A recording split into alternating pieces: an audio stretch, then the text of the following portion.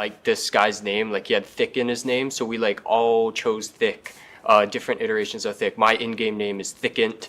My friend's name is Thickest. My other friend's name is Thicky. Yeah, we were the Thick Squad, and our profile photos were burgers.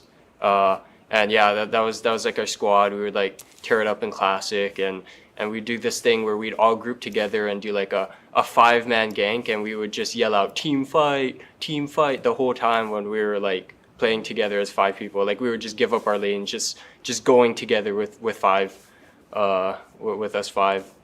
Yeah, that was the beginning of my Mobile Legends career, I guess. So my funniest memory was in high school. I was playing a ranked game with my friend, and during that time, this was after school, his girlfriend actually like had a sign and asked him to prom. But because he was in his game, like he kept like talking to her and playing the game, and she eventually hugged him. And then the thing I remember the most was he hugged her and he was playing Mobile Legends behind her back.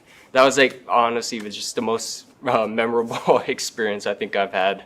Yeah, so we've been preparing for the tournament by playing a lot of 5-man, especially in ranked with our roles, just so we get more experience just with callouts, rotations, and just playing together as a team. I think we've really practiced a lot for this tournament and hope that that practice will come through and we can win this thing. So we've done some scrims with some of the teams in the tournament, and I think that there's a lot of things that we can improve on and work on, but I think we have a good game plan to face these teams again in the future. All right, good luck to everyone in the ACC Season 2 tournament. Hopefully everyone plays well, and let's all do this. My name is CJ Magrash. Hi everyone, my name is Kevin and I'm here with the BOM folks. Can you guys give us a short introduction? I'm Sheldon, and I'm the jungle for the BOM, and my IGA name is Shelly Grant. How about you? So I'm Aaron. My IGN is Fishball, and I am playing Rome for BOM. And you? My name is Yaz, and my IGN is Yaz Russell, and my role for this team is marksman. So okay, you guys are in the losers finals. If you guys lose 3 games, you guys are out of the tournament. How do you guys fare with the pressure? Are you guys nervous? Are you scared? How are you guys going into this upcoming game?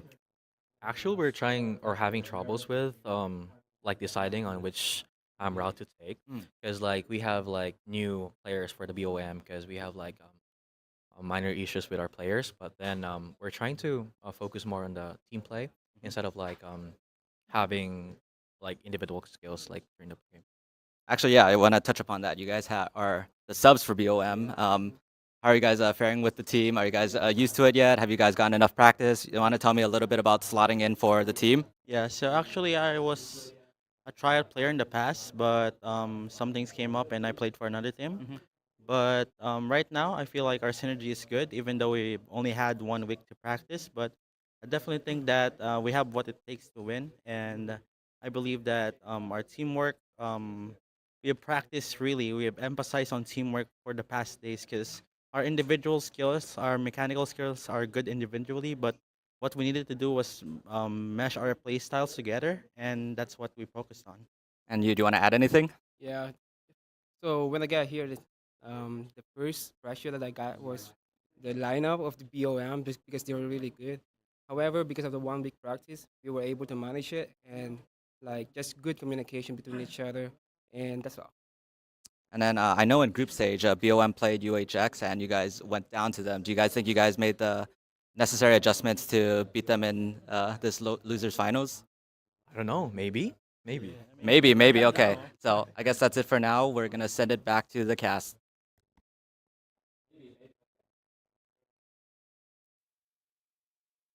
Welcome everyone to the University of Hawaii's Collegiate Cup. Just want to say, yeah, we're here at season 2. Oh yeah, man! Hey, I'm so excited, man! This is going to be the first person in-person collegiate MLBB tournament to be held in the colleges here in Hawaii. Esports welcomes the University of Guam and the Northern Marianas College and other local collegiate Hawaii teams in an unprecedented match held between the islands in the South Pacific.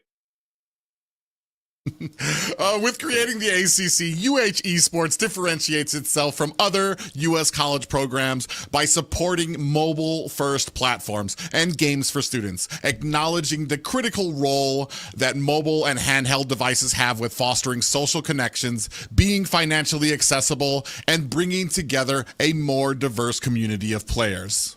That being said, I am Sapolga coming to you from South Africa, and here I am with Private Dancer. Pleasure to be here. How are you feeling about these games? I'm excited. I just even with those interviews and what we just saw with what preceded us being up here on camera shows one of the reasons that I've always been such a big fan of Hawaii and their community here for Mobile Legends. Compared to any other state in the United States, here it is like just absolutely booming, and the fan base is huge and electrifying. And I'd like to say a shout out to everybody in the background doing all of the production. They've been so professional and amazing job for them. So, I mean, straight away, let's start talking about the games here. We got UHE Varsity Y versus the winner coming up later. It's going to be Varsity X versus BOM for now. It's going to be a bit of a grudge match, once they come into the last sort of game there. But two of the losers, they want revenge on that Y team. How do you think their chances are going to be when it comes to I don't think we've seen them play against each other, actually. We haven't. So it's going to be something new to see. Yeah, right now the only thing that they really kind of have in common is that they both got kind of dropped down to the lower brackets and by the same people. So a little bit of I want to say bad blood there for them. Both of these teams bring out the madness, and UHEX or UHE. Yeah, UHEX have something to prove here. Loser here going to be walking away with a third place. Winner going to be moving on to the grand finals here.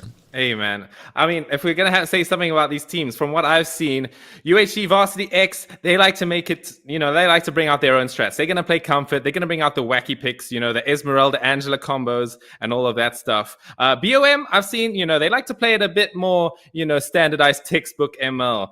So it's going to be the two opposite sides coming together into, a beautiful game, hopefully. Well, yeah, and especially because of BOM, I recognize the they want to kind of stick to the meta. They've got a long history. We heard it right there from the interviews, competing in NACT, competing in Napa, competing in other community and regional tournaments here or in Hawaii. So they kind of like to stick to what is familiar to them. Whereas some of the other teams can be a little bit more flexible, a little bit more comfortable and confident on their picks and their rotations, like to go outside of the box. But we're going to see if maybe they can prove that the meta is the meta for a reason and kind of stick to their guns. Yeah, no, exactly that. Talking about the players, yeah, I know one player I'm looking out for specifically is I got Stamina coming out from Varsity X, I believe. That guy has impressed me so much in the games I've seen for that. That's, as I was saying about that Esmeralda pick, he absolutely shredded, I believe it was Bona Kids. When it came to that. So, they had to ban it out and all of that sort of stuff. When it comes to BOM, I think is it Cookie that's on their team? She is scary. Well, for a lot of these teams too, the most recent changes, what I'm looking to see is how maybe they've kind of flexed into the most recent changes, where we've started now to see Roger start to dominate the marksman lane. Masha's been coming in. She can be kind of flexible in her roles, but become like a kind of a mainstay internationally for a lot of picks. But it has really gotten to the point that there are so many good strategies and picks out there that it doesn't really matter how the ban phase goes. There's going to be so many playmakers out there that it's going to be up to the teams to kind of formulate a composition with a lot of those picks that are left. All right, Private. We're straight into the draft here. We're going to have game one. We're going to have UHE Varsity X for the first pick. I'm wondering what they're going to sort of do against each other. They've seen themselves play against other teams, so they should have a decent idea of what's sort of cooking in the pot. Yeah, and what I've seen that's what I'm kind of wondering here. Do we go with the standard kind of meta, maybe try to pick up some of that XP lane or get down a Roger first, or is this going to be very specific to bring out the madness? Maybe very specific to Varsity Y here. You see the Masha coming out already, and like I've said already, I think we talked a little bit about it off screen a bit. Masha has come back with a vengeance. A few of the changes to her is where she can spam out her ultimate every single time she loses a health bar, and the amount of damage that she can do with Wilderness Blissing is to the point that while she suffers in the early game, mid to late game, you cannot stop her from reaching your backline and at the very least taking down one of your damage dealers. Oh, exactly that. And the other thing I also saw about her, I think it was BOM playing Masha actually. Well, she sort of does a job similar to Matilda in a way, where she's like going into the enemy straight in, giving all that vision, and if they want to try and kill you, they can't, man. She's gonna pop sprint, have that CC immunity on that last final HP bar, and you can't do anything about it after that. As we're gonna see that Angela being banned out here, that's a bit of an interesting one. I mean, I think, oh wait, that's not at all. I believe that they played a lot of Angela earlier on, especially with that Esmeralda, as I said. I think it's worth banning out, actually. I'm a fan of that. Yeah, it's been one of those right now. Anything that melds well with that item, the Flask of the Oasis, where every single time a healing ability hits your teammate, the Flask of Oasis now gives you added shield onto it. So it benefits people like the Heart Wave that comes out from Angela. It benefits people like Matilda, Minotaur, who has healing for the whole team. Now it adds more shield to them. So anybody who really benefits from that can become very lethal, and especially with somebody like Angela, who we've seen, I want to say, in North America right now, it's been flexed not just as a roam, but can be a very strong early game mid for your team. Oh yeah, I've definitely seen that Angela mid. It has been nerfed quite a bit, you know. Can't really clear those lanes too well as it used to, but it's definitely close. And as you said, it's a bit more of an early game thing, being able to go in with that second skill. You know, I mean, Angela, early game, she's not so scared about her own HP bar. She can just run in straight away because she knows the enemies do not have that damage output, as well as that catch with this puppet on a string is just so valuable. Yeah, we just see Frederick getting taken out of there. Right now, the meta is kind of gearing us towards a tanky jungler. Somebody who can kind of hang around those objectives. They can keep their vision on the objectives, hang around without having to bounce in and out, all the while trying to find out when they can get that retribution. Frederick being one of the mainstays of them. He's just one of the biggest tankiness, not only in tankiness, but with the damage he can deal once you've started like dealing it back to him. He can kind of dish it out right back to you with that Appraiser's Wrath. And he's been, I want to say, one of the highest picks here in North America. CC being taken off there as well. She's pretty much unmatched in a single target focus in the XP lane. Oh yeah, I've seen CC do wild things, man. You just think, oh, she doesn't do that much damage. Pops that ulti, crazy amount of damage output, and impossible to kill alongside Vengeance. It's pretty crazy, actually. And then there's another pick being, ban coming out. I mean, such a strong ban. I mean, Arlot is I think it's strong because of the main reason is that it's a flex pick, right? You can pick it in the roam or the XP, and the enemies don't know how to what to expect when it's being picked up. Anyway, following that, we're going to see that Matilda being picked up. Man, I love seeing this hero in 5-man games. You know, it just adds so much depth to a layer of strategy in what your team wants to do. Yeah, even what she adds too is on one hand, you can pick some of the most immobile heroes out there, like an Ixia, who has to stand still when her full barrage ultimate comes out there, and she becomes a sitting duke. But with Matilda on your side, you can turn even the most immobile heroes into these heroes that can dash backwards, that she can get away from harm's way, or she can help them with initiating as well. On the second half too, you have the Flask of the Oasis, melds well with her first ability, where she can dash in, which already gives your entire team a bunch of shield. Add Flask of the Oasis to that, you've just doubled the shield for that, and you have a team that can really sit in these fights for a long time. In answer back to that, we have Exborg being picked up, and a Barat, who looks like he's going to be on the jungle side for BOM. Mm-hmm. As we're going to see as well, the Claude as well. I got stamina picking up the Yuzhong. You know, I was talking about these interesting sort of picks that Team X like to sort of do, but they're coming in with a pretty solid draft. You know, they got this Matilda, this Claude, this Yuzhong. They're going for some pretty meta picks. Coming in from BOM as well, pretty much meta as well. I could argue that Xborg, maybe not the most meta pick. I feel like when he's picked up, the game's either a stomp or he gets stomped, you know? So it's a bit of a greedy pick, I must add, on the Xborg. Not the best sort of tanky targets for him to target on the enemy team so far, but if Leolay, if he likes that pick, he should go for it. Right now, I kind of like the pick.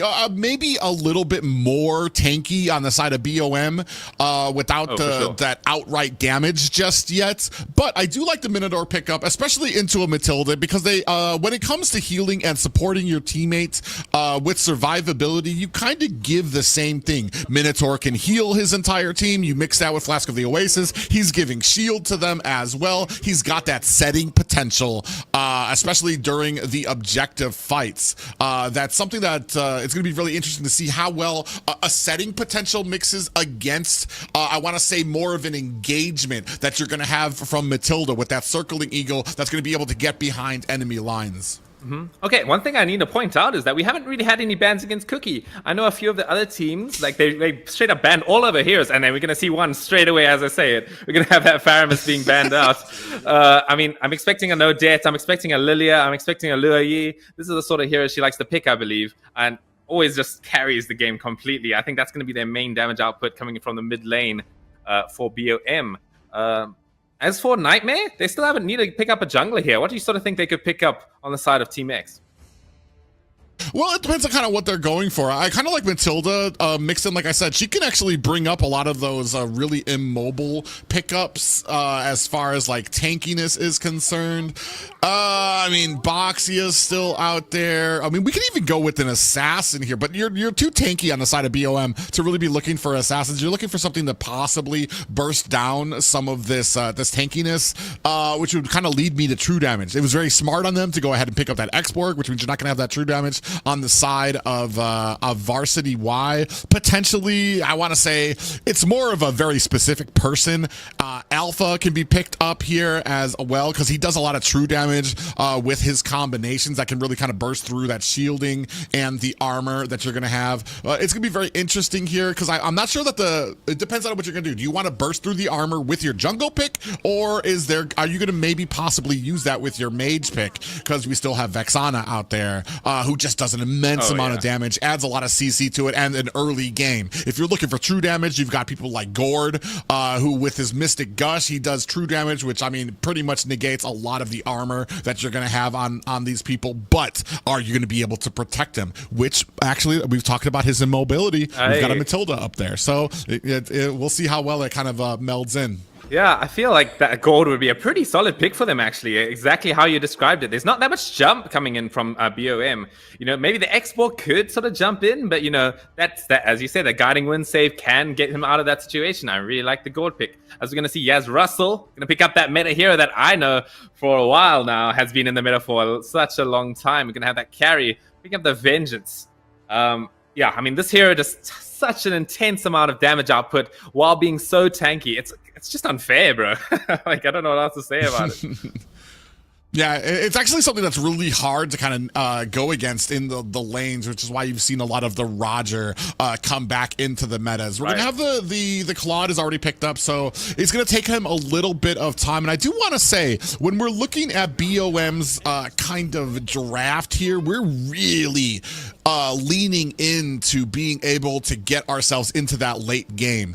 There's really not much to pressure up into the early game, so it's going to be very interesting to see how well this kind of goes out. Matilda is a pretty early game. As soon as we get level 4 on Yuzong, we're going to be able to come in with that Petrify and potentially find a kill onto the back line. That really kind of depends on how this goes out here. That's usually lends itself to the flexibility of the compositions. And I'm looking possibly for the side of BOM to find something in the early game. If we're looking at mages, Vexana's still out there. We've got, we're going to go with some long distance sniping potential. Another thing, kind of, like I said, the BOM have a plan to kind of just make it, withstand the early push from the side of Varsity Y here, and then as we get to that mid and late game, we're just going to overwhelm them with that with an impressive amount of tankiness for the front line. We're going to have that shredding ability from Carry, and then you're just going to have just the snipes coming into the back line from that Navaria.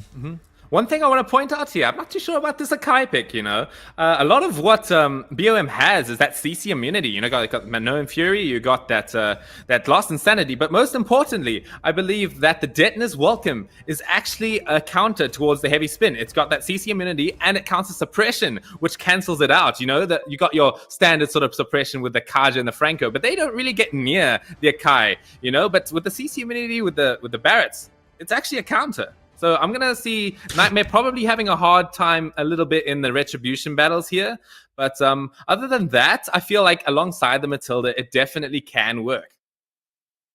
What they're lacking in the Retribution fights, I think they would most possibly be able to make it up with their rotations. You've got a Matilda on your team, so you're going to be able to close that distance on the side lanes, potentially get to those objectives a lot faster. And that's where a lot of these teams kind of lose out or kind of gain from, is can they get to those objectives in a timely manner to either contest them, take them, or decide we don't want them and we're going to gank into another lane. But ladies and gentlemen, we're going to go on to game 1, UHE Varsity X taking on Bring Out Madness. Hey man, this is it. We're gonna have straight into this first game. We're gonna see, you know, standard rotations coming in from pretty much both. You got two people in the mid lane. Nothing too special happening here. Although, maybe looking for a bit of a raid down in the bottom here. Something interesting could happen. Yeah, already looking to start stealing some jungle from the side of UHE here. Want to refuse them. They're already going to the orange buff too now. So you're going to start refusing that. Varsity's going to be looking for their buff, not knowing where it's at. Not just that, but you're going to be a little lower when it comes to try to get to that level 4 when this first objective pops. And you can see that already. Actually, it was stolen. Yeah. It looks like the Yu Zhong actually got it. It's going to be first blood going to Pent. I mean, that's a really good response coming in from Team X. I mean, BOM, they have to be basically on the run at this point. Yeah, big pop-up there comes out there. Leo Lane trying to put on the damage, is going to be able to secure an escape for Fishball, and 4 members of Varsity going to have to turn back. Oh, man. I mean, I Got Stamina has that red buff access. He's going to be dominating that bottom lane at this point. As we're going to see, actually, I feel like Akai is sort of the loser in that situation as well, because he lost his red buff, and now it's going to be Sheldy getting his own one. So he's probably going to have a bit of an experience lead when it comes to the jungle. Yeah, and I'm actually kind of wondering, I mean, we're up here at the marksman lane, 8 seconds left on this turtle. Are we going to take advantage of the fact, you have to know that Nightmare's not going to have his level 4. This is the prime opportunity. Go in there, get that turtle. You know he doesn't have an ultimate for you. So, I mean, this would be when you want to kind of go in there, try to contest some of these objectives. Okay, there it is. Leo Lei has his Faraga armor ready to sort of help out. I mean, Nightmare, he's going pretty aggressive into that turtle pit. We're going to see the Black Dragon form come out as well.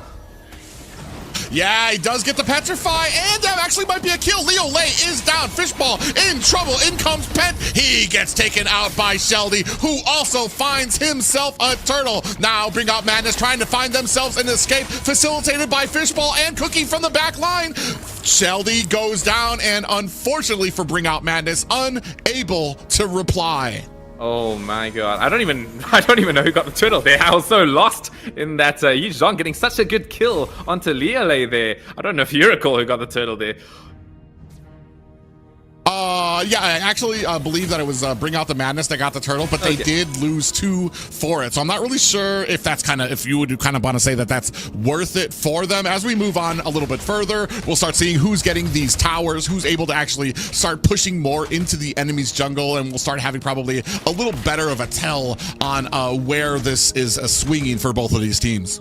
All right, let's talk about this top lane here. Who do you think sort of benefits the most from this lane between the carry and the Claude? I mean, I know both of the heroes sort of had a similar sort of timing here, but talking like, let's say, the mid game and the late game, who do you think is going to sort of come out on top when it comes to just the statistics of it? Well, it really kind of depends on how you're executing a lot of these ultimates. You come in with a Blazing Duet, a lot of the pop-ups can really stop it. Oh, actually, Sheldy does catch himself with the Titan as welcome. Nightmare executing that heavy spin, trying to push him up, gets popped up himself. Yaz Rosso able to take out Nightmare. Another pop-up comes on the fishball. Yaz actually in the middle of the fray of this, and that's just the tankiness that you get from a carry out there as another Astral Sphere goes wide for Cookie. Oh yeah, I think it's believe it or not, I think that ability is called Astral Recall for some reason. The long range snipe. I don't know who came up with these names, but I would have called it Astral Sphere as well if I could. But yeah, I mean, that team fight went into the favor of Bring Out the Madness there. They managed to get Nightmare down. Surprisingly, like only one person died. Yeah, we're looking at right now, Yaz actually has a good lead on the turtle. Looks like he's just kind of trying to bait it out well before Sheldy gets there. They look like they want this fight here too. It's going to be 3 members of Varsity coming in here. Echo is out. Sheldy able to get the turtle, but heavy spin has Fishball against the wall. He uses his flicker, now getting hailed on with a meteor shower from the Chonge. Sheldy finds himself a kill. I Got Stamina finds a kill onto Leo Lay, and popped up is a Sheldy between 4 members of Varsity. Cookie looking for an escape, a little bit of panic on there, but able to find a retreat.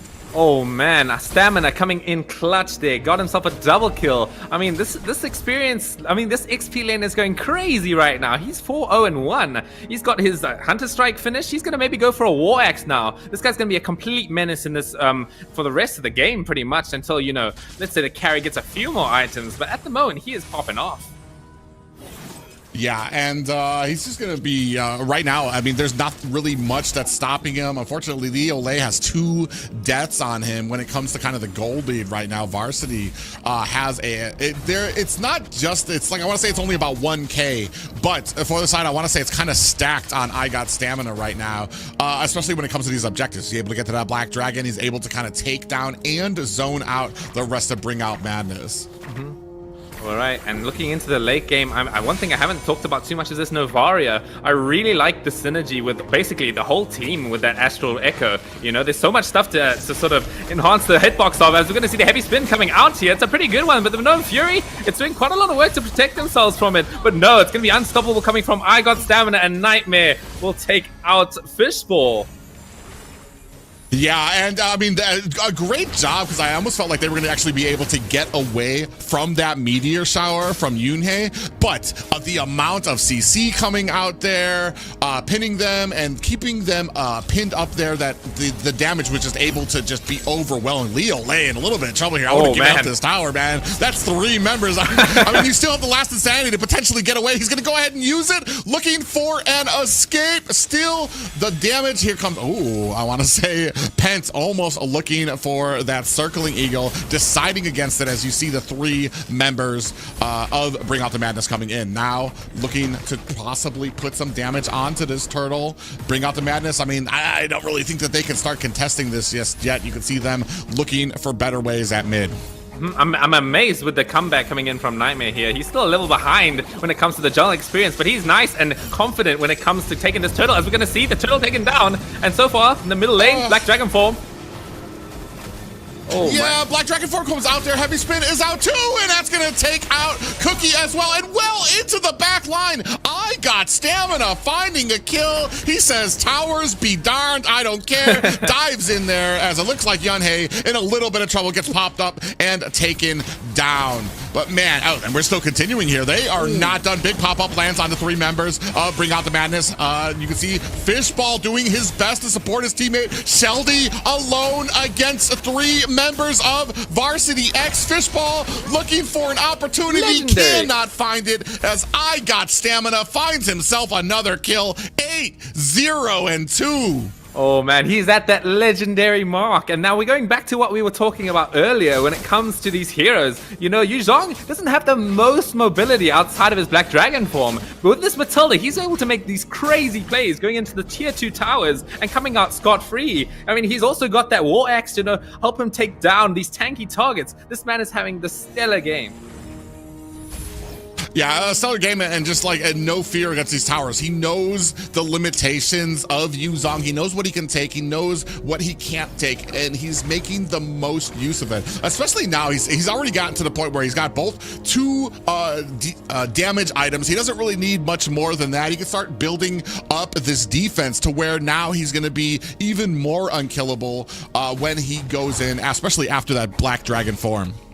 All right, looking at BOM here, so pressure's on. They're going to have to start thinking of sort of comeback mechanics that they need to rely on to sort of get back into the game. I feel like the Minoan Fury is the primary example of one of those mechanics.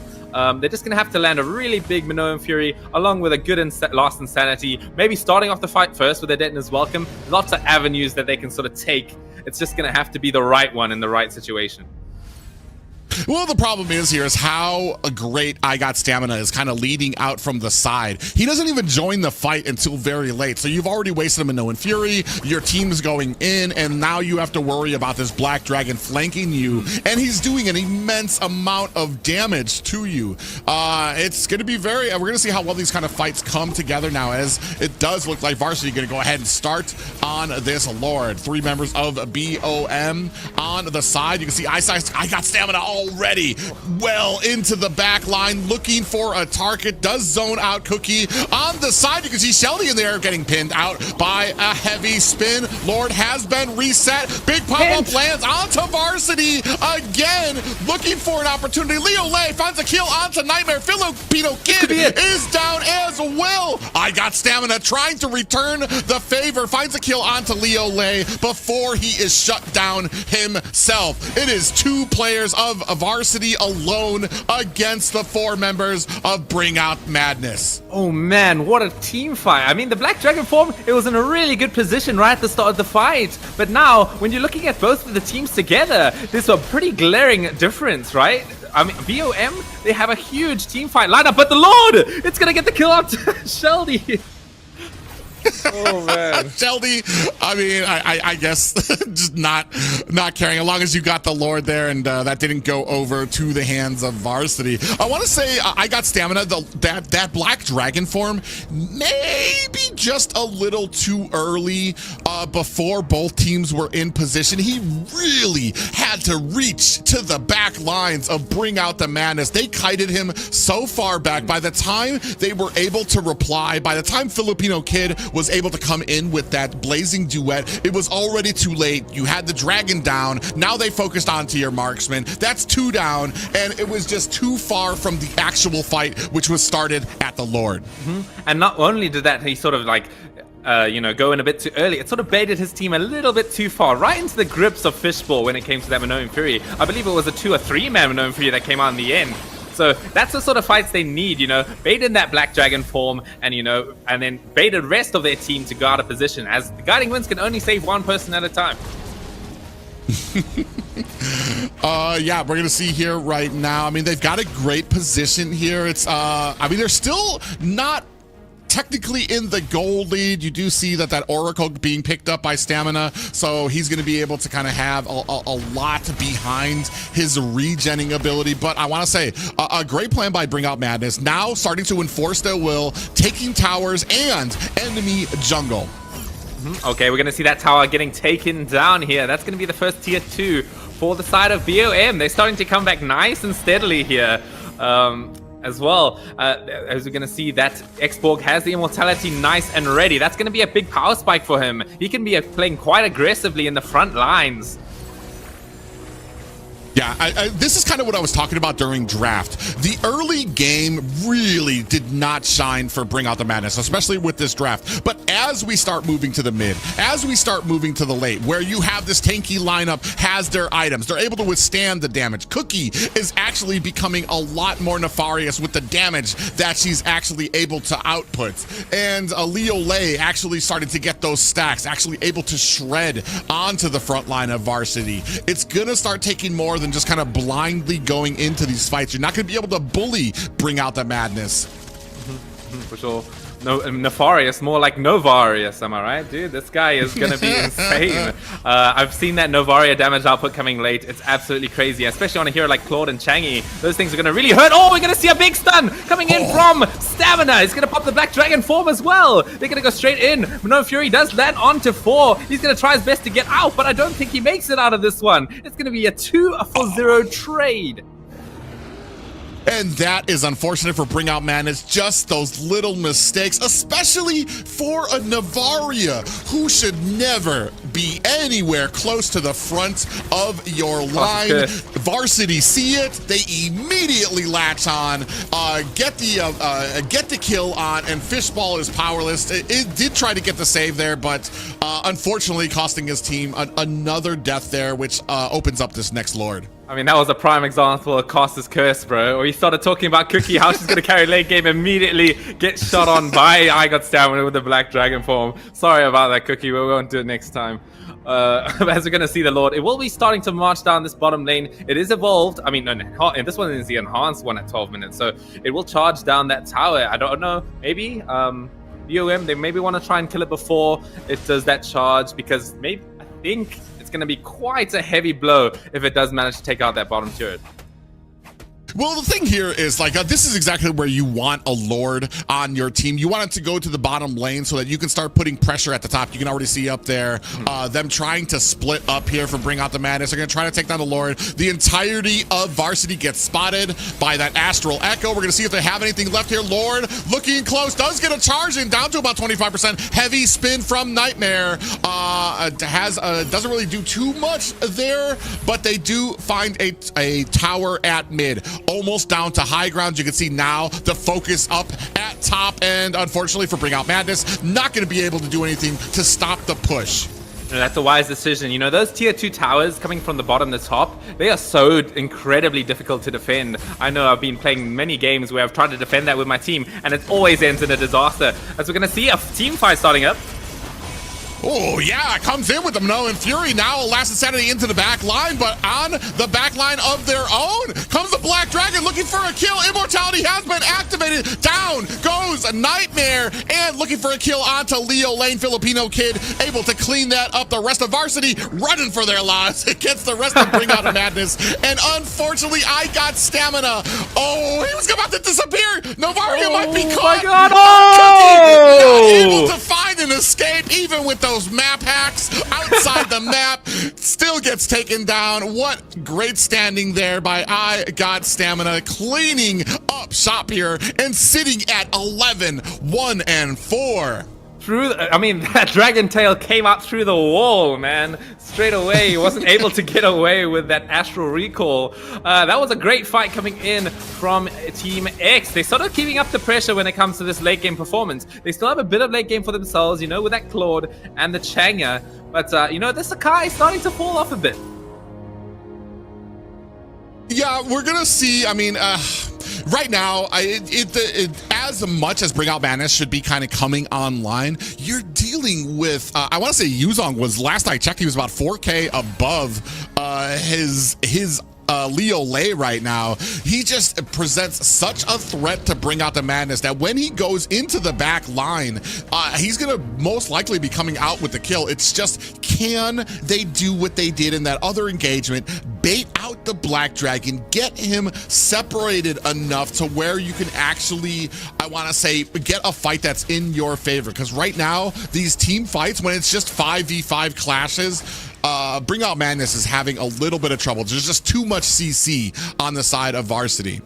Oh yeah, they definitely have a good amount, a healthy amount of CC, as you might say, you know, with all of those abilities. But here we're going to see a Lord fight starting to brew out here. This is going to be that classic 50-50 situation. However, I did point out earlier in the draft that I feel like Sheldy should have the advantage when it comes to it. Yeah, but right now he doesn't have any of his stacks. You see that little baby dino down Baby there. dino. He's not even at full size, not even at full stacks just yet, and that's just kind of because of the pushing that Varsity has done. Fishbowl actually goes in there looking for an opportunity, doesn't find one. Heavy Spin is not going to be available for this push, so you've actually Cookie's ult not out there as well. So I mean, you've got 4 ultimates versus 4 ultimates right now. Bring out the madness, sensing something in the win, is pushing a little bit forward. Now going to turn their attention to this Lord. Varsity sitting at the bottom and top. There goes an Astral Echo to spot 3 members of Varsity. From this side, look at the placement of Stamina. Oh my they God. just notice him now. He comes in, Petrify, gets himself a Dragon Tail. Now out with the Black Dragon, looking for a meal. He is going to go ahead and dive on the 2 members. Leo Lay, the rest of Bring Out Madness getting zoned out and finding a kill onto Leo Lay. I Got Stamina is not done yet. Still looking for more meals Heavy from spin. there. Sheldy might be next out on the list as Filipino Kid finds the kill onto the Bring Out Madness jungler. Oh my god, what a treat of a team fight. That was just bloodshed left, right, and center for BOM, as now Team X are going to be able to sort of take down the Lord a little bit here. Missing their jungler, it should be a pretty easy one. Fishbowl, he's kind of poking around here, but he's sort of playing with a bit of fire. He's going to get gone on. Wow, the cover fire from Yunhei should be able to secure them that Lord. Yeah, they're doing such a great job right now, especially with the movement around these Lord pits. Varsity's able to find these angles, especially I Got Stamina. He's able to find the angle, get right behind Bring Out the Madness. And right when they notice him, they get popped up by the Lord pop. and he's able to come in, even get a Dragon Tail in there before he gets into Black Dragon form. And from there, it's a wrap on. He's starting to zone out the entire team. He's finding kills, and you've basically broken the line of Bring Out the Madness. All right, we're coming into that sort of situation in the game where I feel like BOM sort of shine. You know, it's going to be that chokehold point in that top right corner where, you know, the Minoan Fury can sort of come through and be meaningful in these team fights. So I'm really excited to see how they approach this sort of base defense. Yeah, that's the big thing here is if we can find, we've yet to be able to see, I want to say, Minoan Furies. It's always been on the side of Varsity. They have been initiating a lot of fights, which actually kind of throws Fishball for a little bit of a loop here. Are we going to be able to find it on set onto maybe 3 members, maybe even find a Stamina in one of these Minoan Furies? Or, I mean, because right now they're kind of just turtling in base. They're not going to be able to make much happen here, and you're really leaning on Varsity to make a mistake, especially with this type of gold lead coming. I mean, you can see that Team X, the Varsity X, they're respecting that. They know exactly that if they go into that choke point, they're going to get caught out. So they're playing nice and respectfully onto the side of their blue team, as now they may be looking for a bit of a siege here. They're going to take a good approach to it. The Black Dragon form still available. Oh, just like that, they catch Fishball. He does let out of Minoan Fury, but it's too late. The rest of Bring Out Madness cannot capitalize on it. Black Dragon is out, but I mean, they're going to go ahead and cover themselves and escape. Just like that, though, Bring Out the Madness loses themselves a high ground. Oh yeah, they managed to find that weak point, go straight for the Minoan, like, you know, not for the Minotaur. You know, he was sort of looking for that team fight, but they sort of poked him down, taking a nice and long siege, finally getting down that bottom tower that they've been working so hard to get. As now we're going to see super minions coming down in the bottom lane, going to add that extra bit of pressure when it comes to this game. Yeah, and that's kind of unfortunate. This is what I was talking about, is that Fishball's getting caught. He's not the one initiating these things, and it's going to come down to 2 things. Can Fishball initiate before he gets poked? And can the side to Bring Out the Madness collapse quick enough once he does initiate with that Minoan Fury? Because right now, it's basically on Varsity. They've been catching a lot of the members. A lot of these engagements start with the side to Bring Out Madness getting caught, getting bursted down, and then finally Bring Out Madness replies, but by then it's too late. Yeah, for sure. We're going to see now that that evolved Lord now going to be coming out. This is sort of when the team's going to turn. Oh, we're going to see a heavy spin coming in out onto Sheldy. Is he going to be able to make it out of here? He's got the Deton's welcome, but he finally blows up. Yunhei has the kill on him. The Lost Insanity doing a lot of work here, but I don't know if it's going to be enough. No more Lost Insanity to work with, as now I think both teams looking to maybe disengage. Oh, man. And this was exactly what I was talking about. Sheldy got caught by somebody from varsity. The entire team collapses on top of him before Bring Out the Madness can actually respond. Sheldy is down. That's your huge tank there. And now, there's no front line for you, and you have no options except for to kind of like disengage from this fight. Okay, there it is, the evolved Lord. I believe when you stand near it, you gain like an additional instance of damage, you know? So that extra damage is gonna really play a big part when it comes down to bursting these tanky heroes. I think it's actually a percent-based damage, so, you know, that's gonna be pretty huge. Yeah, I mean, right now, Bring Out the Madness. It's unfortunate for them right now because you're kind of being strangled out right now. You've lost control of your jungle right now. Fishball, Black Dragon is out again. They're looking for Yaz. They're gonna catch him. Yaz able to dash away. Minnow and Fury comes in. Are we gonna be able to find Detna's welcome lands onto Stamina, but he's able to get away. Matilda, that sneaky player, they're able to pull Stamina across the map to safety. Oh, but unfortunately, it still costed them Filipino Kid. I mean, that is your carry for the late game. You know, losing that guy right now is going to cost you that base sort of siege. But yeah, as you were talking about, you know, Matilda Airlines, as we like to call it, saving out Stamina, who is the real carry in this situation.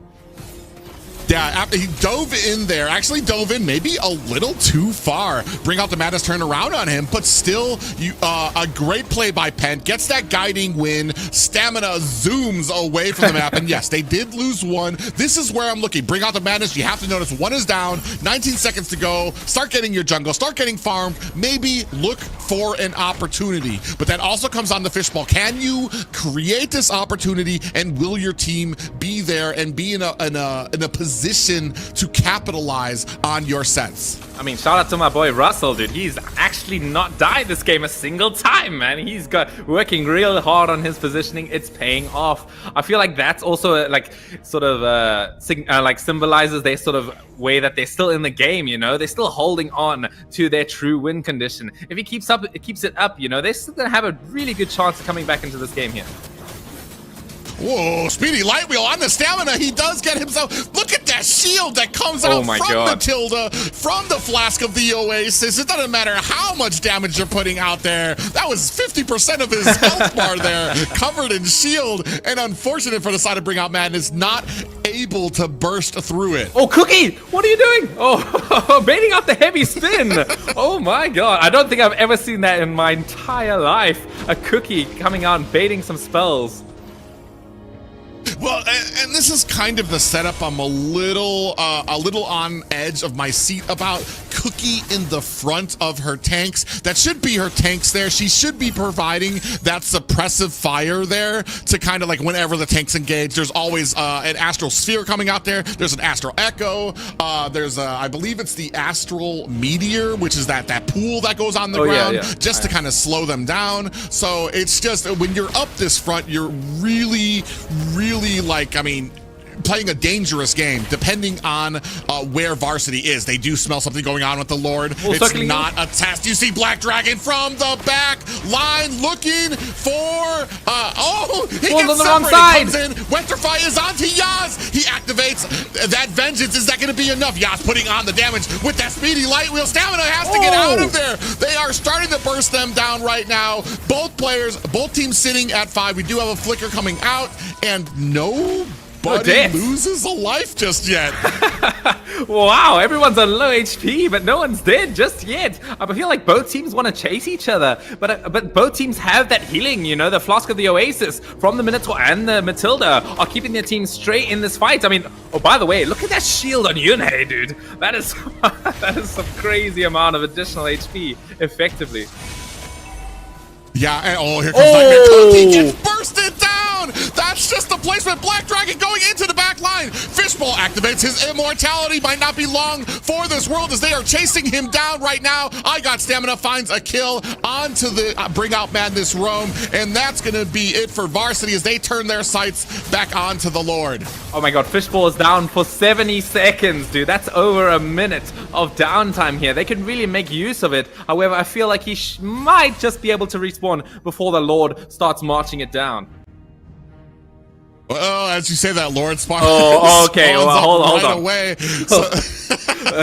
So we've got Lord at the bottom. We're going to have pressure at the top for Varsity. And this might be all she wrote for Bring Out Madness, depending on how these engagements starts. I'm looking for potentially Fishball to, if he can get up in time, we might be able to get a set there. But I mean, man, even with that last fight, it's exactly what I was talking about. Cookie, little too far up in the front of the line, really looking to try to get some aim onto the back line. I feel like they need to be a little bit more patient because you're getting caught. You're losing a big percentage of your damage before these fights even kick off. Heavy spin is out. Yaz with that speedy light wheel. Lord crashing down at bottom. Only one more high ground out there right now. Black Dragon is out. Look at the damage onto the core. Oh! That's going to be game one going to UHE Varsity X.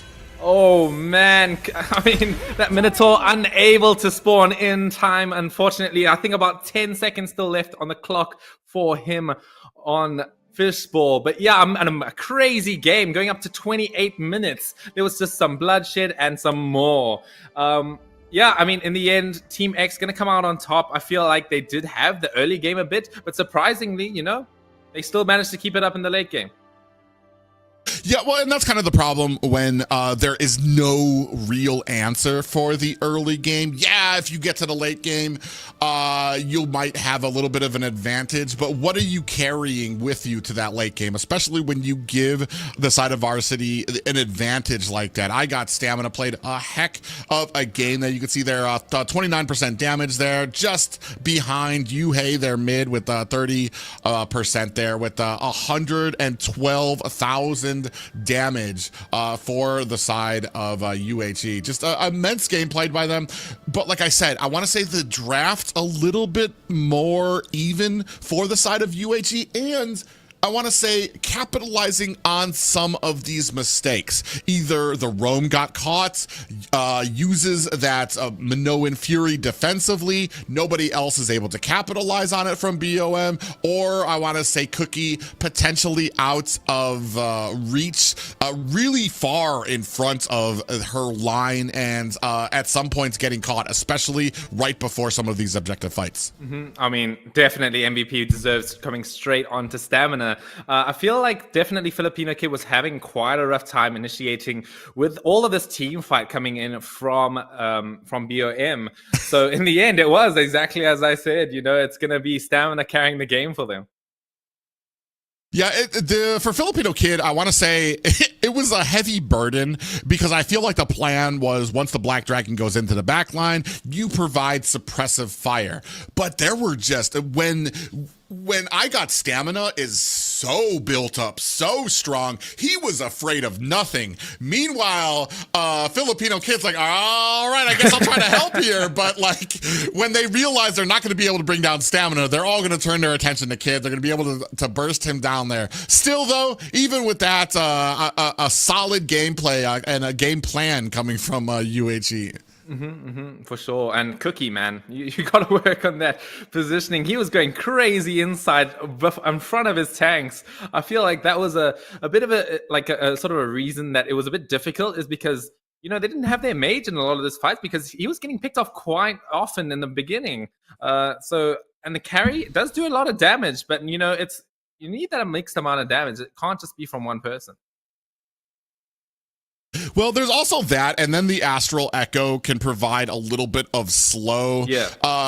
Once you take down the mage, you've taken out the big part of I want to say you've lost Ice Queen's wand. So now once you take out the mage and your team just full engages, there's nothing that's going to slow you down. After you've taken that out, they're looking for the marksman there. They were able to find it, and I just want to say, like, it's one of those things that once once you lose that one integral player, and especially because you've already got Stamina pretty much swimming through your entire team, giving vision and identifying where the targets are. It was just all on UHE to kind of like take advantage of that. Yep, exactly that. We should be heading into game 2 just in a bit. What are your thoughts about it?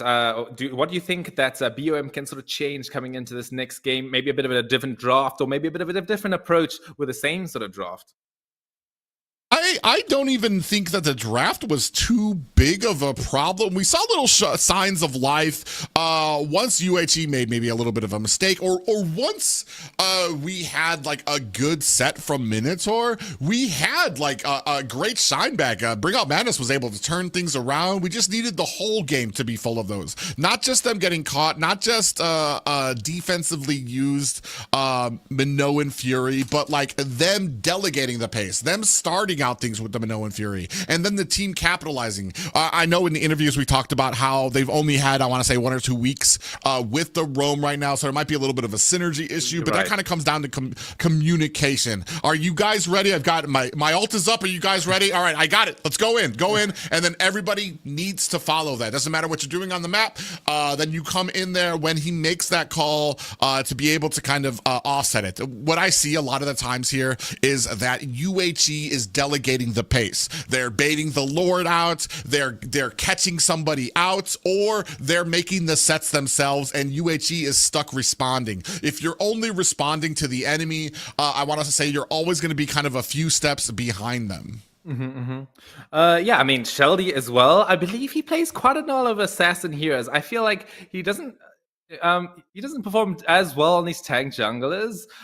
He did pretty decent Barrett's performance right there, but not really shining in the way that I thought he would when it came to those retributions. You know, I feel like the way that they played it, that Team X played it out, was sort of beautiful. They understood the matchup between the Akai and the Barats, so they were able to win the team fight just before the Lord. And I feel like that was really, really powerful when it came.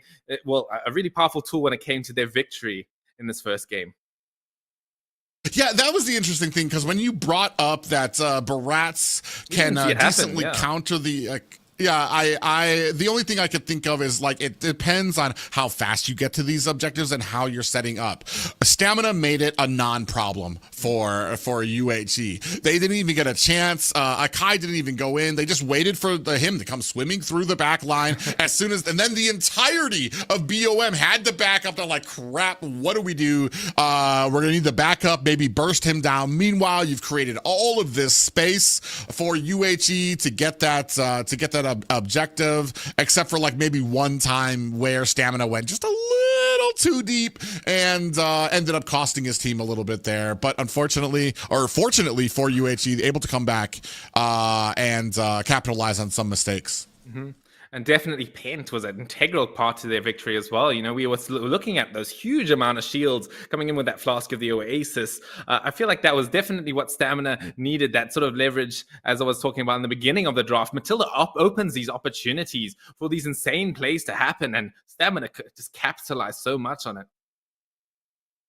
Yeah, not just the fly. I mean, there were plenty of times where you saw that Bring Out Madness found a gank, were able to get on there, but the Flask of the Oasis combined with the guiding wind from the Matilda just absolutely kept their marksman topped up. Not just that, but there were some times where Stamina dove in a little too deep. You had Matilda able to use that guiding winds, and boom, you've got Stamina flying halfway across the map, not in dragon form, just to get away from the team. It was masterfully played, and it's kind of a clinic on why Matilda's kind of a priority ban right now in a lot of North America, a lot around the world, internationally. She's kind of a priority ban. He adds so much utility to a team, whether it's mobility, shielding, even early game damage and vision that she can give out.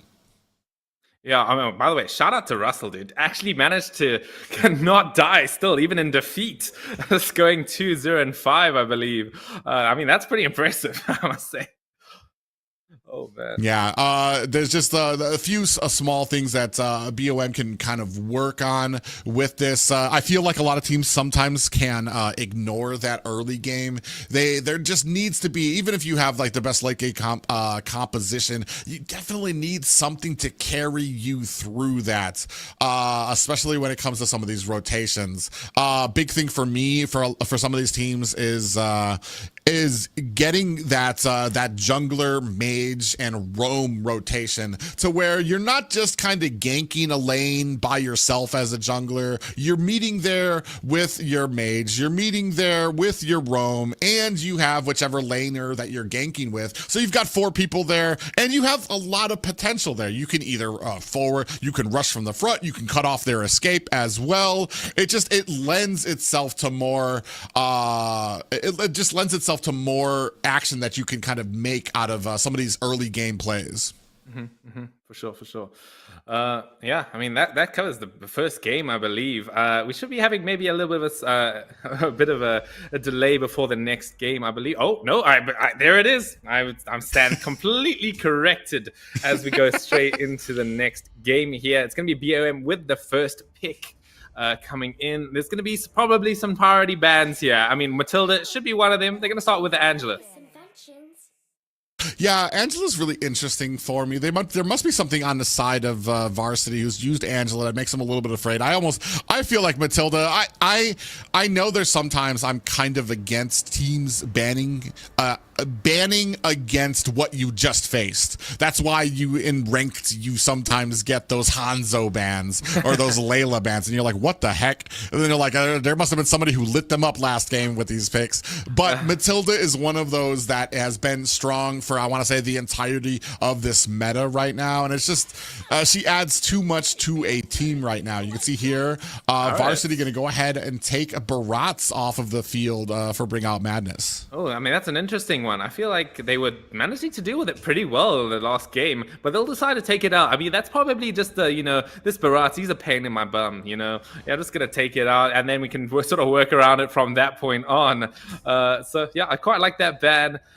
It's going to lock Sheldon into maybe a few other heroes that he's got pretty decent hero pool, but it's going to be Barats being one of them out of the situation. Yeah, we can take a look now. I mean, we're still waiting for that next ban. Wondering, Melissa coming out. I mean, that was banned out last game, I believe.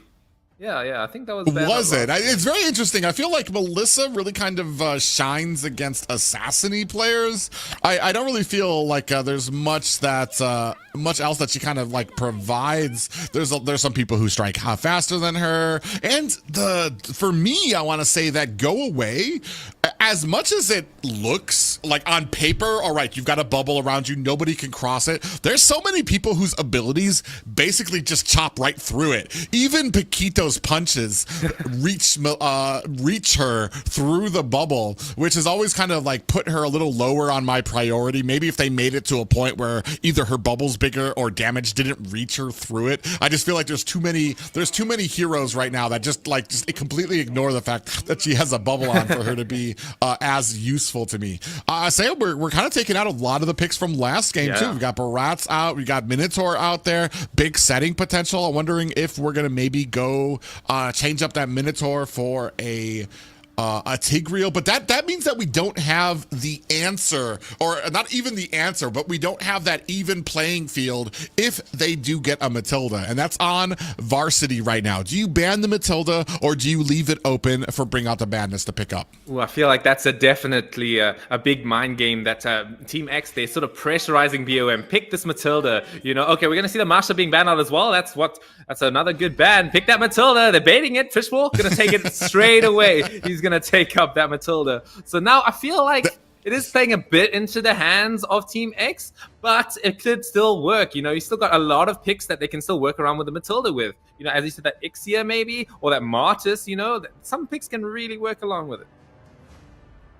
Yeah, I'm actually very curious to see what we have an answer with. Somebody that could possibly give your team the same type of shielding. Raphael, kind of the same answer. You can mix Raphael as well with some of those tankier jungles. Some of Raphael's abilities too blend well with the Flask of the Oasis. She's got a bit of healing for her team. I want to say Florin is one of them as well. But mostly just for her ultimate. Her Bloom is a global ultimate and is not delegated by anti-heal. But we do see we're going to go for that XP lane and mid lane. For the side of Varsity, they're going to pick up the Lilia and the Arlott. Yeah, that's definitely a strong sort of statement that Team X are sort of putting out here. They're going to pick up two very meta heroes. They're still going to be kind of confused on BOM, could this be a roam? As obviously we can see that it's probably going to be that XP lane from I Got Stamina coming in. But yeah, I mean, a very strong start to their draft. Well, Lilia really shines. She's going to try to kind of like you want her when you've got some of those bigger, tankier, slower heroes around where they can kind of lug around and she can really kind of blast on them with her abilities, just setting down bombs and glooms around. Ooh, Ruby, we don't see too often anymore. She takes a little bit of time, a little bit of items to get online. There it is. And we're going to go ahead and go for that Ixia and Matilda combo. Hey man, it's always goofy, man. Every time I see that like big sort of circle, I mean, what is it called? Like a triangle, just going straight away. It sort of doesn't feel like it's meant to be in the game. And when you get caught by it, you're like, what was that? Yeah, it's funny because like you have the full barrage going off, then Matilda can activate her guiding winds, and then Ixia is still able to ult while moving in the guiding wind. So like you can even use it to chase, you can use it to disengage. Just all depends on how the synergy is going for Bring Out the Madness. But now possibly looking for an answer. The XP lane right now, I want to say kind of even. Ooh, we're gonna go with a Nolan pickup. So we're definitely looking at that early game. I'm suspecting if I'm the side of like Varsity, we're wanting to take out those early threats that could possibly match Nolan. The Martis is one that kind of speaks out to me. You don't want somebody else who can possibly gank your team with the same ferocity and speed that Nolan can. I'm not sure how well Bring Out the Madness plays Martis or Fanny, but those are probably the most obvious picks for me to kind of take off the board. Mm-hmm. Oh, the Joy, man. That's my favorite here in the entire game. I haven't seen it too much in Hawaii, but I feel like it could really work versus Team X right now. It sort of dodges the Nolan rift, so he doesn't get the energy back, as well as, baiting out those black shoes coming in from the Lilia. I feel like that could really be an impactful pick. However, they do have a lot more options. They take out the Fredrin, though. I feel like that would have done also a pretty decent job.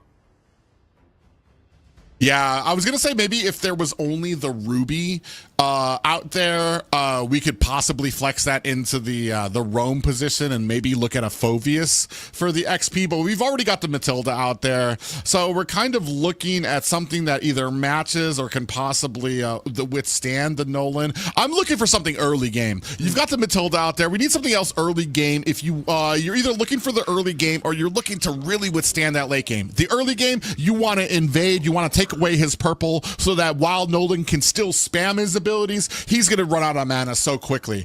So you're looking maybe possibly for a more CC centric, heavy, tanky front line for the side of BOM, but you cannot ignore the CC. That's the integral part of trying to like push into like Nolan's jungle. Mm-hmm. I mean, the drafting from Team X has been pretty sort of indicative of that sort of play style. They're taking out those heroes that can do what you just said.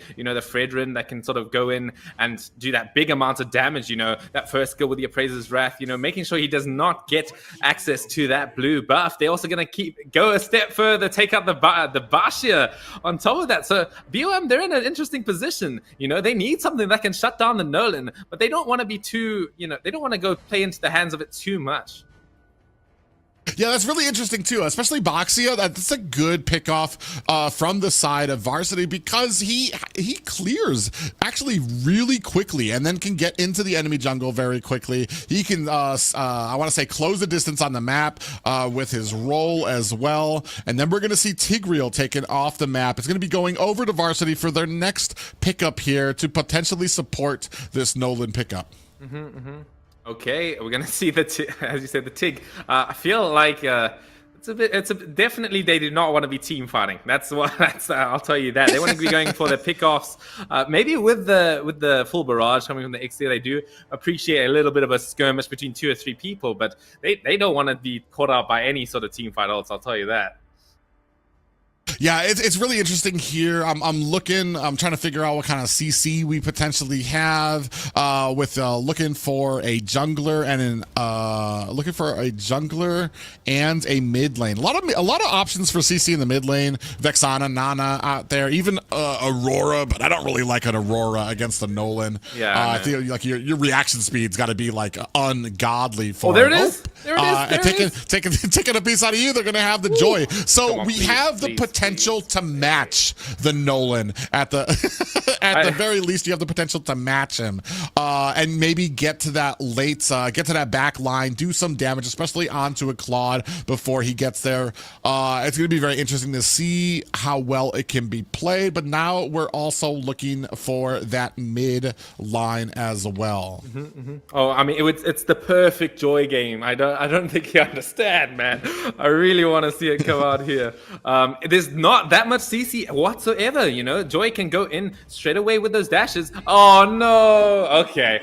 I feel like X-Borg, it's okay. I like the X-Borg as well. I'm gonna see that signature hero coming out from Cookie. Got that Odette. I think that's gonna shred. So for me, X-Borg, I'm trying to think, because when you match up Nolan, because I was just thinking about this before. I had X-Borg in my head. I did pass over it just because of the maneuverability of Nolan. He makes it very easy to just dash behind X-Borg, negate a lot of the flame there. But he was on my mind, and I'm trying to figure out if it was because of some of these picks. He does clear jungle very quickly, so at least when it comes to clearing speed, he'll be able to kind of match him up. Odette's, you're really waiting for a lot of that CC, but they counter it immediately with a Kaja pickup. So as soon as Odette goes in for that swan song, you're going to have a divine judgment coming your way. And it counters out the joy if they would have gone with that. So I want to say thinking a few leagues ahead. Oh yeah, you know, for sure. And as well as that final slash, it does count as a knockup. It can cancel that swan song. So there's a few options that Team X have against that swan song that we've seen countless times, just shredding through the HP bars coming from Cookie with that. Like, I've never seen Odette do so much damage, and Cookie really knows how to do it. It's going to be interesting because, I mean, we were talking about heroes that basically are very stationary. Odette is one of those, has a lot of damage she can output. You have a Matilda on your team. Oh, right. So depending on when that Swan Songs comes out, your Matilda can either drag you away, get you closer to the enemy, maybe land that stun on them as well. Plus, the shield that Odette gets from that Swan Song will be multiplied by Matilda, by the Flask of the Oasis. So I see the logic.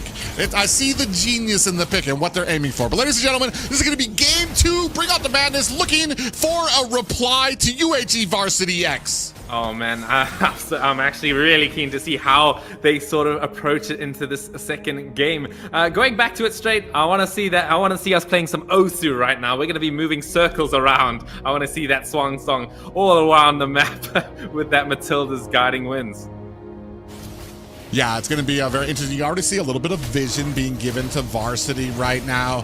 Just wanting to know where Sheldy is on the map right now. Now moving across, moving a little faster is Sheldy right now than Nightmare on the side for Varsity. Oh yeah, I mean, Nightmare's getting a little bit harassed by Fishbowl. He's gonna have to have 2 people sort of defending this pressure from Fishbowl here. They're doing a pretty decent job at it. Let's go for that blue buff first. So I feel like with Nolan, you have 2 options, right? You go for the blue buff first, and then you have the jungle clear a bit faster. You know, it's a bit more sustainable. Or you could start with the red buff first, and then have the blue buff available for the turtle. So he's decided to go for a bit more of a faster jungle clear approach when it comes to that. Yeah, I was about to say there, when you start with the purple buff, though, you do say that you're going to need to go back for that purple buff before you start the objective, especially that first objective, because he's not going to have it once that timer is down. Looking for an opportunity here up at top. I think he's just looking for that gold buff. Okay, I mean, there it is. He's going to have no blue buff right now. Will he go for the blue buff? Probably not. He's going to try and contest this turtle. So far, Sheldy's going to start, poking it down a bit. I don't feel like Team X is in the position to contest this. Ooh, good by Fishball, doing his job. Gonna go ahead and kind of scout around the bushes, but now you have 4 members of Varsity coming to meet at this turtle. Now at half health, Leo Lay coming from the back, looking for a flank. I got Stamina comes in, is not able to find it. Swan Song finds a kill onto Yoon Hae. Shelby there, able to find a kill onto Nightmare. Stamina running for the hills, watching 2 of his members go down, and this might be a clean pickup of the first turtle for Bring Out the Madness. I mean, God. I mean, look at that skin. That new revamped Zodiac skin just takes away the whole screen. All eyes on the Swan Song whenever it comes out. And it definitely happened, you know? She took out the jungler immediately as that turtle fight started. So this Odette pick's looking pretty scary so far. Yeah, I mean, especially great job by Fishball to scout out the location, able to dash away, get himself a shield. Nightmare gets caught out. Now he has vision on him. Cookie knows it, goes in there, gets a stun and the Swan Song, brings him down before the objective can stop. And now we have 3 members looking on here. Yaz in a little bit of trouble, does not know that Fishball is in the back. Now you have a little bit of the guiding wind. And unfortunately for Varsity, not able to make a play at bottom.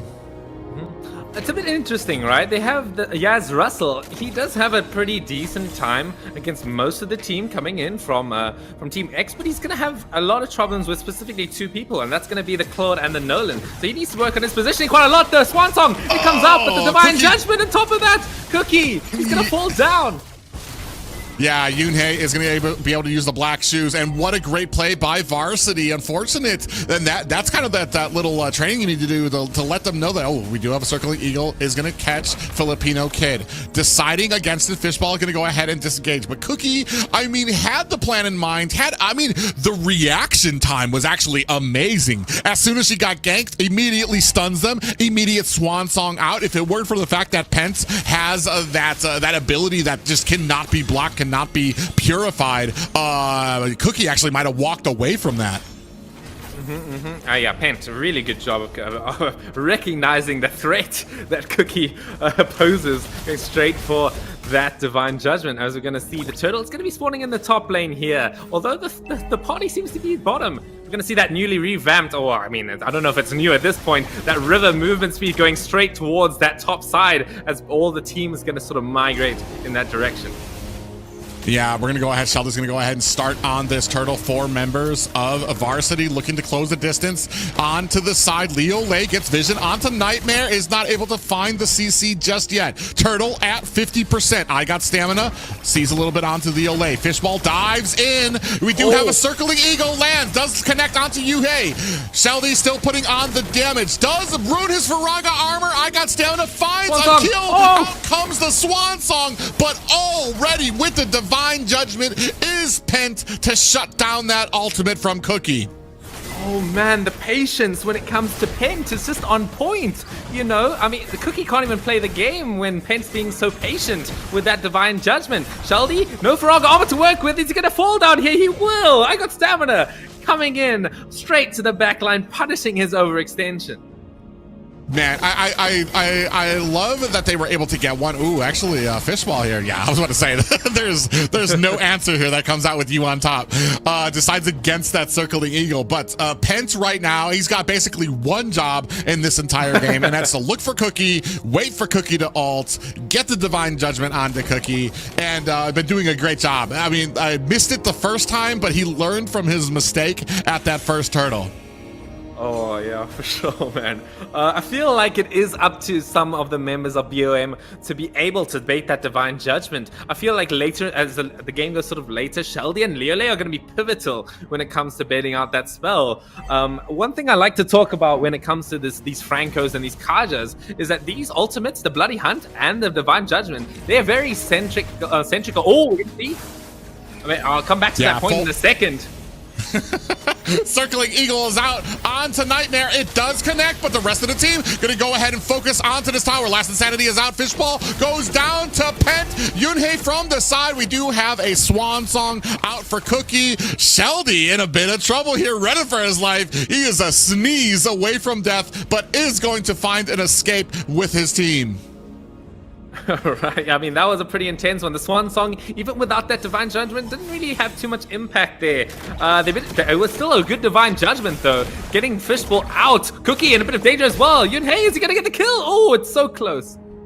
Yeah, unfortunately, it's I was want to say he actually does have the emblem for burn, just was not able to connect on Cookie with any of those blasts. So, I mean, good read by Cookie, especially just walking away there. Had no flicker at the time left to get away. Going back to that point, you know, these Kajas and Francos, they're really good when it comes to these 5-on-5 games. Being able to single out the exact immediate threat that they have. In this case, it's going to be Cookie. Yeah, and then doubled up by the burst that you have.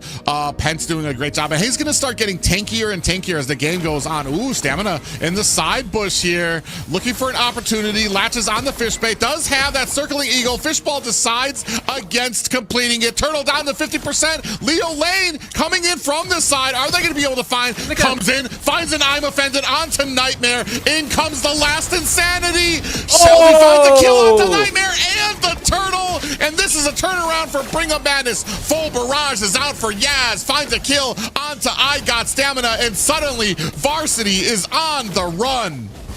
Oh, a perfectly played team fight from BOM there. This is a different team from the last game.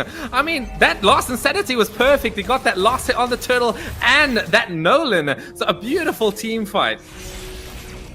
We're not just looking for the late game anymore. We've got something to secure our path. We've got the early game from the damage, the ultimate from Cookie, the damage, and the sustain you get from Fishball on the Matilda as well. So we've got something that can actually carry us through the early game. And Varsity having trouble with a few of these team fights, and especially the longer this goes on, the less useful the Nolan becomes.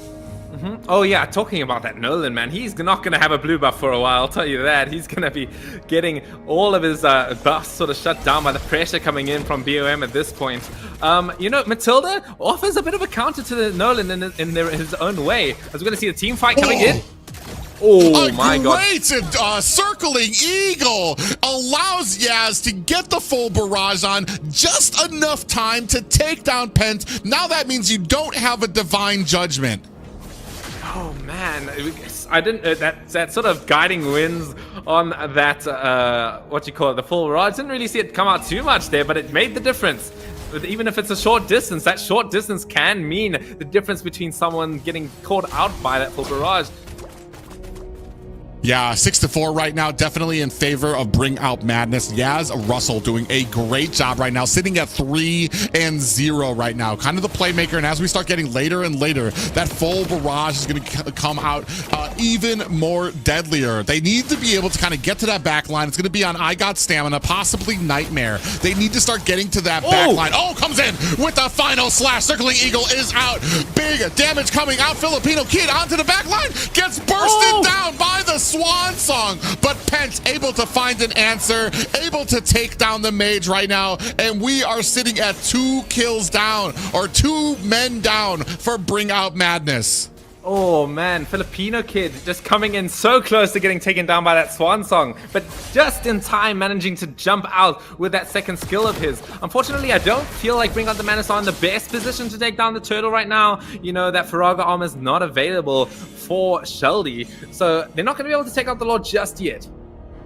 Yeah, I misspoke. I saw Filipino come in with the blazing duet, and he was sitting on top of a Swan Song, and his health was getting so low. He waited till the absolute last minute to BMI back out that I thought so his health was down, and then he disappeared. And I'm like, okay, I think, but he would use that BMI. And so that meant that UHE able to walk away without a death, costing Bring Out Madness to, I mean, man, they're starting to answer back, especially I Got Stamina with that flicker into the final slash.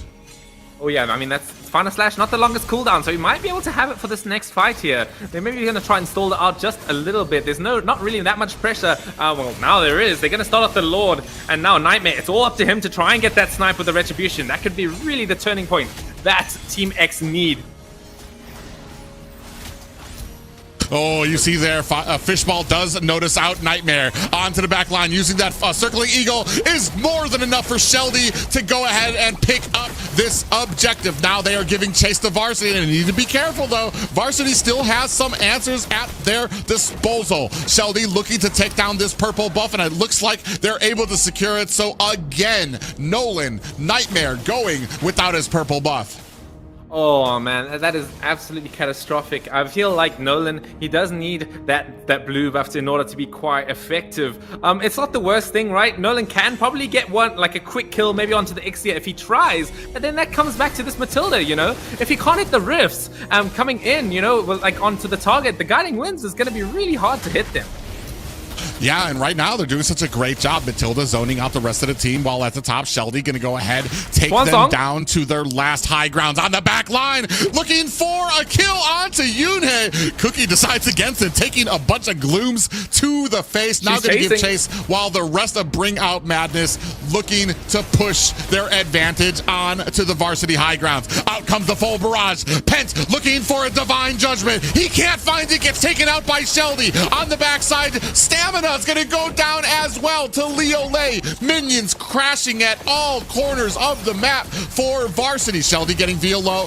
Filipino Kid looking for an answer, and Immortality activated for Sheldy. Oh, the Guiding Wind's almost enough to save that Immortality, you know, Immortality, the pivotal sort of item that defines the hero, being able to have like pretty much effectively 4 lives with that item, but yeah, unfortunately it got popped. Looking towards this high ground fight though, it's not going to be the easiest thing, right? You know, you got the Final Slash and that Divine Judgment pick-off potential that Team S can use. However, I feel like the heroes coming in from BOM should be enough to breach it once it comes to those Lord pushes. I mean, right now, Filipino Kid, no deaths. So still, I want to say they still have some potential there for him to kind of be able to find himself a play, get to the back line, spray them down while the rest of them kind of come in for the rest of the damage. What I'm missing for Varsity right now is the setting potential. I mean, I know Nightmare is down. Nightmare has 2 deaths. He really wasn't able to take off as the Nolan. So as an assassin, you're going to have problems. All right. So we set him to the to start split pushing, create that pressure in some of those other lanes. But we still need to get some of those sets. We've seen Stamina land it. We've seen him be able to kind of capitalize on it. It's just the fact that there's a lot that's going on here. We're looking out for Cookie because we want to get that Divine Judgment onto him. Now we have to watch out for Yaz Russell, who's going to be our backline diver to get to them. And I think that's been the big thing here as we move into the mid and late game. The damage coming out from the full barrage, I don't think we have an answer for. Okay, we're gonna see. There it is, Lord coming out. I mean, it's the enhanced Lord that they might need in order to successfully reach that high ground. As we're gonna see, it's gonna be Russell starting it up so far. Pent gonna be patient as ever when it comes to these Divine Judgments. Yeah, I mean, Lord down to about 10% here. Right now, Varsity realize what part they're in right now. Oh, actually, in the back line, real deep with that circling eagle. Thankfully, I want to say Fishball decided against it. More of a distraction for the side of Varsity there. Is going to go ahead, dash them away to safety. Now we have a 4v5 happening here at the purple buff. Full barrage is out. Nobody can stop it. Nobody can get to the back line. So they're going to have to get away. Leo comes in from the side, finds a kill. Pet is in trouble. In comes a last Insanity looking for a kill, and they do not find it, but oh no. Stamina gets hooked in. Might be the end for the XP lane of Varsity. Just 3 members left for Varsity. Bring Out the Madness is bringing the heat. Looking to end this right now, putting the damage onto the core. 50% right now. Down goes Filipino Kid, and that's going to be a wrap. Bring Out Madness have tied it up with UHE Varsity X. Oh man, I'm looking at a different team right now. That was kind of a stomp in my opinion. I mean, they were coming in with some seriously good plays in that game. This Matilda definitely were completely getting the MVP as well. On top of that, they were baiting up the pick for them. They were like, "Yep, we'll take it. We'll take that hero straight away." It opened up so many opportunities for that Exporg. Like just in that last fight, we saw the Exporg going straight away in, flying those Matilda airlines and getting a really nice last insanity. I really enjoy the amount of solutions that Bring Out Madness came with here. You had the Matilda for a lot of the regen, the team support, and the mobility. And then we were able to start the early game with that swan song to take out Nightmare, take out another member of Varsity. However, they were able to answer back immediately with the Divine Judgment. But before we could continue with more Divine Judgments in answer to the swan song, that's when Yaz Wrestle started coming along. Full barrage, able to lay out a ton of damage onto Varsity, and they had no answer. They had no way to get to the back line. Potentially, you have Pent needing to make a decision. Do I wait for the swan song? Do I try to flicker back to grab Yaz Russell? We just didn't have an answer for it. Mm-hmm. And then Nolan, man, he had a rough game. He was getting locked out of his blue buff the whole time, pretty much, he just was not able to kill anyone. That Matilda was saving people all the time with those, with that guiding winds on top of the flask of the Oasis. It was not an easy game for the Nolan to sort of pop off, as we usually see the Nolans do. This hero is extremely strong in the right hands. It was just not a right game for him. Yeah, it's really interesting too. We were very questionable seeing the Exborg out there, but I mean, he was doing a great job. Even I want to say in the early game, out rotating Nolan a little bit, especially when it came to kind of sweeping through the jungle, getting in place for these objectives as well, which is kind of the soft spot that a lot of assassins have when it comes to these objective fights. They can't hang out there like the fighters, like the tanks. They can't just hang out, wait for a time to retribution. They kind of depend on their team to get that vision for them. Then they decide when they're gonna dash in, get that retribution, dash away, hopefully without taking any damage, hopefully without getting CC'd. And it's just this game that I want to say is just more complicated for the assassin. A lot of boxes they have to check to do it successfully, rather than a fighter or especially like Exborg, who can just sit there getting all his sustain there while he's hitting the turtle with his fire and everything like that. So I want to say great plan there and execution by Bring Out Madness. Yeah, I want to go back to a conversation. I remember watching a stream between you. You were streaming for another one of these Hawaiian games here. Is that the ping does make a difference? I believe they're playing on North American servers here, so it's not going to be the easiest time playing these high mobility assassins that really require you to be pitch perfect in these sort of approaches when coming in for the kills. And Nolan is one of those heroes, right? Having quite a high ping means a death in a lot of situations, in a lot of close calls. Yeah, it can be. I want to say North America's gotten a little better when it comes to the players have gotten a little bit more used to the ping. It does come into play. I'm hesitant to put it all on the MS or lag out there. I know it does have a little bit of a play. I'm sure maybe Nolan was not as crisp as he wanted to be, but as a whole, the composition that came out from BOM, I felt like attacked UHE attacked these objectives at different levels and different angles, more so than UHE's composition really came out. You were really, from UHE, you were really just looking to get that Divine Judgment, pull somebody back, burst them down. I don't really feel like there was any other initiation. I want to say there's not another initiation option for UHE in that last draft. Oh, yeah. That definitely makes a lot of sense when it comes to Pent. He has to save that Divine Judgment for that Swan Song, because once that comes out, it shreds all of the HP bars of his team. But that means that there's not that much initiation, as you said, coming in, other than the final slash. But I feel like Stamina managed to get one and two good ones. But in that game in general, it was just not easy to sort of land that big, meaningful, impactful final slash.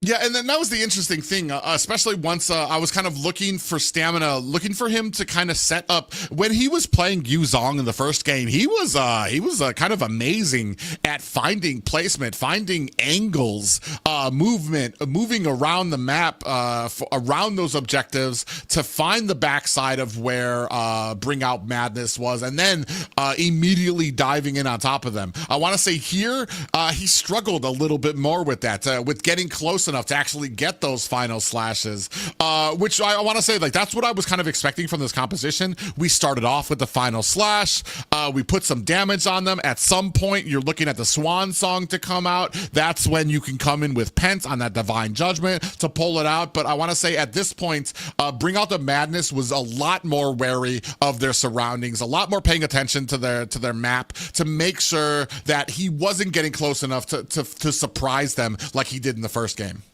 Yeah.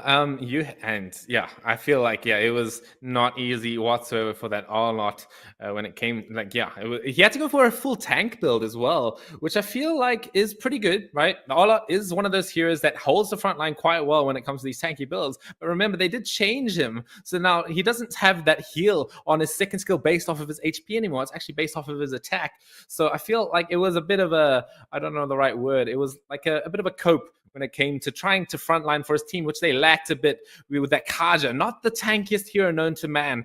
So it can't really hold that frontline. So it was up to Stamina to sort of come in with a more defensive approach in this game, rather than, as you said, that Yu Zhong. Yeah, well, I mean, even with the changes right now, Arlot's still, I mean, he's still magnificent, even with all damage or all defensive items right now. Once he gets that, once he gets his stack onto you, he can start getting a lot of that health back and everything. But right now, we've seen him more as a utility.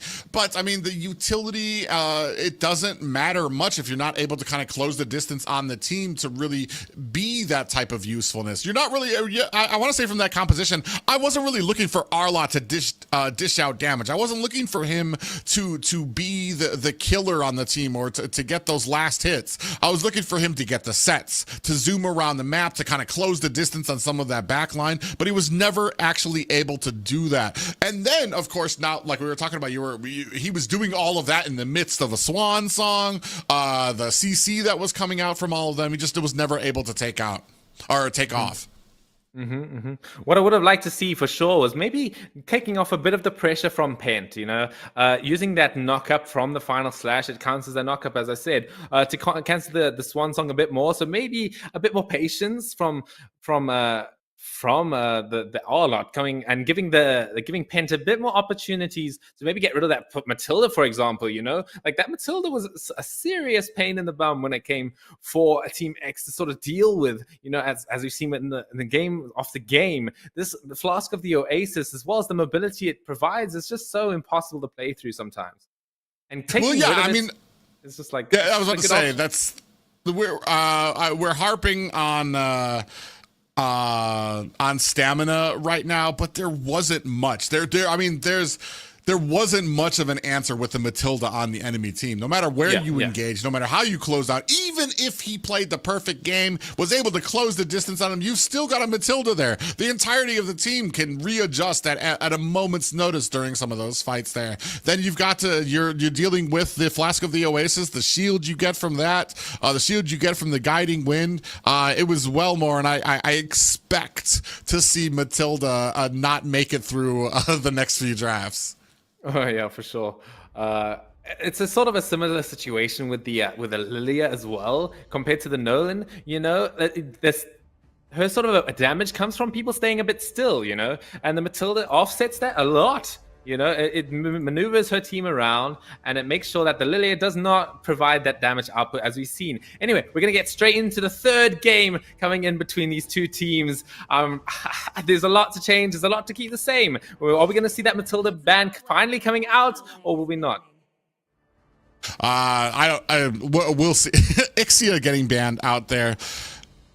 That's interesting. I've talked about this in other matches. For some reason, in North America, we have this huge priority onto the Ixia. I feel like she's She's an all right marksman, but she's got some obvious holes in her plan. She has low mobility. She's easily gankable because she has to stand still. And I feel like a lot of teams, for some reason, rather just ban her out than picking those teams or picking those types of, especially when it comes to the XP lane that can close the distance, that can get the sets, to be able to kind of close her down. Much rather just ban her out.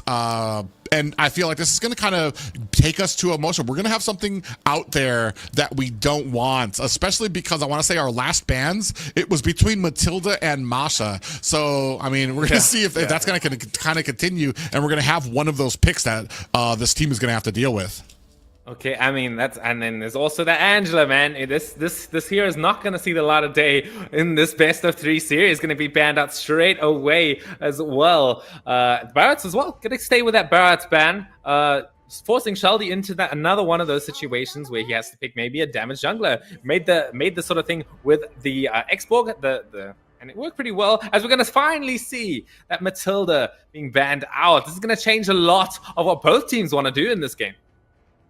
Yeah, and right now we're going to kind of keep open. We've seen the CCs were banned out there. Masha was banned out there. What are we going to be putting out there and potentially giving to the enemy here? I know Varsity kind of thinking on that right now. One thing I haven't seen a lot of is the Roger pickup. Maybe something like you were talking about, a problem with the MS, a problem with the lag. I want to say Roger does take a little bit of a steady hand. Oh, we're going to go ahead and take Masha off there. Like I said, I'm sad that I don't get to see her, but I understand why right now, because she is an absolute menace when it comes to the mid and late game right now that you just don't even want to deal with. And Yuzong going to be taken off there for the side of Bring Out Madness. Right.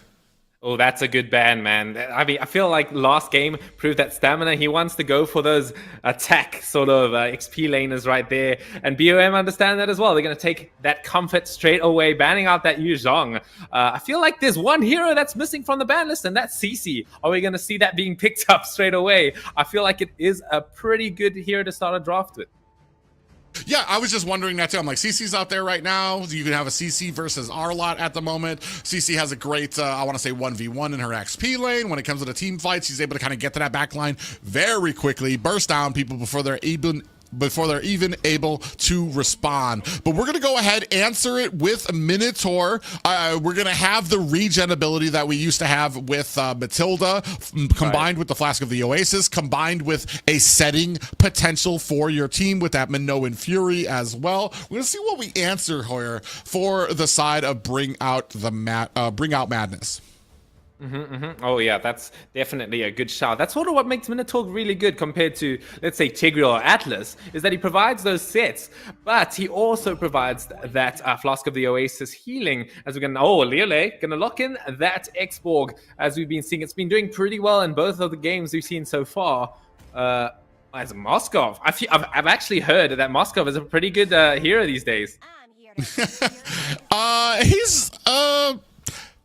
He's all right. There are some places where he shines, especially his mobility around the map. You can throw that Spear of Vengeance anywhere now, and as long as it connects onto somebody, boom, he's right in the fight. But that can kind of make it a little bit of a sitting duck. As soon as that spear connects, everybody's just waiting for him to pop out. So it's kind of a double-edged sword. And as we discussed, a CC going to get scooped up very quickly by the side of Varsity. And I think here we're going to find out why Melissa was on the ban for that second game here. Is Bring Out Madness going to go ahead and scoop that up very quickly. I believe I saw in the previous sort of match settlements is that this Melissa is scary, man. They like picking her up pretty often, and it seems to have a pretty good win rate. So yeah, as you said, keen to see why exactly in action this hero is banned out. As we're going to see a Clint, and that's an interesting pick. I don't see that one too often. Yeah, very interesting here. I mean, once you start getting to that mid game, he's got a lot of damage. He can burst down that Faraga armor. It doesn't matter about the shield that's going to come out from Yaz, because he can pretty much burst that down as well. But I want to say Clint, his normal range without his passive ability, every single time you use an ability, his next auto attack is going to be supercharged, more damage, more range. But his normal standard auto attacks are very short, very small distance that he has, and he's going to get zoned out a lot by this Melissa. Oh, there it is. That big rock coming in from Fishball. I quite like this pick a lot. It sort of cancels out that Minoan Fury a bit, you know, with that CC immunity. I'm a little bit concerned of its matchup against CC, though. I feel like CC is a hero that can capitalize quite easily off of this big rock standing in, in her face. I believe the Curtain Call will still lock him down, even through his CC immunity. We'll have to find out, actually. Yeah, the one thing that one thing I really love about Grok is he's got the clearing speed, and he's got the potential of his rotations with the mage. Right away, he can kind of come in. He's got he can close the distance very quickly. The mage just comes in with a little CC, a little bit of damage. Grok comes in, a little bit more damage, cuts off their escape with a wall as well. So I mean, especially in the early game, I want to see Bring Out Madness really utilize this Grok if they want to be successful, especially if they're trying to set up that late game by bringing in a very strong early game with this Grok. Okay, we're going to still look for a jungler. Martis banned out. So there's a few options. We still got the Fredrin. I mean, we're going to see some more bans around, actually. We're going to have a Ruby taken out. This maybe is sort of a ban that's sort of operating in the fact that they're maybe looking for an assassin this time. You know, Ruby is one of those heroes that locks down the assassin, making the sort of peeling for your marksmen to like keep them sort of safe. So far, Grok sort of does that, but not too efficiently. They might be expecting that Xborg is also an XP laner, so they're sort of setting up themselves with that Ruby ban. Yeah, it provides a lot of CC there. She does take a little bit of time to get those items before she actually really becomes that tanky, monstrous threat. A lot of early game being taken out there by Bring Out Madness, which is interesting.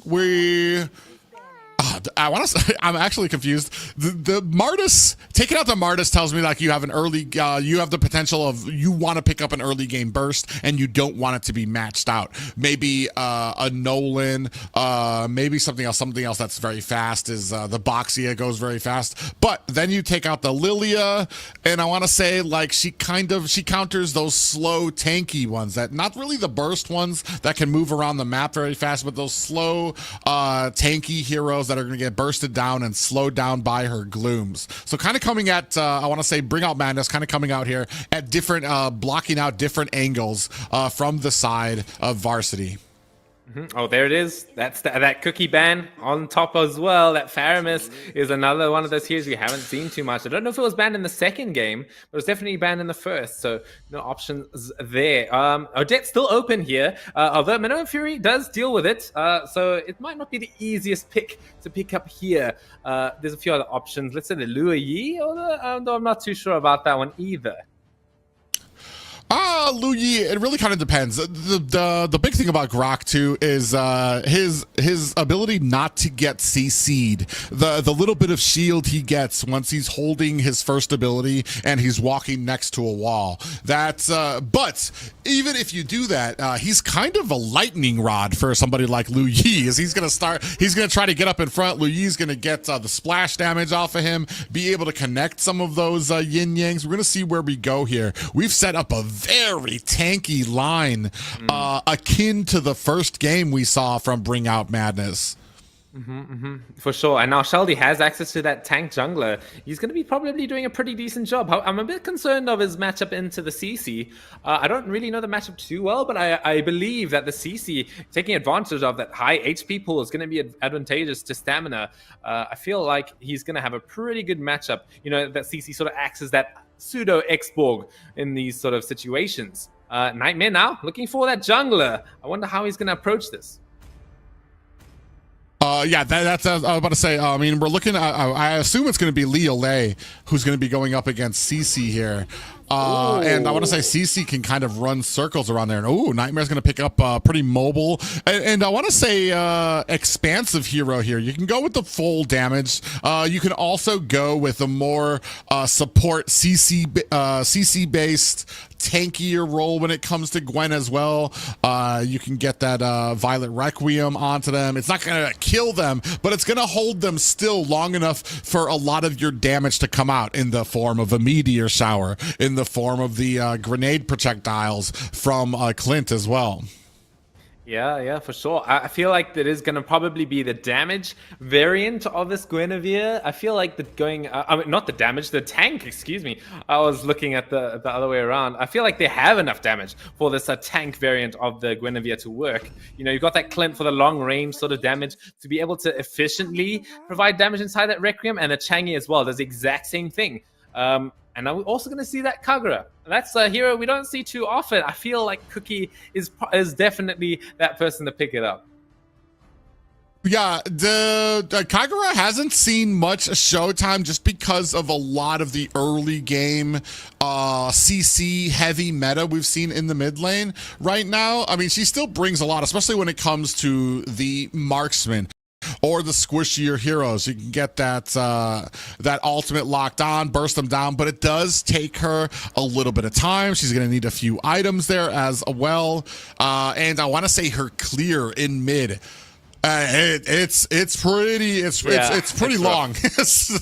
We've got a it's going to be a best of 5 here, ladies and gentlemen. Both UHE and Bring Out Madness sitting at 1 game apiece here, looking to get themselves an advantage going into this best of 5. Oh man. Okay, here it is. We can quickly going back to that Grok. To that Kagura. The Grok is going to be able to help out just a smidge when it comes to that Glenclear. So I feel like Cookie has a decently game setup here. Anyway, going straight into game 3, as you said, I'm gonna see this how they're gonna be able to do it this time. Yeah, it's but right now, I mean, we got a pretty standard start from both of them. I'm waiting to see how fast Nightmare's already cleared his jungle there. Sheldy's going to be just a little late to the party. Oh, already a spatial migration landing onto Fishball. He's going to go ahead and negate some of that damage. Yunhei lands onto Cookie, puts some damage on. So both, I want to say, both confidence coming out from Bring Out Madness and Varsity as they press their advantage at mid lane. Big spatial migration comes out. Flicker coming out from Fishball really early.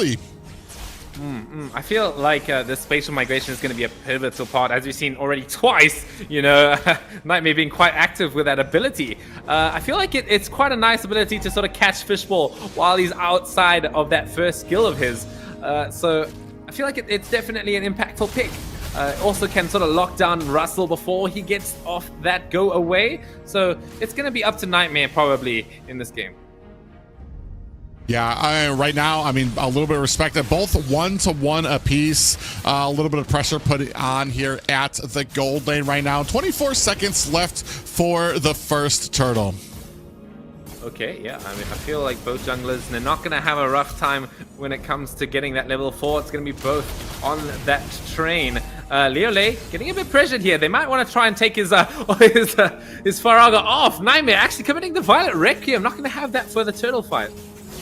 You're not going to have the Violet Requiem, but we're also not going to have the Flicker for Leolay, so which helps him close the distance with that last Insanity. Right now, it's 2v2 here. Bring Out Madness, better position at this turtle than Varsity. Fishbowl coming in. Damage down to about 10% on the Lord from the backside. Stamina coming in. Pop up onto Sheldy. Last Insanity comes out. Nightmare finds himself a Retribution. Yunhei finds 2 kills, and Fishball looking for the escape right now. Varsity walking away with a turtle and 2 kills over Bring Out Madness. Oh yeah, that is exactly that early game we were talking about. They're going to try and keep up that pressure. Fredrin is a pretty decent hero to sort of counteract it a bit, but they were really doing a great job of focusing him down, not letting him have that Appraiser's Wrath ready to secure that turtle with, as well as that first skill, of course. So they're starting off pretty strong.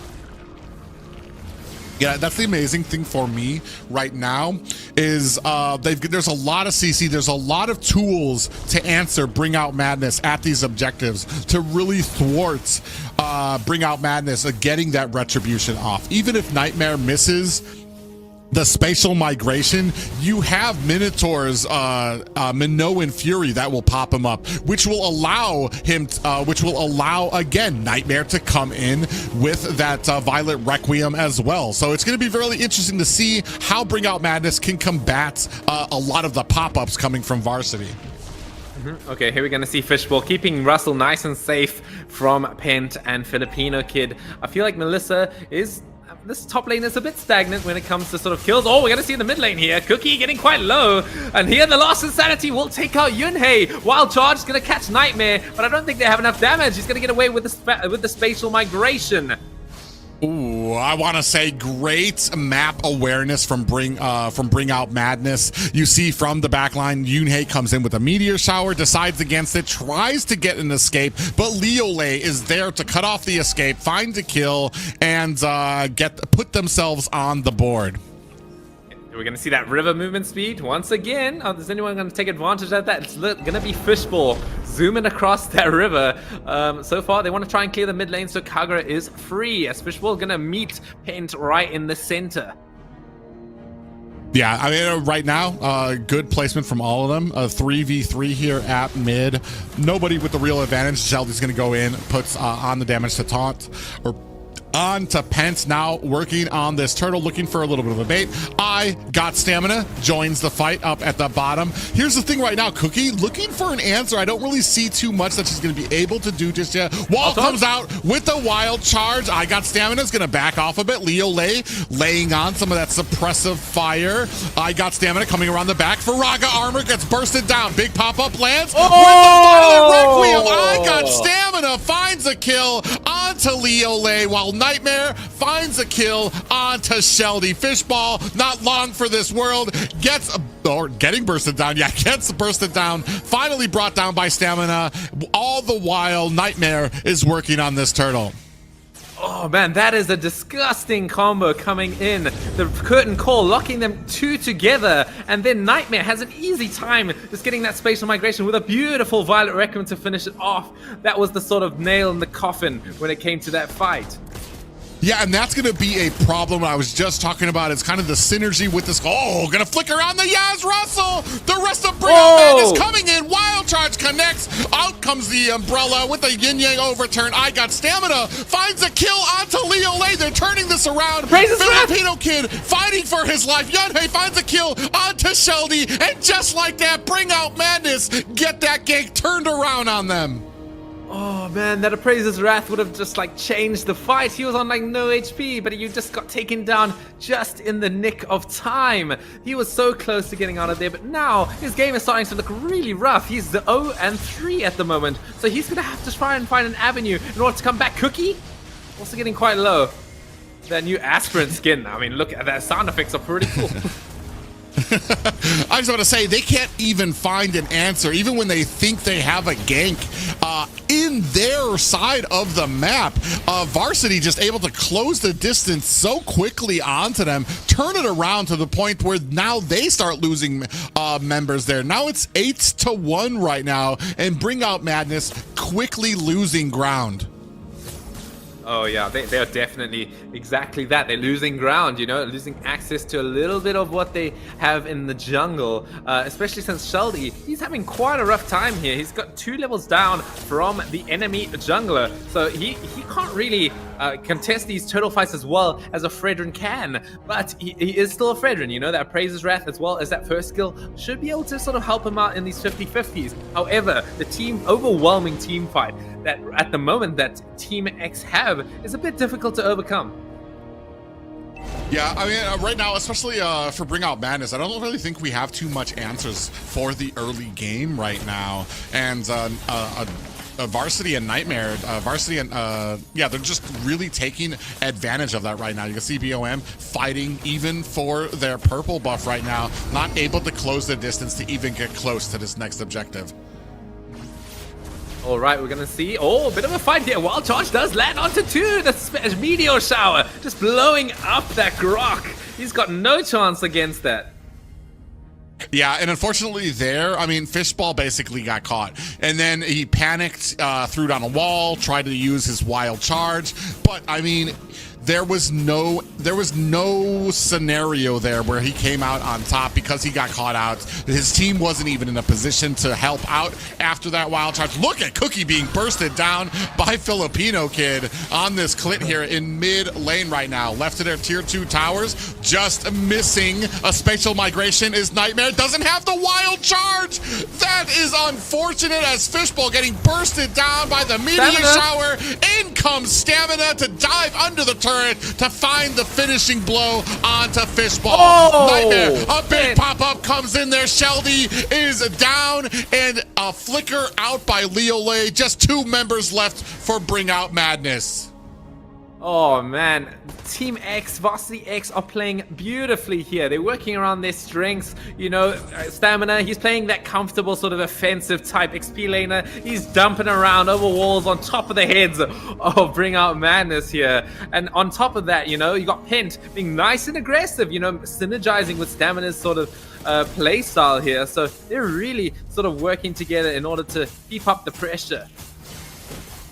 Yeah, and I mean, right now, no towers by Bring Out the Madness. 1 kill on their side. A 10K gold lead for Varsity right now. They're basically waiting for their opponents. Bring Out Madness waiting for their opponents to make a mistake here. Unfortunately for them, I mean, I don't even know. They just need to stop getting caught right now. Fishball needs to be a little bit more careful with where he is with his rotations. Because, I mean, they had a great wall during the last fight. It was just unfortunate that Fishball did not have his wild charge because he used it early defensively when he got caught by Varsity. As we're going to see that Lord going to get melted so far. Going to be a nice 10-minute Lord here to work with. I mean, there's no tier 2 towers left. It's just going to be up to Bring Out the Madness to defend their base from this point on. Sheldy, he's sort of as people like to call the tank junglers at this point, definitely that meat shield now. It's going to be more up to Russell to do that damage output on top of Cookie to get those pickoffs. Yeah, right now, I mean, we're looking at the stats right now. Stamina's sitting at 4-0-6 right now. Yunhei 4-1-3. And then when you're looking at the opposite kind of scores here right now, there's not even an answer in any of these lanes for the damage that they can bring out to potentially find a possible gank. Even right now, Leolay gets bursted down from his Faraga armor. Fishball's going to have to use his flicker to get away from Yunhei's meteor shower. A little bit of positivity coming out here. They don't lose any of their high grounds just yet, as minion waves were not synced up by the side of Varsity, so it allowed Bring Out the Madness to just gather at mid, take down the Lord, and then quickly move to the side lanes to stop some of those minions as well. Yep. Okay. I mean, it's going to be that classic situation, as you said, you know, not having that lane equilibrium just yet to close out maybe a few towers. Oh, Pent. Going to be finding Fishball here. Yeah, I mean, that was a bit of an industry. Oh man, look at that damage coming in from Filipino Kid onto Russell. He's gonna have to walk straight back to base in order to walk that one off. Yeah, and this is kind of the problem with this composition is that there wasn't any early game pressure. Cookie needs to get very close as a Kagura to really do a lot of damage. And when you're behind like this, she becomes less and less useful because the risk of getting bursted down, especially by somebody like Filipino Kid, all they need is like one pop-up on the Cookie, and Filipino Kid's going to be able to burst them down. All right, here it is. We're going into that sort of situation in the game where it is important maybe not to overextend too much into the red team's territory. They need to sort of maybe do some mechanics like, say, freezing lanes, which I think they are doing at the moment. You know, baiting out, Bring Out the Madness to come out of their base. Yeah, I like that. You can see up at the top, I got stamina, taking a little nap inside that bush, just waiting for somebody to come out there. Doesn't really want to just, it's collecting passive gold up there as well while these minions are kind of coming up there and bring out the madness. They have no vision. They don't know, none of their jungle is safe right now. You can see Fishball doing the best he can. Pent isn't even afraid of him. He's just like, hey, yeah, I'm in this bush. What you gonna do about it? Oh, yeah. Okay, taking a look at the items here real quick. I mean, Clint, he's going for that standard sort of true damage stacking ability with that Thunderbolt and that Endless Battle. You're going to really see that sort of pop off once he finishes off that Blade of Despair, synergize with that Endless Battle, of course. As now, you're going to have that Enhanced Lord. It's going to be sort of the key tool to breaking the defense.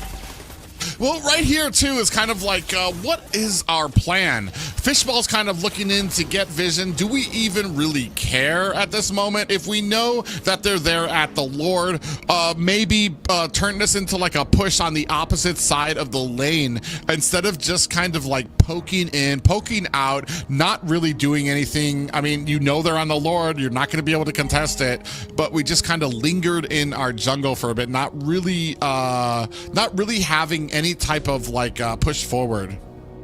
Okay, here we're going to see Filipino Kid. He's going to start running down to that bottom lane to try and equalize the lanes a bit. Although I feel like the middle lane is a bit far forward, so it might be a bit difficult to sort of approach this with a perfectly equal lane. But it's going to be good enough, I believe. As here it is. Yeah, you see the Lord kind of coming in here against 4 members. Bring out the madness. Really trying to stop this Lord before it can get that charge into their tower.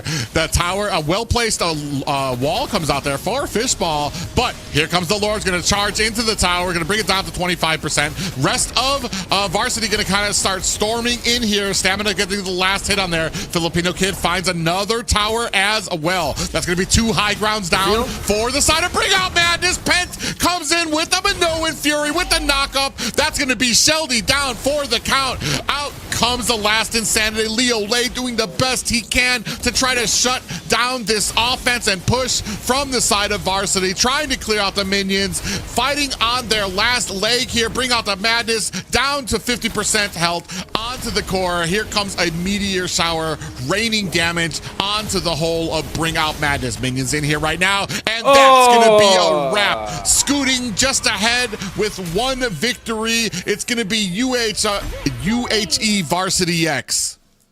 Oh man, another great game. It was a sort of a situation again that they were looking a lot more comfortable on the picks there, especially Stamina. You know, he had that perfect sort of aggressive game, as well as Pent sort of backing him up, as I pointed out earlier. Yeah, I mean, that was a great game, like probably the stompiest game we've seen so far. 13-1 on the scoreboard. So it was very well played by Team X coming into this game 3.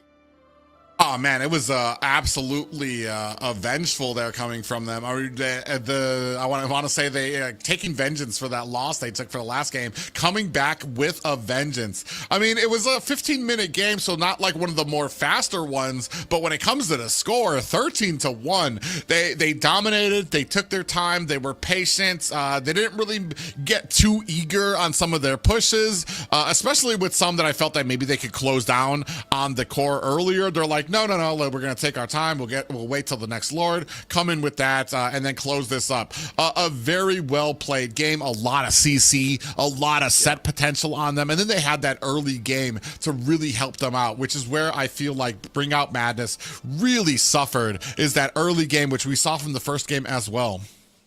Yeah, and we also see that the Melissa, it's sort of struggled. Definitely saw the approach that it was coming from with its viability. Had the most amount of damage coming in at 34% of the team's entire damage. Not being able to close out the game, though, compared to that party band, the CC, though. I mean, that hero is pretty strong, man. I'll tell you that. I have to wonder if the side of Bring Out Madness if they don't like Vexana, if the Oh, right.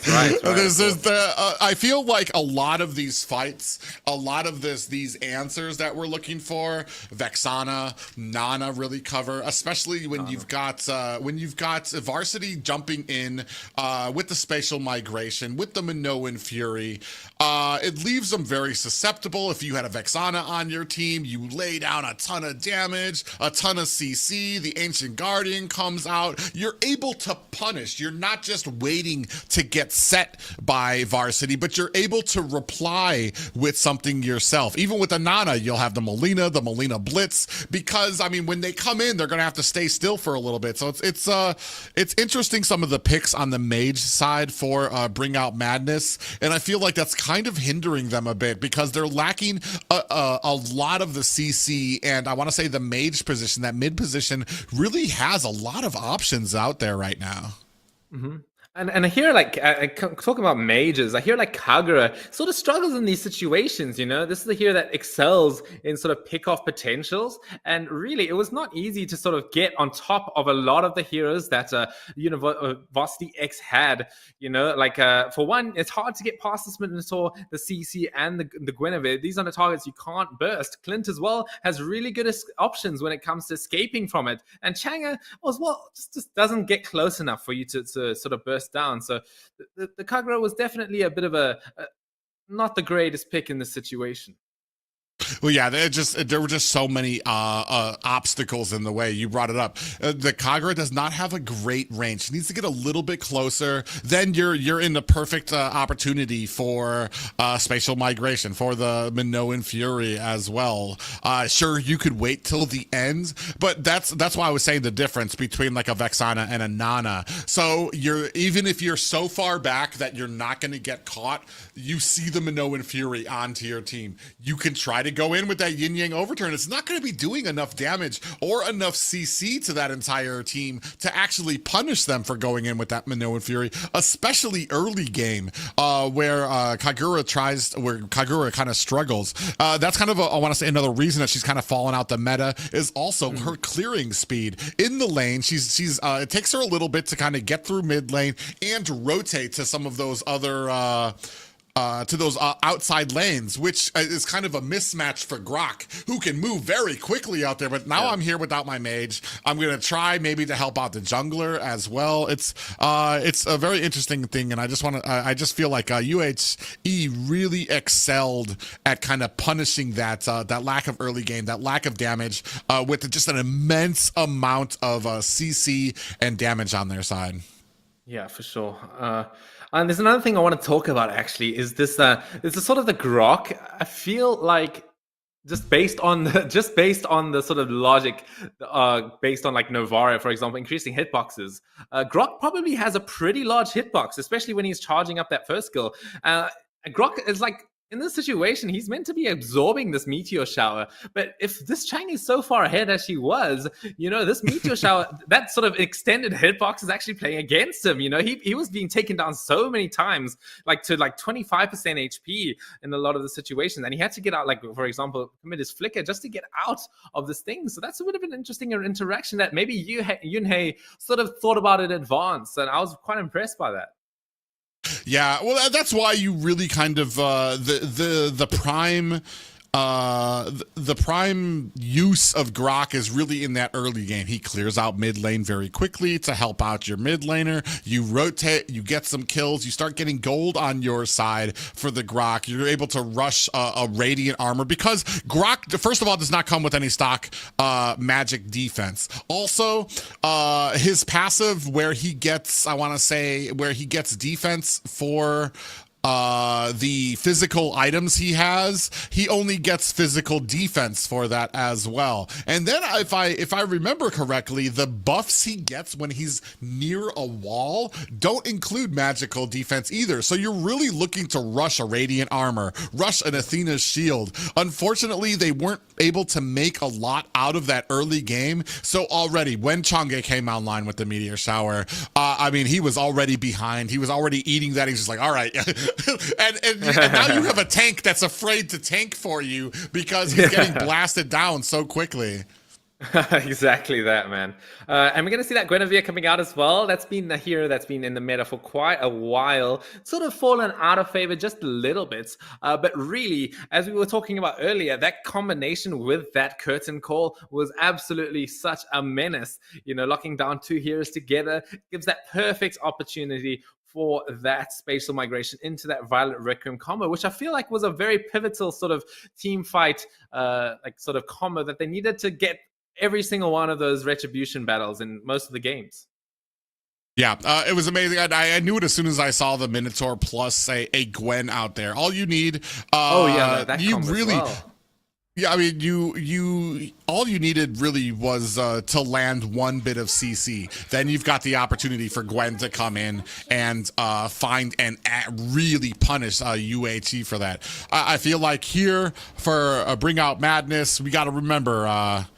North America, there's a joke going out right now. It's basically drink water, ban Matilda. Remember that. Keep Matilda off the board, and we gotta really synergize with a complete draft. We got some boxes we want to check: tankiness, CC, early game. And damage. Those are the big things you want to check with your composition. I want to say with the start, if we're talking like compositions 101, that's what we're looking for. And if we leave one of those open, we have the potential to really kind of get run over by a lot of teams. Yeah, and then they're going to do exactly that. It was a bit of a mind game between these two teams. Who's going to ban out the Matilda? It's going to be one of us that's going to have to spend the ban on it. This time it's going to be UHE taking the bullet. They're not going to let Fishball have that opportunity, as well as some pretty standard bans we've seen so far between these two teams. It's going to be that Yuzhong and the Angela, unfortunately still not making it into the light of day whatsoever. So yeah, I mean, it's going to be up to them to sort of to find some new avenues to come into this game. Well, with what we've been seeing, I'm looking for we're going to need to have an answer for the Minotaur. Either we're going to ban it out, leave something open, or well, actually bring out the madness. You're going to be able to pick up the Minotaur here, and without the Matilda out on the field, you're not really going to have an answer for the Flask of the Oasis, the healing, the shield you get from it there. So we'll see if this kind of turns it around for them now that they're going to have first pick. But I mean, first pick always for me, I kind of loathe the first pick because I feel like you get that one pick, but now you're waiting for the reply of two picks from the enemy team. Oh yeah, that is very, very true. Yeah, and especially in a meta where there isn't a singularly defined best first pick, especially with a lot of those specific heroes being banned out most of the time. For example, we're gonna see that for example, that CC as well being taken out. But yeah, it's the second pick I feel like is quite strong in this specific sort of matchup. Yeah, we'll see how well it goes here. I mean, last time Varsity went ahead, focused on that Minotaur. This time we're gonna see what Bring Out the Madness comes out. Maybe they focus on a mid lane. Maybe we get Vex. I'm crazy right now when I'm seeing that that Vexana is not being banned or picked here because I feel like she's so strong.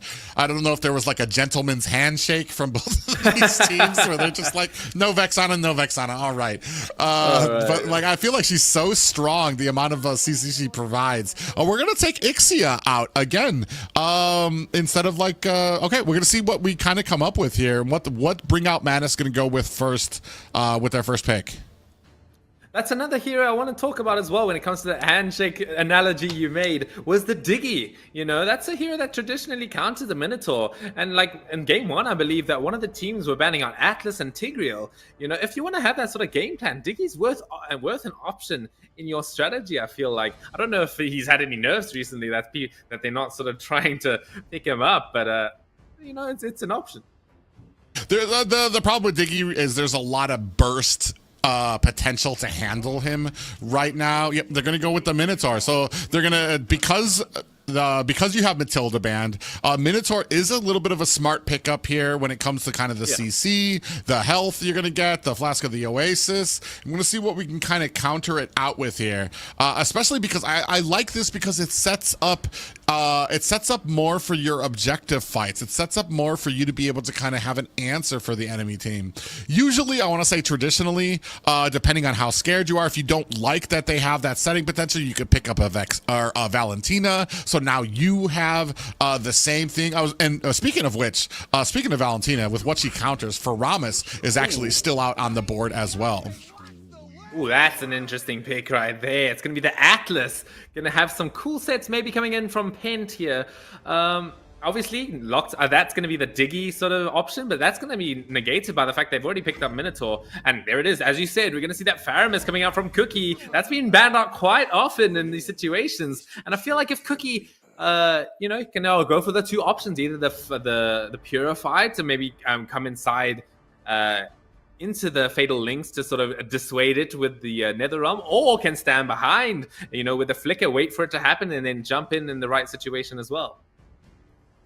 Yeah, we've got an immense amount of CC. We've got a lot of regen, or I want to say staying power from Bring Out Madness, especially with that Nether Realm out there. We're just missing, I want to say, Faramis has a little bit of raw damage out there, but I want to say we're looking kind of with, we're probably, I don't know, now that I think about it, Bring Out Madness has been really, they've been fine with drafting like 3 tanky heroes, so I wouldn't be surprised if they draft another tanky jungler here. I would really be looking for a little bit more damage from them. I'm expecting to see some Purifies out there, especially with this Atlas.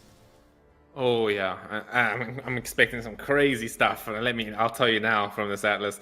Pent has been playing pretty well with these setting tanks. I feel like I feel like Kaja could have been pretty good here as well, to maybe sort of focus down cancel the Minone Fury. That's one of the options he could have done, but the Atlas is still pretty good. As we're going to see that pick coming out as well. It's going to be that Melissa. Now in the hands of Filipino Kid. I can't remember if he was the one who picked it up first compared to Russell. I believe it was Russell playing it first. So now it's going to see how Filipino Kid handles that hero. They really like their Melissas in the islands here, Hawaii. So we'll see how well she does. I didn't see much of she wasn't really a game changer or something that really kind of held up Bring Out Madness in the last game. We'll see if maybe they have a little bit more confidence with it here with UHEX. We're seeing the bans out here. We're taking out those big tanky ones. So obviously, I want to say Varsity's considering that tankiness that Bring Out Madness likes to go with. They're going to take out the Barats. And then that Lilia coming off the board for the side of Bring Out Madness. Oh yeah, the Lilia has been a pretty prominent ban in these situations. I feel like that's definitely a hero that's classically used to counter the Nether Realm. That big amount of burst damage in an area is just such a problem when it comes to the Nether Realm. And then again, now we're going to see the Fredrin being taken down. I can't say that Sheldy had the best time on that hero last time. I feel like it was probably a bit of a comfort pick. So they're going to take off that option as well. Ooh, so right now, especially for the side of Bring Out Madness, there are some potentials out there right now. If you don't want to go with the tankier side, you've got a Martis out there that can come out, and especially Martis, he's got the Mortal Coil, so you don't really have to be too afraid of those Fatal Links coming out from Pent when it comes to some of those objectives out there. You've got other options that especially for the early game, and I keep on beating a dead horse, but I'm just like early game, Bring Out Madness, early game, please get some early game. And Martis is like, I want to say what I would go for some type of early game here to kind of hold me up for the through this match. Yeah, I mean, Martis is a hero that can also, one of those heroes that comes through that go away coming in from Matilda, can sort of cut through with that CC immunity. Some interesting hovers coming in from Stamina. There it is. All right. Finally, breaking breaking the stalemate with that hero. Yeah.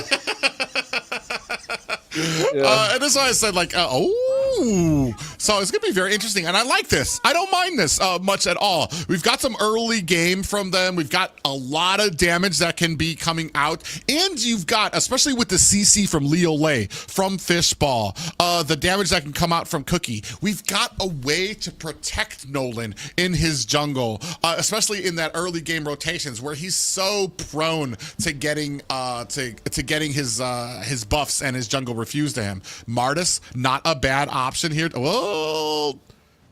I mean, where are we putting Martis? That's my question. Where are we putting him? If he's in the XP lane, I'm like, if we're putting him in the jungle position, I want to say that that's a good little flexibility here from Varsity. But it does look like he's gonna go into the nope, he's going into the he's just switched it up. I like this. They played on the flexibility of the Xborg, and you're gonna have Martis to facilitate and help out the early game to hopefully match out the Nolan.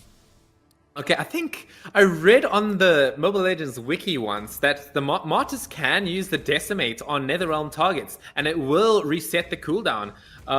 I don't know if many people know that. That's why we like never see it coming out. But I think that's how it works. So maybe he'll bust it out. You know, maybe get surprised that it reset on all the Netherrealm targets. So we're going to see that guy jumping all like a rabbit. That will be interesting. I don't know if I've ever seen or attempted a decimation on a target that has Netherrealm, and then it's supposed to reset the decimation. I read that on the wiki, just randomly. We'll see.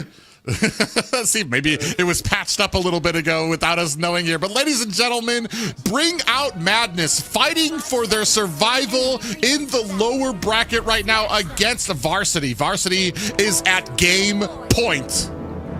Oh man, it is gonna be pretty intense. Oh, look at that skin from Vexana. I feel that's a new kind of skin. I thought I saw the preview of the skin. I actually haven't seen it in action, so this is going to be a first time seeing it coming out here. And you know, talking about the Vexana itself, we're going to finally see it coming out.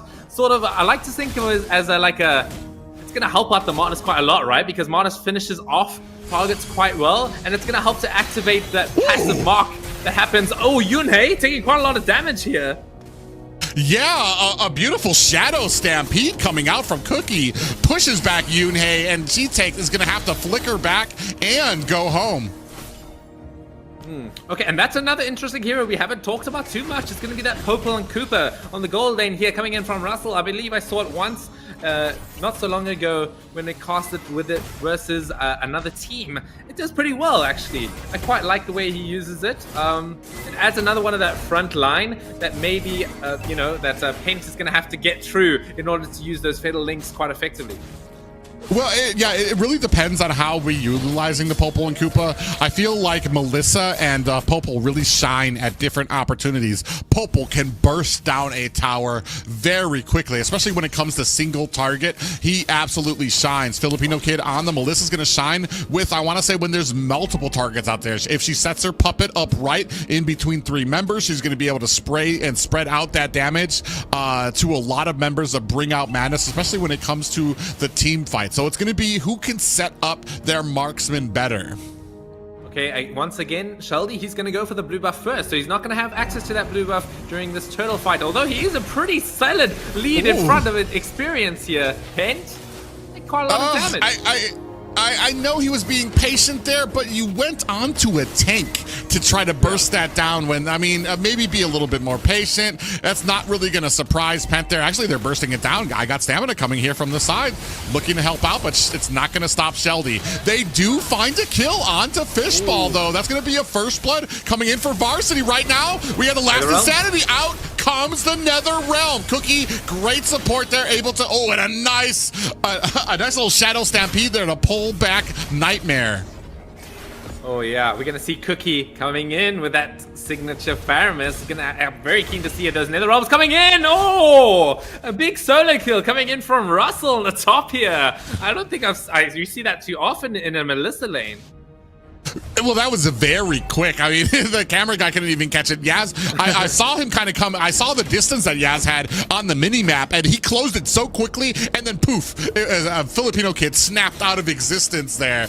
A good play there by the, and I want to say this is going to provide some more pressure for Bring Out the Madness, as now they're going to have to start putting some pressure onto this gold lane. They're going to need to start dedicating members there. It's going to allow Sheldy, I want to say, a little bit more relaxation when it comes to rotating around the map as well. All right, looking at the sort of drop once again, we've been seeing a bit of a pattern when it comes to stamina with how he approaches the game. He likes those more aggressive XP laners. I feel like Xborg does fit the bill in sort of that sort of situation. However, it does need a bit of time to come online. Right now, I want to say finding a little bit of trouble from Bring Out the Madness, especially on the Nolan. Not really finding a lot of the pickoffs. The first one, it was on a tank. I saw a second one went for the mage and wasn't able to capitalize that. Yunhei goes ahead and picks a fight that she could not finish. Out comes the Netherrealm as well. Go Away is out for Filipino Kid, and the dog is getting some nom-noms out there. Eternal Guardian on the back line. The little mini lord there fending off the whole of Bring Out Madness. Oh man, yeah, at least she managed to get the mini lord off. That sort of did a little bit of help when it came with that. But as we're gonna see that interaction between the Netherrealm and the Fatal Links. It just nullifies anything that sort of the Fatal Links achieves at all. So as long as that comes out at the right time, Pent's gonna have a hard time. Ooh, in comes Pent, but he doesn't have the Fatal Link, so they weren't really afraid. Sheldy able to still get that retribution out there, having a great game right now. I was actually worried because we're not really getting the ganks from Sheldy, but the rest of the team still able to find angles, to find some kills here, especially onto Yunhei, who's having a little bit of trouble, I want to say, finding that distance and rotating safely. You really want to have your tank Pent escort. Oh, as I was talking about that, Yunhei gets ganked again there. And that's kind of coming down to Pent. He really needs to start protecting. Oh, and they're going to find a kill onto Sheldy. And Nightmare trying to chase down. We have an early Netherrealm out there. Is it going to be enough? Looking for a kill on the Cookie. Is putting some damage. Nightmare very low. Cookie, is he going to try to chase it? Does not look for it at the other end of the map. We do have a last Insanity out as Yaz Russell gets taken down. Nightmare not giving in to our experiment there. Gonna keep the decimation for after the Netherrealm, so didn't really try out that one. But still, it was a good attempt. Almost came out without his life though, so it was a bit of an overextension in some degree. Yeah, right now, starting to turn it back around, 4-4. Varsity and Bring Out Madness very tied. Yunhei, I want to say that they've been Bring Out Madness has been very good about kind of collapsing on Yunhei's rotations right now. Every single time she rotates back and forth, like right now, you can see Sheldy. Yunhei is being very careful here. Pent now doing a good job of kind of lingering around, but he does need to check these bushes. He's not doing, like when you're sitting out here, we have no vision. We have no idea where the enemy is. We do need to kind of get into some of those bushes to make sure we've created the distance for Yunhei. And right there, immediate kill for Varsity. We're going to go into a little bit of an attack here. Sheldy is going to find a kill onto Yunhei. Their big pop-up lands on the Varsity. Last Insanity is out trying to burst them down. Sheldy dashes out of the way. Netherrealm keeps Bring Out Madness in the game. Oh, talking about that Netherrealm, you know, you said you committed it in that in that chase that Nightmare was doing. But if you have a look at the items, Cookie, an interesting build here, going first item, fleeting time. Yeah, and especially if you get a little bit of a kill there. I mean, I guess it helps you out there right now. Sheldy is being absolutely amazing right here. Still got 2 pickoffs. Yunhei having a little bit of trouble right now with the kind of spacing for this map. Gets caught by an I'm Offended. Ryle takes a heap of damage. 50%. Pent is right there as we're starting to put pressure on to this mid tower. Okay, I mean, the game is still kind of even here, 5-5. Although Bring Out the Madness seem to be a bit in the advantage here, having 3 towers under their name in the advance. So yeah, Sheldy as well, keeping up that pressure. Has got the 2 penetration items finished with that Blade of Hephaestus, as well as the Hunter Strike. Oh, we're going to see the Minoan Fury coming out. It's only going to land onto the blue buff though. Cookie will get the kill onto Pent. The Netherrealm, it does come out. Stamina trying his best to do a lot of damage with that last Insanity. Cookie on the run, as no one's gonna die from that engagement other than Pent. Yeah, and actually Shelby goes in there looking to put some finishing touches. That puts his team into peril as Fishball gets taken out. Cookie finds a kill onto Filipino Kid. The rest of Varsity trying to get an escape right now. Yes. Oh, looked like Koopa was actually going to find himself a kill himself as Cookie comes in, tries to put a little bit of finishing touches. Leo Lay on the side, not able to find a kill just yet. I want to say good on the side of Varsity for that last fight that they had at the purple buff. Great spacing from Yoon Hae there that we weren't seeing from the beginning of the game. So it looks like she's starting to find her momentum, starting to find out where the extent of her range is, and starting to drop bombs down on Bring Out Madness. Oh yeah, I feel like, you know, it's another one of those situations where once our Bring Out Madness comes and collides into a choke point of the red team, it's going to be a bit difficult, right? Because of exactly as you said, that Vexana is just going to be able to get those big nuke drops when these team fights. Yeah, right now we're taking a look at some of the items. We do have a little bit. We're going to start up on the Lord. Oh, look how fast they're bursting that down. Oh my That was like God. the 4 seconds they just burst that down. And Varsity didn't even have time to respond. I'm pretty sure that was less than 4 seconds. I think that was like 2 or 3. Merlin is one of those heroes that does a lot of damage to stationary targets, and Lord is one of them. I'll tell you that. Shelby being quite aggressive. Once that blue buff does not have access to his own right now, he's not going to be able to get it. Pent. Bit of a dangerous situation. Yeah. Unfortunately, I feel like the Atlas pickup, there were probably better options right now. He really does kind of slow down in the early game, and right now I feel like Pence was looking right there, man. And that's what I'm talking about. Not able to punish. You have other options out there that can stun right away so that you can peel for your mage. And right now, Yoonhae is paying the price because Pent does not have any immediate options for CC. All he can do is watch as they come out, they burst her down right away, and he's unable to reply. Oh man, I don't know if you noticed, but the way that Yoonhae fell was literally just 2 ghost bursters by Cookie. I counted it. Yeah, I mean, that's a lot of damage that you can get out of this Faramis. Cookie showing absolutely why the Faramis was banned in those first few games right now. Right now, what Varsity has going for them right now is they've got an immense amount of clearing speed with Yoonhae, with the rest of these, with Nightmare out there as well. It just kind of, I want to say it's kind of on Pent. Are we going to be able to find some of these? I don't think I've seen a Fatal Lynx yet that has been, that has kind of benefited from her for one of these team fights. Yeah, I feel like as we talked about, Cookie is just doing such a good job of making sure that the Fatal Links, just don't have a great opportunity, even without any of the members of Bring Out Madness having that Purify. So they'd be playing around it pretty well.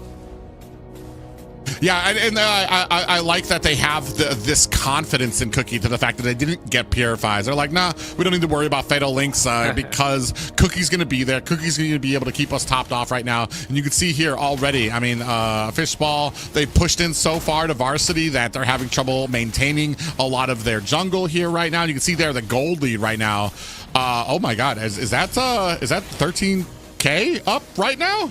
Yeah, that's about 15K, I'm pretty sure. Oh, that's a harsh reality. That's a harsh thing to come back from, especially at the 11-minute mark. Oh yeah, that is quite a lot of Blade of Despairs. That's about like 5 or so. So imagine like having 5 more Blades of Despairs than the enemy. It kind of hurts. Anyway, so far, yeah, this Vexana pick, it's been not doing the best job so far in terms of that damage output we were sort of expecting. As well as that Matilda, so these picks sort of not working too much in their synergy. Yeah, I mean, right now, I mean, it wasn't 15K. I don't know where how that stat kind of thing came down there. You can see up at the top, it's about 5K right now. Oh wait, no, wait, no. I'm so sorry. I cannot count. Anyway, carry on. We got a Fatal Links that comes in. Eternal Guardian is out there and putting the damage on to bring out the madness, but they're so far behind right now. They are getting countered out. You do see Shelly finds a kill. Nightmare finds a kill on the Leo Lay. I Got Stamina finds it on. They are down, turning things around. Varsity giving chase to bring out the madness, and Nightmare, now they're going to turn their attention to the Lord, and what a turnaround for the side of Varsity. Oh, that started off so well. I mean, Pent managed to get the Fatal Links, and Nightmare did an amazing job of popping down those decimations.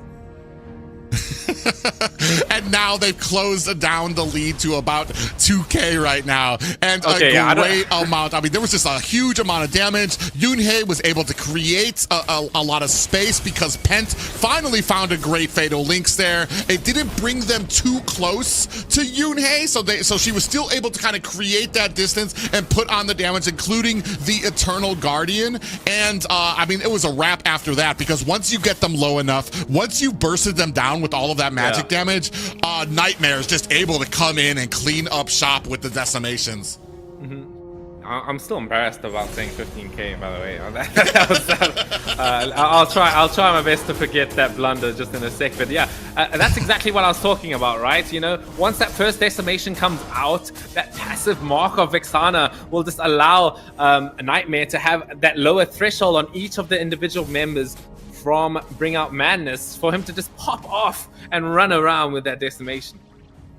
Yeah, I like that they've kind of found their footing a little bit here. It took them a little bit. I want to say it almost kind of seems a little evident that they're not as comfortable on some of these heroes right now, but they've kind of started learning. You could see them, we kind of got on a little bit of a journey with Varsity right now, as they found the footing for it, found the spacing out there to kind of come in, especially with that very clean ultimate coming in from Pent, and then the damage that came down, especially at that at an objective fight that really baited out Bring Out Madness. Now we're gonna come in. Minoan Fury locks on the Filipino kid. We do have a last insanity to try to clear them out, followed up by another realm from Bring Out Madness. Nightmare finds a kill on the Cookie. He finds a kill on the Fishball. Chasing down Yaz, finds a kill onto Russell. Looking for more. Can he find it? He's hungry.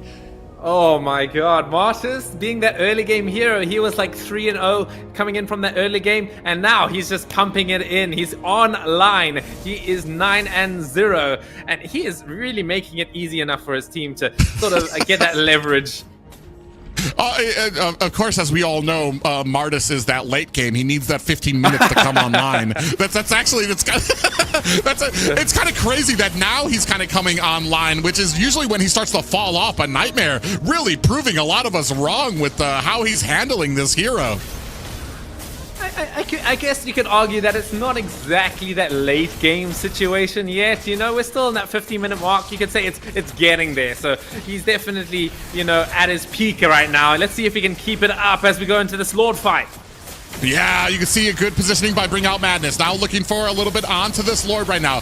Guy got stamina, trying to zone out the rest of them. Sheldy able to get the retribution while Filipino Kid finds a kill onto him, makes him pay for it. Fishball being chased around as Yoonhae finds a kill onto them. So they lose the Lord, but they're able to punish Varsity right now. You can see Cookie in trouble here. 3 members going to go ahead and burst them down. Immortality activated, but Lord is now pushing through mid lane.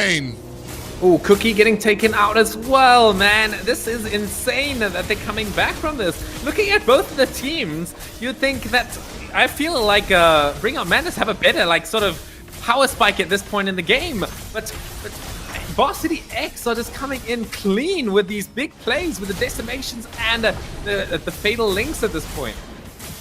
Yeah, I mean, that's what I was saying. Like, it really feels like they weren't as comfortable at the beginning of this game on these heroes, but they've really found their footing, found their spacing, how far away that they need to be to kind of benefit their team, and especially now that Yoonhae has some items, can really start raining on that damage. And they now have captured a little less than 1K gold lead, but they have started to capture the advantage. So it's about an even game for both of these teams. Okay, we're gonna see a bit of a fight here. Nether Realm, it comes in. Is it gonna be able to save them? It has to be a bit of a solo play here Fatal Links has already been committed. We're going to see a big knockup coming in from Martis, though, as he's going to charge through the front line. They're not going to be able to get the decimation out. The Arm Offended brings Nightmare straight into it, as now Sheldy trying to get a bit of a pick off here. The fight's still continuing on, as Stamina is going to manage to get their escape. Oh! The lethal ignition is going to finish off. I was just about to say, it was a miracle nobody died from that exchange, but the lethal ignition, Yunhei suffers to the burn of it and gets taken down. Oh man, yeah, that was an interesting fight for sure. Like how no one died there was a mystery. Man, and especially now, I mean, we're at we're kind of at, I was about to say we're at the high grounds. We still have one tower up at the top for Bring Out Madness. We take a look here at the items here. Full build for most of the team. Bring Out Madness, where it looks like we're still looking for some of those immortalities that are being built. Has 2 right now compared to the one immortality on the side of Varsity. They're still trying to build up to it. Some interesting item pickups as well coming in from, let's say, the Atlas, has that fleeting time to make sure that he's always got ability up for every single fight, as well as the Guardian helmet for Purple and Cooper. I mean, I feel like with these long engagements, that ticking damage coming in from the dog is actually doing quite a lot of work. Yeah, that's interesting. I didn't know. I actually didn't even think of it. That cursed helmet actually ticks damage for Koopa as well. So I mean, it's good because now Popol gets to kind of create that distance. He doesn't actually have to be in there to be doing a lot of that passive damage that's coming out from him. Oh man, Cookie's being chased down right now. Is gonna have to activate an early Nether Realm, but that's too late. He's got 3 members on top of him. He's trying to use the Ice Queen's wand. Is not going to be able to get away. Cookie goes down. Fishball goes down, and Sheldy able to find a kill onto Yunhei. It is 4 down for Bring Out Madness, as Varsity gonna focus down on this Lord. Oh my god, it is so crazy seeing Armadas pop off so hard in the late game, dude. I've never sort of seen this sort of interaction between this. I mean, there's a bit of an open window to get some tower damage actually right now. They're gonna abstain from the Lord to try and take this middle turret down. They should be able to do it with that damage coming in from Filipino Kid. As now, managed to get the tower. That's really interesting that they did not want to focus on the Lord, but instead thought that they could possibly close it up, which is really interesting. I mean, you have to know you have a Faramis on the enemy team. The cooldown for that death timer is always going to be like about 15 seconds at the most before they're going to be right back up and be able to kind of clear out the lane. So I want to say a little bit of an opportunity here for Bring Out Madness to kind of even up the score. Only about a little over 1K lead for Varsity at the 20 minutes. So this is anyone's game. Oh, it is anyone's game, man. There is a bit of an interesting thing I want to talk about, is that the blue team has won all of the games so far. So it's up to Varsity X to break that streak for the red team for once, to get the advantage. If I'm correct, I think I'm correct with that. Oh, that blue side has won all of the games. That's a very interesting stat there.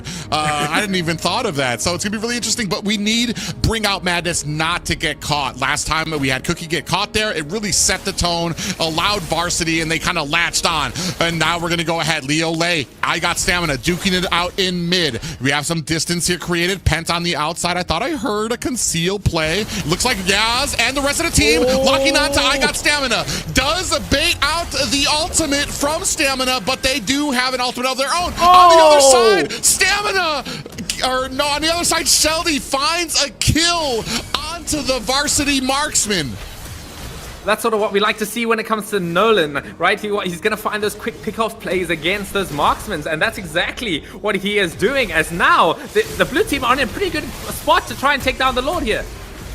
Yeah, Leo Lane in enemy territory. He needs his team to come in here. They're very far away. Now we have them in. Yunhei gonna flicker out, trying to put on the damage. Here comes another Fatal Link. So you have Martis doing Martis things. Sheldy in the back line closes the distance onto Yunhei as Nightmare begins the decimation count. Able to find some kills. Sheldy puts on the damage. Is he gonna be able to close it out here? They both, I feel like, scared each other from that bush as they both run in opposite directions. I mean, I just want to bring up another point, actually, is what I said at the beginning of the game. Stamina, he likes those aggressive things. X-Walk takes a bit of time to come online, but now at the 22-minute mark, he is completely online. He is 6-0-8 right now. He is having a nice, comfortable time on that front line.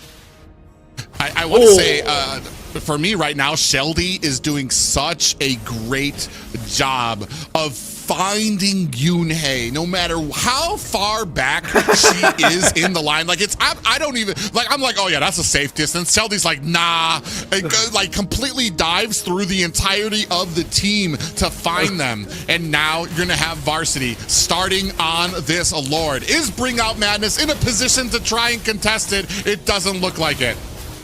Oh yeah, I mean, Cookie maybe able to get the snipe with the Ghost Burst. Is he gonna attempt it? Is he gonna get it? No, Nightmare has a retribution here as the Lost Insanity is gonna sort of cover their backs with that. Oh, he was kind of close though. I want to say just I want to say 1 or 2 seconds off from that dash to kind of close the distance and get in there with a retribution. So the Lord's going to be marching down mid. They don't really have the lane pressure right now. I don't feel like this is going to end the game for them. They've burst through the mid, but they still have tier 2 towers for Bring Out Madness on the sides. Oh yeah, for sure. Yeah, they're going to be able to sort of deal with the Lord pretty nice and early right in the middle lane here. That's going to sort of offset some pressure that Varsity X might be able to exert to sort of get a bit more tower pressure. Yeah, and I want to say, man, both of these teams, even Bring Out Madness and Varsity, showing they are willing to go the distance here right now. Sheldy goes in, getting held back by the go away. Filipino Kid looking for an escape. Just gets bursted down by Yaz. Cookie comes in with the Nether Realm Nightmare, in trouble here right now, getting chased down by the rest of Bring Out Madness from the side.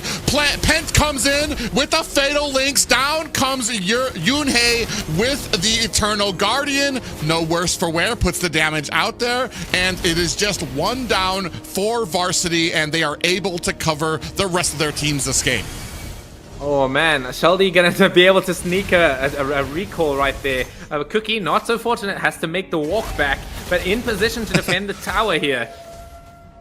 Yeah, on the other side, Sheldy has to clear up a lot of these minions. They're starting to gather up at the base right now. 1 more high ground tower left open for Bring Out Madness. Still all the high grounds left for Varsity, so they're in a little bit more of a comfortable position here, especially with a 3K gold lead. Okay, Sheldy being quite efficient with managing his item slots here, picking up the immortality at the right time here, so he's going to have a bit more leverage to go for those aggressive plays in that late game. Same thing with Filipino Kid, going to make it a bit harder for Sheldy now as well to actually sort of finish off the job against that backline marksman, as now we're in that sort of situation of a game, right? We're going to have some bush camping. Yeah, and right now it's really kind of crazy because I feel for some of the squishier heroes on Varsity, because Sheldy's been doing such a great job of during these engagements to kind of hide himself and then close the distance there as well. We really need to see Pent get a great set here and allow the rest of Varsity to kind of close and seal the deal when it comes to Bring Out the Madness. I mean, they've been doing a good job. We just need Fishball. I want to say first set. Is it going to be Pent? Is it going to be Fishball, or are we going to see somebody make a mistake and get caught before the fight? Okay, I mean, talking about before the fight, it's going to be that Lord, right, spawning here. I feel like this is it. This is going to be the Lord. I feel like we'll sort of end out the game at this point. Here we're going to see Yoonhei in quite a lot of danger here. He's going to get taken out by Fishball at the beginning of the fight. Yeah, gets caught in the bush there. They know that Ruby isn't present just yet, coming in for the backside. You can see the last Insanity is out, trying to pull up some damage. He has no more Faraga armor. I got stamina. Activates that immortality. Nightmare trying to put on the damage, looking for a decimation. Filipino Kid finds a kill onto Leo Lay, and Filipino Kid finds another one onto Fishball. Sheldy running for the hills right now. It is still 3 members left for the side of Bring Out Madness. They're not going to be able to get this Lord, but hopefully they're going to be able to find the defense here. Okay, this is it. This is the closing factor that Varsity X might need in order to finish up this game. Bring Out Madness, they only have 1 tower left, and the Lord should be charging it down middle. So they're in a really good position. Cookie's maybe going to try and offset this by trying to for another Lord Snipe with his Ghostbusters. Although Pent, he's doing a great job of zoning as per usual. Yeah, I want to say there, maybe they kind of lingered around a little too long. You got to make the decision. Are we going to try to contest this, Lord, or are we not? And they kind of lingered around a little bit too long to really kind of contest it. So now it's kind of left all to the defense. Look at the positioning of Sheldy. Oh, no, I was about to say, is he going to kind of try to get a flank here? But nah, he decides against it. They're going to try to look for the defense here, maybe look for an opportunity. Cookie getting a little boisterous, getting a little confident out there, trying to put on the damage. They're forcing their way through the mid right now. Here comes a Fatal Lynx. I got stamina, finds a kill onto Cookie before the Nether Realm can come out, and UHE Varsity X is going to the finals. Oh my god, what a game. Varsity X breaking the streak of the blue team, finally getting themselves a red team victory for themselves. And that was an amazing comeback. I feel like they were really on the backside when it came to that early game. But you know, once that Xborg came online, and surprisingly, Martis, known as an early game hero, carrying through that late game nice and smoothly, giving Filipino Kid enough time to come through with that big amount of damage in that late game. Yeah, that was the most surprising thing of all, is that he was able to kind of maintain his composure. They took a couple of deaths early. They weren't able to find a lot of those fatal links. But even at, I think it was at the 15-minute mark, is where we really saw him kind of popping off, chaining together a lot of those decimations, coupled by, I want to say, some great sets by Pent. Then the mage of UHEX as well, finding some great damage there. But I want to say, man, it was a rough game for the Vexana. I've been talking up the Vexana, but like there's especially against that Nolan, he was really able to close the distance in a lot of those team fights where it was nowhere was safe. Even when she was backing off through these team fights, Nolan comes out of the smoke. He's like, where is she? There she is. Charges for her, gets the kill. But man, still UHE kept their composure, kept it together, and were able to come back with a victory. For sure. Yeah, I mean, even though the Vexana had a rough time, still managed to pull through in the end. I feel like maybe it could have been due to like the passive component of the Vexana threat that helped them in their victory as well. You know, it doesn't have to. You don't have to be an MVP or a gold tier medal in order to have your maximum effectiveness. Sometimes, so a great show of draftsmanship, as I might like to call it, sometime coming in from Varsity X. But yeah, I mean, congratulations to them. They're going to be able to secure their spot in the next finals against their counterparts of Varsity Y. Yeah, Varsity Y, I mean, they looking for a little bit of revenge. Still such a great game. Bring Out Madness. That was a close game, though. Yeah, I mean, they really held out. We really found out why that Faramis was banned out from the first few games. It really had an integral role in their survival. It's just a lot of those engagements, and I've been talking about this throughout this entire series, is kind of leading those initiates. And I felt like UHE was just always on the mark. They were able to find people outside, and to start, they'd get a pick off on somebody, and especially the focus, especially that last fight, brought down Faramis early without he's not even able to throw out a nether realm. That's how quickly they bursted him down. We had no nether realm, and that took out a huge part of Bring Out Madness game's plan, and helped with to secure that victory. Oh, for sure. You know, I'm just so surprised that the NetherRealm was doing a good job to, that the Fatal Links were pretty non-existent when it came to like having that initial impact, right? That was sort of nullified by the NetherRealm, right? But just the follow-up coming in from Varsity X, that follow-up damage coming in from the Vexana and the Martis and the Xborg was enough to roll over the NetherRealm afterwards. Well, and that's what was really interesting is, I want to say, you had a pretty decently played game by Vexana. The Fatal Links came out, down came the damage from Vexana, who had a clear distance, clear amount of room. But after all of that, that's when Nolan would come bursting through all of that, and to try to close the distance on the Vexana. That's what really elongated out a lot of those fights, is because after that initial burst from Vexana, he was able to take her out out. And then it was just kind of hoping that Martis was able to come back and get those decimations. They were low enough for him to start chaining a lot of that stuff together. But that, like I said, a close game played by both of them. But fortunately for UHE, they're going to have themselves a rematch with their counterparts, UHEY. Man, I'm excited to see that for sure. I mean, that's the sort of anime protagonist stuff I like to hear, you know, going against your own counterpart, you know, brotherhood, betraying stuff. Fuck, I'm losing my train of thought here.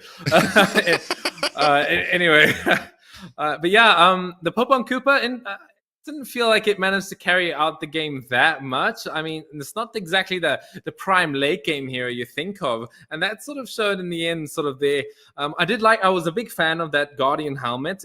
In those situations, it can really do a good job. By the way, that also works with Ixana. If you didn't know, the mini lord, as you like to call it, as well, can make use of that Guardian helmet. I didn't see that one come out either. Cursed helmet, I think the one with cursed helmet. AOE. Cursed helmet, not Guardian helmet. Yeah, that's the one. Yeah, I mean, yeah, it very interesting play there. I'm not sure how much the passive damage I would have liked, because you really kind of it really shines. Cursed helmet really shines with a lot more health that you have on your team. It does more and more damage for those tankier players, and I'm not sure if was that the right choice, or maybe something else that would have helped him burst down some of those heroes a little bit faster. I mean, only time will tell. We're here on the outside, so like it's easy for us to see like, well, that didn't work, so he probably should have used this one. But at the time, like it was very interesting because he was able to get that passive damage off while staying in the back. Unfortunately, I want to say there were a lot more reasons why BOM just didn't walk away. I mean, it's not really I want to say bring out madnesses. They played a great game. I want to say one of the best games I've seen from them this entire series. It's just that last game, UHE played great. Especially, that's kind of the mark for me for one of those great teams, those top contender teams, is when they're on their back foot. When they have that awful early game and they're at a gold deficit and they're still able, like, don't worry, guys. Just let me get one decimation. That's all I need. And at the 15-minute mark, 15 minutes, it took them to be able to turn it around, and they were still able to do it very confidently. And when they got that lead, I want to say it was very hard for Bring Out Madness to kind of come back from it. I'm still sad about my science experiment, man. I really wanted to see the decimation come out on the Nether Realm. Unfortunately, not able to. But yeah, that was, as you said, it was surprising that the Martyrs can be so impactful at the 15-minute mark. I mean, maybe they were sort of practicing this sort of strat, you know, having this Martyrs set up in a way that it can work in that sort of way. All right, ladies and gentlemen, a great match, and I'm told that we have a very special interview ready for you guys. Hey guys, we are back with the winners, UHEX. So tell me guys, actually can you guys give us a little introduction first? Hi, my name's Alex, also known as I Got Stamina. My name's Ryan, I'm Nightmare. My name's Angela, I'm Yoonhae. Okay, so can you guys tell me a little bit about your match against BOM, especially since they had 2 subs? I know you guys played them in the group stage. Like, how different was it? I know those games went long as well, but these ones felt like they were a little bit more intense. Oh, for sure. Those guys played absolutely amazing. Definitely better than the group stage. To be able to beat them now is pretty cool because last tournament they swept us, but we didn't give up, and I'm really proud of my team to come into practice every day and to show up big for the tournament. Nightmare, you want to tell me a little bit about how your heart was racing towards the end of that game? Yeah, so I was really stressed out because, you know, when you get really late into those games and you have late lords, it's a coin flip. Because if you lose the lord and you just get half your team wiped, you're losing the game. So it just gets stressful, very stressful, I'd say. What about you, Yoonhae? Were you nervous at all, or were you like, oh, I think we have this in the bag? I was very nervous because they banned me out. That just means you're the better player, right? Okay, so you guys are about to play UHEY, and you guys have played them before in the upper bracket finals. What adjustments have you guys made? Do you guys think you guys can finish out strong and win the whole thing, or are you a little nervous? Oh no, definitely. We're gonna be bringing the fire this time. We know exactly what to do. Last time was just to scope them out. We know exactly what to do now. Yeah, and I'd say UHEY is a very difficult team to play against. They have incredibly big pools, and they're all very solid players. So we just have to be able to adjust and react to what they want to do. You know. And Yunhei, are you nervous you're gonna get banned out again, or do you think you're a little safe in this match? Could be a little safe, but I got our other mid laner. Gotcha. And then final question: you guys are one game away, or one series away from winning the whole thing. You guys think you guys have what it takes, or? Oh, definitely. I mean, I think so. I believe in my team. We definitely have what it takes, and hopefully we'll put on a good show regardless. Awesome. Thank you so much. And now we're gonna throw it to a break.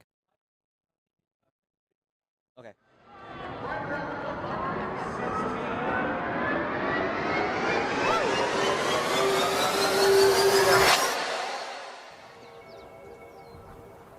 So Sky, can you tell me a little bit about UH Esports? So UH Esports is a nationally recognized program. We play across roughly 12 different teams, 9 different titles. We offer students opportunities in industry, either that being network, paneling, workshops, or internships. That supports interests around broadcasting, media production, and content creation. I'm here at the UH Esports Arena. Let's take a look inside. Ali, can you tell me a little bit about the iLab? The UH Esports iLab is a community space where any student or faculty member can come in and use our equipment, such as PCs, consoles, cool little space where students can come and chill out between classes and get to know each other and learn about what esports really is and how they can take that with their professional careers. Here we have Gun Wook, our head of broadcast. Can you tell us a little bit about what you do here? I stream our tournaments and events here at UH Esports, along with giving opportunities to students to learn how to produce, observe, and cast. Hey Kat, what are you doing here? So I'm currently editing a video for Wooey, and I'm a part of the content team, and we kind of take care of all the photo and video editing, as well as graphics and planning all the community events. Hi, my name is Zelda, and I am a WUI board member and a Valorant player for the team. WUI is Women of UHE. We are a marginalized genders program, and we promote creating a safe space for people online and in person. We also offer a lot of career growth opportunities, and we're also looking to expand our competitive teams in the collegiate scene. So Brian, how do you guys use the iLab? The iLab is a great place to play in so that people can play together as a team, as well as have access to computers that have 240 FPS, as some of our players don't actually have the best setups in the world. Now we're here with Madeline. Can you tell us a little bit about what you do here at UH Esports? Besides sitting next to you in our office, I manage all of our players, coaches, analysts, and basically coordinate and do project managing for UHE. The iLab also hosts a bunch of community events, such as tournaments and watch parties. Some of our highlights include having the Overwatch League here, as well as hosting T1 CEO Joe Marsh. But it doesn't end with Manoa. All other campuses in the UH system are also trying to get involved in esports in some way or another.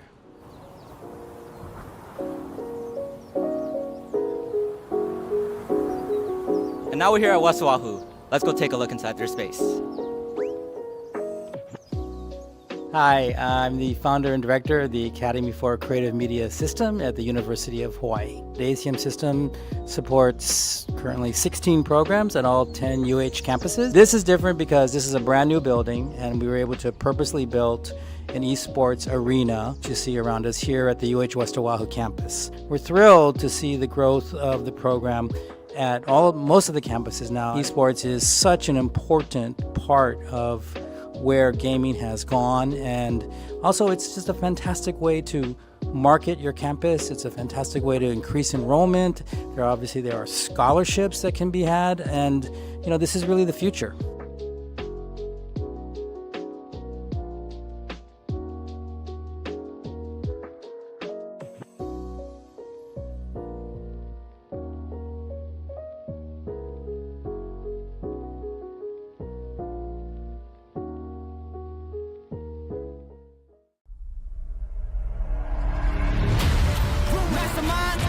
Never tried, tell them all. Big dreams, I got big dreams just like baby. Faces everybody, let's put on a good show. Legend, lethal, weapon, master, minor, big time. From the tranquil shores of Marianas, where nature's beauty meets tradition, a new force awakens. On these islands, where tales of old have been told, a new legend is about to unfold. For the first time in history, the Marianas enters the arena of Mobile Legends Bang Bang, where heroes clash and champions rise. This isn't just another game. It's a challenge, a calling, an invitation to shock the world. To those who doubted, to those who never saw it coming, witness the rise of a region set to redefine esports. From the heart of Guam to the spirit of Saipan, we unite, we stand, we conquer.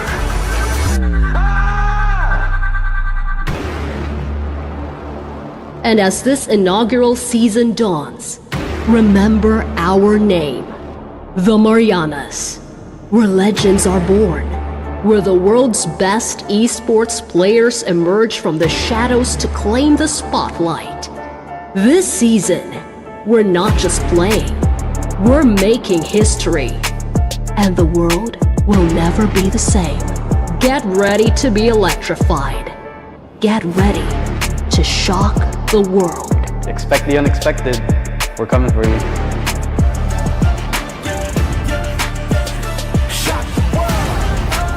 I'm confident that I'm the best tank in the world. This is more than a game. You better get ready. Go ahead, get ready. Shock the world. Yeah. Shock the world.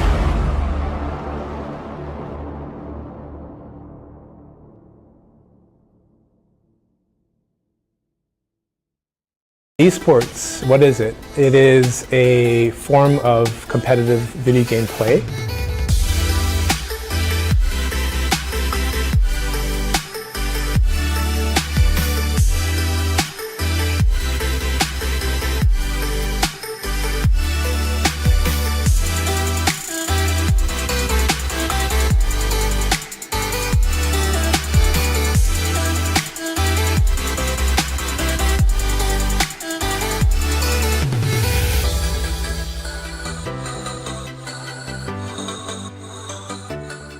It is a term that is sort of unusual because for a very long time people would play games competitively, but they would not necessarily call it esports. But now we have a whole industry built up globally in which companies create games and have leagues and are creating competitions across different countries in which it's called esports.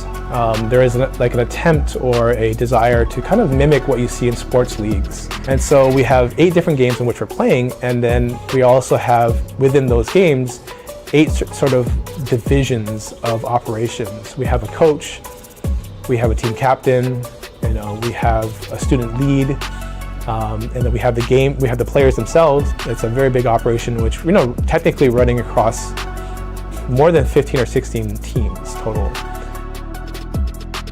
So Valorant is a 5 versus 5 tactical shooter. Each player plays an agent or like a special character, and everyone has like a different role on the team. So like, you're just like taking turns attacking and defending, and it's the first one to win 13 rounds like wins the whole match. It's a very technical kind of game, a lot of precision and a lot of like having to think outside the box and like working the entire game, the entire map, because it's not really just like all about like a one-on-one kind of like shooter kind of thing, but there's a really big team aspect to it. So as a player, we get together pretty much 2 times a week, maybe more than that, mostly because we like each other. I think it's a good community aspect that we all get together and hang out. Sometimes it can feel divided from game to game, but when you're put together, everyone really comes together. It's all constructive. A lot of it is, you learn from other people, since everyone here is a different skill level. I'm not the greatest, I'm just a competitor. I love competing, so I like learning from other people, and a lot of that will come from either Keelan, my coach, or other players on my team. So as the head coach, we assess players' skills based on their decisions made in the game. We also look at their communication abilities, how they communicate to their teammates on how they want to solve different problems in the game. And we also look at their attitude, make sure they're a friendly player. We just try to keep it a friendly environment. And then during the season, we'll compete in games, and in between the games, I'll talk to the team, discuss strategy in terms of characters that we want to choose, and also different strategies that we might look at in terms of how we're going to beat the opponents we're playing.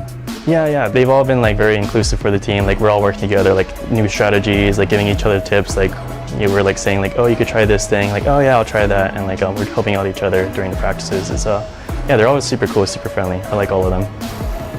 Yeah, it's definitely like being a team player, like learning how to like work as a team, but also like being able to like put in input, because like everyone like has their own special like thing on the team. So like we're all trying to like put in input, like, oh, I could do this, or you could help me do this, and like it's just all working together like to make like a good strategy, a good plan to like win games, win matches. There are actually a lot of similarities, I think, that esport athletes have with traditional athletes. We have the same amount of practices, we have to learn certain skill sets, we have to learn how to communicate. That's all the exact same as a conventional sport or traditional sport.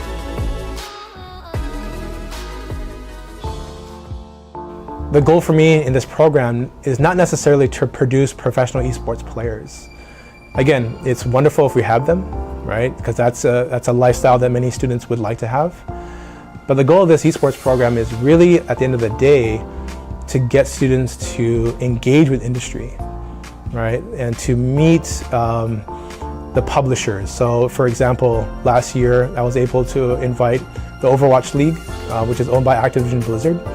This is a $69 billion company that was bought out by Microsoft. They came last year 5 times to our campus, and we had a group of students who were interns, and were able to shadow and learn and follow literally one of the biggest esports leagues on this planet in a way that they would have never been able to know this industry. The players were playing just over my shoulder here, and it was a pretty big thing. I mean, like, it's not like something to be taken lightly. Like, they were playing for $1 million prize pool, right? They played here, and I was able to be an event photographer for their marketing and social media teams.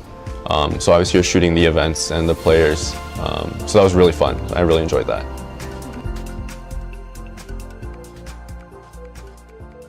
Honestly, the actual players are only, I would say, probably about 25% of what esports actually is, and the stuff that doesn't get talked about is all the people who do broadcast and content and the management and the logistics behind the scenes and all that type of stuff. The majority of the jobs are actually in like back-end stuff. So I am a content lead here at UH Esports and also the director of photography.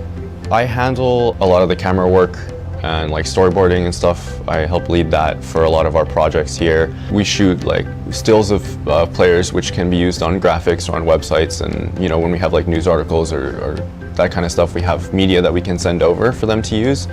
And also when we do like video projects, so we'll like do highlight videos for our teams, so we can handle like interviews and shooting B-roll and all that type of stuff. That all kind of falls under like our department. I've been looking for like a creative outlet to develop my skills and stuff, and the content team has been a really good place for me to be like exploring like what I can actually do, and like being able to contribute to like a bigger picture, like the whole community, is really nice. It's definitely gotten more diverse over the years. I'm actually super happy with UH's program because we have so many like women in leadership, and like genuinely the community is a lot more diverse than I think you might find elsewhere. I'm Arena Operations Coordinator, so I operate our iLab here. I run events, I monitor any events that are happening here that don't have to do with UHE. I schedule like practices, tournaments, games, community nights, and then I run our day-to-day operations. I have a staff that helps with technological issues or just like community issues as well. So I kind of oversee everything here in our building.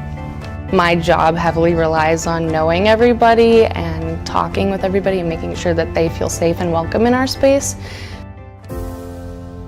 Esports is really reflective of the larger workforce population and the skill sets that 21st century tech-enabled companies need as we move forward, especially in Hawaii. And that's something that I think a lot of folks don't realize, is that as they do sort of smash buttons and play these games, is that they are trying to understand their relationships with others through these games. They are trying to solve problems, interpersonal problems, through these video games. Being able to work with others and solving problems is a huge aspect, I think. Learning how to communicate with others. I would like to work in the esports industry at some point in my future, and I believe the leadership opportunity I've been presented has taught me a lot on how to lead a team and how to interact with them in order to achieve a common goal together. I think it's a great opportunity to meet other people, right? Like, I think when you first come to college, it's a very scary experience or a very isolating experience, especially if you don't have any friends that come with you. And living here in Hawaii, like, that can be a tremendous transition if you're not from here. So having an esports community with people who play games or have similar interests than you, like, it makes you feel welcome, and it makes you feel like you do have a home here and that you can feel welcome and accepted here.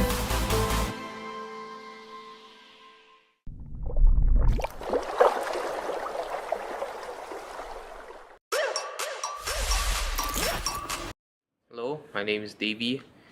My major is carpentry tech, and I'm a sophomore currently this year.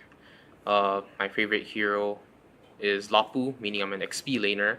The reason why I like Lapu is because I can dive deep in the back line and get rid of the enemy carries, make sure that the team wins. So playing in mobile esports on the phone is kind of a blessing and a curse.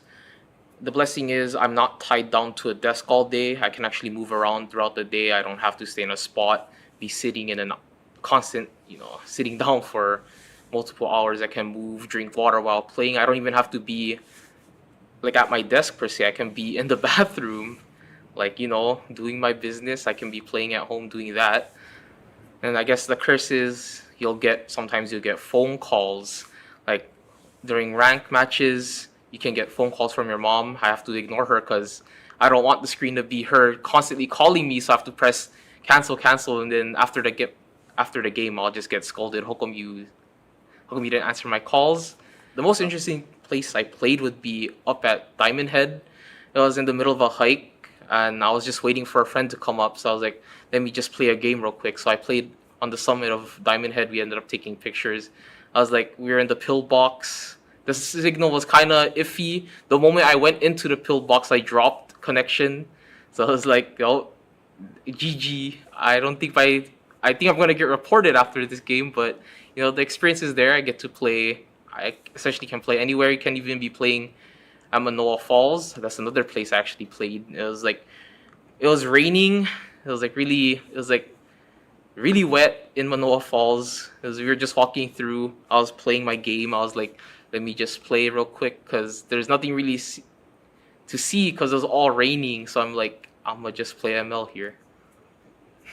Okay, so the core of our team essentially started with Jerome, Matt, and I. We were friends ever since intermediate. I actually been playing before Matt and Jerome. Jerome and Matt started playing around sophomore year. I was there playing freshman year. They didn't know I was playing until Jerome saw me playing in chemistry. He was like, oh, you play too? I'm like, yeah, I've been playing for a while. So we started playing. Matt and I actually go way back. We've known each other since elementary, so it's been close. Jerome actually found Tristan. I'm not too sure what that engineering building is called, but he saw Tristan playing on the bench. And we were like, we needed a jungle, so I see this guy. Jerome was like, I see this guy playing. I'm like, well, maybe we'll try him out. Austin, he's actually playing remotely right now because he went back to Alabama because he was taking a break year. But I think Austin's a pretty cool dude. He's actually coming for the tournament, so hopefully we're gonna practice in the hotel or something. From the teams we've played against BYU in the last tournament, and we always scrim Team X, which is the sister team. Or yeah, we're in representing the same school, so we play each other. From last year or the last season of the tournament, Team X, they got better. Like the games before, they weren't as close, but now it's like we're fighting tooth and nail against them. BYU is almost the same thing, where we were kind of handedly beating them. It wasn't really much of a contest because we were playing really slow. We were playing methodical, but now they kind of caught up to how we play, and the games are really close.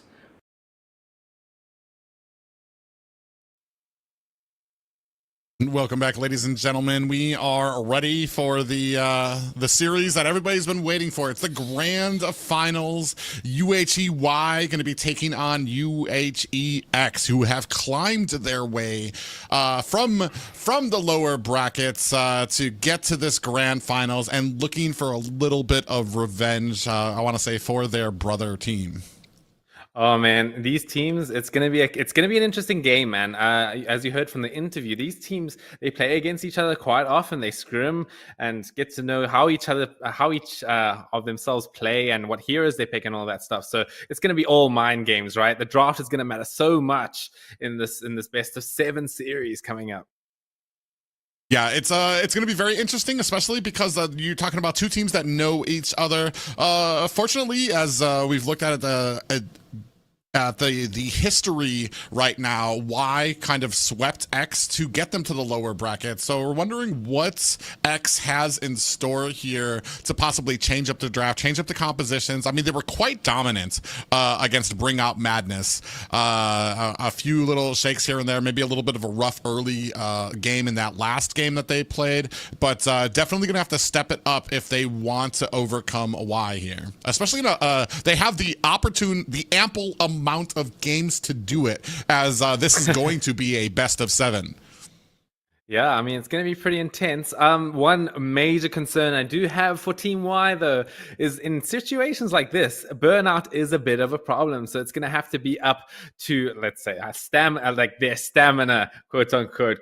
Shout out to I Got Stamina. Anyway. But basically, hopefully the break was enough. You know, they don't get burned out. It's going to be a rough series in this best of 7, and they're going to have to keep up the motivation. You know, get straight into it, and play to your best ability.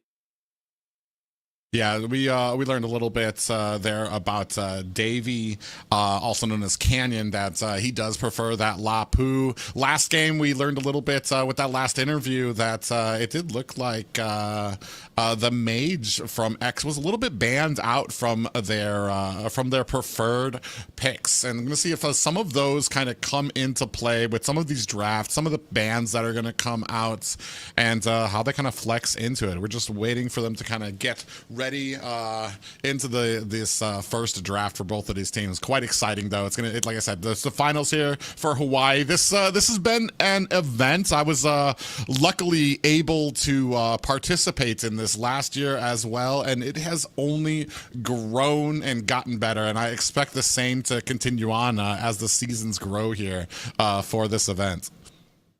Yeah, I mean, thank you once for me, myself. This is my first time casting for this event, and it absolutely has been amazing working with everyone here. Yeah, but it looks like we're about ready, guys, for the first draft. This is going to be UHEY taking on UHEX as we're going to move on into game 1 for these guys. All right, game 1. I'm expecting to see quite a lot happening here. You know, we got some signature picks we need to worry about. You know, like Stamina. He's got all of these big sort of aggressive XP laners that he needs to worry about. That like you have to respect that. Nightmare. This guy's a beast of a jungler for sure. And then looking at Team Y, you know, we've got some big standout players on top of them as well. You know, for example, D-Guy with his signature Masha. I mean, I know I can't really call it signature at this point, as we've seen Masha being banned out all the time when it comes to these games. So we're expecting to see that here. Probably going to get banned out. Going to see some Matilda bans probably as well. You know, all that sort of stuff. Well, it's something that we talked about in the first series, is that right now, where we sit at the meta here for North America, internationally right now, there's just so many game-changing picks. But I'm actually being told, I mean, we're going to see it in action right now. Draft is ready, so we're going to go ahead and slide right into that. Or was I lying? Maybe you're lying. Maybe not lying. I'm having a bit of a little issue there. There we go. It's going to be Team why taking up first pick in this game one. Gonna have to see. I'm expecting to see either that Matilda or that Masha gone. I'm being honest. Yeah, a really interesting thing for me right now is we still haven't seen. We did see a little bit of the Vexana, which I feel like is such a strong mage pick. We saw it from the last series. One thing that we still haven't seen that has kind of crept up in the recent weeks has been that Roger Gold pick. I'm not sure if any of these two teams have kind of like specialized in it, but it provides, I want to say, a lot of the tankiness that Carry does, but you can include the Lycan Pounce, the transformation that Roger has that help him escape a lot of abilities, which makes him very hard to gank in that lane as well. But we're going to go ahead, start things off with that Angela ban. It's been seems to be a mainstay here in the islands. That early game that she has, her ability to, like we talked about, the Heart Guard, so she can be anywhere on the map helping to clear and then immediately be able to Heart Guard and join the fight and help out a lot of these teams, especially some of those tankier heroes as well. I'm not entirely sure that it's a mainstay ban per se, because looking at it from the last game, it was always BOM banning it out. So I feel like it's just a target ban to Pent. This guy must be a beast on this hero for it to be banned out like 5 games in a row. Yeah, well, we've seen how well he did on the Matilda. We've seen how well. I mean, the roam, he's been pretty excellent. Little shaky, I want to say the worst, and it wasn't even a bad game. It was still a very incredible game towards the mid and late. I want to say the worst, the hero that he had a lot of trouble on was the Atlas, but he still performed very well on that. So he's shown us a wide variety of different roams already here. Oh, and it looks like, man, that as we're talking about, it looks like that's really the focus here for Y. Oh yeah, it's gonna be Pent getting target banned quite a lot here. Target banning himself as well as the Matilda. Nah, he doesn't want to give that. He doesn't want to give that Matilda to the Y team right now. That would be a death sentence. Looking into here, Masha needs to be banned up. Probably, I'm looking at probably some Yu Zhongs, as well. Gonna be quite a good ban here. Then we're gonna see the Masha. I mean, it's going to be pretty standard stuff. Both teams are sort of going with their gut for what they want to ban out here, but we'll see some maybe more specific bans coming out in the future games. Yeah, right now I think as we've seen before, it's usually now we're going to kind of look at some of those XP lanes, possibly the CC or R lots maybe getting taken out. Yuzong and the Lapu. I want to say we just found out that Canyon, he really does favor the Lapu or some of those heroes that can kind of dive in. Fitting that bill would be the Lapu, the Yuzong there that can really kind of close the distance, kind of nullify a lot of the damage that some of those glass cannons can do from the back line there. We're going to go ahead, take out the Navaria for the side of Y here. And to see for the reply from X. Oh yeah, that's an interesting ban actually. Respecting the Navaria, as you said, like last game, that she was forced to play the Navaria here, but actually respecting it a bit and taking it out. So that's quite interesting. Looking at the last ban here, I feel like there's a lot open right now. It could be like a CC. That's sort of open as well. Obviously, the Yuzhong and the Arlot. So there's a lot of options to go for here. Yeah, actually, something interesting here is I see that Thick is Thickened. I don't know. We're gonna call it Thick. I don't mind.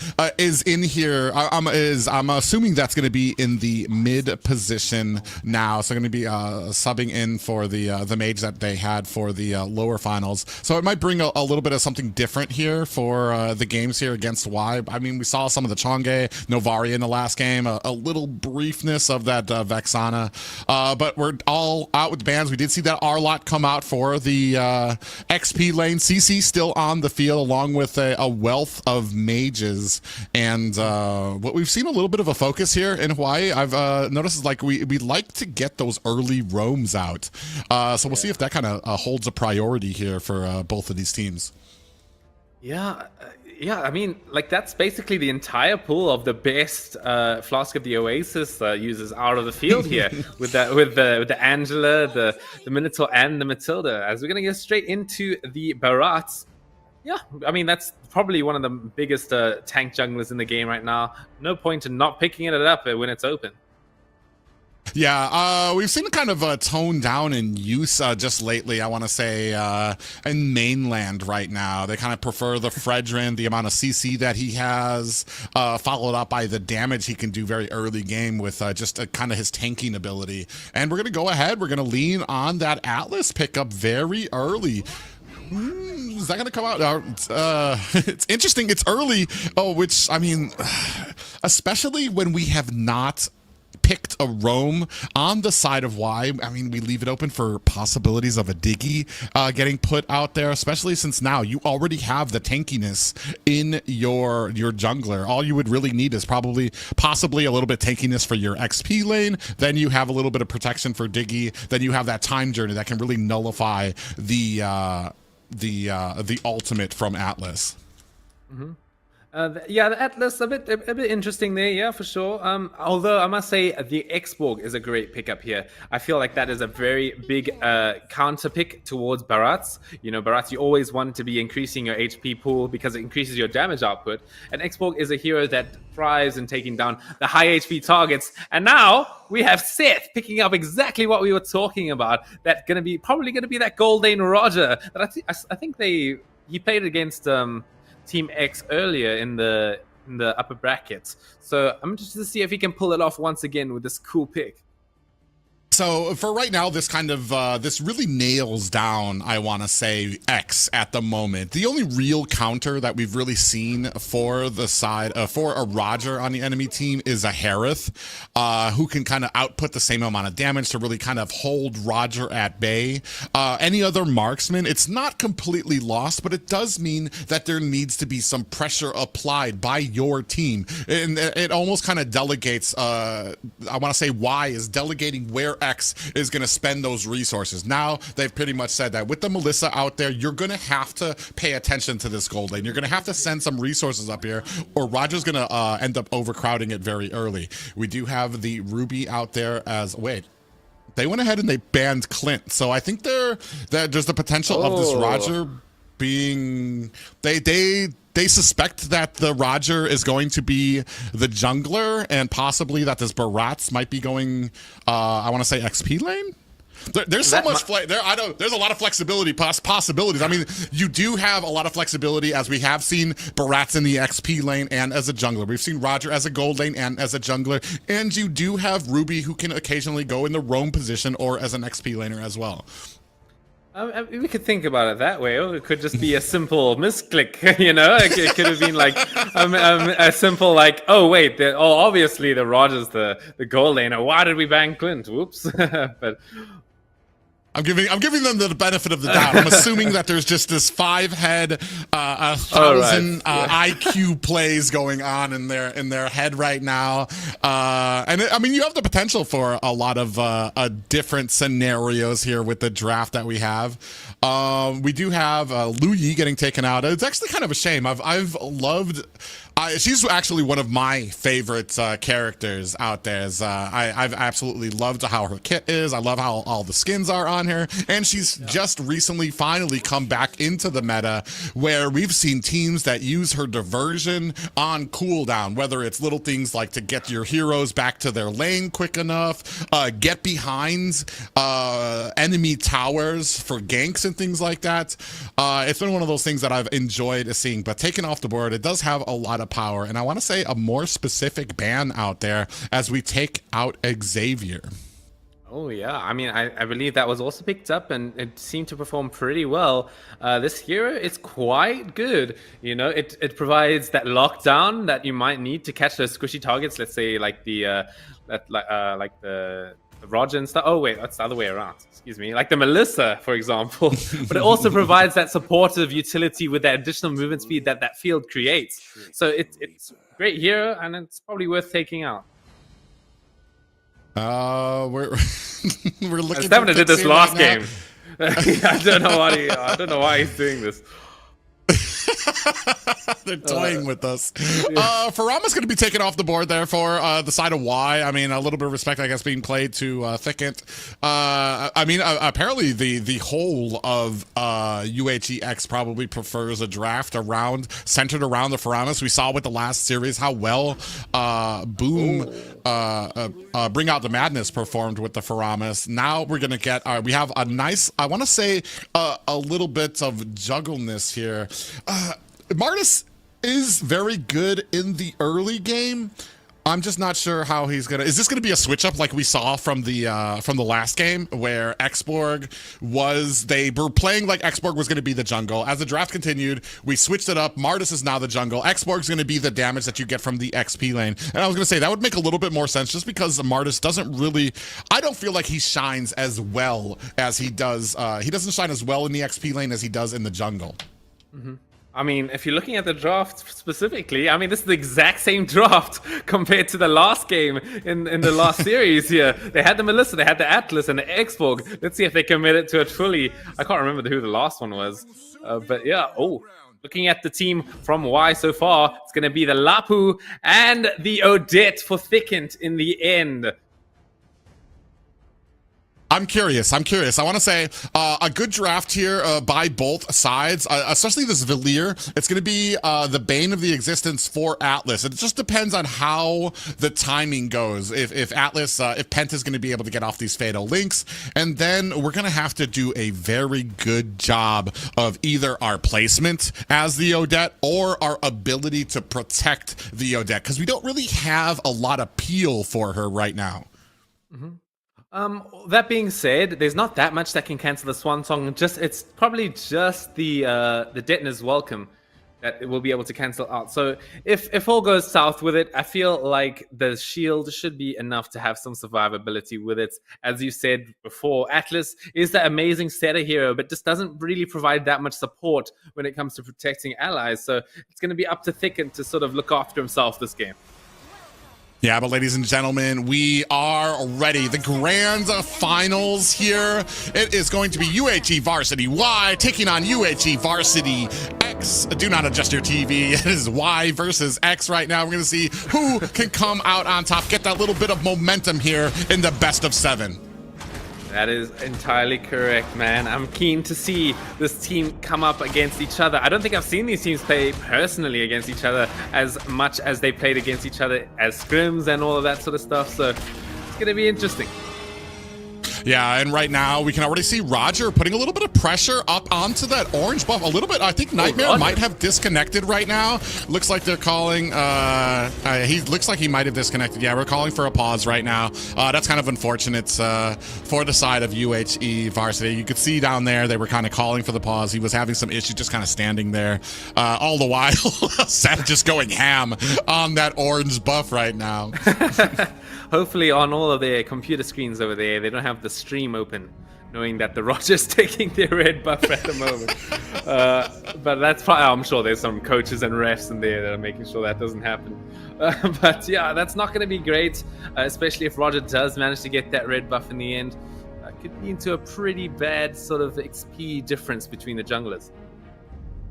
Yeah, I mean, that'll be a huge, I want to say early game kind of deficit to kind of set back Nightmare, who really wants to shine in the early game, have his level 4 by the first turtle, get in with that Mortal Coil where he can avoid a lot of the CC, a lot of the damage, and especially perhaps the Detonator's Welcome, get that Retribution off, and then get himself to harm's way, or potentially have the Decimation to be able to chain together a lot of those kills there. Oh, it looks like we're going to go ahead and start things off here. Nightmare going to come in here. Actually, right now, Seth, it looks like Seth actually helped him out a little bit, starting this buff for him. So he's going to go ahead and finish, get the finishing touches.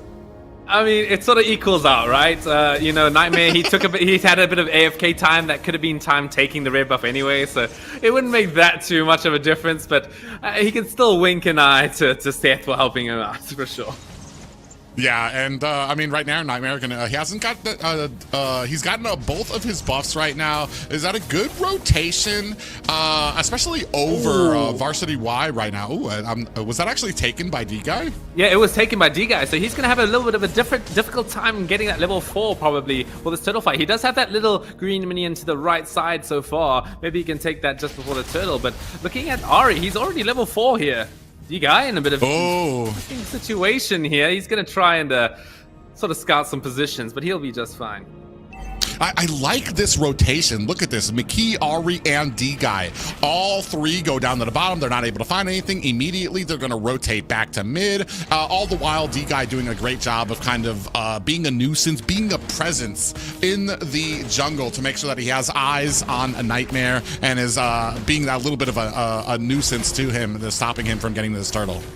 Yeah, I mean, look at Nightmare, man. He has to take his blue buff to even have that level 4, but it's going to be McKee taking up the turtle there, interestingly enough. Oh, an interesting pause there. Everyone's looking a little confused, but I think the game is just fine. that was funny as hell, looking at everyone turn their heads. Looks like we're gonna go ahead and go on, and I want to say good play early from Varsity. They're able to refuse, able to get some of the gold back from Varsity X that did refuse the level 4, made sure that Nightmare did not have it by that first engagement.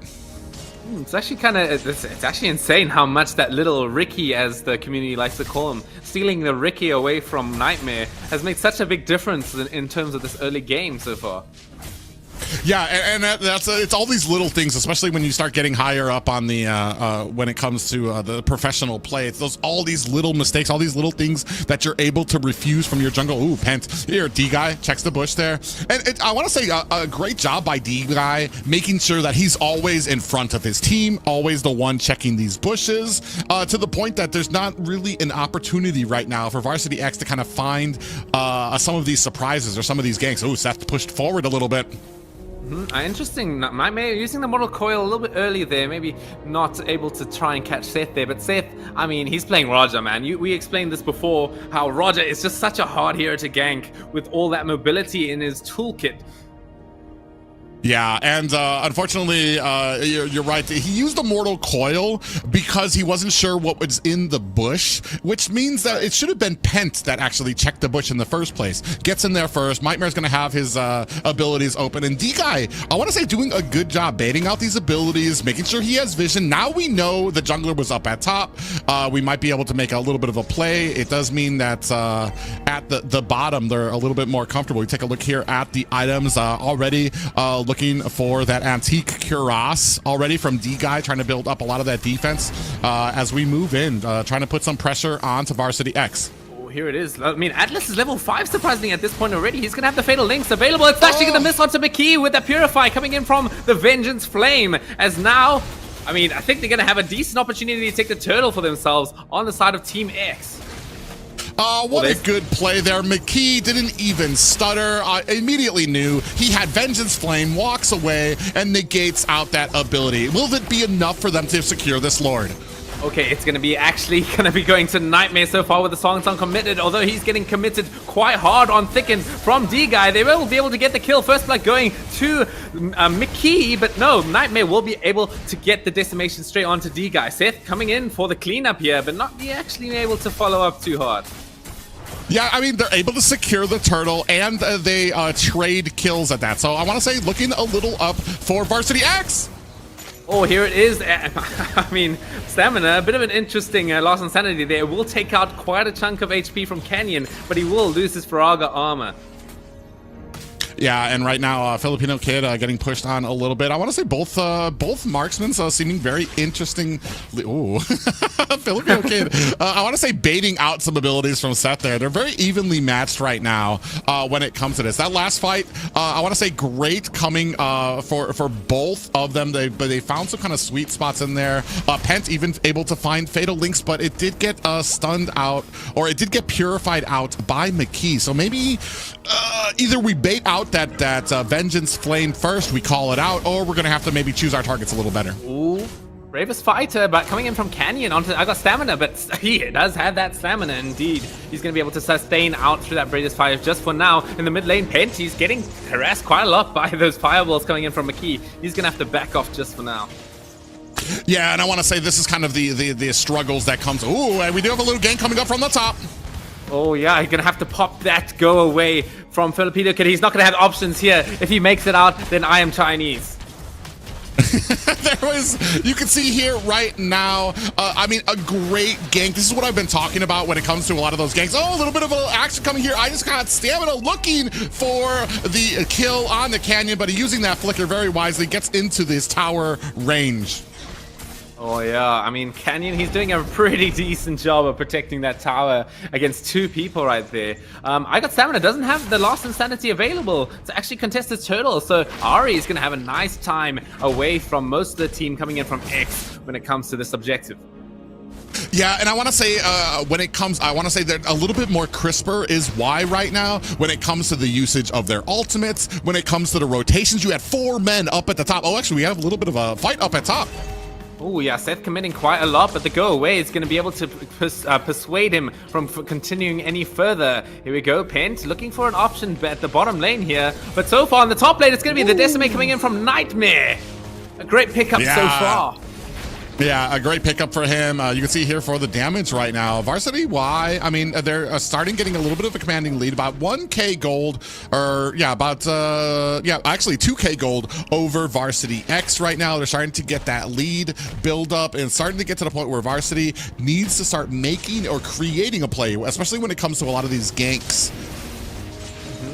B-Guy and Ari looking to maybe get this blue buff. They've got the whole squad coming in from X though. They need to make sure this Martyrs has a good game. You've seen how scary this guy is when it comes to this hero. Being able to carry not only through the early game, but also through the late game. So having Nightmare, they're trying their best to pressure him. But, you know, their team knows they need to protect him.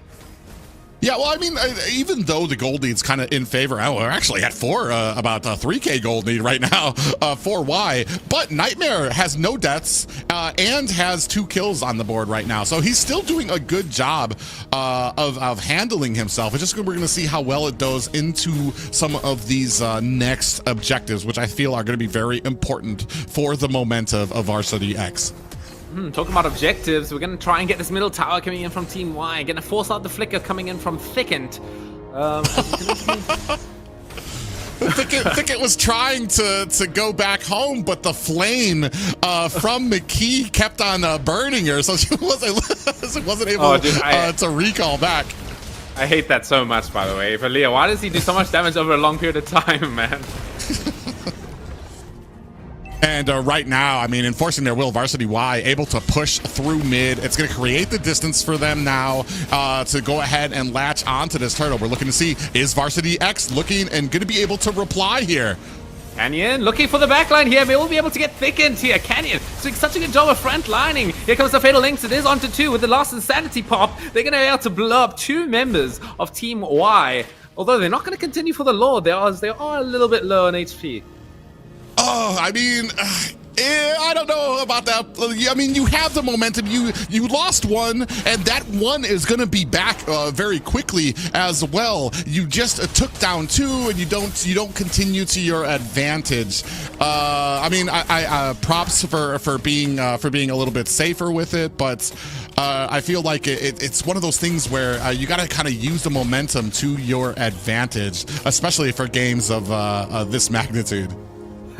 Looking at these 2 goal laners, man, these guys have been at each other's throats the entire game, but it's still it's a bit of a stalemate between the 2 in the end. As we're going to look to maybe getting the Lord here, setting up by Team Y. Yeah, right now, kind of a little bit of a dance here. None of these, I'm not sure which, I mean, Y, I want to say, has a little bit of the advantage when it comes to the Lord dance here. You do have the setting potential of Pent, but he doesn't really have the vision just yet of where a lot of the team members are to kind of get that Fatal Links. And then you're dealing with McKee, who can basically purify out of it with his ultimate.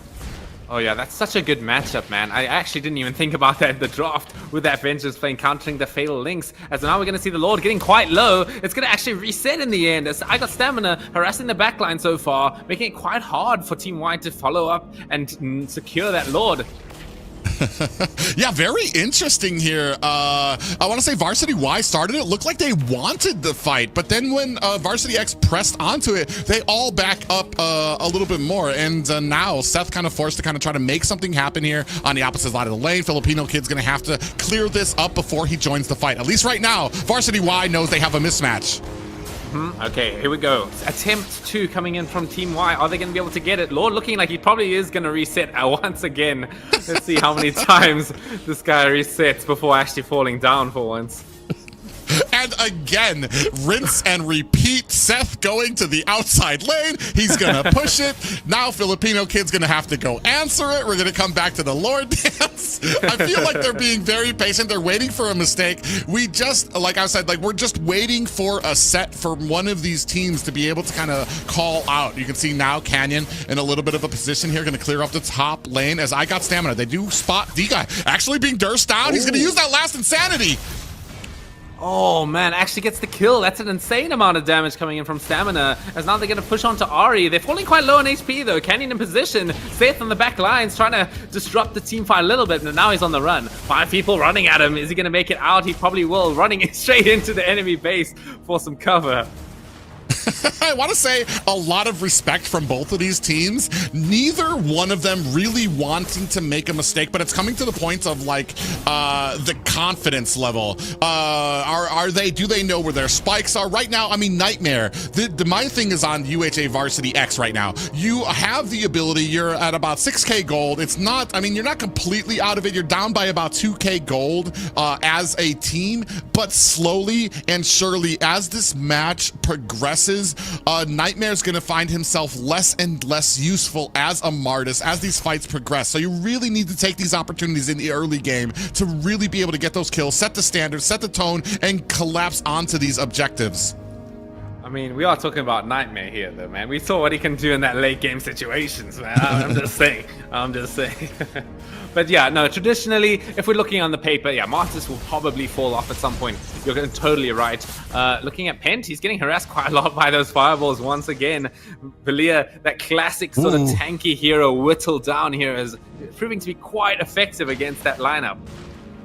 Oh, you do see them trying to collapse onto Roger. Now it looks like Odette actually might be in a little bit of problems at mid. Thicket getting cornered. As this one song, he's going to be able to live a little bit more, but he's actually going to finally fall down. It's going to be a 1-for-1 trade, though. Seth also falls down in the end. Oh, a 1-for-1 trade right now. They've been pretty evenly paced. Now we're at a matchup up at top. I got Stamina in the midst. Oh yeah, here we go. We're gonna see maybe a decimation coming on onto D-Guy. He's not an easy target to kill though. With that full tank build, he's gonna be a pain in the bum. Oh, has the flicker out as well. Oh, Nightmare is chasing so hard. He really wants this kill. Looking for the decimation. He gets it.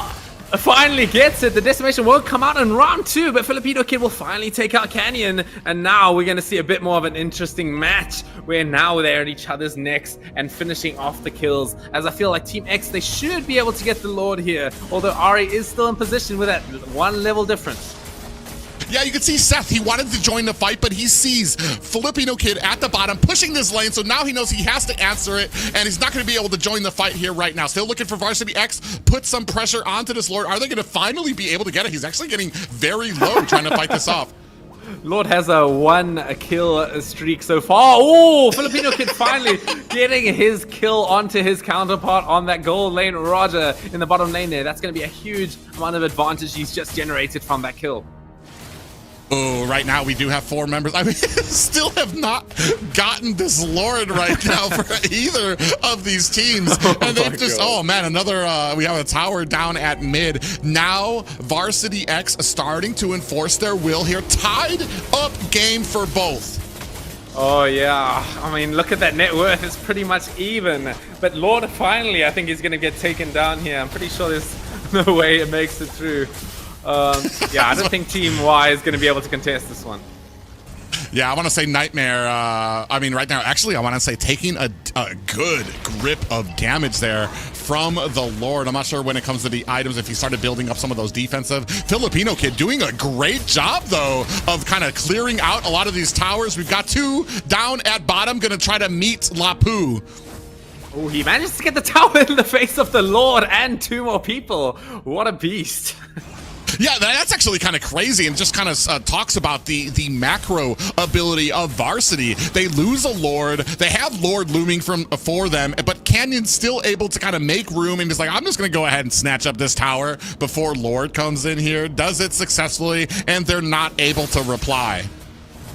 Filipino Kid picking up that Wind of Nature, so he's actually going to have a really good chance of man fighting through that overwhelming amount of physical damage that Team Y has. We're going to see the Lord as well. It's probably going to get taken out pretty quickly in this bottom lane. Yeah, but all the while, Varsity X doing a good job of clearing out the jungle here, and now they're going to go ahead and put the boots onto this mid tower. Yep, that's going to be a nice, easy mid tower taken out by Filipino Kid here. Oh, Seth in a bit of danger here. He's going to get 5 people running at him at this point. Probably doesn't even need to commit the fatal links. It's going to be Filipino Kid having the killing spree at this point. He's actually in quite far. Lost Insanity has cover, though. It's going to blow up T-Guy. Oh my god. Wow, Filipino, I was so scared to Filipino Kid. He was so far into the front line. Caught and I'm offended as well. Ooh, you see here, Thicket trying to burst down Canyon. Is he going to be able to get it? He has immortality to work with here. I don't know if he's actually going to make it out of this one alive. Has the dash, though. Nightmare is trying his absolute best to try and get that decimation. He should be able to get it once he respawns from that immortality. Nice close-up of his demise. And unfortunately, face down in the dirt, it was not able to get away. That was a whole of Varsity. They're doing a great job. I'm not sure what happened in their last match that brought them down to the lower bracket, but I want to say right here, right now, coming back with a vengeance, going after UHE Varsity Y right now. It's 4-12 right now. They have captured the lead in a very cushy 3K gold lead. Oh man, and they've got triple. Is that triple? 4, 8, 12. Yeah, that's triple the amount of kills that they have. But it's only a 2,000 gold lead, right? Oh, they make it 3,000 probably. So that's a bit surprising. We weren't hired for our math ability, I'll tell you that. No, I've been messing up my math the whole time, this whole series. Right now it does. Ooh, Nightmare in a good position here against the guy. Okay, Lord, it's going to be the Evolved Lord actually this time for the second Lord. That's also another surprising stat for this game. Although I feel like it's going to be a bit of hesitation coming in from Team X.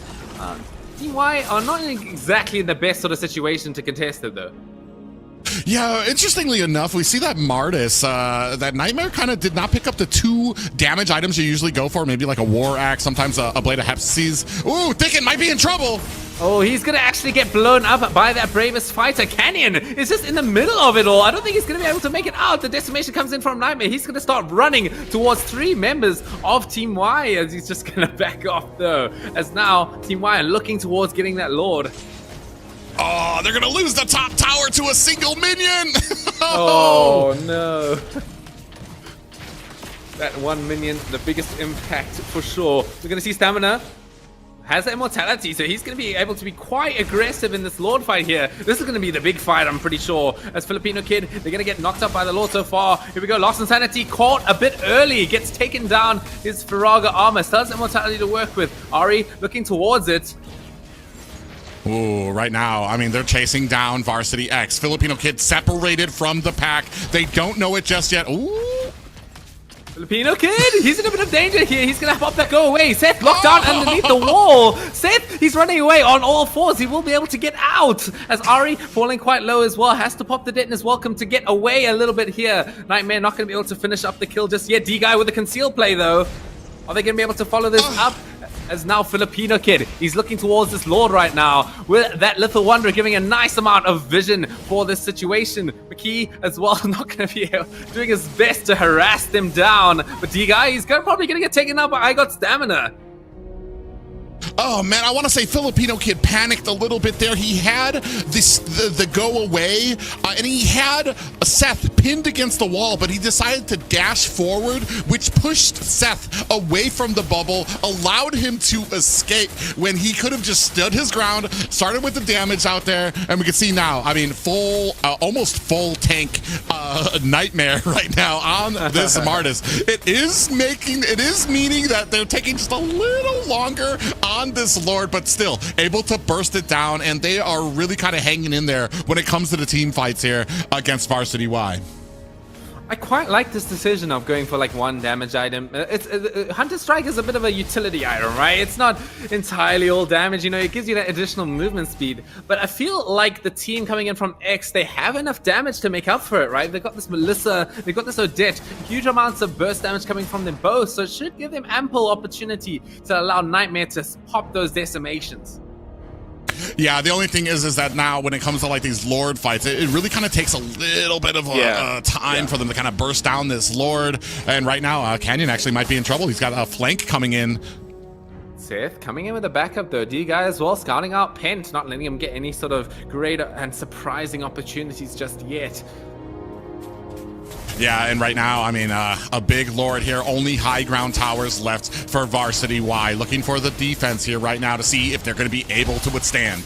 Okay, here we go. Lord charges in. It's an involved Lord, so now it's going to be quite tanky if lots of members are standing near it. They're maybe going to get 2 towers as well. So that's a big value coming in for it. Here's the last Insanity onto D-Guy. Is he going to get blown up once again? He will. Here comes Nightmare onto the front line here. Doesn't get the decimation just yet. The Fatal Links. It's actually going to be able to lock them down enough. Will they be able to get the base? Yes, they will. It's going to be Team X taking game 1.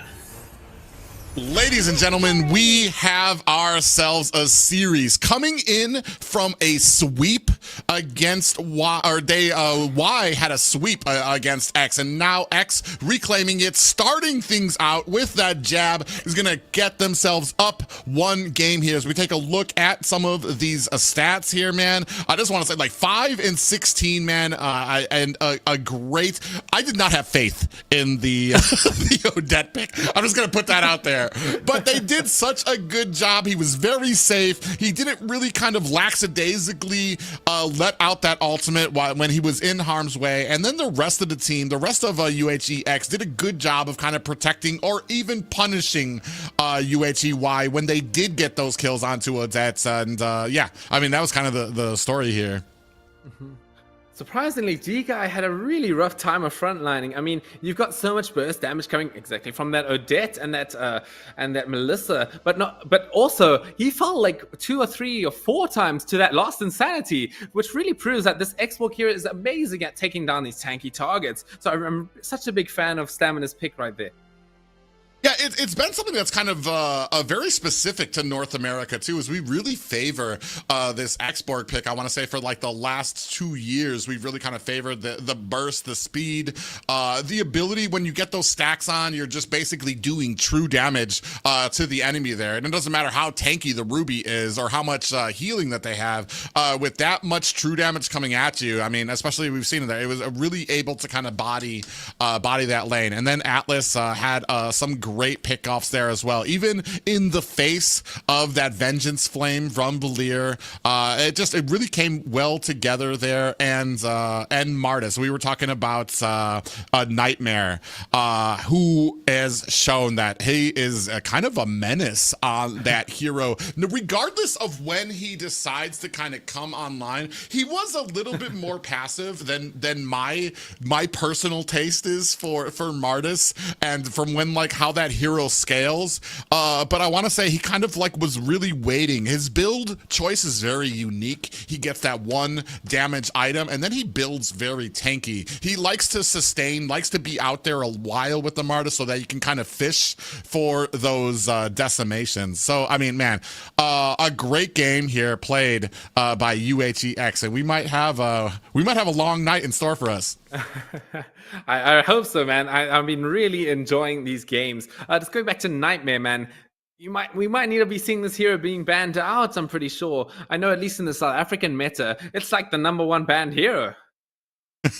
Yeah, well, it brings that early game damage, and it's to the point where the moment somebody gets low, it's like, crap, because now he's going to be able to get that decimation on. Then he's got a ton of attack speed that he's going to be able to whittle the next person. Even if the next person is full health, he's going to be able to whittle them down, get another decimation, and then it does even more damage after that, as with each sequential decimation after that.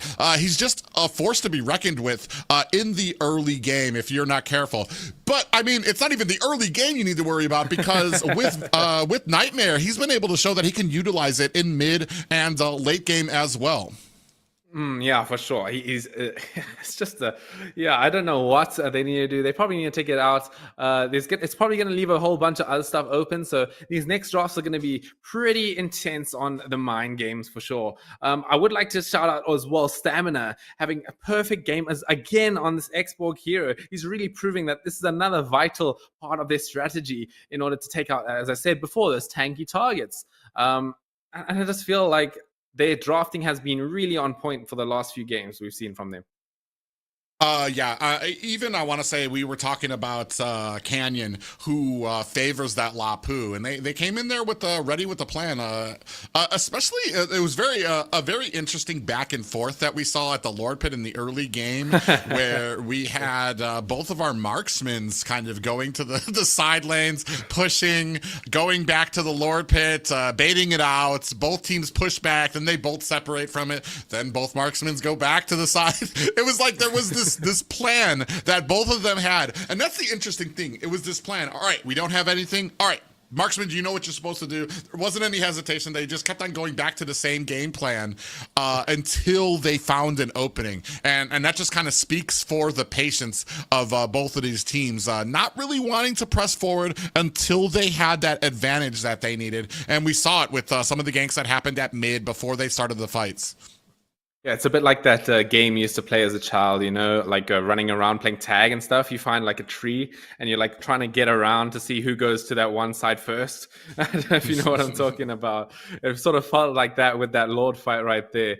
But yeah, I feel it was very back and forth, but just damn, Team X, they really know how to draft.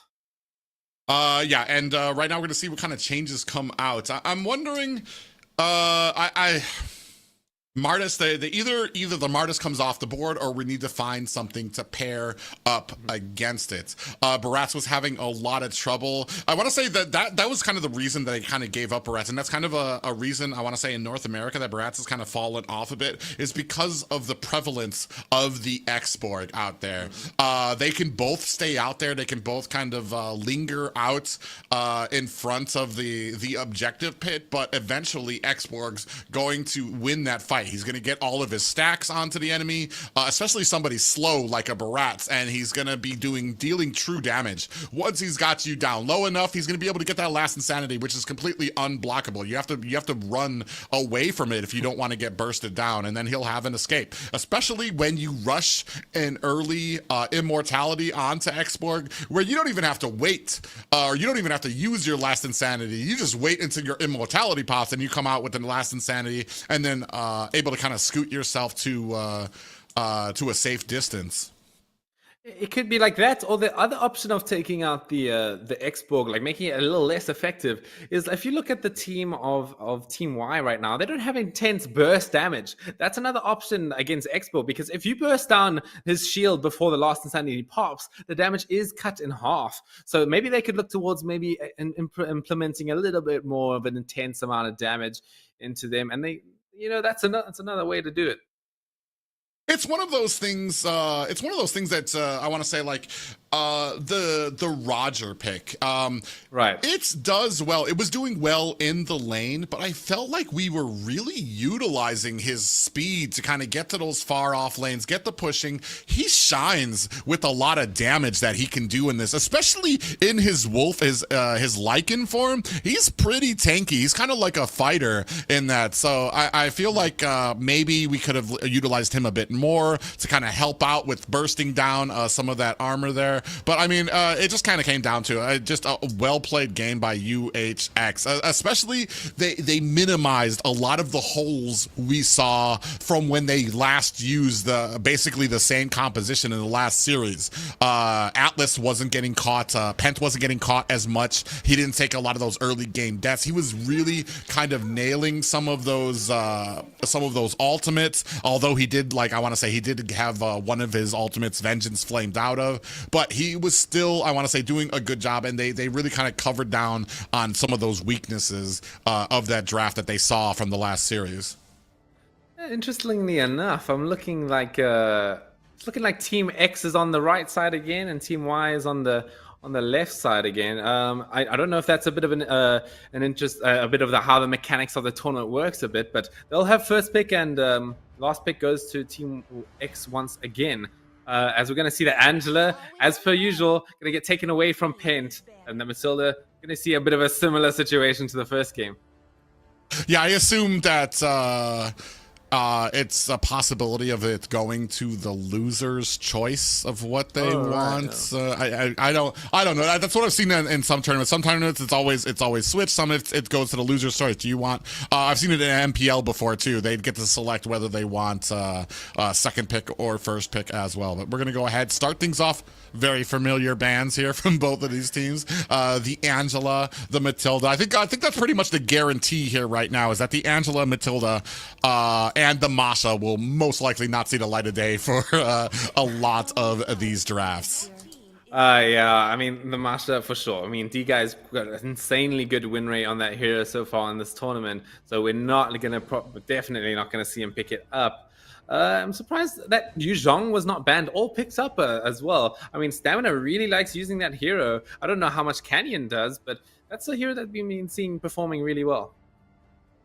Yeah, it is really interesting. I honestly, it kind of comes to personal preference. I've seen it a lot when it comes to like XP laners that they can either prefer the Lapu or they'll prefer the Yuzong, but it's almost like they never prefer both. So it's always just one or the other. There's just one that they really like and the other one that they don't. And I also know that Yuzong, for some reason, is very prone to ganks in the early game. I've seen it 100 times where I'm just like, all right, Yuzong could work here in the early game. They just rush into XP lane before he can get a lot of his abilities and a lot of that regen that he's known for, and burst him down before he can even become a presence for a lot of these objective fights. As just like clockwork, we see that Masha being taken off the board for the side of UHEX.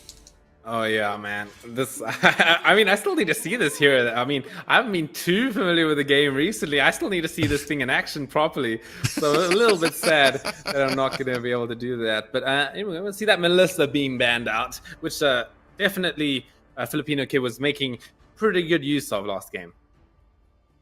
I'm not going to lie, I was not favoring the matchup of Melissa against the Roger, but Filipino Kid able to hold his own in the lane, not really push too much in the lane, but when it came time to kind of join in on these team fights, or even when they thought they had a gank on the Filipino Kid, really utilizing that go away from them very well to kind of offend a lot of the aggression that you get with the Roger.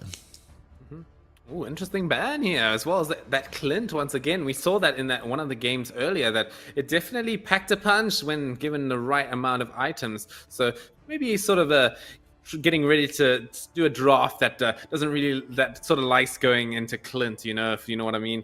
But anyway, we're going to have the first pick coming in from Team Y here. I wonder what it's going to be. With what we've seen, Minotaur is still on the table right now. You got the healing with the Flask of the Oasis. So you still have a lot of those XP laners out there with the CC and the Arvel, but it does look like they're going to go ahead, take away that Xborg from UHEX, which was, we were talking about it. It was, I Got Stamina just played such an excellent game and was really a driving force behind a lot of the offense for UHEX. Okay, well, there's something else left in the pool to discuss as well. Nightmare has access to that Martyrs. Will he pick it up in the first phase, or it could be a bit greedy to pick it up, riding on the same sort of motion on that high of the last few games he's had. Could be a bit of a situation of a burnout, maybe, as well. They maybe don't want to spam it too much. But, there we go. Stamina, picking up the R-Lot here. I like these two picks here. You got a whole lot of tankiness coming out of them. You got the regen effect, which we were talking about from the Flask of the Oasis, and you've got two heroes that specialize in their setting potential with the final slash coming out from R-Lot, the Minoan Fury coming out from Minotaur. So I mean, two really just strong frontline and setting potential picks coming out from UHEX. Yeah, I mean, and they both synergize with each other, right? Minotaur has that a large amounts of stun, which can activate those passive marks for Ara to sort of go around and anime dash all around the place. Oh, here we go. McKee and gonna pick up the Brody and the Xavier here. Some new picks we haven't seen so far in this night. I'm interested to see how they sort of utilize these picks. I know that they like picking them, so a bit of a comfort sort of angle for themselves. Yeah, we saw that Xavier was banned out last draft. And I want to say some comfort possibly being picked up there for the side of UHEY. And I completely forgot about the passive, the mark that R-Lot puts onto his enemies. With all the CC that Minotaur is going to be able to put out there, yeah, R-Lot's going to be pretty much closing this. There's not going to be much that he's not going to be able to close the distance on with a lot in this map here. And I want to say right now, lacking a little bit of CC from the side of UHEY right now, a little bit of setting potential. They have the damage out there, and they have an immense amount. Okay. I mean, this here has been out of favor for quite a long amount of time. I remember being a Gushin main back when hypercarry meta was a thing, right? You'd go mid lane with Retribution, clear the mid. That's sort of what it was, but not too sure about it right now. This is going to be a first for me, seeing Gushin out there. I'm assuming this is going to be the jungler? Oh, there it is. There it is. he's got the Retribution now. I mean, we didn't see this all last series. Yeah, no, I don't think I've seen this ever, dude. The Gushin, he's a sort of he's that pub stomper, as us Dota players would call it. Let me try and think of the right word. He's a sort of solo queue player hero, right? So he doesn't really show up too many times in a 5-on-5 situation. He's quite a selfish hero, right? He gets all the farm, gets all the kills. So we're gonna see either him stomping the entire game by himself, or we're gonna see him probably struggle quite a lot. It's one of the two. I mean, his ultimate incandescence, it gives him it resets all of his abilities, and especially his ability to throw out those blades and bring them back. I believe it's a Shadow Blade Slaughter. So he's going to be able to spread out that damage if he can land on to some of the squishier heroes. But here's the problem. Especially for somebody like a Brody, if you close the distance on a Brody, you let out that Shadow Blade Slaughter, he's immediately going to answer every single time without question. He's going to answer with his stun, create that distance back. So it's going to be if he can land that first ability, Sword Spike. That's what it is. Sword Spike. If he can land that on it, Brody can put the stun on, create that distance. If you still have that Sword Spike on it, he'll still be able to close the distance back on. So it's going to be very interesting to see how well this plays in. It's not typical, but I mean, it's something fresh. It's something new that we're seeing here in the Hawaiian Islands. Mm-hmm. One thing that there's a little bit of area for counterplay, right? They did change Gushin's Sword Spike for when he's running towards you. He has that CC immunity now, so if Seth times it, he could actually dodge that stun. Oh yeah, so I guess we'll see how well that with how it goes out there. Yeah, I'm very interested to see how these kind of play into it. We're banning out a lot of the tankier heroes here from the side, because I mean, naturally, yeah, exactly. You don't really want Guzhin going up against some of these tankier heroes. I was actually kind of wondering. I mean, but you still have some answers out there. You still got the Boxia, who actually kind of shines, I want to say, against the Guzhin. He comes stock with some magic defense. He protects himself against anti-heal stock with his normal abilities there. Both things that really can slow down a Guzhin. Who's trying to kind of nail into him. But we're going to come up, see what we can kind of synergize with the rest of these picks.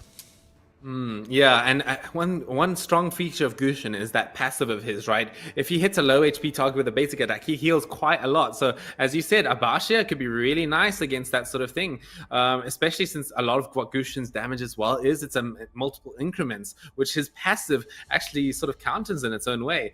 As now, we're going to look at Thickened. Going to try and pick up a maze here, or could be the marksman. There's a lot in the pool right here. Maybe an Ixia, maybe going with the Ixia Minotaur combo, you know, providing that damage in that Minoan Fury. There it is. Call me the prophet. I was about to say, I was looking at these bands. They really tried to narrow down the hero pool of Filipino Kid. You got Melissa, Claude, Carrie bands out there. We already had the Clint bands out there. So, I mean, there was we were really narrowing down some of the picks that were left out there. I guess besides a Raja. Are we going to go ahead and pick that back up? We didn't have too much success with it in the first game. I still feel like it's a strong hero, maybe utilized in a different way. I mean, it's not going to be picked up in the marksman slot for sure, because they already do have the Brody. Oh, yeah, they have the Brody, Yeah, so I mean, it could come out as jungle. That's not really a meta pick, I would argue. As we're going to see. Oh, I like these. I like this. That's going to be the classic, you know, I hate assassins Roma right there. Yeah, a huge answer for the Guzhin, which means either Nightmare is going to have to be the most vigilant Guzhin I've ever seen, or you're already delegating that Pent is not going to be leaving his side.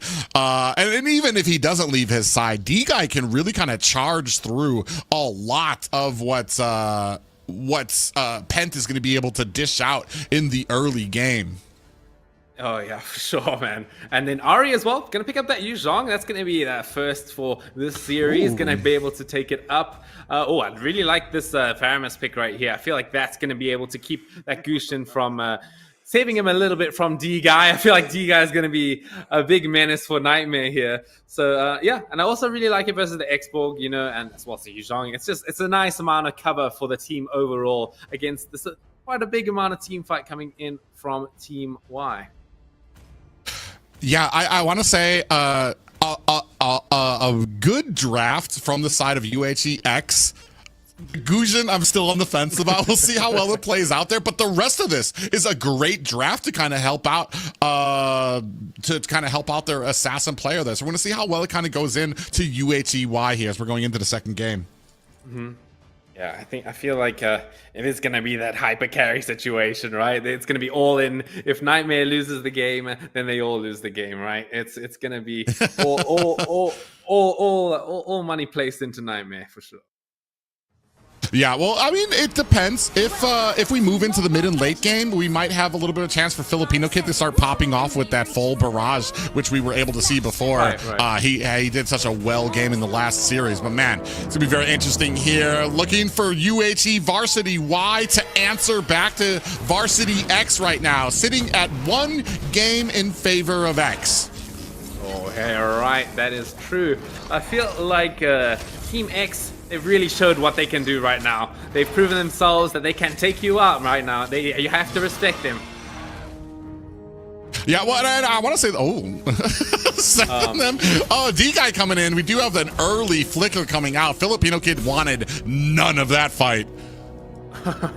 You don't want to, when you see a Hilda, you just gotta run. Surprisingly enough, Hilda not going to be going that classic right in the Guzhin's face sort of approach. Going to be more of a supporting his Brody a bit more than usual. Okay, hold on here. Okay, Pent at least in the area to sort of help out a bit. Yeah, and this is what we were talking about. Pent is out there, but like we were saying, the early game, Pent isn't really going to be that big of a difference maker. Look at him; he's already trying to come in here. Nightmare's going to have to probably use his, if he has his retribution here. It was just on cooldown, but he is still able to get his jungle. Oh yeah, that's one thing that Gushin sort of struggles with as well, is he's not the fastest clearer, right? He has to commit spells in order to get things done. As now we're already going to see Ari in a bit of a lead in the experience here. Gushin not hitting that level 4 for that incandescence. Yeah, and that might be a little bit of a problem. Still has about 13 seconds if he's still going to be able to kind of get that level 4. Looking for another minion down at the bottom. Looks like he might be able to get it. We're going to go ahead and start off here. You can already see Gushin starting to fall a little bit behind. Already about 200 gold. It's not huge amounts, but when you add it that it's only the second minute here because of Hilda, we're going to see how this really kind of stacks up here as we're going to start on this first turtle, sorry. One thing he is good at is securing, all right? You just combo the retribution with that shadow-based order. It's a pretty good amount of damage, as we're going to see Stamina going in onto Ari, trying to take down that Faraga armor. They will be able to take it down. There's the Dawning Light coming in from Xavier. It's not going to be able to help enough. And there we go. There we're going to see the Nether Realm. It's going to keep them nice and safe diving in here. Canyon pops the Black Dragon form. He's going to have to flicker out, though. Excuse me? Flicker? Yuzhong? Yeah, I didn't want to say it. As soon as I saw that flicker, I was like, what? Okay. An interesting choice, but nonetheless, still, I mean, right now, a little bit of a fight. Canyon finding some problems at bottom. Oh, yeah, but he's going to have that Char residue keeping him nice and healthy in this situation. Yeah, we usually see, obviously, the big one is the Petrify, right? Maybe Vengeance if, you're looking for some survivability inside team fights and you have some stuns on your team already. But Flicker, not too sure about that one. Yeah, well, and then when we were talking about that last fight, when we saw the Black Dragon come out, that Petrify would have landed onto like 3 or 4 members of UHA Varsity X, and he probably would have been able to secure himself a few kills. Sorry, I just Ricky died to the Dawning Light there. So I don't know. That was pretty impressive. It's a good friend of yours, I take it. Right. D-Guy here, yeah, trying his best to kind of like be that nuisance and an early full barrage out there from Filipino Kid. See quite aggressive plays coming in from Team Y. As well as the Hilda should be able to sort of apply some pressure. As we said before, it's not all about Nightmare. Actually, Filipino Kid has a say in this. Late game, Minoan Fury and the full barrage is quite a menace of a combo to work with. So probably see some plays coming out like that, as we see a pause coming out from Stamina asking to request. Yeah, two of them looking for a pause. And I want to say, you're talking about the aggression, but that's kind of the rules you lay down when you pick a Hilda on your team. As much as a offensive monster that she can be when you have the advantage, and especially in the early game, she falls off very hard. And especially if you start losing that advantage, you start getting out damaged, there's really not much that a Hilda is going to be able to do, because every single time when you get out of that laning phase, when the entire team is grouped up, she finds herself as a target every single time she's looking for that odd person out. Taking a look at the mini-map here, actually, Gushin has that level 4 with the incandescence. He might be able to actually burst down this Brody. Xborg, not really a hero that can protect his allies that much. I feel like he might be able to get that first kill that's so necessary for the Gushin to pop off. Yeah, we're going to see here, man. It's an interesting pick that Canyon went with the flicker. I'm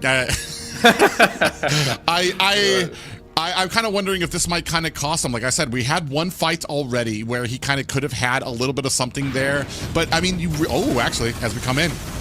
Oh, there it is. The fast hands coming in from Nightmare, being able to pick up Seth. That's another good point, right? Gushin is one of those heroes that you kind of need a good net to sort of pop off with. That's going to have to see how he deals with it, with a sort of a bit of a higher general MS coming in from Hawaii. So it's another one of those factors. Well, I think he's gotten very confident on it, especially to pick up a hero like Gushin. Ooh, Thicket gonna go ahead and pull D-Guy into the tower. Oh, I mean, D-Guy is that hero, that annoying slug. Well, not slug, he's quite fast. Oh, we're going to see the power of the wilderness coming out. D-Guy getting quite aggressive again. The full barrage coming in from Filipino Kid. Are they going to be able to take him out? They will. Yeah, Filipino did a good job there, and especially a great job by Pent to add in a little bit of a pop-up there to elongate the time that he spent inside that full barrage. And unfortunately here right now, UHE Varsity X having a heck of a game. Right now, both side laners up on their side. You can see 3-1 gold. Already Arlott picking up his belt, and a lot of damage. And now Nightmare securing that Genius Wand. Oh. A good attempt by Nightmare with Incandescence, but Ari quite fast with the Retribution. Yeah, they're able to get that turtle. They're going to have themselves a little bit of shield now. This is going to be great for D-Guy if he wants to kind of press his will here. You see him already. Nightmare is getting scared. Okay, no, he's okay for now, but he's going to have a little bit of trouble with that red buff. Oh, Seth taking out Filipino Kid. That's a pretty good pickup to get. He might get the tower on top of that. Yeah, and right now I want to say min-maxing with that little bit of shielding they got from that turtle buff now, doing a great job of really changing the tide here. Whether it comes to D-Guy using that shield and just rushing at Nightmare, and then when it comes up to the top, Seth able to kind of jump under the tower with that shield and find a kill onto the enemy marksman. Oh, Thicken caught with his pants down, no Netherrealm to work with. I mean, that's not a great start for his game, at least. Gonna probably show his results a bit later on, though. Ent looking to go maybe with a flicker and the known fury here. The fight's gonna start out. There's the full barrage. It's actually gonna miss out on a few members. Unfortunately, flickering into the wall. Pent's probably gonna get blown up by the Last Insanity. No, he's actually gonna be able to make it out here. Here comes the Incandescence coming in from Gushin. It's onto Ari, who's quite tanky though. Black Dragon form, fishing around, swimming, and looking for that kill with the flicker. It's not the Petrify, unfortunately. Only actually managed to only get one stun with that knockup. D-Guy getting caught on by stamina. Quite a tanky hero as well, though, as we're not going to see anybody die from that engagement. Yeah, and I see what his plan was with the flicker, but I mean, as we saw, he didn't really even catch anybody. He caught one person with it, as everybody else was able to get away with it. Maybe I don't know. It's the usefulness of it there, but I mean, good. Safe play by Varsity X to kind of slow down this push and this momentum of Varsity Y right now. I mean, this Nightmare is 1-0. It is a good sort of standpoint, but on a hero like Gushin, you need to be really popping off to make it effective. Here we're going to see the turtle. It's going to go once again to Ari. I mean, that makes sense when you're looking at the level difference. Sure, I might have been level 10, but that one level difference still makes a point.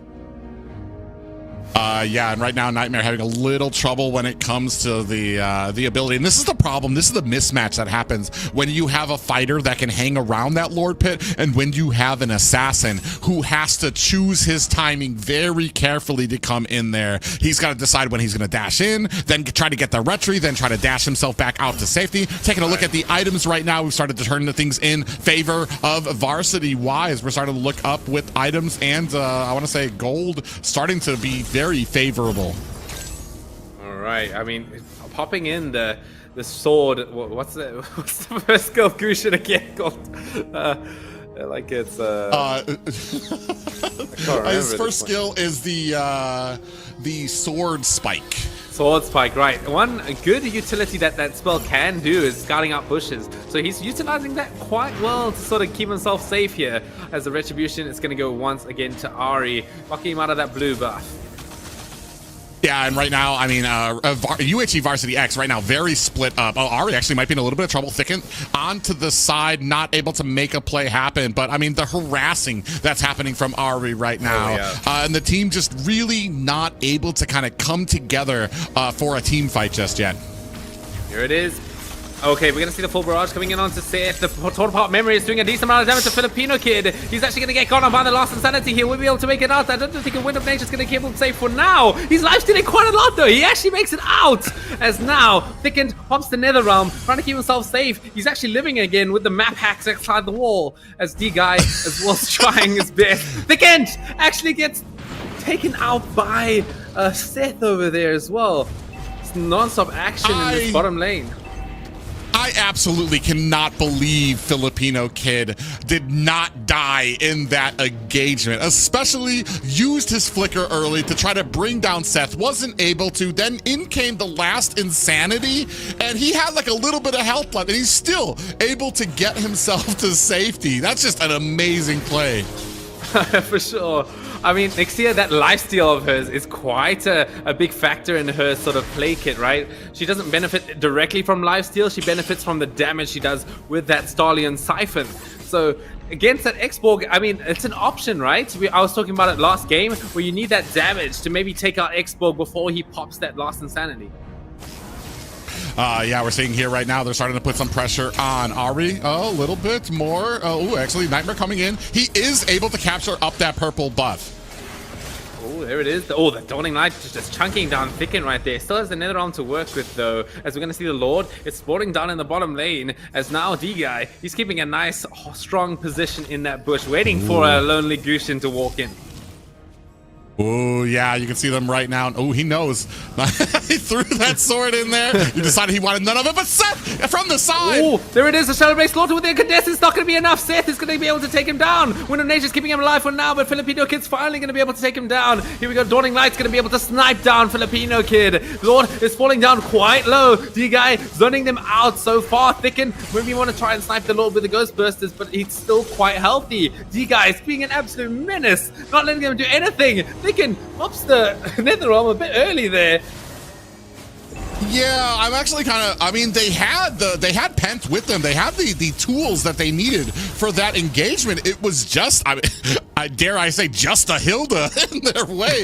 They couldn't take down all three of them. That was just a very interesting retreat from Varsity X. But right now, all the momentum starting to swing in Varsity Y's favor right now. Unfortunately for the Gujin pick, I mean, this is kind of something that we saw and we were kind of scared of, is that once you start like bullying them in the lane or bullying them in the jungle, there's really not much that he's going to be able to do to kind of come back. And you can see here, especially when it comes to the items, only really has two, the Genius Wand and a little bit there from Burn from him, while on the other side, I mean, 6K is about 1K behind his enemy jungler. Okay, we're going to see it's just a bog standard Lord right here. It's going to be starting to smack the tower just a little bit for Barrage.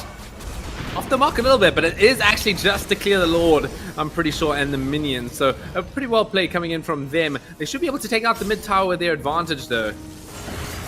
Yeah, and then they're going to go ahead and very quickly move on to the jungle, making sure that Varsity X has nothing to think. Oh, actually, okay, stamina. I want to say, like, they've done such a, Varsity Y has done such a great job of keeping X on their back foot right now while they have the momentum. They're not letting them group up. They're keeping them separated, keeping the pressure on all of the lanes. So they have to separate to really kind of stop a lot of these pushes, which means they don't have the team fight. They don't have the combination of the Minoan Fury and the final slash and the damage that can kind of be output there, especially with Thickens on this Varamis. They're always separated. And what we're waiting for is when we start moving to this late game, can X bring this to a late game?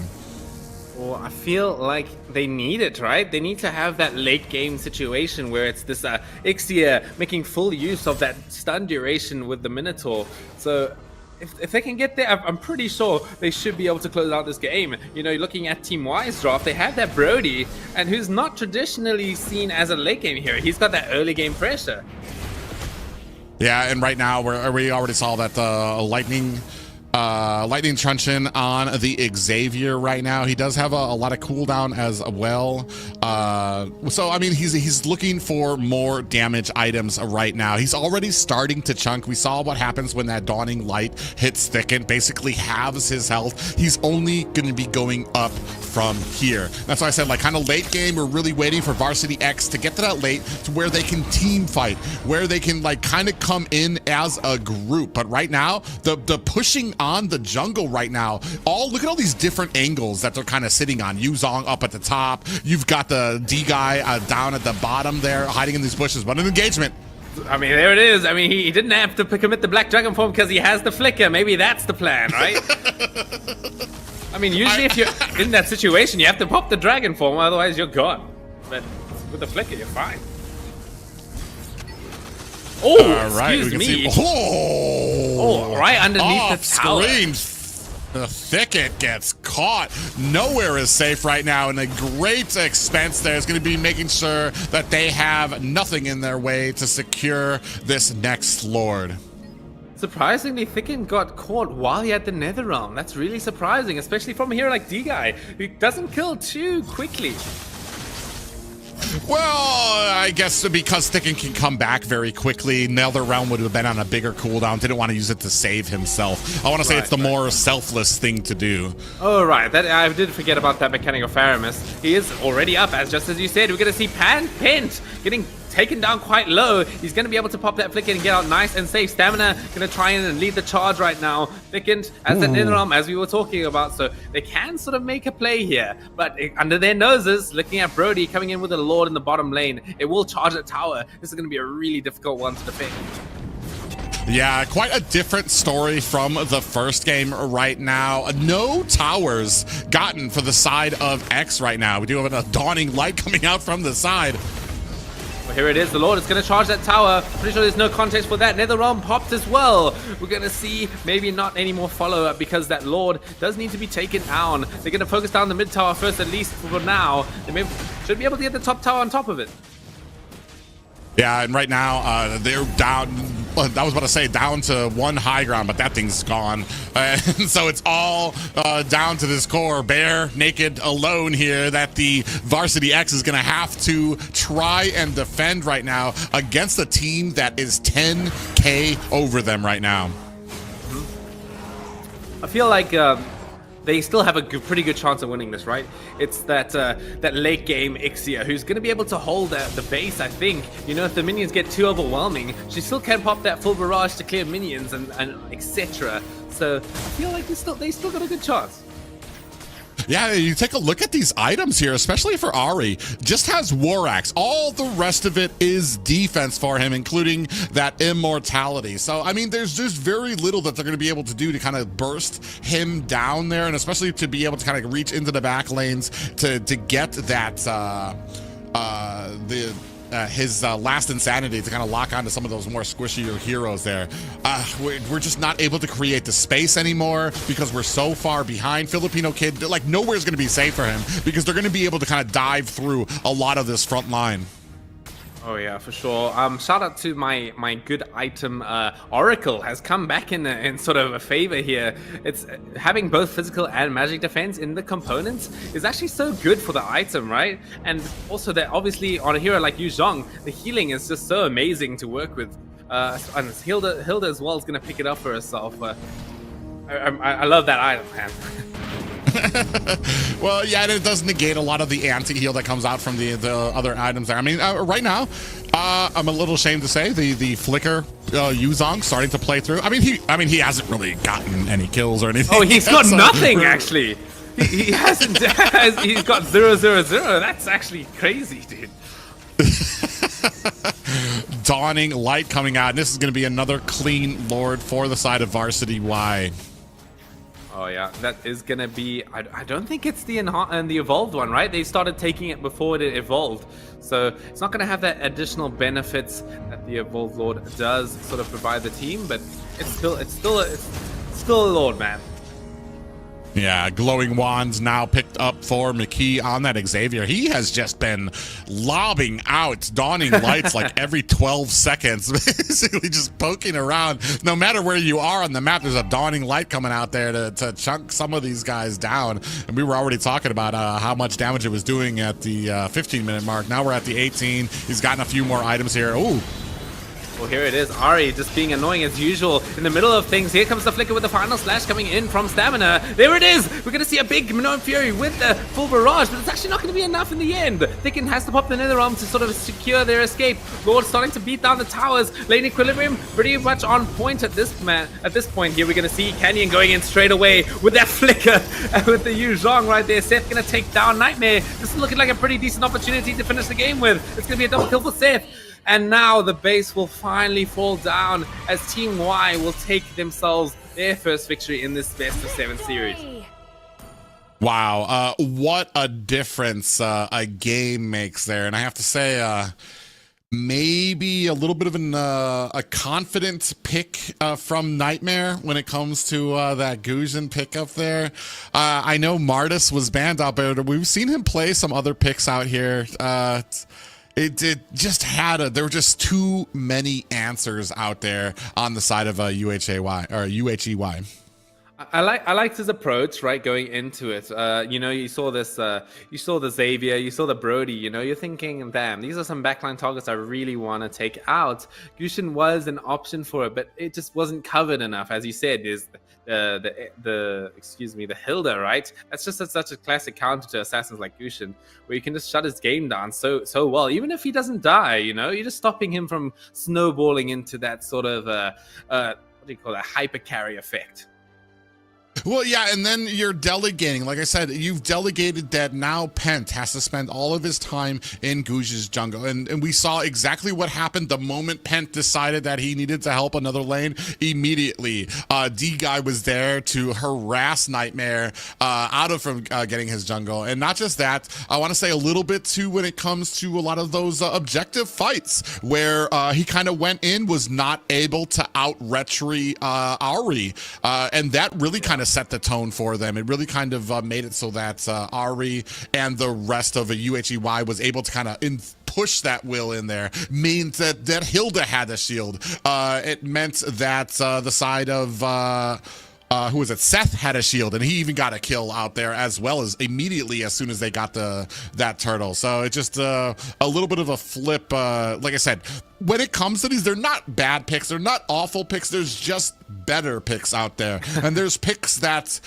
don't require you to check so many boxes to be successful. Yeah, that very well put. That's exactly sort of how to explain this game so far. Yeah, I mean, Faramis as well, sort of struggling quite a bit against that Hilda, right? That's the sort of hero that, as well, not only counts the Gushin, but the Faramis sort of pokes you down, like baiting you to use that Nether Realm, as we saw that happen and like diving that tower, like managed to catch Faramis down quite a few times. Yeah. A very great, I want to say, draft there by the side of UHEX. I was kind of questioning a few of the kind of like outside picks there, but I mean, really, that Hilda kind of came in clutch. I want to say that was kind of the front runner for the team, followed up by Ari on the Xborg, who really kind of showed through, especially when it came to those retry versus retries of the Guzin, able to kind of secure a lot of those objectives, put them in a position where the Hilda could really kind of enforce their will and kind of dive into the jungle a lot there. And then, of course, I mean, and then the supporting roles from all of them. We were talking about the Xavier. I mean, right from the beginning, just lobbing out dawning lights after dawning lights, catching a lot of them. Even so, it was to a point where they were never at 100% for one of these fights, because a dawning light would come out, boom. Now you've got your mage at half health. Now you've got your marksman at half health. And they were never able to really utilize the strengths of their composition, where you had that frontline ability from Minotaur. You had the setting potential from Arlot, to the point where they were so far behind that you were never able, that even when they had a perfect set, where you had the marksman who was able to lob out a full barrage, they still were not able to bring them down because they just were so far behind at that point. I know you don't want to talk about this, Priv, but that Yuzhong flicker. I mean, I think it did what he was meant to do with it, right? You know that it's you use the Black Dragon form for two things, right? You use it to go in and sort of disrupt team fights, or you use it to get out if you're being ganked. But I feel like Black Dragon form is used better when it's going in. So in order to keep it off cooldown, I feel like the flicker sort of worked in that way, not having to commit it like so early. Okay. Okay. I don't know. I know. I'm trying to imagine. All right. In a lot of those situations, what would have happened if he didn't have the flicker, and he had the petrify. And I just feel like, especially those first two engagements with the Yuzong, there was one that was super early. Yuzong dove in on top of like 3 or 4 of them, got some damage off on them, and then they kind of just shook it off. They're like, okay, we're alive. And they shook it off, and they chased him down, and he flickered out. At that opportunity, we could have had a petrify in there. It would have kept him there. They would have taken the full brunt of that, and he might have actually got himself some kills. There was a second opportunity where he was diving into the purple buff, and he I don't know if you want to call it he whiffed, but he flickered and jumped into them, and they all got out of the way of it. I think he caught one person with the pop-up. If he had gone in with the petrify, he definitely would have caught, I want to say, the gaggle of them, because they wouldn't have had their dashes to get away.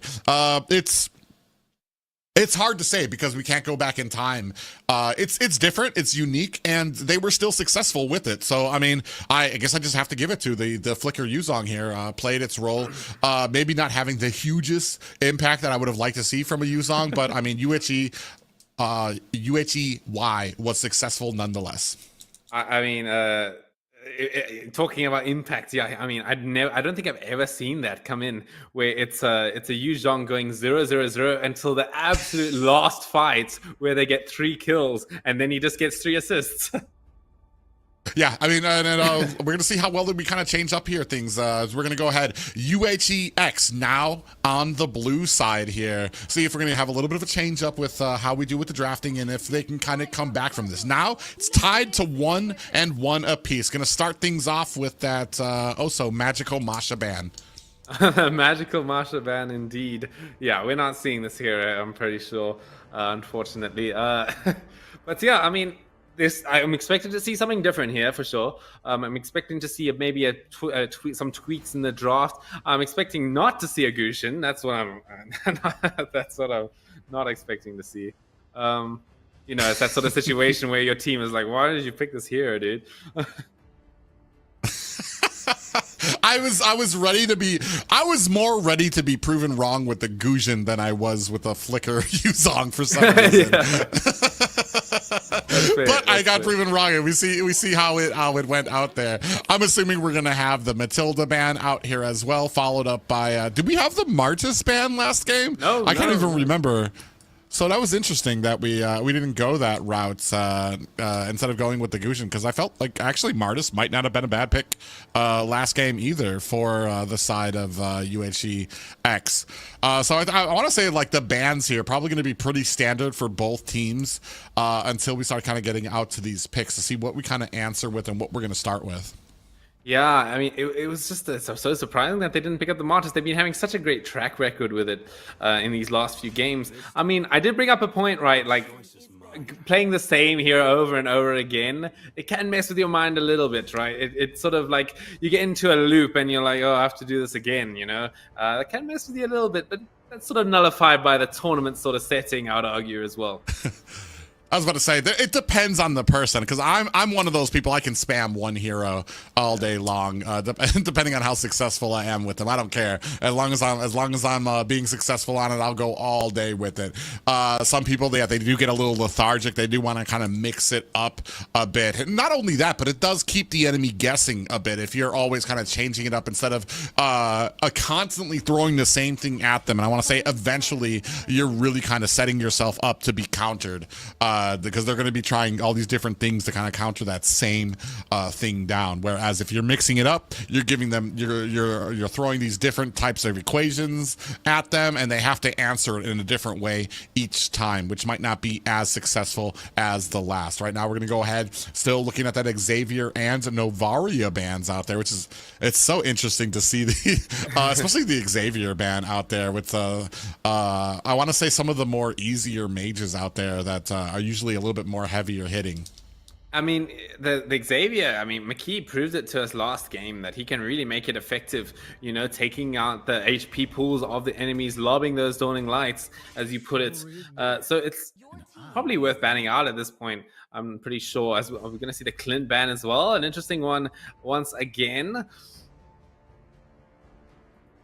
Right now, still waiting on that last ban. I mean, this has been a pretty big standard. Clint was banned out last time. He's been banned out in all the games so far, even when they already had a gold lane. So I'm going to assume that he presents that big of a threat to X right now. They apparently Seth is probably just an absolute maniac on Clint.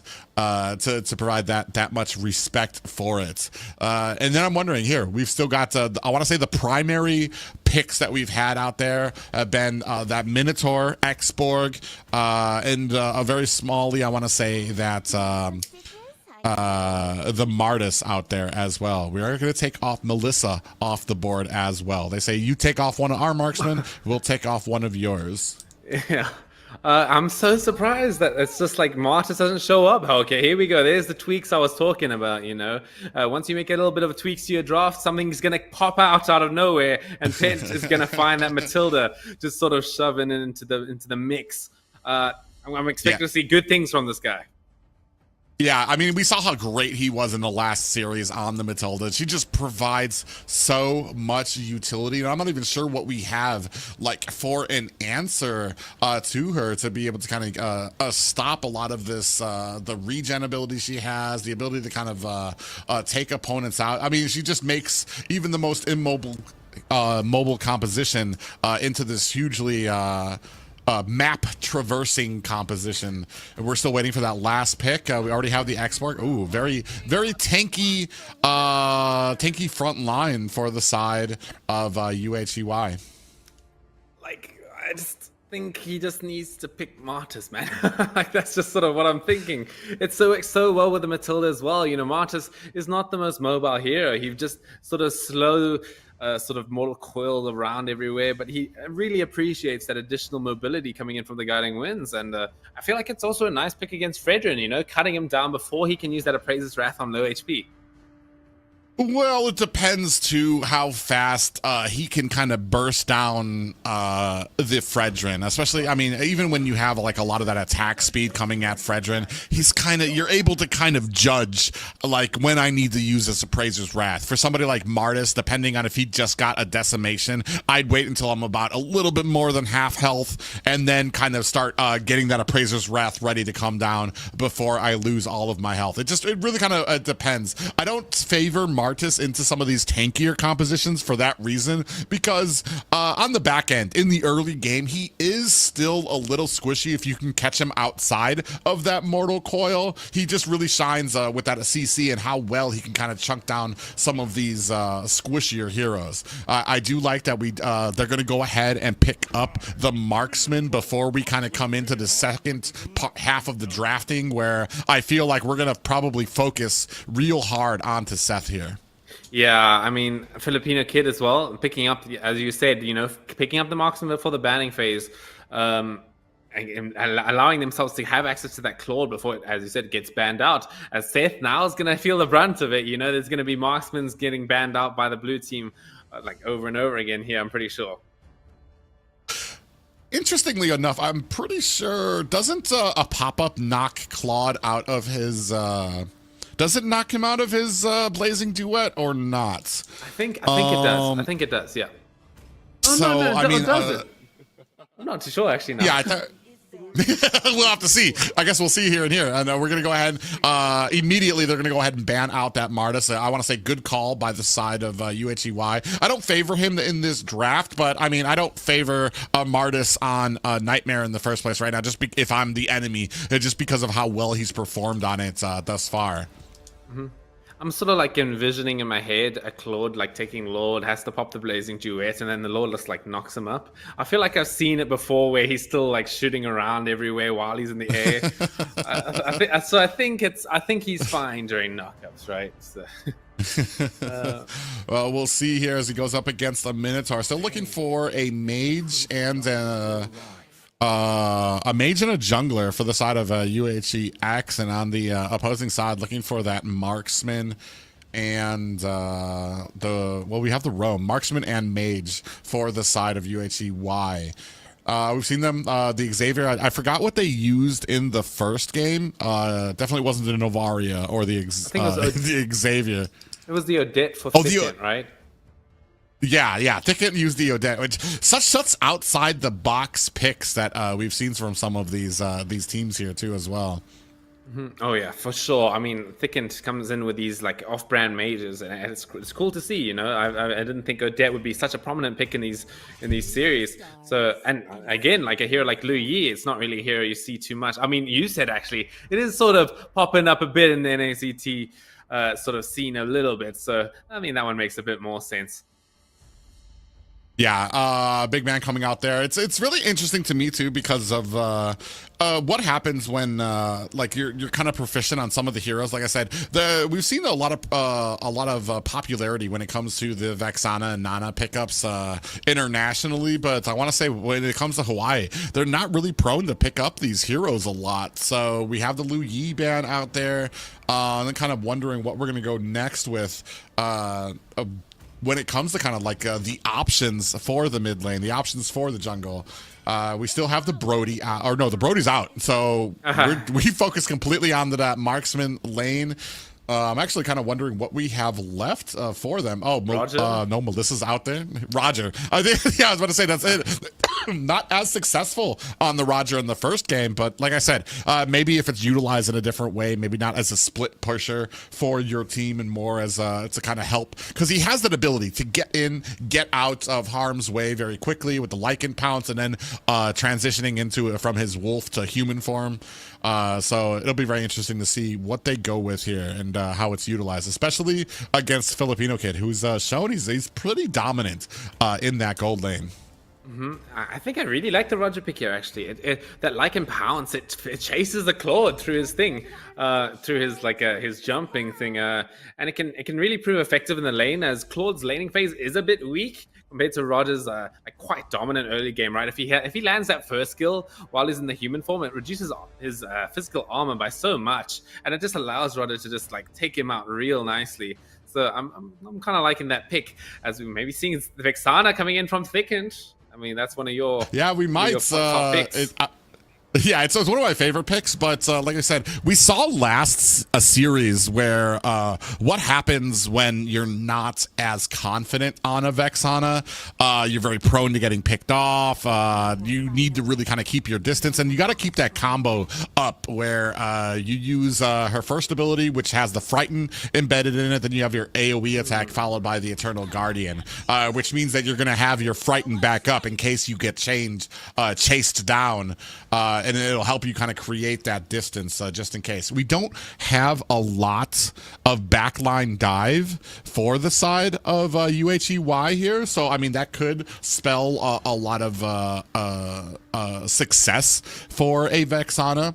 But like I said, it depends on how well they are with using it. I haven't seen them use it very, very well. And most people who are confident with a Vexana, like it's an immediate pick, you know, like it's like, all right, Vexana, we're going to pretty much crush it with this. So we'll see how well it plays out there, especially with a Lilia. Oh man, that's a marksman I literally just crossed my mind, flew past my head, was the carry, right? I think it's going to be really good this game, especially against this Barretts that got picked up. I'm not too sure about that pick coming in from Nightmare. I mean, you got the Xborg, as we talked about, as that classic sort of counter with countering that high HP targets with that true damage coming in from the Last Insanity. So, again, alongside the carry now, which is a good response to that as well. So I'm a bit concerned about Nightmare's integrity this game with this Barretts pick. Well, it depends on how well, because you do have the Matilda on your side, which means you're going to be able to kind of create the distance. You're going to have the shielding that comes with her basic skills. Then you're going to have the shielding that comes with that Flask of the Oasis. So, and it doesn't mean that's impossible for a carry. I just feel like it sets the bar to at least, I want to say, like the 9-minute mark before you're really. She's going to need some items, a lot of items. To be able to kind of burst him down with all of that lined up in his corner. Yep. Okay. Well, here we are into game 3 between these two teams. We're gonna see if Team X can keep up their streak when it came to it. Well, it got broken last game, I'm pretty sure. But I mean, it's even right now. We're gonna have to see who comes out in the lead, making the difference in this game 3. Yeah, looking to kind of pull forward. Both of these teams looking to pull forward, get some momentum behind them as they move into this. Like we said, this is a best of 7, so we've still got a lot of games to go here. Both of these teams have ample time to kind of find those counters, find those compositions, find those rotations that they need to be successful. Yeah. I'm gonna see that Lilia picked up. It's some pick we haven't talked about too much here. As we talked about in a few other games earlier, the Matilda sort of offsets this Lilia pick, right? You got these guiding winds that sort of allows you to dodge those exploding balls that Lilia sort of offers into it. So, I'm gonna sort of see Lilia probably having a little bit of a hard time landing her shots. Yeah, we got a lot of regen on the side of Varsity Y, and then a lot of movement speed. And we're already engaging in the jungle right now. D-Guy gets completely blown up by Thicken right there. That big amount of burst damage here. Nightmare looking to chase it a little bit more, but won't really find anyone else. But yeah, this is what I was talking about. This is especially the early game advantage that you get with a Vexana. As long as you're kind of keeping your distance, maintaining the damage out there, she clears so fast. And then in those early games, I mean, you're gonna try to invade, and the amount of damage that she can just output is quite something. And this is her without her damage items yet. oh yeah, for sure. And that's something that people have been sleeping on as well. Well, I mean, everyone realizes it now, right? That Vexana's wave clear is pretty damn good, you know? Once 1 minion dies, they pretty much all die. Yeah, especially that little passive mark that comes on there. They all start exploding all over each other. We're moving on to the first turtle of game 3 here. Looking for a good positioning. Both junglers look like they're going to be working on their buffs before they start on this. Oh yeah, I mean, it's going to be a bit of an awkward fight in that regard. Although Nightmare manages to finish his breakfast first. He's going to be straight on to the turtle, while this Fredrin will be a bit late to the party here. Doesn't really have his team to back him up, as Thickened will be able to secure the turtle for him. Yeah, real interesting here. I'm not gonna lie, I'm a little, I'm like holding my breath with, Thickent. I was just about to say, I'm holding my breath with how aggressive Thickent is being on this Vexana, just because, like we saw before in the last series, how easy it is to kind of gank them when they get close. I mean, you're talking about it, and it's happening in front of my eyes. Another victim to that early game from Vexana there. Those bomb drops of that second skill are really impactful so far. Yeah, she's absolutely amazing. That's why I said, like, I've been wondering why we haven't been picking her up. And she's so, I want to say, as far as, like, complications when it comes to playing a mage, she's one of the easier ones to play. Right, now all you do, you just gotta use that first skill, lock them down, and then just stop throwing bombs on them, exactly how we've described it. And yeah, you know, and obviously that mini lord as well is just such a nice frontline for your team. It's just like having another tank without any CC skills, but it's nice to absorb shots, you know, with all the skill shots in the game. Yeah, and right now, 3-0 for UHE Varsity X. A great start for them, especially coming off of a loss that they did from the last game. Right now, just narrowly edging out ahead by about 1K. Oh yeah, that's about 2K actually. Damn, they're keeping up the pressure quite hard coming in from X here with a decent amount of lead, just under 2K. McKee though finishes up his Enchanted Talisman. We're gonna start seeing him be a bit more aggressive when it comes to that big amount of cooldown reduction. Yeah, and right now, looking for about 11 seconds left on this next hurdle. We're looking to see if UHE Varsity Y gonna try to actually contest this. They don't look to be in a position. You start taking a look at the items. Already have a Hunter Strike on for I Got Stamina, and we have the Demon Hunter Sword already picked up as a first item for Filipino Kid. Yeah, so managing to skip through the boots and finally picks up the Demon Hunter Sword. He's going to have a nice early game timing to work with, although he's caught with his pants down a little bit down in the bottom lane here. He's actually going to be able to jump out, keep himself nice and safe. He goes back in, actually. He's going to get caught out for that. We're going to have the Black Dragon form with the Petrify this time coming in from I Got Stamina, with the Purify coming in from Seth is going to be able to keep him alive for now. The Detonus Welcome comes in from the side, actually misses out on most of the targets there, pushes back a few members, but Pent will take the tower damage and will not be able to make it out. Oh, Filipino kid. I know he's regretting that decision. He had the free and clear. He could have got out, but I don't know what they said to him. They insulted him, and he's like, no, I cannot let this injustice stand. Dove back in there, and unfortunately, to his demise. I mean, it could have been that, could have been a misclick. We'll never know. Maybe the interviewers can. No, don't ask him about that. I'm sure he doesn't want to talk about it. Anyway, we're gonna see that the junglers so far in between the two of them, Nightmare in a bit of a lead for himself here over Ari, in towards Canyon. I mean, that's sort of what I expect for the Barretts, right? He sort of jungles insanely fast with those big hoof stomps.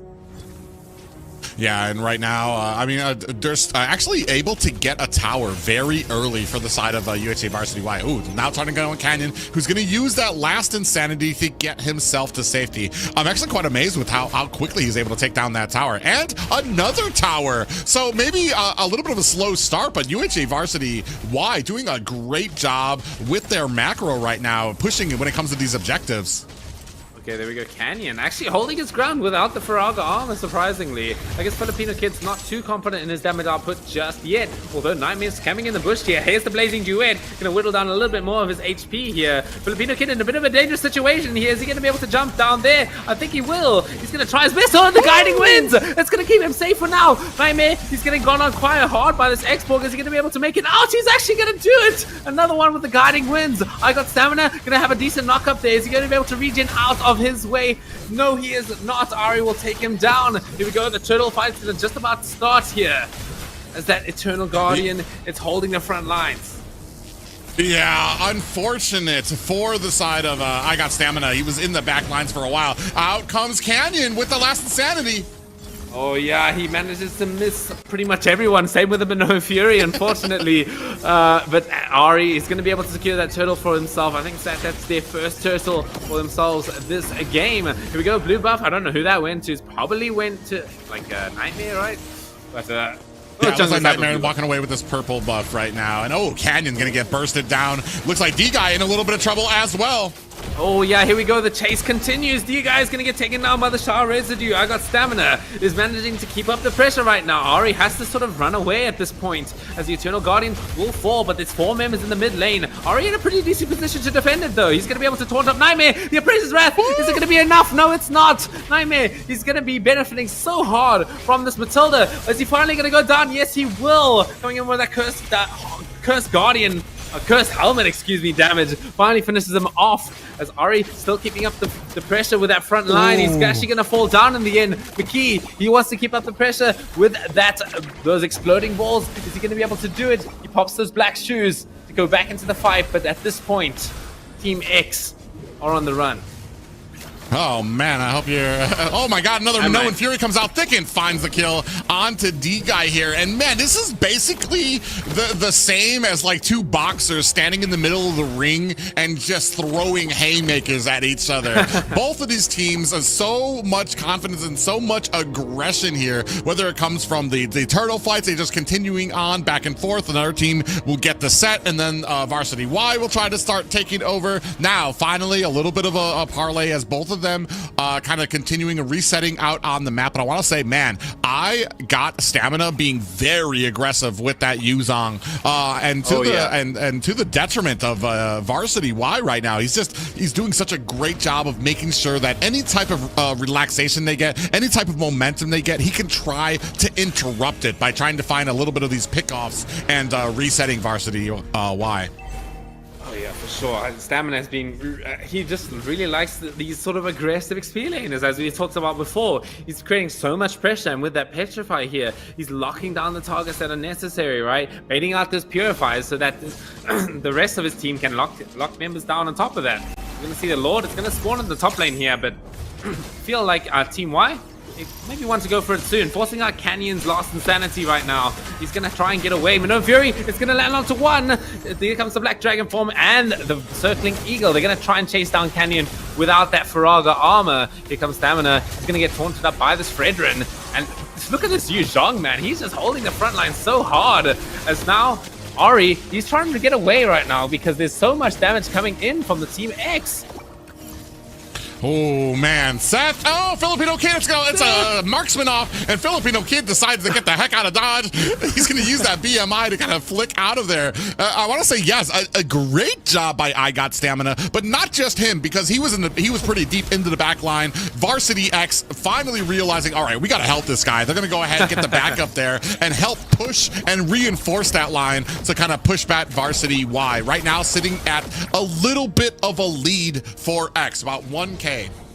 Oh man, yeah, I mean, that was just like a one and like Filipino Kid and Seth, they really have a death wish for each other, man. They just want to kill each other on a one-on-one basis, ignoring the rest of their teams, respectively. As you're going to see the Lord going down low here, we're going to see a 4-man Minnow Fury. It's actually huge. It gives Ari enough space to take down the Lord. Dennis Welcome spits out D-Guy, allowing him to escape, actually. Alright, we're going to see the Blazing Duet on top of that as well, pumping out the damage. I Got Stamina, going to take out Seth. Lost Insanity, it's going to be out. He's going to miss the mark, only going to hit the Eternal Guardian. Circling Eagle, it's going to be able to get enough leverage to finally take out Canyon. Team X, they're starting to roll over the side of Team Y, even though they lost the Lord.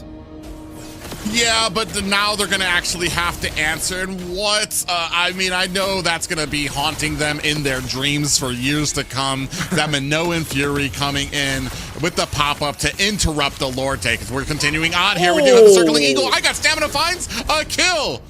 Oh, thickened, man. As you're seeing that Vixana damage coming into play, it blows them up when they start falling, right? The more they fall, the more damage it does.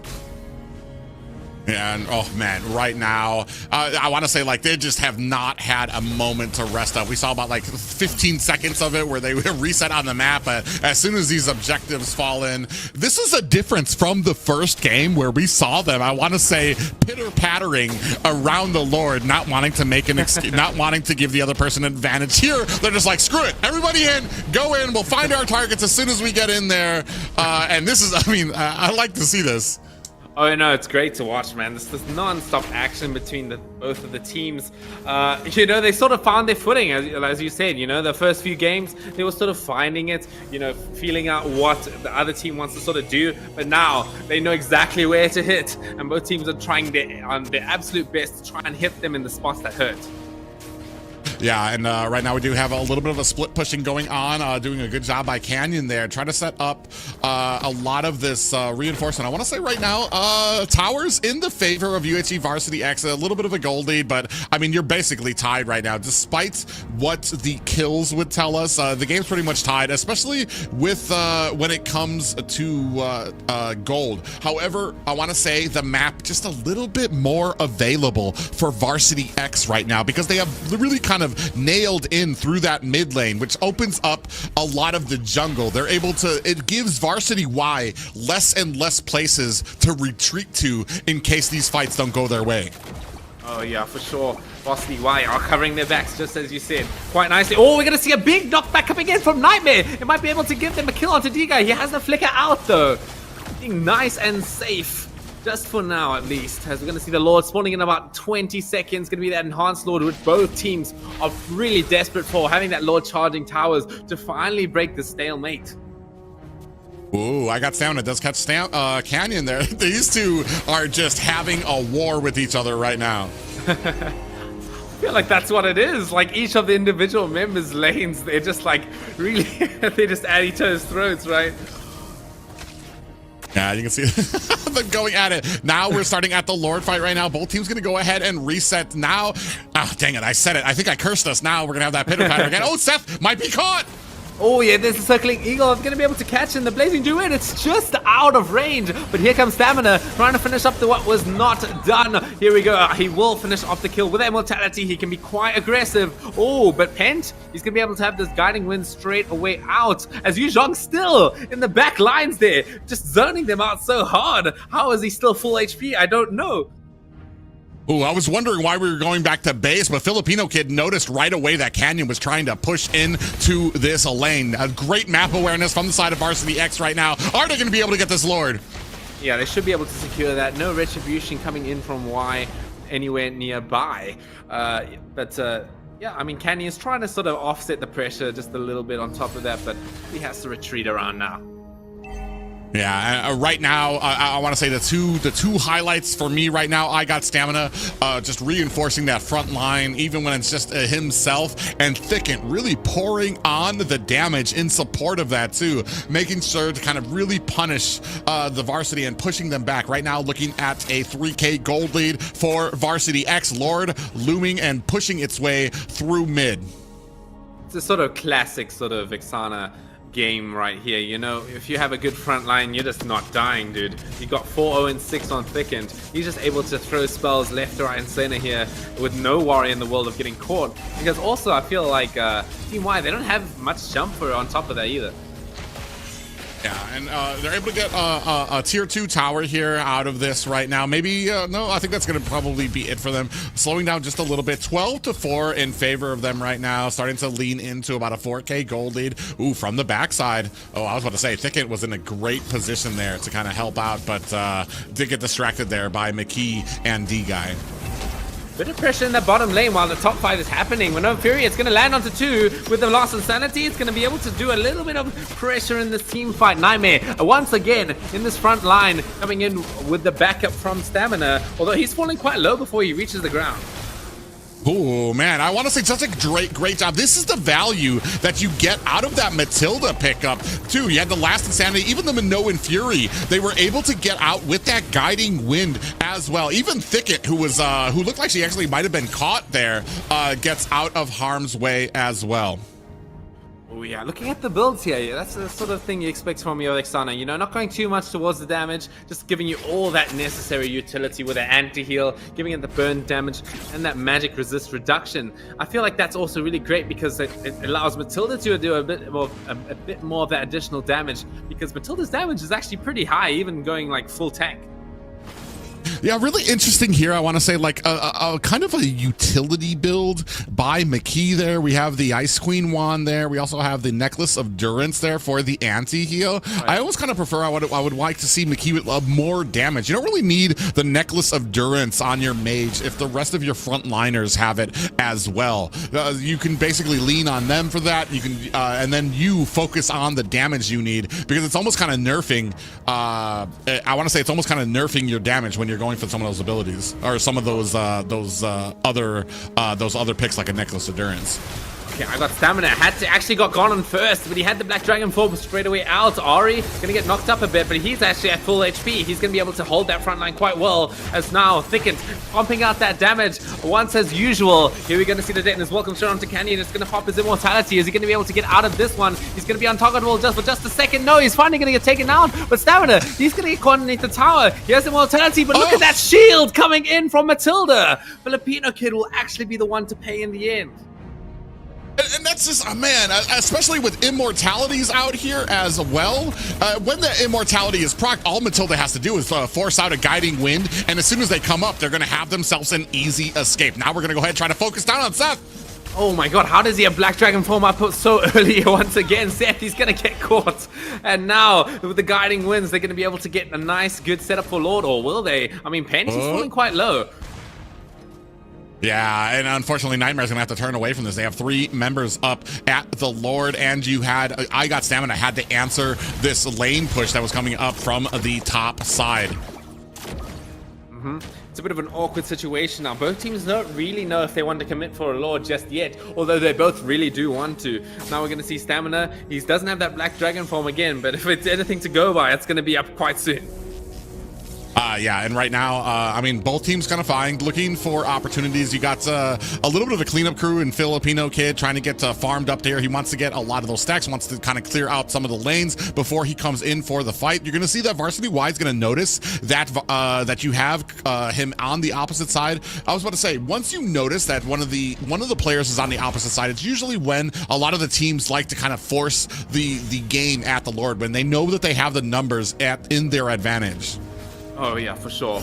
Let's see, Canyon looking maybe to go in here. Does not have the immortality this time. You're going to see the team fight brewing out so far. With Fury, it's going to land onto 2, but with the Purify making it a little less impactful. We're going to see Godlike coming in from Stamina here. He's actually holding that front line so well once as per usual. Ori picks up that immortality at the right time. Stamina, is he finally going to fall down? Seth will manage to take him out. Vexana, this is those skills onto Seth. Ari, he might be able to get the Lord for himself right here, but I think it's too dangerous. He's going to have to walk back. Or will he? Oh man, it looks like they're still gonna go ahead and try to bait out something out there at the Lord. But we have the mages at mid. I'm looking for Thicket to kind of support out with some suppressive fire here against Ari.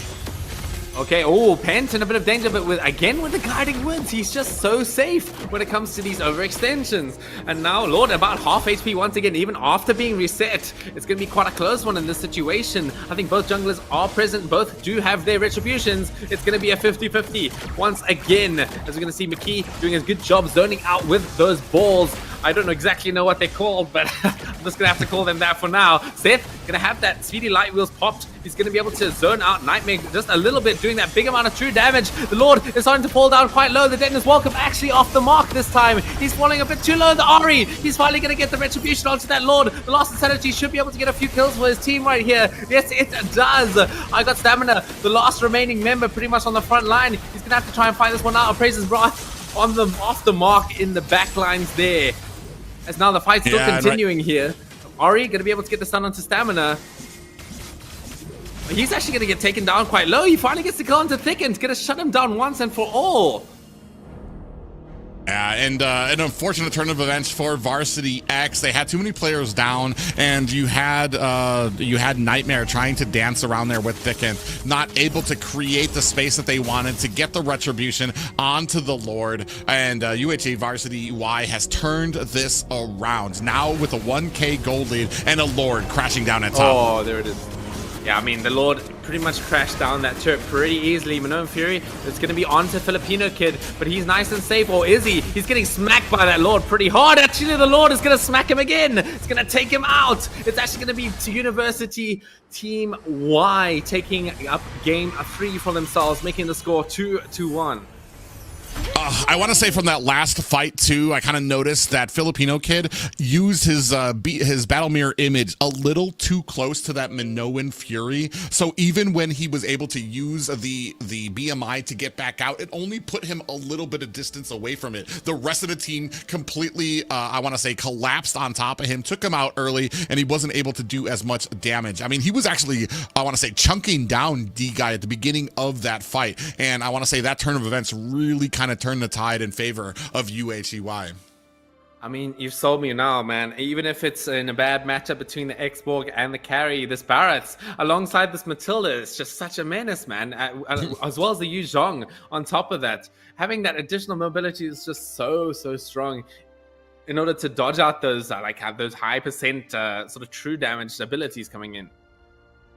Yeah, and this is unfortunate too, because now you've gotten beat with the Matilda on your side. Does this mean that now we're kind of at a point where we don't mind if the Matilda kind of comes into play? We know that we can take it down, even with the Barats. That's a huge and powerful composition, is the Barats and the Matilda. And we even saw it there with that last team fight. It was just 3 of them. They were still able to kind of hold their own for so long and close the distance onto that Lord. Unfortunately, for the side of UHEX, it just was not enough. I do like the Vexana play into it too. She was providing a lot of suppressive fire, a lot of damage onto a lot of the enemies of UHEY, but in the end, yeah, like I said, not enough, and UHEY takes a game over X. Oh yeah, but yeah, it's unfortunate that they find they did get caught by that just overwhelming sort of presence that that this X-Borg can give, right? It's just such a menace of a hero in these games as well. It's something that might also need to start getting banned out, maybe.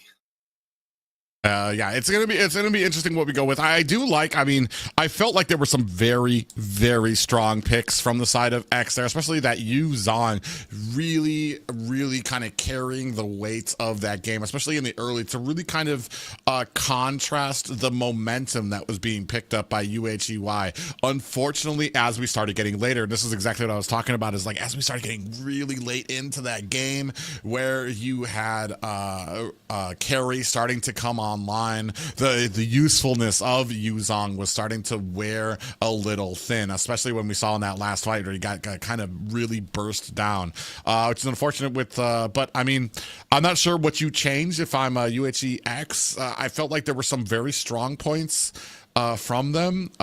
Maybe it kind of comes down to this Xborg. I want to say with this series, Xborg has the 100% win rate right now for this series. Does he? Oh my god.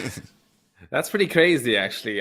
Thinking about it, Xbox is not he doesn't like, he's not too flashy of a hero, right? His impact is sort of in the background, but that impact that he does provide, it means like winning a team fight or not, right? So yeah, I mean, it might be considered being a ban if we're looking at the statistics, as you pointed out. Yeah, it's very interesting. We're going to see how well they kind of a great game there, but UHE Y, I want to say too. I want to say not the greatest of drafts. There were still some holes in there, and even had some issues with the early game.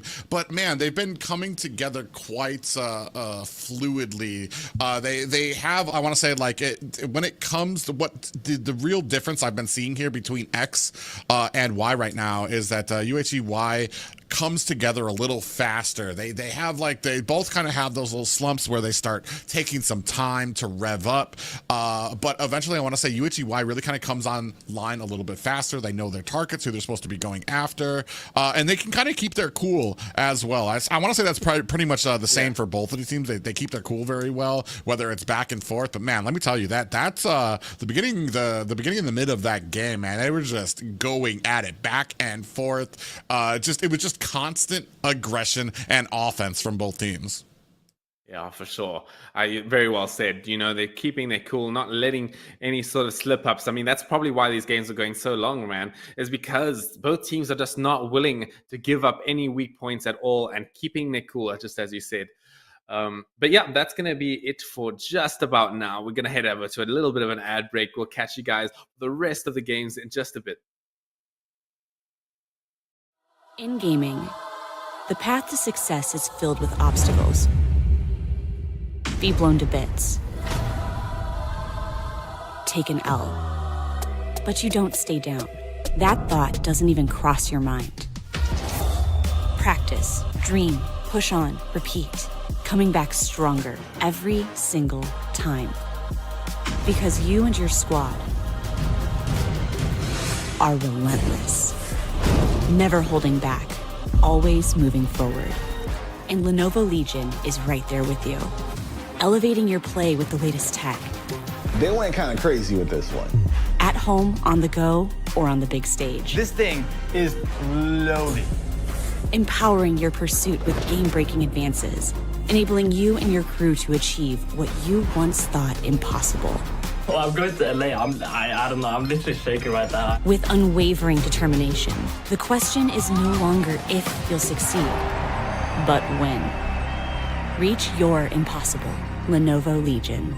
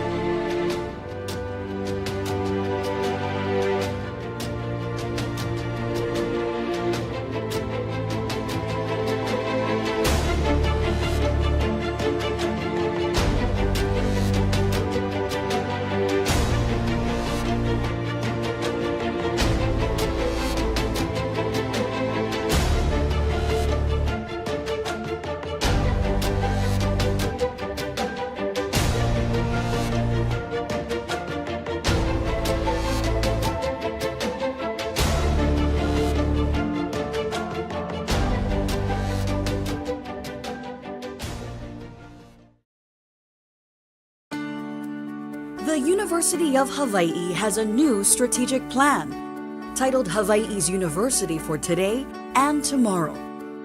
To guide your public higher education system, 10 unique campuses, 9 convenient learning centers, 1 incredible ohana. There's a place for you. Affordable, high-quality education. Visit applytouh.org to learn more.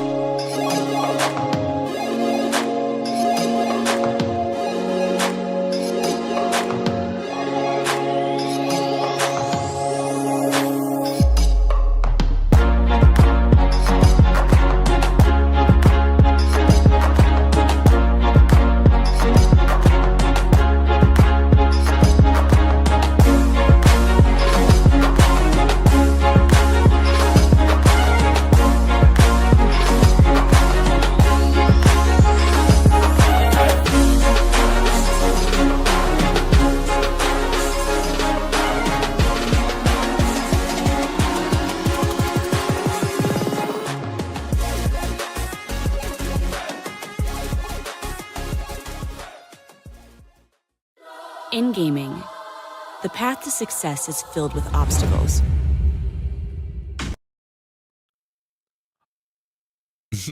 Well, hopefully, ladies and gentlemen, you were not expecting a short night here, because it looks like both of these teams are going to be throwing everything and the kitchen sink at each other. I want to say we have a strong possibility. This is going to be a best of 7 right now. Very close. It is 1-2. UHEY standing firm in the lead right now.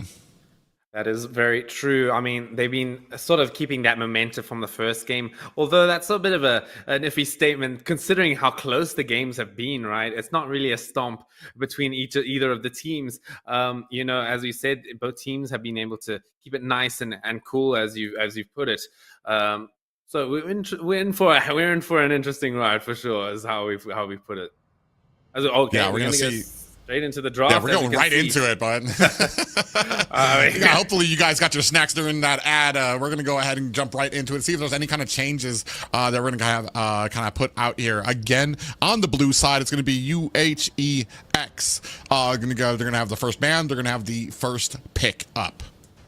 Yep. I feel like, just thinking about how the game goes, I do really want to see Nightmare on that Martyrs, man. I just really want to see him play that hero, dude. I just love the way he plays it around his team. Obviously, I guess the last game wasn't too ideal for him to sort of pick it up, but it is what it is. As we're going to see Awansa as well, the Masha being banned out.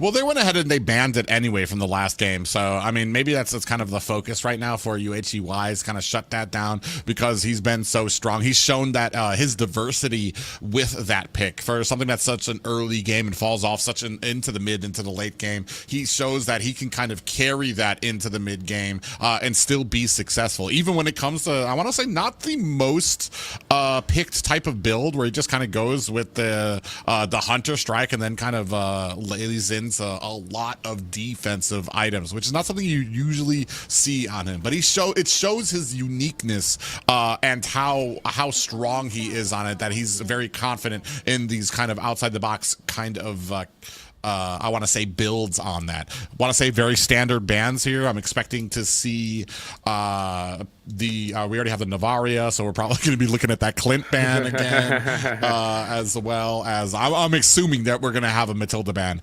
Regardless of how that last game went, Matilda still, I mean, it's a huge thing to kind of deal with. Yeah, I mean, I was so impressed at the way, but all of these teams have been using Matilda, man. It's just such a strong sort of team fight enabler, team play enabler, more than team fight enabler.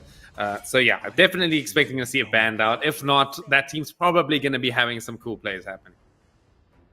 Yep, and we actually got an R-Lot taken off the board for the side of UHEX. For me right now, big things for me is where's this Exborg, where's this Minotaur going to be? I want to say they've been some pretty high priorities right now in the last two series of these, especially if Matilda's banned out. Those have been like the two top picks for both of these teams and where they go. They just provide so much in the terms of regen, CC, on the side of Exborg, his ability to kind of chunk down some of the tankier meta that we're at right now, whether it's the Fredrin or the Barats out there. And then a Melissa ban, a little bit of a focus there on the Filipino kid. I'm assuming we're going to reply with that Clint ban from the side of UHEX. Yeah, I mean, I think this could be where it changes, right? I feel like there is probably a little bit of a better ban than Clint to pick up right now. But I mean, it is what it is. If they're that scared of it, they could take it out. But there's a lot of things to get rid of. Let's say that Exborg has just been having 100% win rate at this point. It might be time to take it away from one of the teams. Well, or pick it up. I mean, especially when you're the first pick there. We're going to go ahead and deal out that Xavier. It's going to leave Clint open. We might be finding out here how great Seth is on it. We do still have, we were talking about the Exborg is out there right now. Going to see what we reply with on the side of UHEY. Oh, yeah. I want to see that Expo ban. I'm kind of tired of seeing this here all around the place. I'm not going to lie. I mean, not really. I mean, it's fun, right? It's a cool hero. it's kind of cool to see that the guy explode and all of that stuff. So I guess it's not too bad. But yeah, I mean, there's a lot to ban right now, and they only have one more slot left. Definitely going to be some holes in some drafts here. Yeah, we're going to see what we kind of prioritize. Oh, it's going to be the Angela taken off of the board right now. So we've got a lot of options open. Do we go with that Minotaur? Do we go Matilda. with that Exborg? Oh, yeah, Matilda's still out there too. I mean, okay, I would take it. Honestly, regardless of how that last game happened, she's still strong. They had a hard time, maybe change up something else, but Matilda, that's the big one for me. Yeah, I mean, I don't see why you don't pick it up right now. Yeah, I mean, there we go. We're going to have Pent straight away locking that in. No surprise right there. But as we've seen already, there's a lot that's open still. Exborg and Minotaur is going to be my bet for the side of a UHEY here. We saw that before. Oh, actually, we saw it was the Fredrin and the Exborg picked up. Oh, looks like we're going to go ahead and pick up the Yuzong here. Maybe, I want to say, on the side of I Got Stamina, showed them a little something. They're like, oh, man, this dragon's OP, apparently. But I want to say that was just kind of I Got Stamina. He played one of the most aggressive Yuzongs I've seen in a very long time. I want to say right at the beginning, he had a little bit of trouble because he was too far separated from his team to be able to really have an impact, and they bursted him down. But right after that, he continued with that same aggression. Finally, his team was able to kind of close the distance and help out, and he was just becoming an absolute menace. Looks like they're going to go ahead, take that away from I Got Stamina. I mean, if the papers are, if the stats are correct, I mean, Team Y have already taken this, right? We've got the Exborg in the bag. I mean, there's ways to deal around it, right? They're gonna have to think of a way to deal with this such of a menace of a pick. Canyon also, I mean, he loaded in immediately with that Petrify, so maybe this time he's gonna choose that instead of the Flicker. We'll have to see. That's what I Got Stamina showed him in the last game is the Petrify. He's like, oh, okay. Well, that's how that combo works. Yeah. That's how that works. Okay, I got it. I can use it this time, guys. We got this. Oh, that's the hero. That's also not being picked up yet and has made it through the ban phase. Is that CC? I'm liking it. Stamina, he's shown us that he can work with this hero pretty well, and he's going to have to show it to us again. Yeah, and then, I mean, a lot of burst on there and a lot of ability to kite away from Yuzong. So he's going to have a great ability to kind of bully Canyon on that. And then maybe this is what we've been looking for to hopefully maybe be able to burst down that Faraga armor very quickly. Because that's something that we're going to need an answer for here is because what we've been seeing, almost I want to say identical to the way that Nightmare plays his Martis, is kind of the same way that Ari likes to play this Exborg. He goes with one damage item. Everything else is going to be defense for him because all he really needs to do is get a bunch of those stacks on, and then he's doing true damage, which is the real hitter for the side of UHEY. Oh, talking about true damage, we're going to have Seth gonna pick up that Clint, man. He's probably gonna go for that Thunderbolts, endless battle stuff that we like to see. Yeah, he's gonna. Both teams are sort of learning from how the draft sort of mechanical. Its mechanics work, right? The second phase is usually going to be a reserve to marksmans. So now both teams are going to pick up that marksman slot at the last second here. So now the bans are going to be going towards a jungler and a what else do they need for Team X? They're looking for a mage and a jungler. They're looking for the mage coming out there. We do have a Fredrin band coming out. So I mean, are we looking for that Martis? Are we going to have that Martis band coming out from the side of UHEY as well right now? We're looking for the mage and the jungler for the side of UHEX. On the side of UHEY, we're looking for that the mage and the roam coming out. Oh, they haven't selected a roam, but Minotaur's still out on the field. I assume you can still go with a Ruby as well. Not too big of a fan of Ruby here. I mean, it's pretty nice versus the CC. It sort of out sustains her. Okay, I mean, they're gonna respect it. They're gonna ban it out right now. So I guess they know what they're talking about. But that's all good. I feel like that's actually a good point, is right? The Ruby, it's a sort of a hero that sort of out sustains the CC. I've actually played that matchup a few times as the CC versus a Ruby, and it just seems impossible to lane against. Well, I mean, right now we have the Yuzong in that lane, so I mean, Ruby would have been more for the roam position. But we still have the Minotaur out there. We still have I mean, we haven't seen the Tigreal. Tigreal's kind of fallen off a bit. I want to say he kind of telegraphs his abilities a little bit to the point. He was very fresh when he first came onto the scene with some of his changes. A lot of people were having a lot of problems with his implosion. But I want to say people have kind of, they've kind of gotten used to it. I laugh because of the Odette ban. It's not every day that you see a ban. A little bit of respect gained from UHEY for that, especially from the victory that X got at the first game, which is very interesting because I feel like, man, Odette has some great, they do have their jungler already, so that's a very interesting ban there from the side of UHEY, because I feel like their composition would do well against an Odette in the first place. Being able to close the distance, especially with Canyon, he's going to be able to kind of dive in on top of Odette, pop her up, take her out of that swan song in the first place. But I want to say an immense amount of respect for the side of UHEY for that Odette. Yeah, I mean, it's just been pretty prominent. I feel like they're so scared of that swan song, and for good reason. It's such a strong ability. It not only gives that a massive amount of AoE damage, but it also gives her that good amount of survivability on top of it. So I can understand the angle they're coming from when it comes to these picks, especially versus some players that are very proficient in how they use it. So it sort of makes sense to me. As now UHEY gonna pick up their next hero. Yeah, and combined with the Matilda. I was kind of questioning the Odette. Yeah. I was sitting here wondering, I'm like, Odette, really? But then now that I see that Matilda's on, that would have actually kind of been a little frightening there. As expected, we're going to go ahead and pick up the Minotaur. Great synergy when it comes to the Flask of the Oasis, the healing, the shield he can give off, and his setting potential with the Minoan Fury for the team. And that's, I want to say, honestly, it's something that's lacking on the side of UHEX right now, is a setting potential to kind of initiate these fights for them. Yeah, I mean, throughout these games, I've been noticing that both teams really like putting emphasis on their team fight. Not less so than like the pick-off sort of styles or maybe the late game tempo sort of styles. And there it is. Ooh. There is my Martyrs coming in from Nightmare. That's what I like to see from him there. And a Valentina as well is an interesting pick. There's a lot of good spells to steal from the side of UHEY. I was actually kind of dumbfounded because I'm like, what could they use for setting potential here? And Valentina rings that bell perfectly. You steal the Minoan Fury from D-Guy, so now you have it yourself. And this rounds out the composition for UHEX very nicely. I very much like this composition and picks from them. Oh yeah, it makes so much sense, right?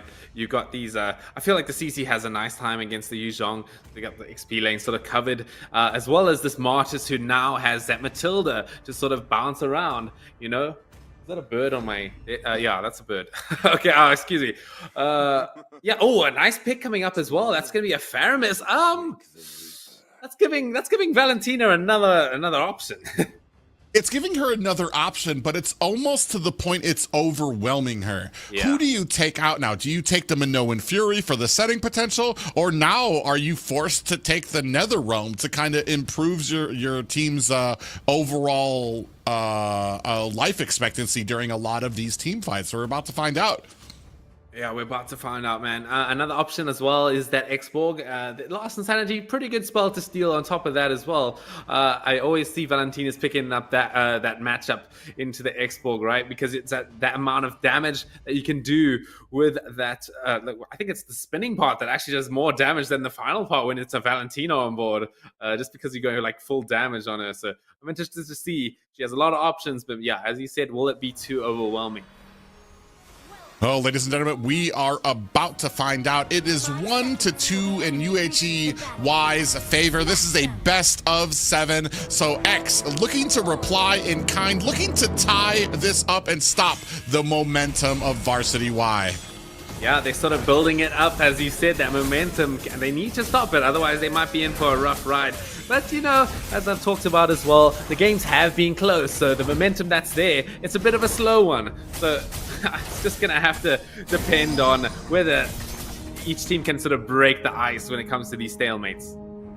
I love how much that X went ahead and like helped out a Nightmare with that. They know how fast Export can clear, so it was like all three of them were nailing on to that buff just to make sure that Martis can keep up with some of this clearing speed that Ari's going to have on the Export, and he's going to be walking away with the Lethal Wanderer as well.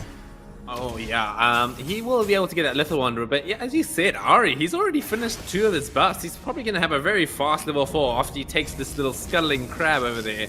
But they should be able to hit level 4 around the same sort of time. Although Martis actually decides not to go for it for that level 4 and decides to be a little bit aggressive here. Maybe should be able to get level 4 through this crab. Oh, they're both sitting at level 3. So that awkward stare as they both meet each other at the middle without their level 4. It's like, oh, okay, we're just gonna back up here. Yeah, for sure. Yeah, I mean, I feel like this early game could be quite stagnant. Both teams, they don't have the biggest early game draw. Sure, you got the Martis, but a lot of the rest of the team coming on from you, Hex, they're a little bit more late game centered, you know? The Valentina, the Claude, the CC, they like to have a bit of a later timing. So it's just going to be this Martis that's going to be doing the main moves in this next game here. Oh, Matilda can kind of come off a little bit early too. Her damage, she does a little bit of true damage as well. So you got 2 options there to kind of hold it up. And she's actually doing a good job kind of zoning out Ari while Nightmare's on this first hurdle.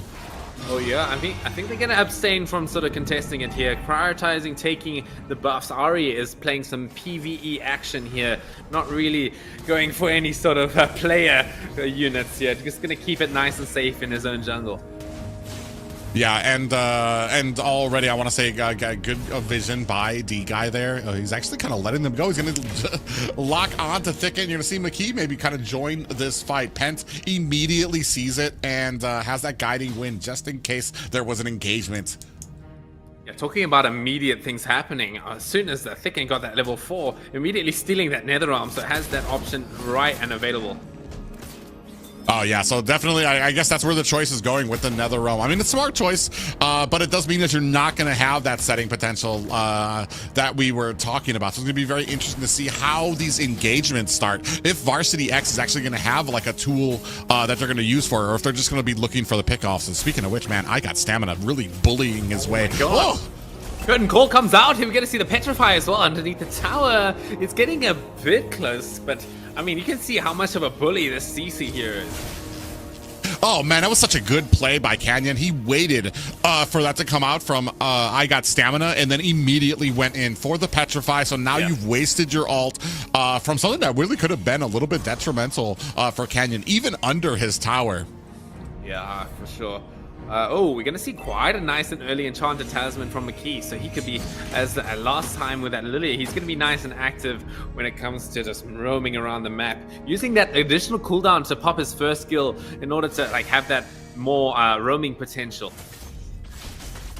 Right now, 3 members up at top. I mean, but both teams being very respectful of the of each other, really not trying to engage. Seth went ahead, just stole that gold, the last hit on that gold minion there, just for funsies there. But we are going to be moving on to the next turtle of this game. Yeah, this is going to be an interesting one because now it's going to be 2 Netherrealms probably going to be popping up. So the team fights are going to be pretty chaotic in this next sort of set. Both junglers though are level 7. I feel like Ari probably has the better secure with the last Insanity pop. It just depends on the sort of timing when it comes out though. Okay, here we're going to see Matilda going in and it's going to pop the Circling Eagle here. Turtle getting a bit low but will reset. Although it's not going to reset that much before the Minnow Fury comes out. Ari does get the Retribution. Nice and simple for himself there.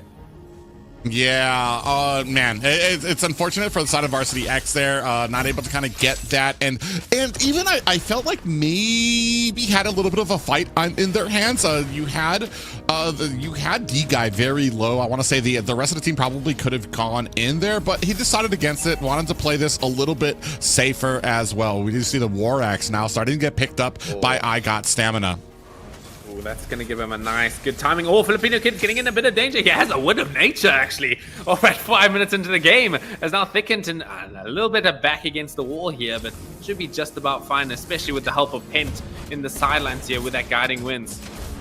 Yeah, and that's something, I mean, it's going to help him with survivability, but it's not really going to help out with the damage. As you can see there, Seth, I think one of his first items was the Endless Battle he picked up on there, if I saw that correctly. McKee going to go ahead and press his advantage. That's going to be 2 towers down for the side of Varsity X right now. The macro game fully on the side of Varsity Y.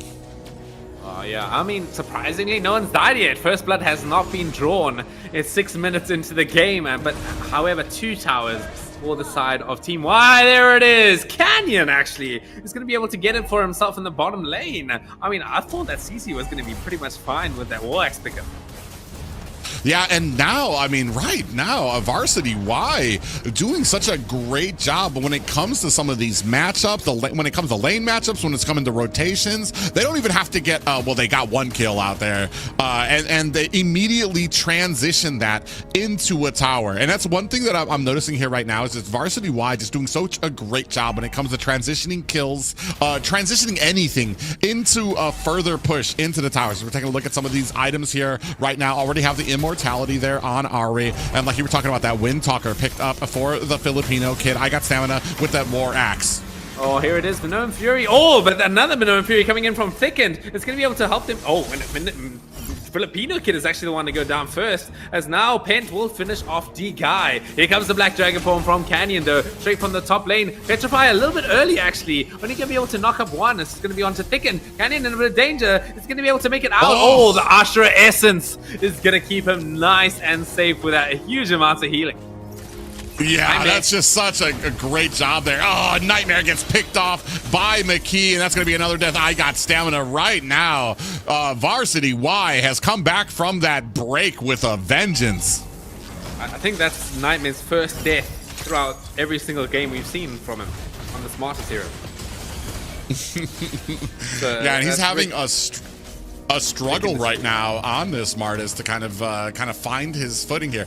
But we've seen it. It's taken as long as 15 minutes before for him to kind of come online. So not completely out of it, but I want to say the difference between that game and this game is that Varsity Y right now is using this advantage. They're pressing, they're getting more towers each time, they're pushing into the jungle, they're getting these objectives now, so they're not just kind of laying dormant while they have this lead. So I think this might very soon become something that's going to be out of reach for Varsity X if they kind of continue with this kind of stalwart type of gameplay and not being able to kind of get these ganks or these fights in their favor. Yeah. That's a fair point for sure. As we go into what I think I'm seeing here is that Thickened a bit hesitant to take the Minoan Fury, but finally decides, yeah, okay, I'll take that one. Yeah, I mean, we're gonna have the setting potential right now. It's about a 6K gold lead at the 9-minute mark. Wow. That's a lot for this early in the game right now. I mean, Seth having a great game. He's sitting at 1-0-2. That's a whole lot of damage that he's going to have out there. We do see that he has the belt as well already. We have Hunter Strike and some defense already picked up for Varsity Y. On the other side, we've just picked up the Lightning Truncheon for Thicket. So should still be able to have some damage, but I want to say the real call coming out from when she's able to use that IMU ultimate. Oh, here's the Minoan Fury, and another one on top of that as well. Nightmare will be able to take out D-Guy. Thicket will also fall, though, thanks to the Lost Insanity coming up from Ari. I guess it's just a Thicket for a D-Guy in this situation.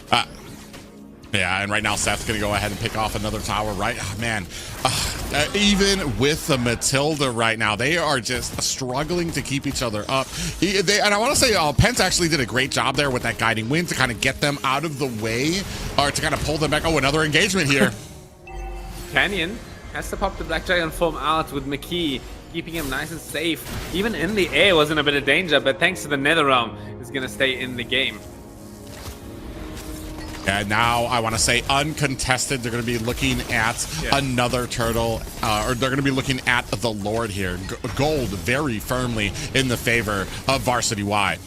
Oh, here it is. That Blade of Despair picked up by Seth. He's going to be starting to do lots of damage. Oh, Stamina almost gets the kill onto McKee. He's actually going to have to pay for that one. Killing spree coming in from Ari. Thickened in the front lines there, trying to do as much as he can with that Minoan Fury. Doesn't manage to get it off. Nightmare will finish off Canyon, though. Does he have the decimation? It won't be able to finish them off. Here we go. Pent Coming in with the circling eagle, there's going to be enough leverage to sort of get these kills. No decimation to work with, though. I think they're too far in, aren't they? Seth is going to finish off Nightmare, as now the chase onto Pent is going to happen, but with the Guiding Winds, he might just be able to make it out, or will he? Oh, yeah, he's going to be able to make it out of there, but I have to question. I want to say this kind of was a domino effect as I got stamina, got well deep into enemy lines there, got taken out, forcing the rest of his team to try to come in to try to cover his escape. They weren't able to, and then the second decision by Nightmare to go in after he lost his decimation. He should have backed off immediately and told the rest of the team we need to back off, but instead he went back in. Varsity was easily able to turn that around, especially without the threat of the decimation if they got low. Feels like it was also a bit coordinated by that Matilda, you know? You got the circling eagle in, and you're like, hell yeah, let's fly around on those airlines. But yeah, it was a bit too far when, you know, like you didn't have that decimation for sure. Unfortunately, whiffing. I believe it whiffed onto the Ari, right? That's sort of what it was trying, its initial target was. Yeah, well, I think the problem is that Seth, was it Seth that it was that he was trying to get it on? He flickered over over the wall right before the decimation went off, so it locked on to the next closest person that was there. So I mean, great play there by Seth, and to kind of create that distance. Ooh, Ari in trouble. I mean, he's got the immortality, and the goons have arrived. The goon squad of McKee and D guy. Here's the immortality pop. Are they going to be able to follow up? I do not think so. Oh my god, he's so quick too. This is the problem with the Exborg and the Hunter Strike now, especially when he starts getting fed. As soon as he started spraying them, you saw him just creating distance. He was just flying away from them until he got to the rest of his teammates. Ooh, Pent actually might be in a little bit of trouble here. He should have the circling eagle available just in a second. There it is. Oh, he's gonna get pulled back though. Guiding Wind's still available. That cooldown is just like nothing. Ooh, I was scared. I was like, why would you dive through them instead of using the circling eagle to get away? Oh, thankfully he was able to get away there, but I mean, man, an insurmountable lead starting to stack up. It's about 10K right now for Varsity Y.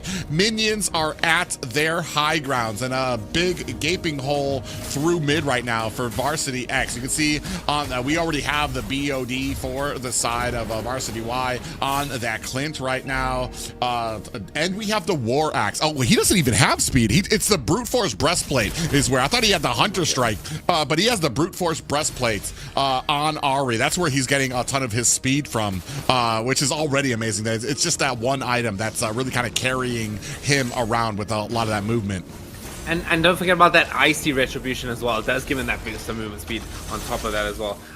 So that's sort of like he's just zooming, as you said, right? He's a big fast flame Borg. As we're going to see the Lord being taken down here. It is the enhanced one, but not too necessary for the team Y, right? Because there's no middle tower. But already CC trying to hit the backlines a little bit here, but it's getting knocked down quite a bit. Ooh, they're looking for an opportunity. Pent doing a good job kind of creating that vision. Nightmare looking for a way to get in there. He's starting to lose his opportunity. Can he come in? Oh yeah, Thicken actually fall down in the middle of the team fight there before anything happened. The Minoan Fury does land on a few members here. Lord falling down quite low. Who's going to be able to get the Lord? It's going to be Ari taking down the Lord here as it spells disaster for Team X here. Stamina, yeah, he's just going to get shot down straight away, as I feel like this game is going to be over in 14 minutes, surprising. Yeah, I mean, this was just, I want to say, just an execution of this composition that Varsity Y had. And yeah, just like that, they're going to close this up with a very dominant fourth game against Varsity X. Oh yeah, I mean, I was expecting to see another close one, but I think it might be a situation where UHEY have cracked the formula. They sort of know what to pick, how to draft. They might be able to snowball off of this. Yeah, I mean, especially with, I want to say that last pickup, especially with the Faramis, really tilted. The draft, I was starting to say, was pretty even until that Faramis came out. Then you've kind of negated, you've put out too many options there for Valentina. It's not just the Minoan Fury you have to worry about. It's about the Nether Realm that you're going to have to kind of keep your team up there. Not just that, but I want to say I felt a little bit of frustration coming out of UHEX.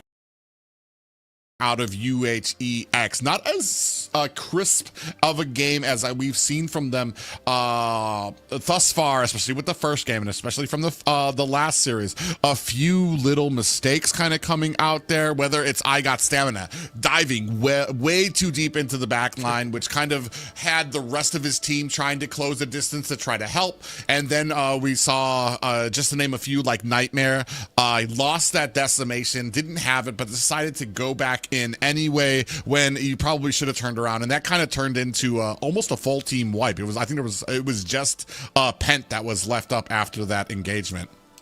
We are taking a look at the scoreboard just a little bit here. Filipino Kid not having a great performance this time. I feel like the Wind of Nature first item sort of set back his damage quite a lot, as you can see with that 7% damage only being outputted by him. It's a great item, you know, maybe having that Wind of Nature in order to secure that early farm for yourself, giving yourself a bit of that defense. But yeah, you are sacrificing quite a lot of damage for that. Yeah, and maybe it was the kind of pick. I mean, you kind of had to assume that the Clint was going to be coming out. If it's something that you guys have been banning throughout the entirety, you knew that the Clint was going to come out. I kind of questioned that Claude pick because, I mean, naturally, he's not going to be doing too well. He doesn't really have as great of an early game, and Claude needs to get pretty close to a lot of those minions to kind of get his stacks off of them, get the damage off there. Clint's going to be able to outrange him, even with some of his normal auto attacks, and then add on to that the immense amount of damage that he's actually able to do to a Claude in that early game. He was just never really able to take off. Yeah, I mean, he even committed going in for steel leg plates on top of the Wind of Nature. That's how scared he was of that Clint pick. Maybe going a bit too far with the defenses, I might argue. But yeah, I mean, it did the damage. You could see that Clint was definitely outputting everything he needed to do coming in. We are 3-1 at this point in the game. I believe they need 1 or 2 more games for UHEY to take this. I don't know how best of 7 works. How does the best of 7 work again? They need one more game. Like I said, we weren't tired for our mathing ability, but yeah, okay, we just need I'm not that bad at maths, okay? It is currently 7 a.m. in South Africa, okay? So my brain is not completely on the cycle. You got the sun shining, can you see the sun? The birds chirp. Yeah, like I'll turn off my lights. I'll turn off my lights here, and you can see that. You can see that's all sunlight here. That's all sunlight. Yeah, but UHEY only needs 1 more, and it's kind of on it's kind of on X right now. Their survivability is pending on this next game. If they're going to kind of continue in this, or if Y is going to be able to snatch it away from them with this next game. For me, man, it's kind of hard because we've already seen what happens when they leave out that Clint. Clint was a very strong pick, and I'm almost kind of like, all right, take away the X-Borg. But what are we giving them if we take away this X-Borg? Yeah, I mean, it's hard. I feel like exactly what I said earlier was that now that they've sort of familiarized each other with how each of the teams play, I feel like Team Y have cracked the code a bit earlier than Team X there with that dominant performance. It sort of proves that fact. Yeah, so it's I'm almost kind of, it kind of depends on where they're starting. Is it going to be X on the blue side or the red side? I kind of feel like if you don't ban out the X-Borg, you need to pick it.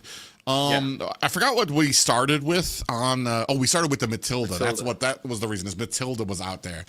Oh man, it's we're kind of at a corner right now. We've kind of shown all of our cards. This is why I want to say like a best of 7 can kind of be once you start getting into those later games, you're at the point where you've pretty much shown all your cards. Your enemy's shown all their cards. We have the formula that we need for success. At least right now, UHEY, they I want to say they've had more options, so they kind of have their successful formula. and it's on kind of X to kind of monkey around with it. We've seen that even with Matilda, they're having trouble with a lot of these compositions, especially that there were so many answers. There was the setting potential from Minotaur. Xborg has just been a huge amount of damage, even with one damage item, War Axe, and then the rest were basic defense from them. And then they had the answer when it came to Faramis in that mid lane to be able to kind of keep the team topped off. So there's just so much to kind of keep them regen up, especially there. We'll see how well it kind of comes into play with this next match for them. Yeah, I mean, talking about that Faramis pick, you know, it sort of made sense exactly in the way you described it, right? There's some great abilities for Valentina to steal, but if you overwhelm her with options, it gets a bit stressful. And, you know, you can sort of confuse her and make her decide, second guess herself, right? Yeah, I mean, they had the Faramis pick. They tried to go in. This was quite a different game from the last year. And this is what I was saying. Like, unless they can kind of figure out a composition that can go against UHEY, it feels like they've figured out the formula that they need to beat X here, because the games have steadily been getting a little bit more. A little bit more dominant for UHEY. They've kind of they figured out the rotations. They know who they need to gank on, and they've seen that. Okay, so now we've taken away the Xborg from the first game.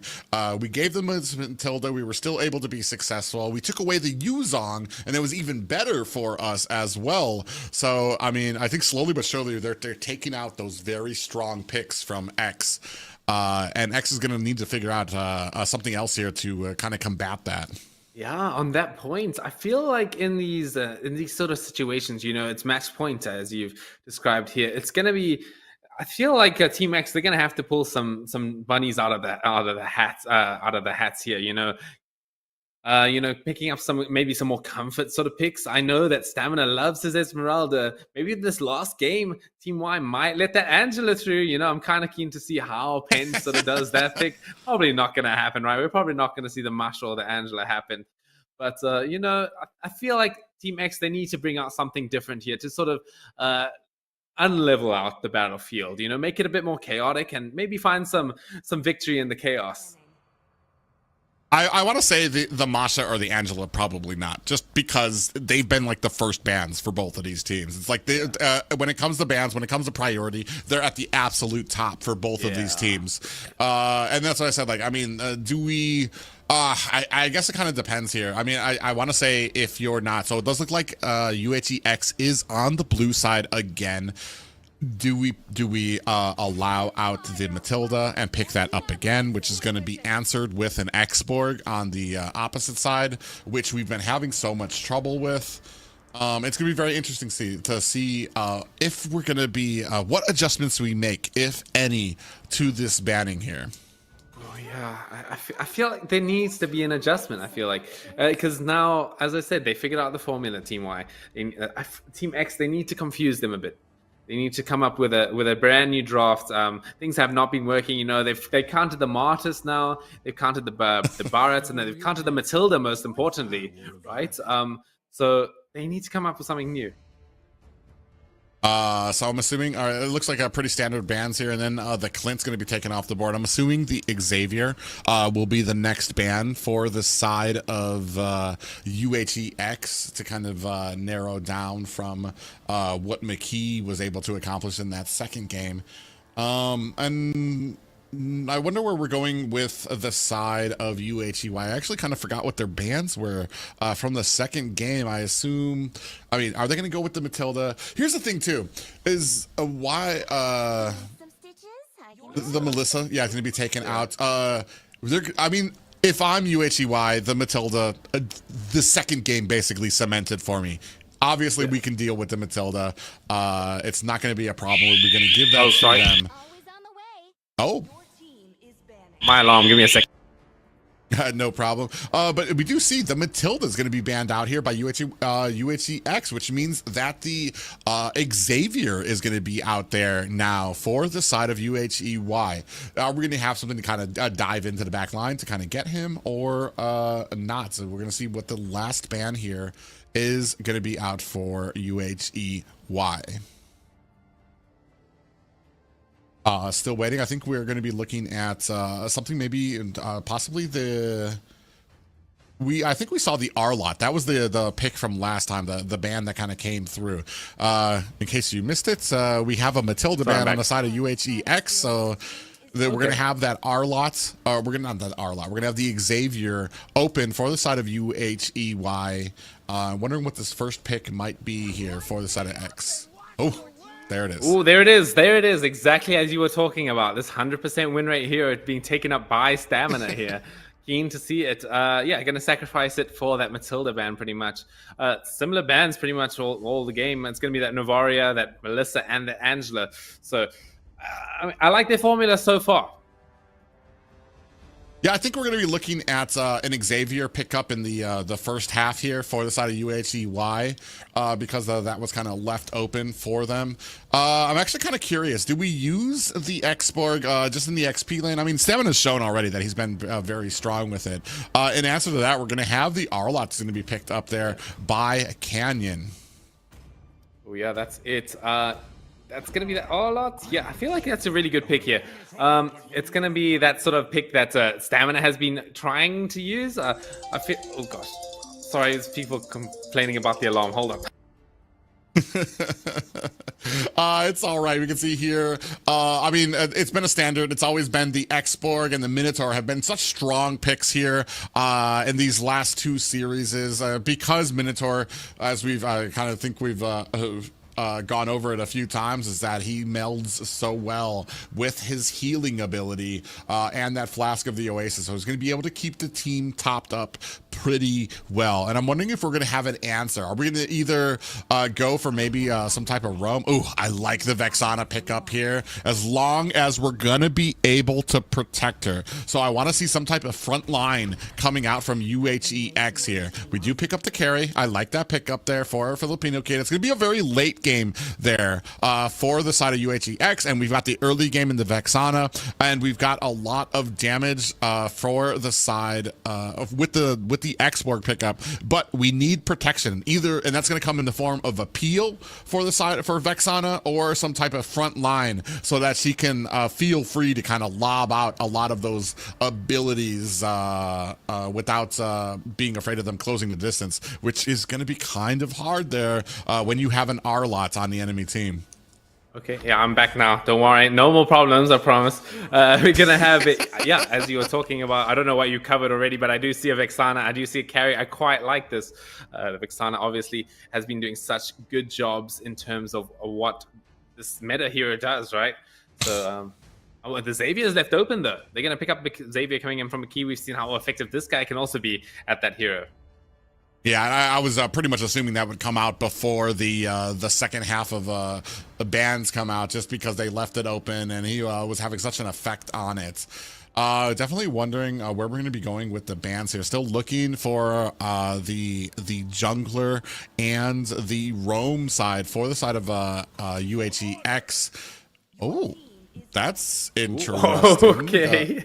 I don't think I didn't expect to see that. You know, both teams have been abstaining from picking these set of heroes other than like maybe occasional Atlas, but Tigreal being banned out by Team Y. It's a bit interesting. Yeah, that's interesting for exactly that reason. If it was any other game in North America that had just started, I would say, yeah, Tigreal makes sense here. But neither of these guys have really picked Tigreal. They haven't banned him. He's been like he's not an option. It's crazy. Maybe they can hear each other. Like, I think they want to pick Tigreal. That's kind of crazy there. I like. Now we're gonna go ahead. I assume these next two bans are gonna be focused around Seth. Yeah, for sure. I mean, Seth, he's got a really good hero pool when it comes to these marksmen. We're looking at maybe an Ixia ban coming alongside with that Minotaur. Could see a few other things. The Roger, he's sort of decided, yeah, we're not picking this Roger gold lane anymore. So probably not going to see that come out just yet. As for the bans coming out from Team Y, they've already taken out one of the roamers available, which is the Tig, but they also need to ban out some junglers. I mean, that's if you want to. Are you just going to try to force him into using a Martis? Because I mean, it's one of his best ones, and I think that's they're going to go ahead and I think they want him to go ahead and pick up that Martis. They're going to take out the Atlas. So they're really kind of trying to focus on the hero pool of Pent right now to see what else he kind of has out there. I'm actually curious. I don't remember what else he was able to use. I think he used a Ruby in the last series as well, which wasn't half bad as a roam. Yeah, for sure. Could maybe see a more traditional sort of support. I think I kind of like the Rafaela here a little bit. Sort of gives them that momentum in order to maybe go for an early game advantage sort of scenario. Rather than keep it a little bit chill, sort of like pressure on with the offensive. But I mean, it could be really anything at this point. For me, the reason I go for Ruby is because we still need kind of a front line and CC for Vexana. Raphael, while she will be able to match up. Oh, he heard you. He's like, nah. I think I've figured it out. I think we got this, Roger. Now I think we can go with it. But Roger Jungle. Yeah. Oh, okay. Yeah. That's okay. So that's gonna be something fresh. I think the only other time I've seen it was I think yesterday we saw it in NACT. We haven't seen it too often. I'm not gonna lie. I really kind of miss the Rogers. The openings that you can make with his playmaking potential with somebody who's very mechanically apt. It's very wild and it's very exciting to see. Ooh, Kufra out there for Pent. I kind of like this. The only thing is there's not a lot of dashes besides Canyon. Oh, as I say that. That's a dash. Although Benedetta is excused somewhat, right? Because of obviously that second skill of hers, it does negate sort of the dash potential, the dash counter potential coming in from Kufra. But it still is a bit difficult to play a Benedetta into Kufra in a lot of cases. But yeah. By the way, is this I think I've seen this before. It's going to be this Benedetta gold lane, which they pulled out once or twice before in a few other games. It does punish the enemy marksman quite hard, especially if they're quite squishy. Carry might be a bit difficult to kill. She does go for the tank build, but it's one of their cool builds, cool sort of drafts that they're pulling out here. Oh, is it the tank build though? I think I just saw an Inspire on it. Okay. Oh, I mean, yeah. We'll see how well this kind of plays into it. I'm very eager to see how this draft performs for both of these teams, especially the Roger as a jungler. It's gonna be very interesting. This, ladies and gentlemen, is game point for UHEY and X. Still looking for that lifeline, looking to kind of take this to a game 7 if possible. Fighting for all their worth here. It could possibly be their swan song in this tournament. Oh man, it is going to be an interesting draft coming in from UHEY here. They're going to have that Benedetta gold lane. Roger jungle, I guess their sort of game sense here is that the Ari on this Roger can sort of function as that gold laner theoretically, right? He's going to have everything that the gold lane Roger can offer, but maybe with a bit more experience and obviously the buff axe.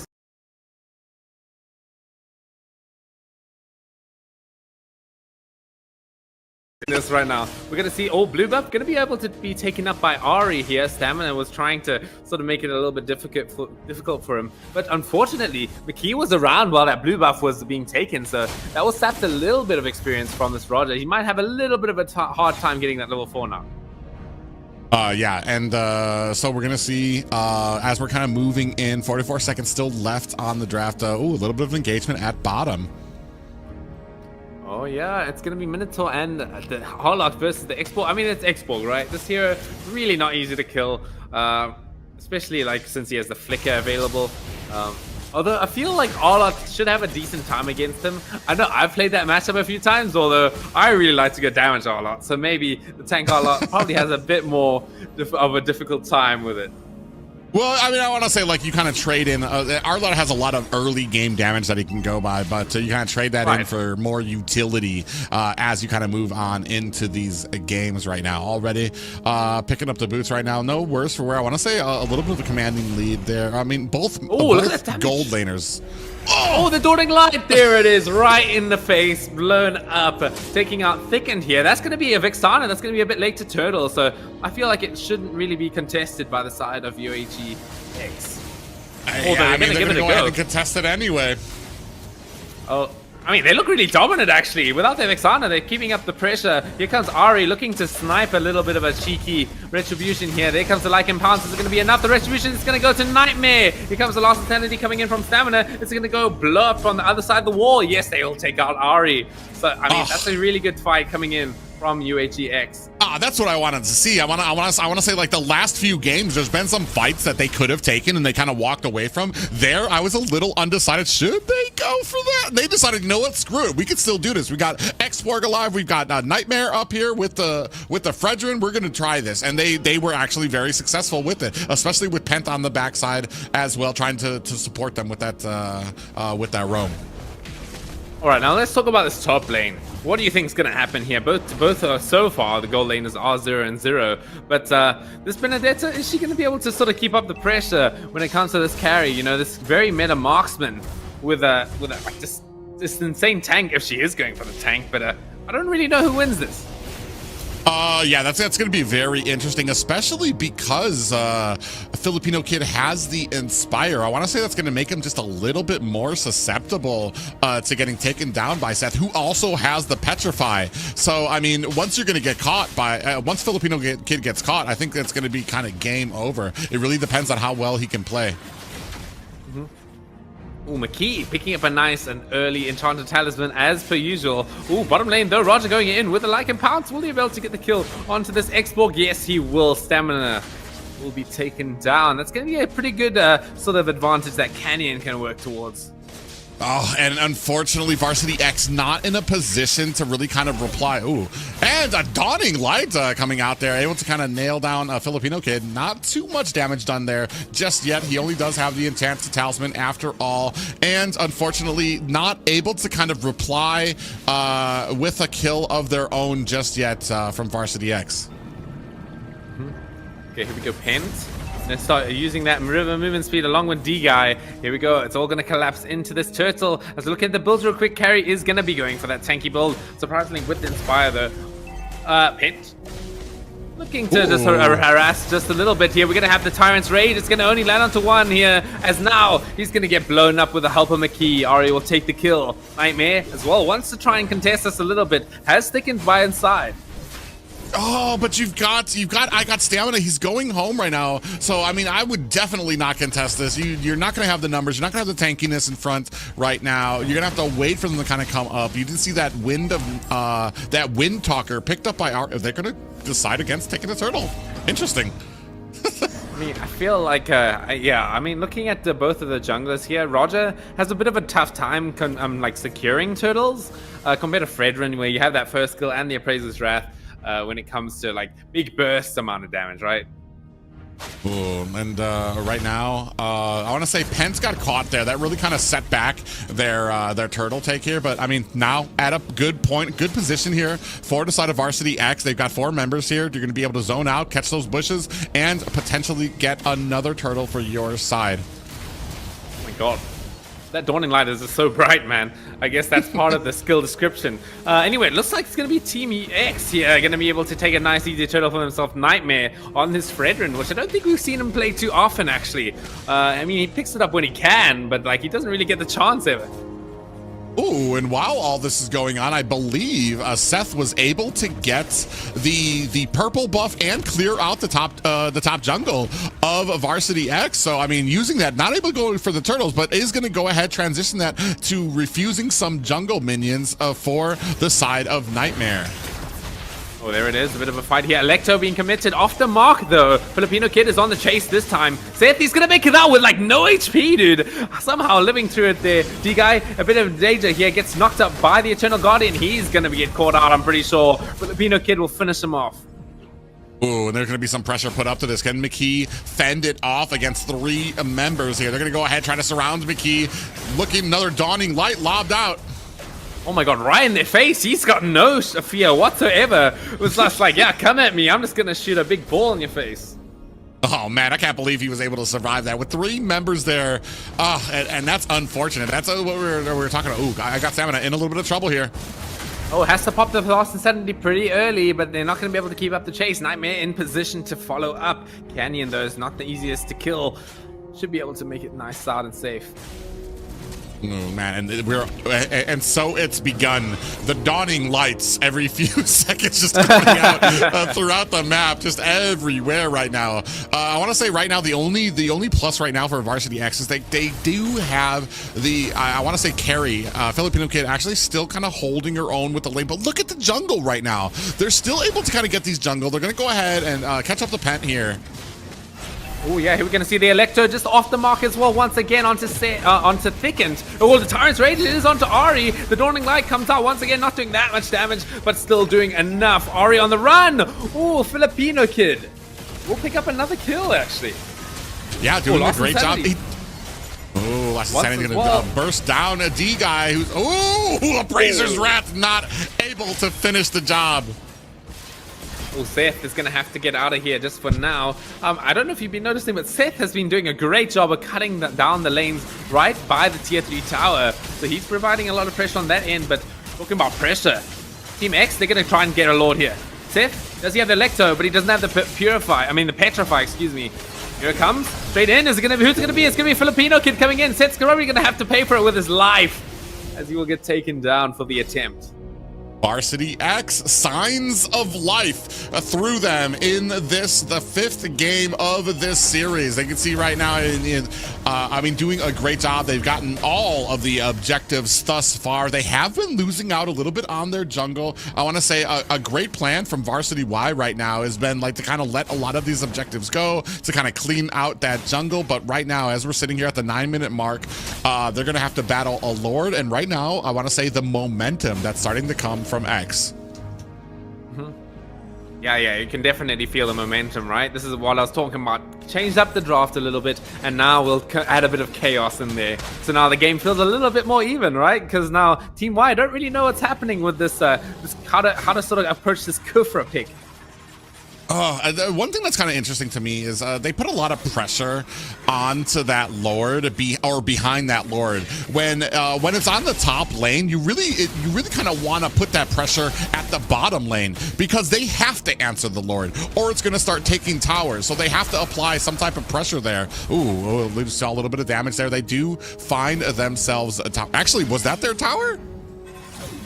I think so. I'm not entirely too sure. It was the bottom tower, yeah. For Varsity X, the bottom tower just went down. So I was hoping that Varsity X didn't get a tower with X having the Lord on their side, and they lost the tower somehow. I was going to be very sad. As you can see, in this battle, quite in high in demand here. 3 heroes in the game picked it up so far. This is definitely more of your traditional Roger jungle build here with the Windtalker Endless Battle. Probably going to go for the Malefic Roar just straight after that. Standard stuff. And on the side, I want to say this being the first damage item that the carry has picked up, she was actually able to get those 2 kills that she has already with just defensive items. That's just the strength of the carry, and why it's become so prominent in the meta so far is because of that true damage that she can do even without damage items, and which is why she's kind of been switching over to the tanks. Did he just final slash a minion?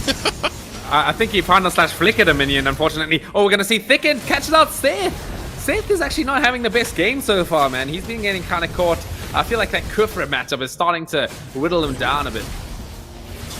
I'm not sure what that minion did to the side of Varsity Y, but I'm pretty sure it's sorry. They're now trying to chase down Ari, and this actually might be a good time to go ahead and start pressing their advantage and maybe pick up a tower here at some point. That's what the difference for me when it comes to this. We take a little look at these items. Sea Halberd being picked up by I Got Stamina there, and we were already talking about it. You see the damage already starting to come out from the side of McKee, and there, you're absolutely right. The Malefic Roar now being picked up by Ari.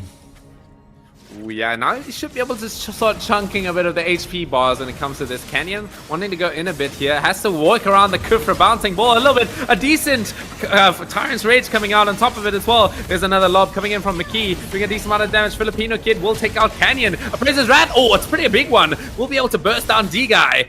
as now looks like Team X have the advantage. Oh man, and Filipino Kid's just having a ball. He was just able to stand there and unload with that speedy light wheel. They weren't able to get there, close the distance, weren't able to do enough damage, even had the Minoan Fury, popped him up, but Filipino Kid just being an absolute menace on this carry right now, and that's gonna be a lord for the side of Varsity X right now, maintaining just over a 2K gold lead. I mean, they're showing their resistance here. They're keeping it strong, keeping it cool. You know, they're showing that they can sort of change things up a little bit in order to stay into this best of 7. I mean, Stamina, he's playing his comfort, man. He's been performing so well on this hero, and he's really proving it once again. He's the highest level on his team, man. He's not even the jungler. Yeah, this is what I was talking about. The X-Borg was just such a prominent pick that letting it go really kind of cost them those 3 other games here. Now we see the kind of comfort coming in from him. He's so cool, so relaxed on it. Oh, now we're going to start off with another engagement. It actually lands on a pretty decent engagement coming in from Canyon. Here we're going to see the Minoan Fury follow up, although he's going to get caught as well. I mean, the members of Team X are pretty tanky as the hammer drops straight onto D-Guy's head once again, coming from the Fredrin. Canyon getting caught a little bit here as well. The Dawning Light actually does a decent amount of damage, takes down the Fire Auger armor from Stamina. Oh, man. Oh, Seth actually able to have some success here on that split pushing ability, but they are about, I want to say Varsity X going to go ahead and push up that top tower. Now a little bit of engagement happening. Oh, there it is. Another good final slash coming in from Canyon. Going to be able to keep up the chase with those second skills coming in from Canyon. Here we go. The Lost Insanity with that Immortality pop is going to be able to keep him nice and safe. Here comes the rest of Team X. They want to keep the fight going. Tyrant's Rage, it's on to 1. It is on to a good one, though. McKee taken down. Here comes Benedetta getting killed out by the bouncing ball. She should be able to make it out with those dashes, but it's going to be Filipino Kid getting the double kill. Seth chooses to go left side. I don't know if that's the right choice. Here we go. Going to try and parry it out here. Will he be able to make it out? Bounces straight underneath the bouncing ball. And we'll be just right fine. now, they do not have an answer for Filipino Kid, especially Pent doing a great job creating that distance and being that wall in front. We saw there as well, I want to say Nightmare was in a little bit of trouble there as well, but I mean, Filipino Kid doing a great job now, starting to pick up that Athena shield, so he's not even really going to be worried about the damage that can kind of come out from McKee. Oh yeah, that's a big factor actually. You know, we've been seeing McKee on the Xavier taking out basically half HPs coming in every time he uses that that Dawning Light. But now, yeah, I mean, if you're against a tanky hero like Carry, it's not going to make that much of a difference. Yeah, and we do see Antique Kuras coming in for D-Guy right now. Varsity X has come to life. It is 11-3, a 15-minute mark right now. We can take a look at some of the items here. I mean, Carrie already has an endless battle, has a golden staff, and really only going with the 2 damage items. The rest is going to be purely for defense and survivability. I was questioning the Inspire here, but Filipino Kid really doing such a great job at maintaining that max distance, especially because Carrie has a very short distance where she can be effective. He's doing such a great job of making sure he kind of sticks right at the edge of it so that he's not getting ganked and not being taken down. I mean, it's just one of those games, right? You pick an off-brand gold laner, you're always on a timer, right? You're picking up this Benedetta. It's not going to be able to outscale this Carry. Talking about the Benedetta, she's big damage coming in with the Elector and the Purify. We'll take out Thickened. I'm going to eat my words once again. Nightmare will be able to secure the Lord though with that Retribution, but we'll be able to take out D-Guy as well. Ari going to fall on top of that as well, and the key to top it off. Oh man, Team X are really styling on them here. Yeah, what a great play by Seth from the back. Electro Final Blow is going to be able to find Thicket, but it was not enough to kind of subside that Lord push there, as Varsity X still able to get that. Now you have a Luminous Lord coming in with 3 players down. But yeah, that guy's going to charge down that middle tower, so we'll have to see if they can sort of let it go through. There's a bit of respawn time coming in from Varsity Y, excuse me. So this charge should go through. We're going to see Seth coming into the back here, going to pop the Electro. Gets caught by the final slash. It's pretty good. I mean, here comes the Dawning Light doing it. Actually off the mark for now. Canyon's trying to keep himself alive in the front lines here, as we were talking about with that Minoan Fury. He's going to pop a lot of marks to get through here. Final slash once again off cooldown. We're going to see Pent in a bit of danger here, but has the immortality to work with. Lord still pummeling it down in the middle lane here. Oh, Stamina once again showing off his X-Borg. Going to be able to take down Ari, who's not been having a good game whatsoever. Man, and showing off the X-Borg is absolutely correct. This has been the missing piece of the formula for success for both of these. And right now they're on the core looking to close this out. Oh, I don't think so, actually. It was a really good final slash coming in from Canyon. They're actually able to defend this. Nightmare, he's going to try and get away. He is the tankiest sort of target coming in here. Another good final slash coming in from Canyon. We'll be able to pop that Faraga armor coming in from Stamina. Here we go. D-Guy doesn't have the Manone Fury to work with, or nor the Flicker, who he just popped right now. There it is, the X-Borg, though. Again, with that burning damage. And now Team X, they're on the offensive. They want to start ending the game once as well. Here we go. Lost Insanity going to be able to clear a few minions out here. Oh, McKee trying to get that snipe onto Stamina just off the mark. Seth going to clean up Nightmare. Canyon going to be able to get pent. Oh, they stayed. They lingered a little too long in that fight. I want to say, as soon as you bursted the Faraga armor and as soon as that last Insanity went off, that was the cue for your team to back off. You weren't going to be able to close that out. And unfortunately, they stayed a little bit too long. You've got some 26-second death timers. It's going to give Varsity Y some time to be able to clear out their, I want to say they clear out their jungle, but still in it because it's not enough. They're going to still, Varsity X still going to be able to maintain that lead. But I want to say they've made it just a little bit more even. Stop that momentum from Varsity X right now to kind of put them on a little bit of more even kill tier for this next Lord. Yeah, I mean, it's pretty good. Obviously, Team X, they're going to be able to take down a lot of the towers coming in from Team Y, but now they've got that shutdown gold, so now Team Y is starting to get their items. Most of them are just about on their last item right now, in fact, so they could be starting to see a comeback for sure. Yeah, right now you got 3 ultimates for the side of Varsity Y up and 4 ultimates for Varsity X. Filipino Kid, Filipino Kid, as I say that, gets their ultimate back up. So you got a full barrage of ultimates to choose from for this next Lord. Varsity Y probably not going to be contesting this Lord.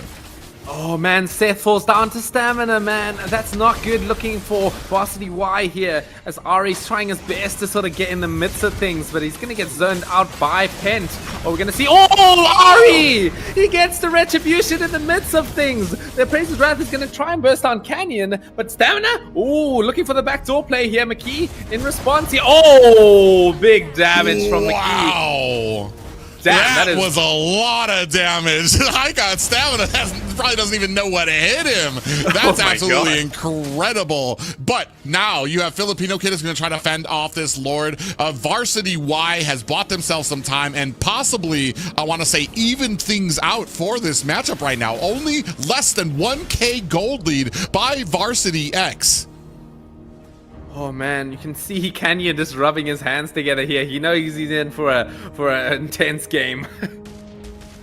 Oh man, right now, just Varsity X just needs to kind of pull it together, realize, I mean, bad things happen. All right, let's get over it. Let's kind of move together, because this is where they've kind of started to fall apart, is when the momentum starts to kind of pull away from them in the late game. They're still in it. It's a very even fight right now. Seth finding himself a tower, and they still have, I want to say, pressure when it comes up to a lot of these towers still on the map.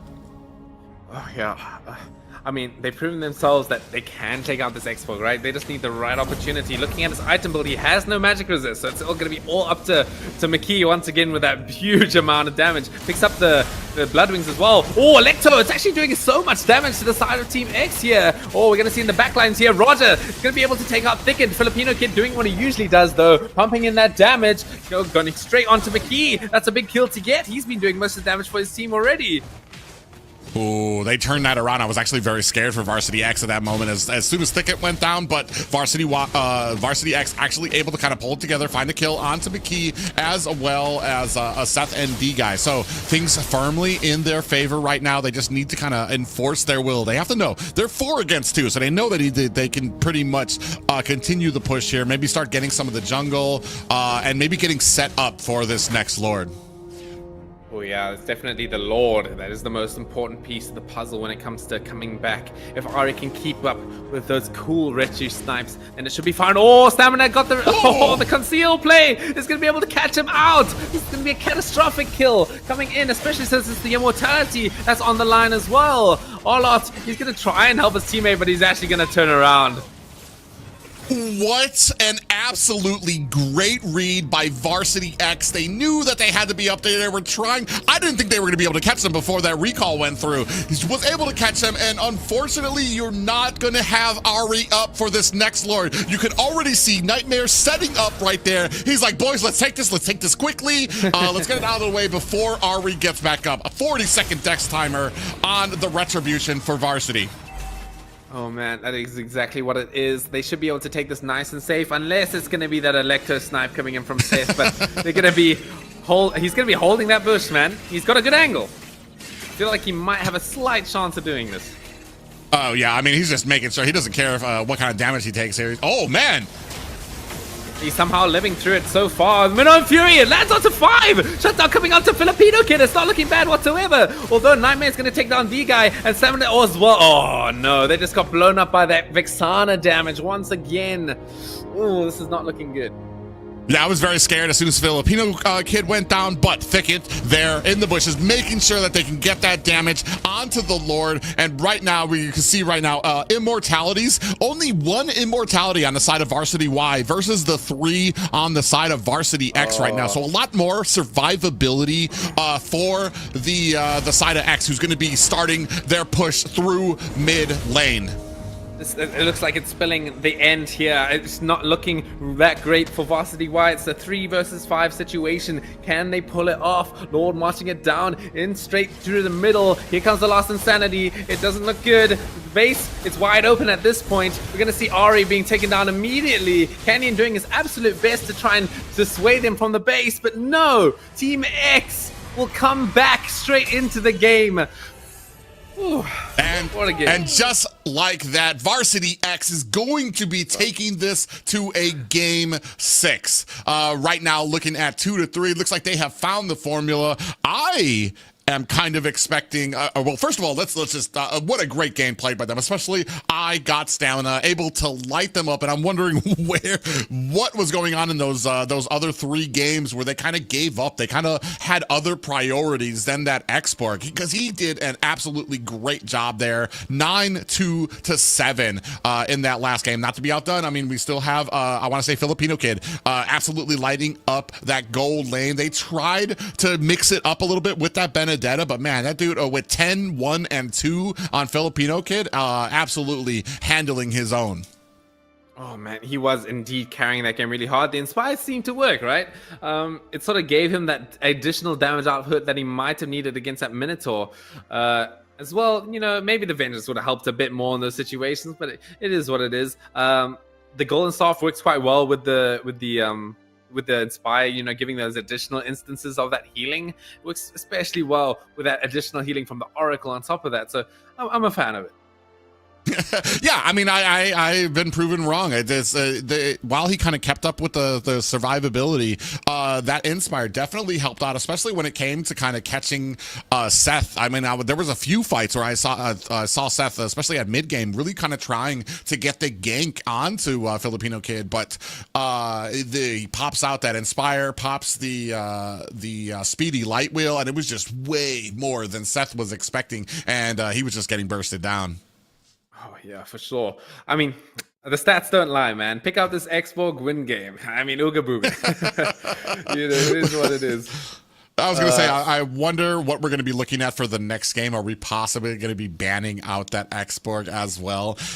Because, I mean, it's to a point now that we've seen how well Stamina performs on it. We've seen how well Ari performs on it, albeit different lanes. But, I mean, still, I want to say that the result is kind of the same when it comes to the domination here for both of these teams.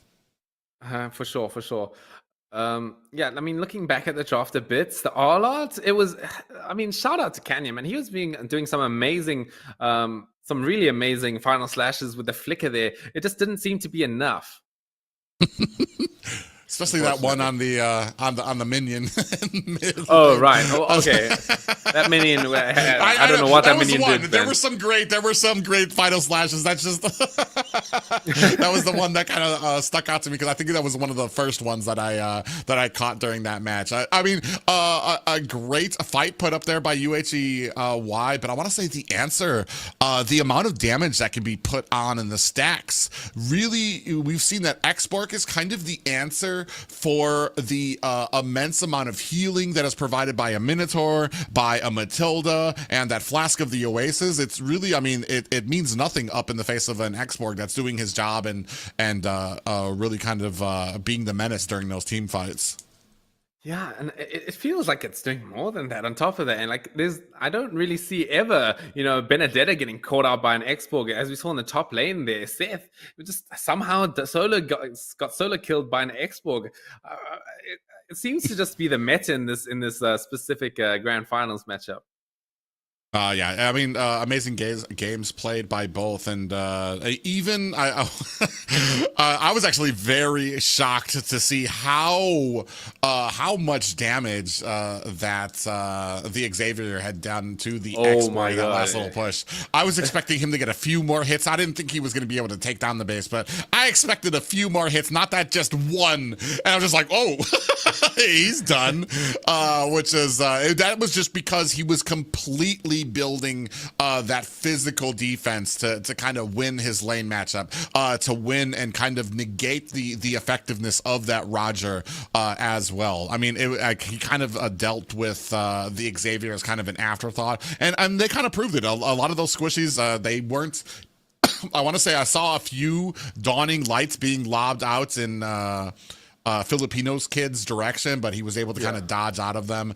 And then Thickens. I don't really actually recall seeing too many lobbed out at the mage, but I feel like that probably would have been the better target for those, just because the immobility of the Vexana. Oh yeah, for sure. As well, Vexana doesn't really want to build those defensive items as such a carry would. So yeah, that could have been the option there. Seth was doing a pretty good job of catching Thicket though, giving him 4 deaths to his name. With that Petrify Electro combo, it was definitely deadly. Just didn't seem to match up too fair against Filipino kids' sort of a more defensive attire. Yeah, it was just to the point that it was already too late by that point, especially because it wasn't just on Thickens who was doing no design. It was helpful, but at that point in the game, especially at mid, I mean, you had Stamina over there doing a heap of damage and a Filipino kid. We needed to be able to take out both of those damage, because when one of them went down, the other one was definitely able to pull up. I want to say that last Lord fight, Filipino kid went down right away, and it was still that Thickens on that Vexana was able to get the Lord to help out the team with that final push. Mm-hmm. Let's talk about Ari, man. I feel like the Roger pick, it was okay. It sort of gave him a little bit of that tempo, but I feel like, it's just a bit of an outdated sort of jungler in my opinion. I think this new gold lane stuff sort of suits the hero a bit more. The problem is that Roger's one of those like we were talking about with Gujin, where you kind of all need to kind of funnel into him. He needs to get that early game advantage, and when he's got that early game advantage, he's able to dive underneath towers.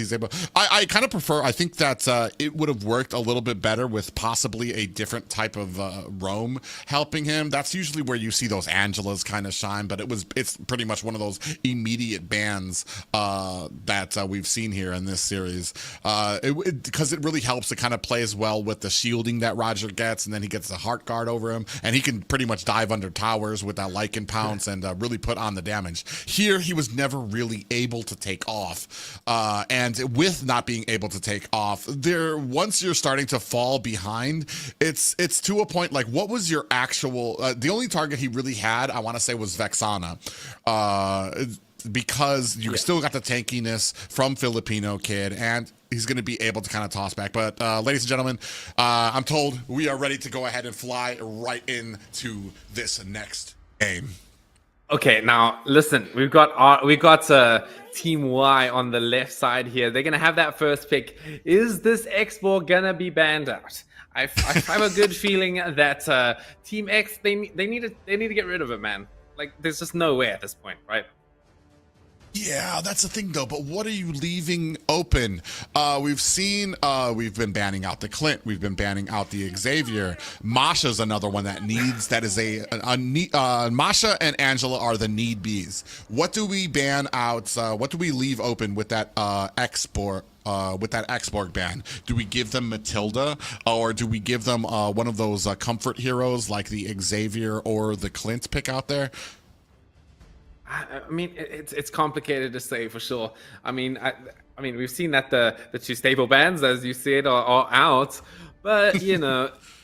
I feel like there has been situations where both teams have managed to pick up their comfort picks that have been banned most of the time, just outside of those two. So there's a lot of flexibility that can happen when it comes to this X-Borg. It sort of should be able to fit into the ban list somehow. Well, they're going to go ahead and kind of focus a little bit on to Filipino Kid, shut down that real comfort pick that he has with the Melissa. And then that kind of comes into there. Do we give him back that carry pickup? Or maybe we kind of snatch that away from him, because he was instrumental in the victory that UHEY had. Would it maybe have performed a little less impactful against like a standard marksman? We don't know yet, because they kind of went with that Benedetta, that double fighter composition. So I guess we'll see here how threatening they consider that carry, because I mean, man, that was a huge pickup for UHEX in the last game. Is Benedetta considered a fighter? I think it's like, I see her more of an assassin, right?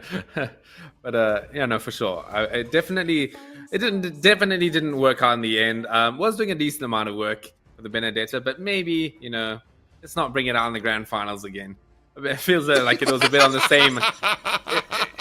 It was like in the same sort of energy as that Nightmare Grushin pick. You know what I mean? That was a good pick. Let's not do that again. All right. Okay. So we're gonna go ahead with the standard Navaria ban. Do we give them X-Borg? That's the choice. That's what's happening right here. That's what's happening in the head. Do we give them X-Borg? Do we give them Xavier? Do we give them Matilda? What are we gonna do here? X-Borg is out. That's gonna leave open Matilda for the side of UHEX right now. Yeah, I think they're gonna take it up. They're gonna take up this Matilda, I'm pretty sure. I don't see a reason why they can't. They've got still another game to throw, I guess, technically, so they can see if it works. But I mean, it is what it is, man. I think they can just pick it up here. They've got a game to throw away. They can see what works or whatever. Heck, pick up a Gujin if you wanted to. I mean, it's not not like this is game point for you guys. Yeah, no, not at all, man. Well, right now, I mean, they're a little bit of a little hesitation there. They're kind of figuring out what they want. Did they go with the Matilda? Maybe we've seen some focus on that Minotaur out there as well. Oh, they're going to take away the carry from Filipino Kid. Very interesting. They're saying, go ahead, pick up this Matilda. We just can't let you have that carry again, bruh. Yeah, do you know, I like that quite a lot, because if they do pick Matilda, they can pick it alongside a good combo, like the Barat, for example, you know? So they can immediately pick that in the second and third pick. With the carry out as well, it's going to shut that away from Filipino Kit, which I think is a beautiful deny pick. Unless, hint, circling around that eagle right there, will pick it up, actually. So they're going to place their faith in another match point game into this flying eagle girl. Well, the thing I want to say is the last game, when they did use the Barats and the Matilda combo, they were dealing with the X-Borg, and that was what was the biggest problem for Barats, for the Matilda, because X-Borg like just outclasses Barats when it comes to kind of sitting in that the turtle pit, because he's going to be able to kind of burst him down the longer that they're fighting there. Right now, we're going to see that they're going to go ahead, feel comfortable picking up this Fredrin pickup for the side of UHEY. Oh yeah, I'm liking this a lot. Actually, you bring up such a good point. Stamina gonna have his signature hero coming in with that Yu Zhong. Well, I mean, he's got a lot of signature heroes basically at this point. But when I think of Stamina, I'm thinking Yu Zhong for sure. And I'm thinking Hence gonna be able to do that cool combo plays alongside him, and I'm gonna be seeing some cool stuff with that export gone. For me, though, it's going to be about how well are we going to support the aggression of Stamina. Are we going to have a composition that's going to be able to go in with him as well? Because, I mean, we've seen here sometimes, I mean, he has, this was a combination that we saw last time, is that he was doing so well. I want to say around game 4, he was doing very well. The aggression to kind of stifle the momentum that UHEY was having. But as we got later and later, and the carry started taking off, he was finding himself outgunned in the back line of UHEY. So that's going to be okay. Brand new. We wanted something different. We wanted to see something outside. We want to see something different. This. Okay. No. I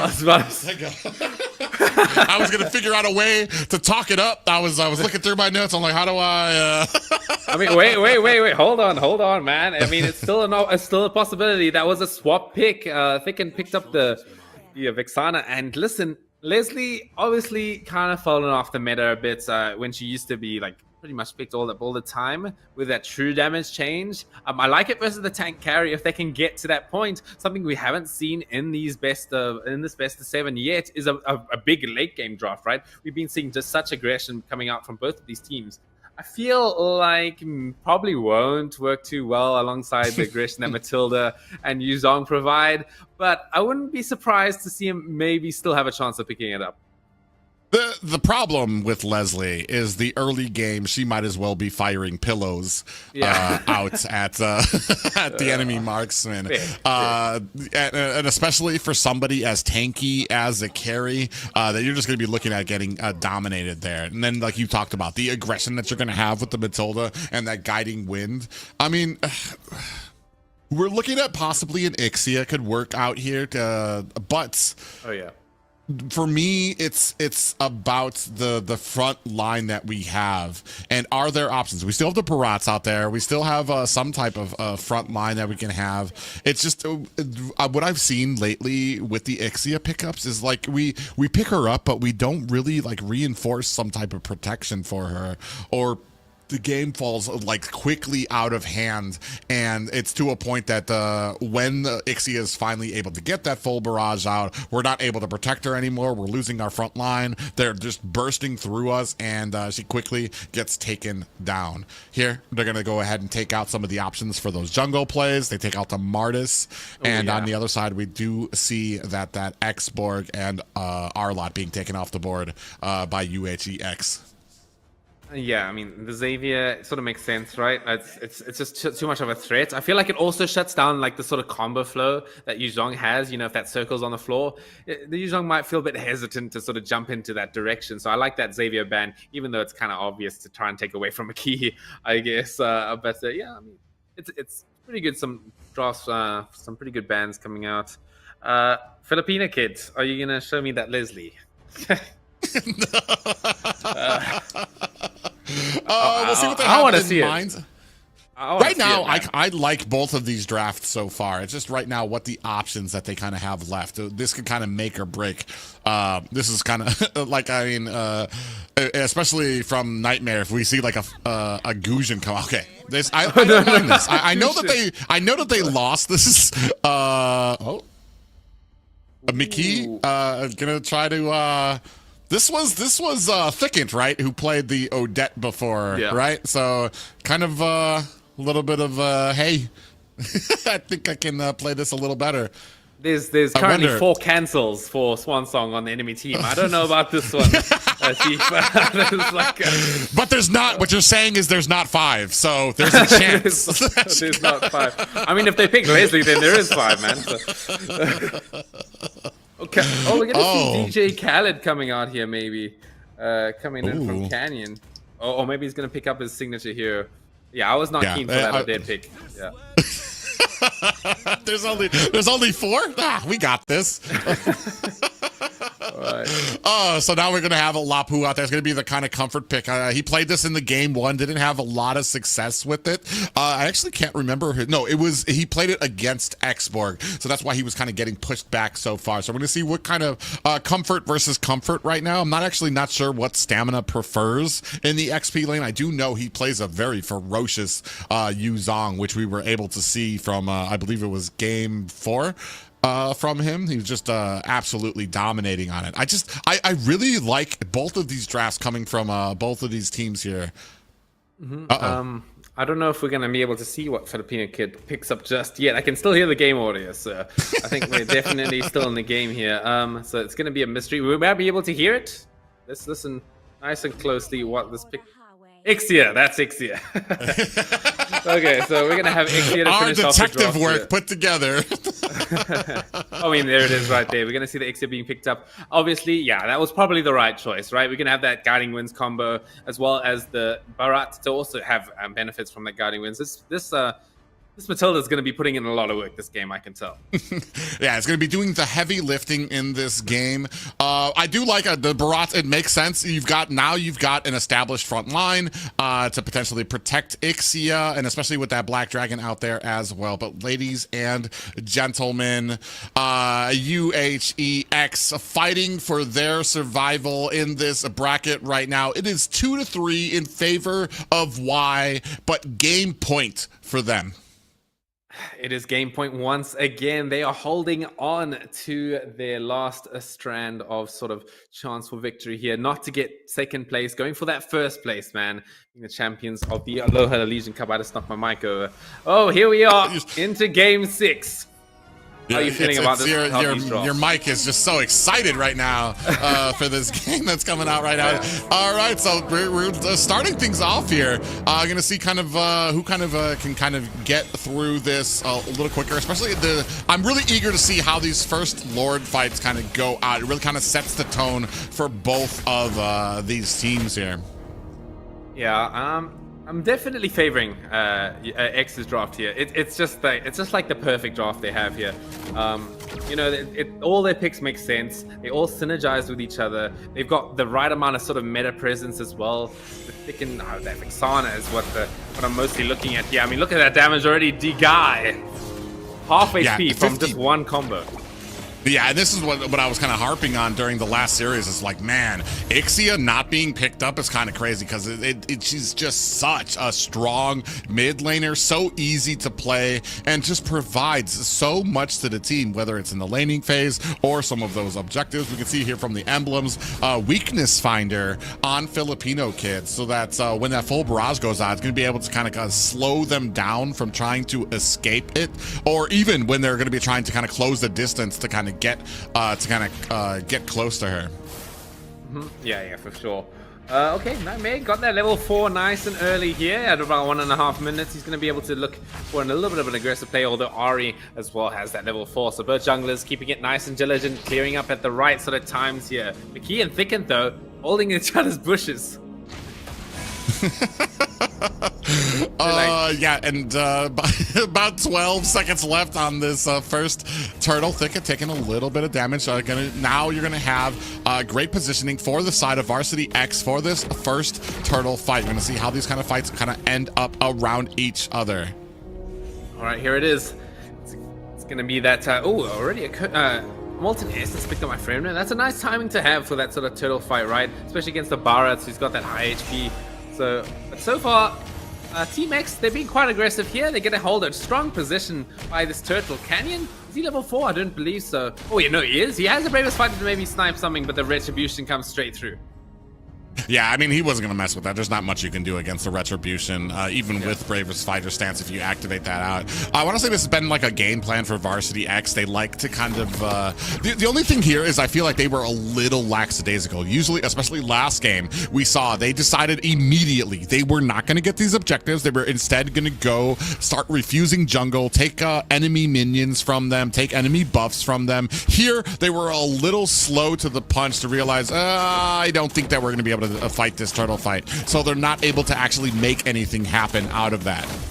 Oh my god, look at that wave clear coming out from Lilia, dude. I think I heard like 4 of those crunch noises from that skin there. Yeah, I mean, it just comes to show how both of these mid laners are just so good. I think mainly because just of how fast they clear that mid lane. Oh yeah, and that's the big thing for a mid lane right now, and why they kind of stay in the meta right now is their ability to clear and then rotate to kind of help out and get those engagements. Ooh, stamina. Stamina in a bit of danger here. The bravest fighter has been popped. The Black Dragon form trying to come out, gets slammed down by Canyon. You're not even able to get the Black Dragon off immediately. That was just some good solid CC combinations there against him. Yeah, especially from a hero like Fredrin, who's able to consistently, you know, even though the CC doesn't last that long, it still cancels out that Black Dragon form animation. Yeah, so I mean, a great little play there. They do have that first blood, and now starting to kind of push into mid. So now you're going to have Thicket. It's going to have to go back to base. 14 seconds left on the next turtle. We do have, you were seeing that carry, picking up that defense, picking up that that belt, and now a magic enchanted talisman picked up for McKee. Surprisingly, Stamina is like not as aggressive as he wants to try and be. He's in position now, should be able to sort of mess around a little bit here with this Black Dragon form. As we see the rest of Team X, they're going to be on the way here. Pent in that front line as per usual. No worries in the world whatsoever. Here we go. I got Salmon in the back lines here, messing around with Ari, doing a decent amount of damage. Certainly Eagle commits it as well. Canyon finishes off that Bloodless Axe. Might be the deciding factor when it comes to this fight. Here we go. Oh, a strong team fight coming out from Varsity X so far. Canyon gets taken down. What a great positioning by I Got Stamina there for that. The alone against Varsity Y finds a great position, waits for his team to come in, and then comes in from the flank to off-puts that turtle push, and eventually zoning out the full team of Varsity Y. Oh man, it's looking pretty even. Although I'd argue that at the moment it seems like X, they're under control. They sort of have things in order. You know, the chaos is a little bit minimized once that X-Borg's out the picture. Yeah, well, it's a little bit more even now. Stamina taking on Canyon, albeit Stamina finding some great positioning as we go in. Pent taking a little bit of damage there from D-Guy. All right, but it's still a bit stagnant, right? We've got about 6 minutes in, 1 kill to 1 kill. We've got 3 people in the bot lane though, looking towards that carry, but she's just not easy to kill whatsoever. So this rotation feels like a bit of a waste. We've got 3 more members of Y though, looking to sort of engage here. Yeah, that was kind of going to be my comments too. Is it's kind of a little bit of a waste there, just because of actually Canyon and Stamina. He's trying to go in, but not going to be able to. Actually, going to burst him down a little bit more than half health there. So I mean, having a great time here at the top lane is a Stamina. Yeah, that Usher Essence is such a strong passive when it comes to this 1v1 trades, right? If you can activate it, it's just like you pretty much win any trade you want. That's sort of the power that we've been seeing with this Yu Zhong pick, especially in lane. But so far, you know, both teams right now sort of respecting each other's space. Although, Thicket's in trouble. Oh, there it is. Stamina coming from the side lane here. They wanted to start something, but both teams are just keeping it nice and safe between each other. We're going to see already a Guardian helmet being picked up by Fredrin. I mean, that's a pretty good timing to have at about 7 minutes. Yeah, he's going to have a thick amount of health there. We do see the Demon Hunter sword now, so we're going to have actually some good chunking ability coming from this Ixius. He's going to be starting to become more of a part of these fights. You see them starting to line up for this next turtle. Oh wait, here we go. This fight could be a pretty decider for how the game goes. Carrying on from here, the turtle is going to go to Nightmare for now. There's the full barrage that you were talking about, doing a lot of damage to Ari here. Ice got Stamina, will finish off the kill. Yeah, now they're starting to chase on the D-Guy. I'm not sure if they're going to be able to capture something here, looking for a connection onto Seth. Ooh, D-Guy is going to have that healing effect from the basic attacks right there, going to be able to keep him nice and alive. Ooh, has to pop the Minoan Fury as well, so they're in a bit of a dangerous situation. Seth and D-Guy, are they going to be able to make it out of here? I don't really think so. They're going to be trapped right underneath their tower with 4 guys circling them. more make Yeah, but the longer they linger here, the less time they're going to have. Now they have minions at their side. They're going to look to try to burst them out. Ooh, yeah, I mean, the Deton's welcome actually off the mark here. And Ari's in time to join up into the fight here. Circling Eagle onto Seth. He's still alive somehow. And now, I feel like they have enough leverage to keep themselves alive. Oh. And on the offside, we do see that Thicken able to get a kill onto McKee. I want to say kind of a little bit of a waste. Varsity, they have room to kind of to follow up there, but they weren't able to really make anything happen at bottom. Oh, here we go. Seth actually picks up a few kills for himself here. It's going to be a 1-for-1 trade, I'm pretty sure here. It's going to be Filipino Kid for Seth, so all lane for gold lead. I'm sure no one's complaining with that. And right now, still at the top, I got Stamina really kind of taking it to Canyon here. Black Dragon is out for the escape. Yeah, you know, that's the power of that Black Dragon for, man. It just can get out of pretty much any situation as long as it's not cancelled out. Yeah, and I think he was actually able to, steal that minion from Ari? Just a little bit of a slap there for him as he's swimming through with that dragon. But he did really kind of create a lot of distance. And Ixia, I want to say Filipino Kid really needs to get to that lane quickly before Canyon's able to push. As we take a look at these items, already a War Axe and a Hunter Strike picked up for the side of I Got Stamina. And now looking at Seth has picked up that Endless Battle. So kind of electing to go with that one defense item and then one damage item there, really wanting to kind of come into play a little faster. Filipino Kid taking quite a lot of damage from that Freyrin here, but does trade a little bit of the HP by himself. Oh, a good pushback onto Mickey. He's going to be able to make it out of here with the Black Shoes. The full barrage actually off the mark, has to cancel it early, but the Black Shoes brings him back into the grips of Team X. Ooh, that was what I was going to say. That full barrage almost got Filipino Kid into trouble there. We're still continuing on this fight, latching on to D-Guy, who's trying to give his team vision. Lord has spawned, though. Not sure if they can sort of start it up so far. At the moment, Ari, tanky as ever, going to be able to taunt up a few members of Team X. Circling Eagle straight away onto Canyon. Shouldn't really be a kill, though. Ooh, Frederick in a bit of danger here. Praises Wrath in the air, but will not reach the ground. And just like that, Varsity Y have lost their retribution and I want to say their contention for this Lord. Canyon's going to come in with the bravest fighter stance, but I mean, not able to catch anything there. Is going to be able to clear out mid lane. Meanwhile, Varsity X very comfortably going to be able to pick up this Lord. Yeah, man, very, very comfortably here. That was a big pickup onto that Fredrin. Still dead, actually, at the moment. I mean, that's the problem when you're high level on top of that, is that your respawn times are pretty long. Yeah, and right now sitting at 2-6, a little under a 4K gold lead for the side of Varsity X. But I want to say a very a firm amount of momentum for them right now, as they're going to go ahead and pick up a tower at bottom.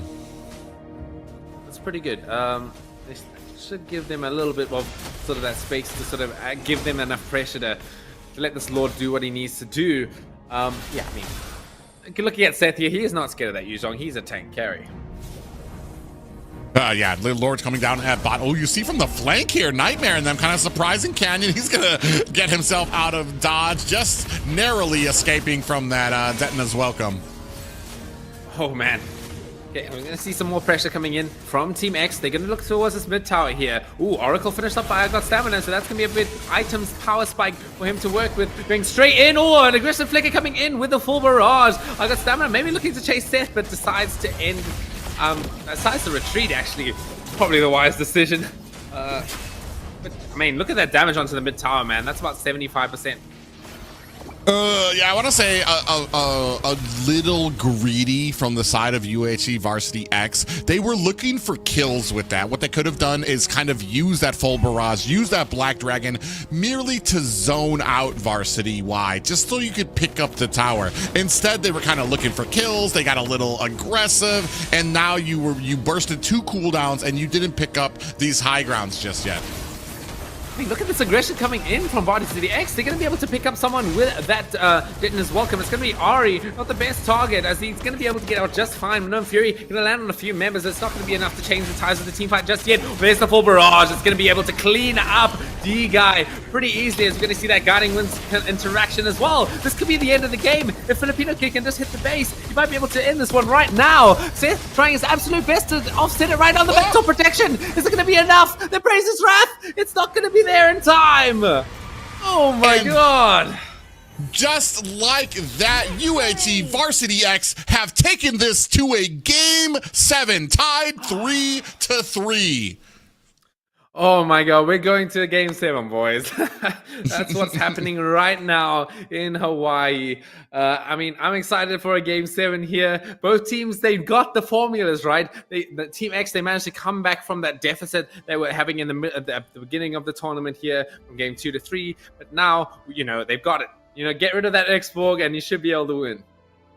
Yeah, they found the formula. The X-Borg was the winning formula. They take that out. It's kind of just the especially when it came to the XP laners. I want to say I got Stamina doing such a great job being able to push. Even Canyon on one of his most comfortable heroes there, having a lot of trouble against the ferociousness of Stamina during that fight, during those fights.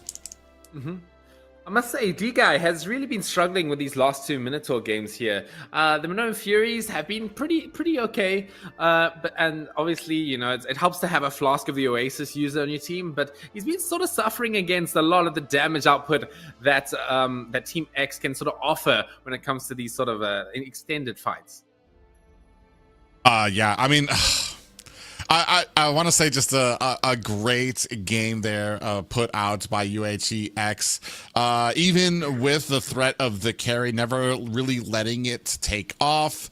And they kind of found a formula. That's what I was saying. Like the Barats was not successful. The Matilda Barats was not successful in the last engagement, but that was because of the things like having that the X-Borg out there, and maybe a little bit of a flop there. You gave away the Matilda without the answer of the X-Borg, the threat of the X-Borg.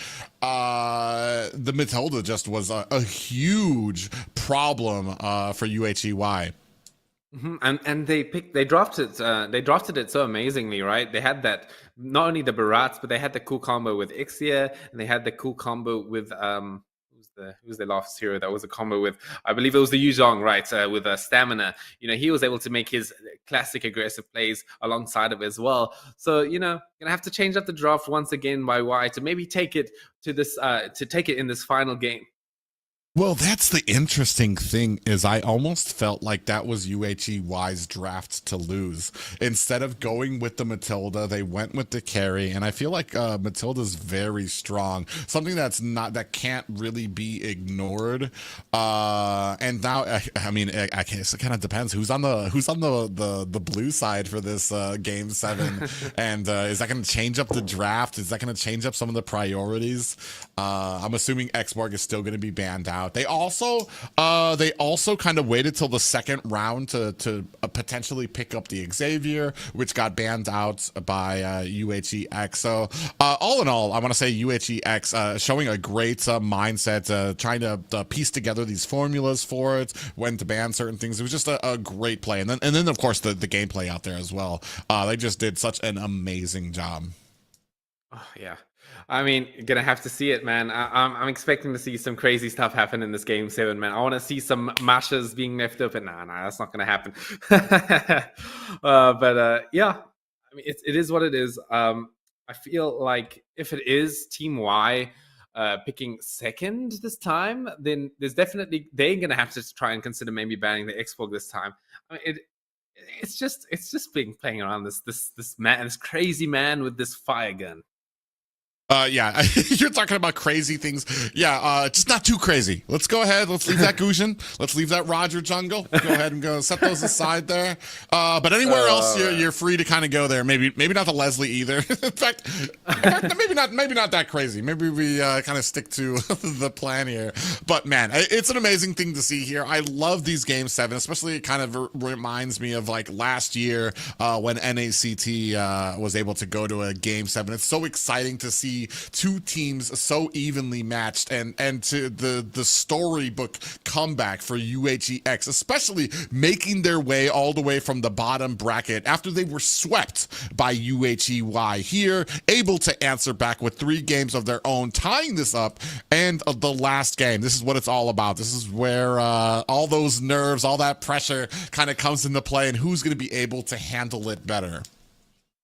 I mean, it is about that pressure. I mean, definitely a one factor that both teams are going through is a little bit of that burnout, right? I mean, looking at Team X, they just came through a best of 5.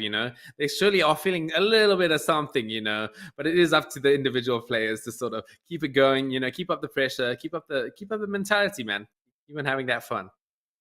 Yeah, we're going to see what kind of changes we made. I'm really eager to see how we kind of deal with it. I want to say carry, not the answer, especially they kind of ended that not really too early, but just the draft. It just really, I felt like there were picks that UHEY really kind of prioritized, but not the actual synergy. You talked about it during draft. There just wasn't the same synergy in UHEY's draft as we saw with UHEX when it came to that Matilda, the Barats, and the Ixia playing together. Even the Yuzong being able to dive in and then having an escape in the name of that guiding wind as well. That's just a synergy that was kind of unmatched by UHEY there with some picks that just really didn't meld well, and especially when we saw that they really weren't willing to fight for some of those objectives in the early game and not transitioning that into something else.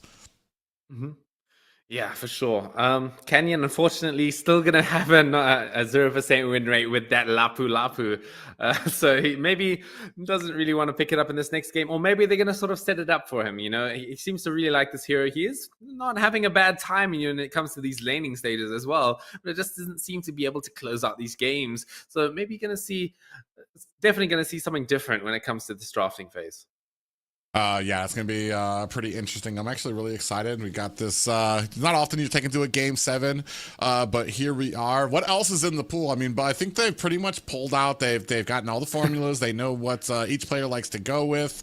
There's just those little nuances you left open. That was the one thing too, is I knew the Ixia, like, it was going to be a great play. I think there's just certain things that happen, certain heroes that come out where you're like, I've seen it before too, when it comes to like a lot of the pro play, especially in the M series. You'll see drafts out there where they come back with the exact same draft, but they've tweaked one little thing on it to kind of make it successful here. It doesn't mean like the entirety of the draft was bad. They just need that one little thing, and UHEX here has found it, and it's now on a UHEY to kind of find the replacements that they needed for that the missing Xborg that can kind of help them with that I want to say that the pushing power that they displayed in those 3 games that they were able to get over X, because they were, I want to say, those 3 games and the difference that we've seen from these 3 losses, especially right from the beginning, is their, I want to say, lack of confidence, especially when it comes to these objective fights. So maybe kind of choose a comp with those objectives in mind. Yeah, for sure. Definitely the objectives were not, as you said before, like I felt like they were playing a little bit passive coming in from Y, They needed to be a bit more aggressive when it came to those fights with those objectives. Their team sort of mirrored that, They had the Fredrin, they had the Minotaur. These were sort of heroes that are all about objectives, really, with the Minoan Fury and the Fredrin being able to secure those retributions quite so easily. So I felt like it was definitely their draft was completely fine, but just the execution of it was a little bit shaky. Yeah, we'll see here going into this 7th and final game. I'm sure both of these teams are exhausted from, especially I want to say UHEX. They've been here all a day. They played through the bottom brackets. We'll see if maybe some of that stamina, because stamina becomes starts coming into play for. You've had it. You've had it with jokes. The sun is out. It's a new day in South Africa right now. Yep, it is a new day.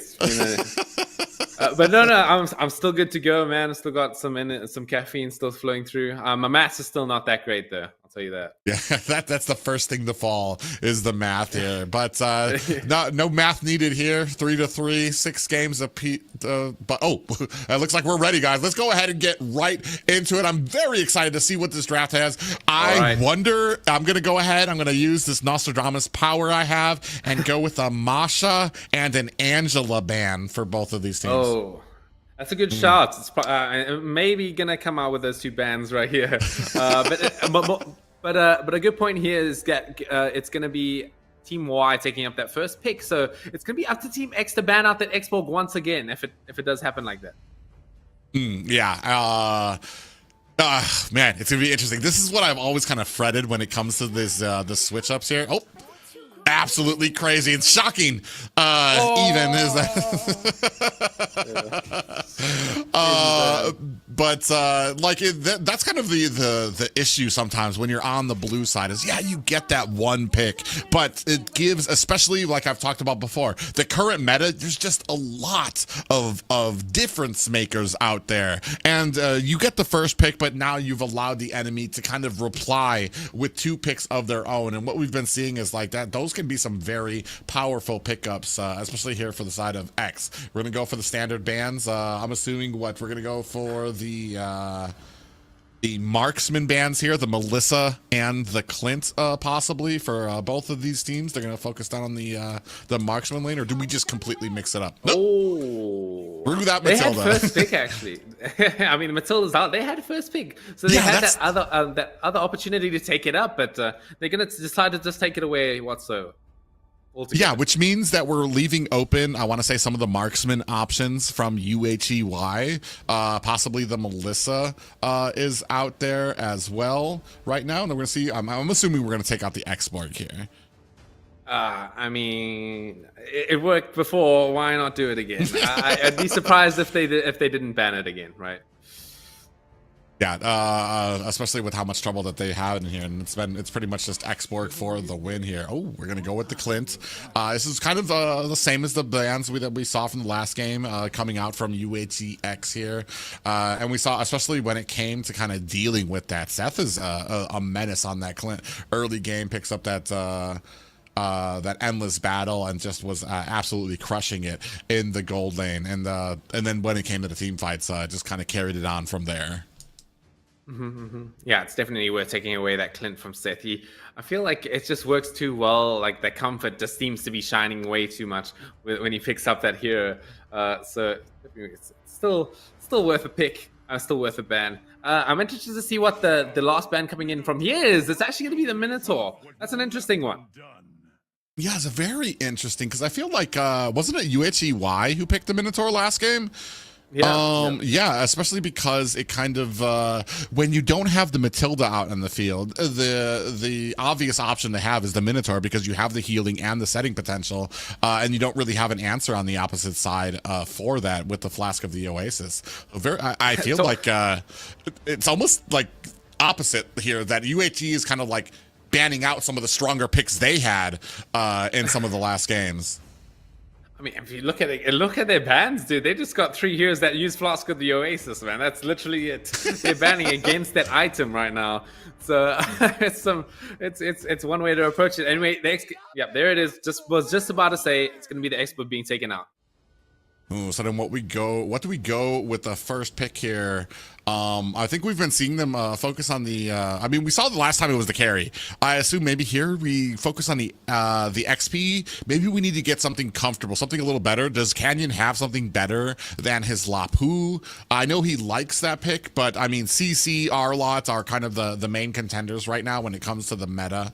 Or maybe we take away. Yeah, Yuzong, you can take that away from I Got Stamina, or potentially maybe take away Vexana from the side of Thicket. Yeah, the Vexana has been working for them for the last 2 games here, so there's literally no point in not taking it away. That's something that hasn't been banned out this time. I was wondering something was missing here. So McKee is going to pick up that Novara here. It's going to show us what it do. What it do, indeed. Novaria does have a huge amount of damage that she can output, but I want to say it really comes online more in the late game, especially with that poke potential. They're going to need a draft and a composition that supports them in the early game that can help Novaria get to that back lane, and especially here, I was about to say, I'm expecting the Yuzong to come out. Hopefully we can kind of, and then the Melissa coming out. So you've opened up these two picks, Yuzong, especially because potentially you have an answer to try to get to that back lane, to zone out McKee at the very least, so he's not going to be as effective during a lot of these team fights. And then I'm not a huge fan of Melissa, but we've seen Filipino Kid on the Melissa, and it's just a different breed. Yeah, no, for sure. I feel like they both teams actually really like prioritizing this hero, and it's for I guess a good enough reason. They know what they're doing. I somewhat agree with you with the Melissa. Not the biggest fan. I feel like there are better marksmen to be picking up right here, but it is what they're comfortable on. We'll have to let them sort of do it. I do have a bit of a question just before we talk about the next few picks, unless they're a bit too interesting here. Is if Yuzong knocks the Novaria, like controls her with that little bit of knockback while she's doing that astral recall, will she be taken out? I'm pretty sure that because that acts like a pop-up, right? It should take her out of it. Yeah. And even then, even if not, he's got the petrify, so it doesn't matter. Oh, right. So I mean, he's gonna come in there with the petrify to try to chain that together. This is a very interesting pickup because it kind of can operate like a little bit of a flex pick. I'm not sure how well. Well, I mean, it looks like it's D guys picking it up here. It might be their X, or no, this is gonna be their Rome, Ruby Rome. Man, I want to say right now, UHEX has gotten like all their favorite picks. Yeah, they've been allowed to pick up all of these picks, exactly how you put it. Although, let's say that this Atlas has proven to be good, has proven to be a little bit sus sometimes, but most of the time, Penn's been doing pretty damn good with this Atlas pick. Yeah, it's almost like I feel like the UHEY just intentionally set the draft out. Like, we're just gonna deal with you, your best picks, your best haircuts, your best clothes right now. We want to beat you at your very best. They've given them like some very comfortable picks here, and now we're gonna be moving into that second banning phase for both of these. Our lot gonna be taken out for the side of UHEX. So I think they're very confident that this Ruby's gonna stay as a roam. I mean, I'm thinking that Martis is probably going to be banned out here. They again, without that X-Borg, it opens up their old strategies to be a bit more viable in terms of how they sort of operate as a team. So I'm expecting a Martis ban. If the Martis is not banned, I'm expecting Nightmare to pick it up.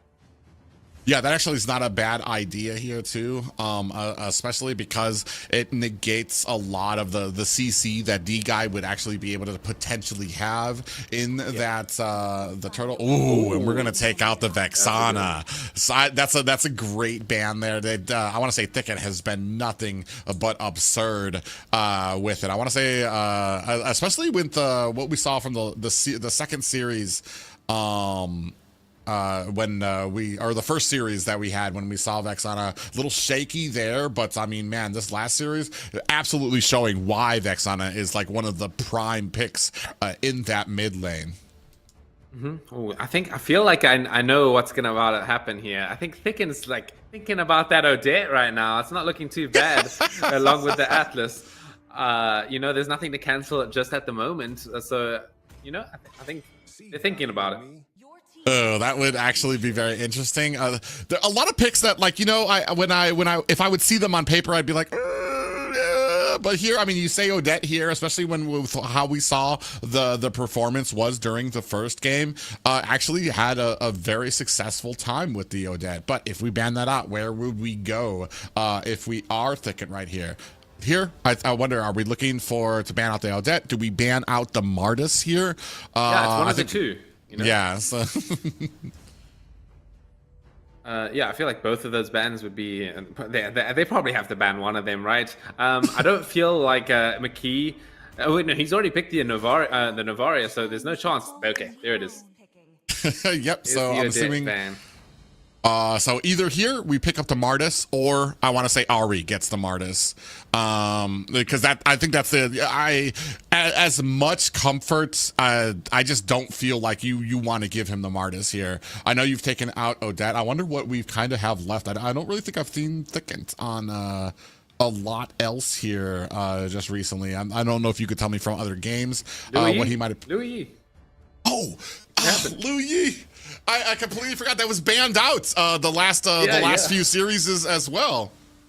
Yeah. I mean, it could come out right now. It's gonna be Barrett's. All right, that's fine. Okay.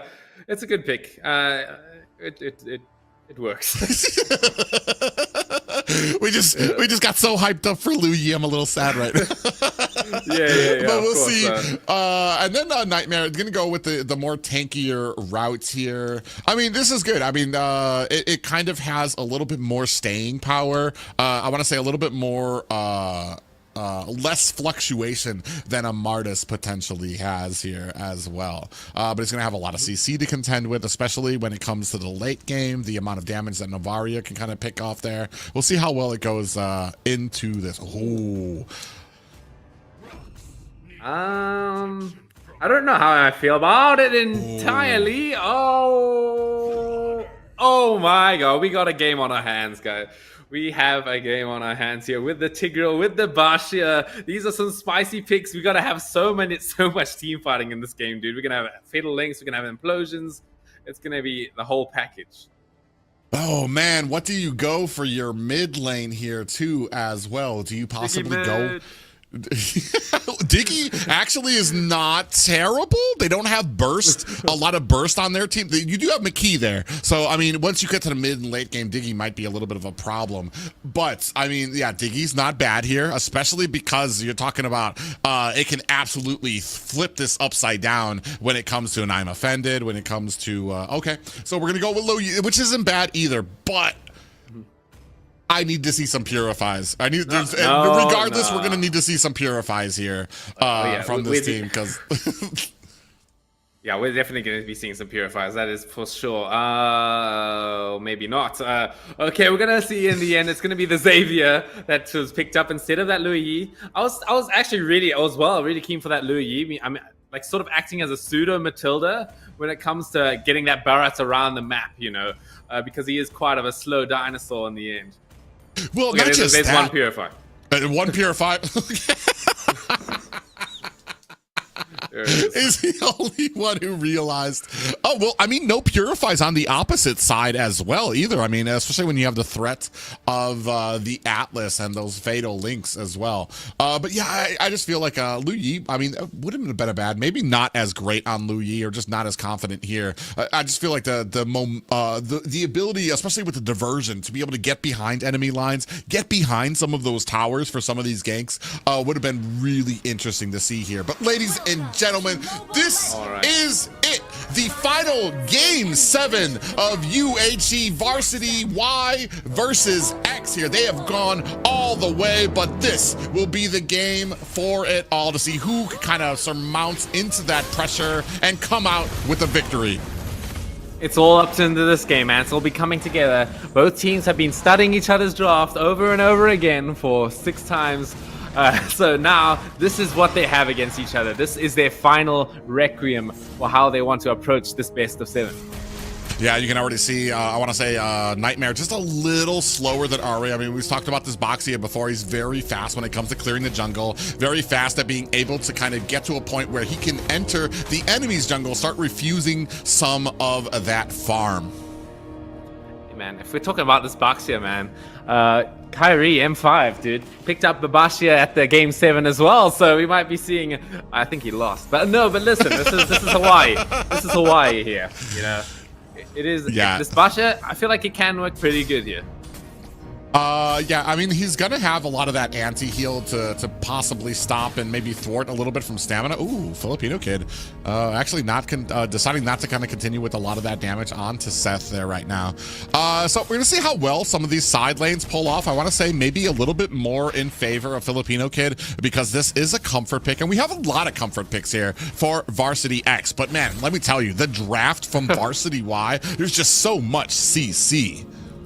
Oh my god, like you got the pickoff potential coming in from the Bashia, you know, to sort of mingle around, you know, start to set up a team fight, and then out of nowhere, this Tigreal should have enough work to get around, but already it's going to be a first blood going on to Canyon, but Ari will be able to sort of get the return kill coming in onto Stamina. Yeah, and this is going to go ahead and set up this next, this first turtle already. You have both XP laners down, and now starting on it is Ari. Now it's going to be contested by Nightmare. Oh, a good Astral Echo coming out. It's going to reveal the 3 men over there by the Turtle. Turtle going to get reset so far, as now Pent, he does have that flicker, but it's not going to be able to do much without that Fatal Link. So both tanks here, they're really looking for that level 4, which is coming soon.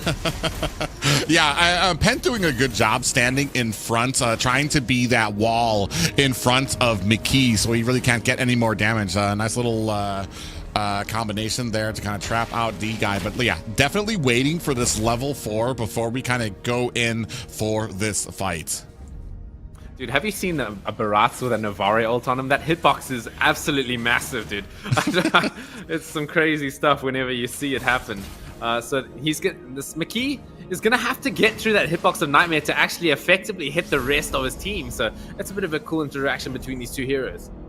Yeah, it's going to be all on, I want to say, the setup of Nightmare, of Pent, to kind of protect the teammates like Filipino Kid, like Thickent in the back lines through a lot of these fights, especially if Stamina is not going to be able to get back to aggress McKee. Ooh. Oh, some standard Brody gameplay coming out here with that tough laning phase. He's able to take up that solo kill in the top lane. And so far in the bottom lane here, so far Nightmare going to have a pretty decent opportunity to maybe take out the turtle. He's actually a level behind from Ari right now. It's going to be a pretty close one right now. We're going to see the Fatal Lanes coming in onto 2 with the Detoners welcome. It looks like Nightmare should be able to get this retribution. Yes, he does. And now it's going to be D-Guy doing his absolute best to try and get out of there. Has committed the implosion, but it's too late at this point.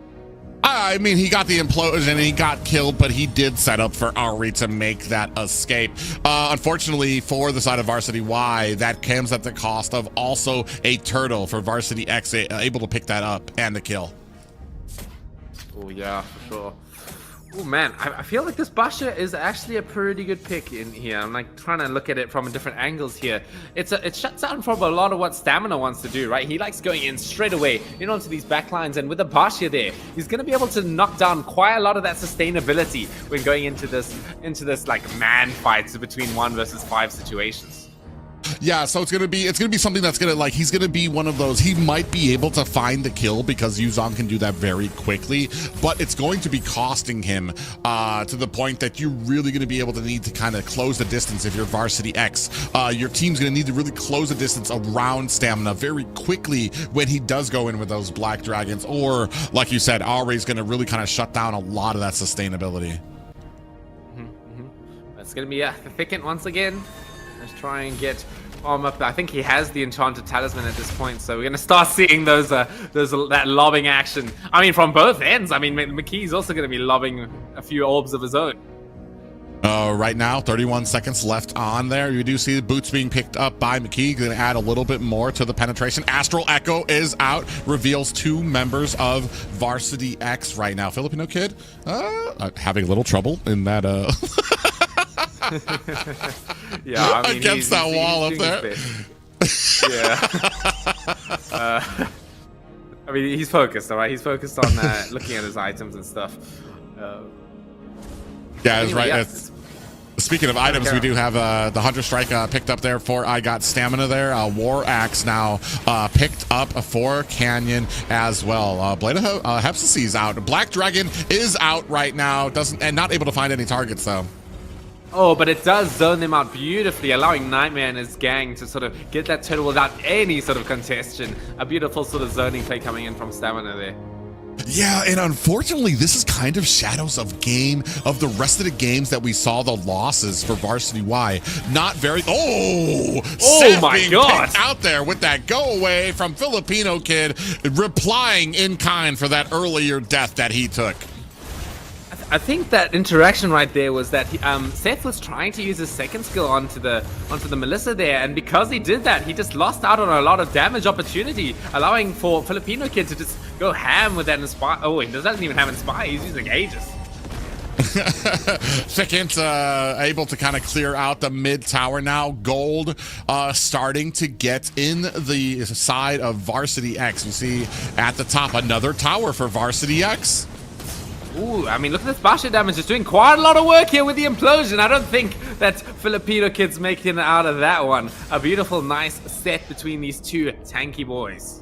Yeah, but I mean, the damage has already been done. You've gotten the tower there. Actually, they actually might be able to get the tower here. Pence is going to come in here, but he's alone. Yeah, I mean, Seth is going to have all of the damage necessary to take out this tower without any contest here. As, yeah, it's going to be basically a 2-for-2 trade, right? You traded a gold laner, and you traded a tower.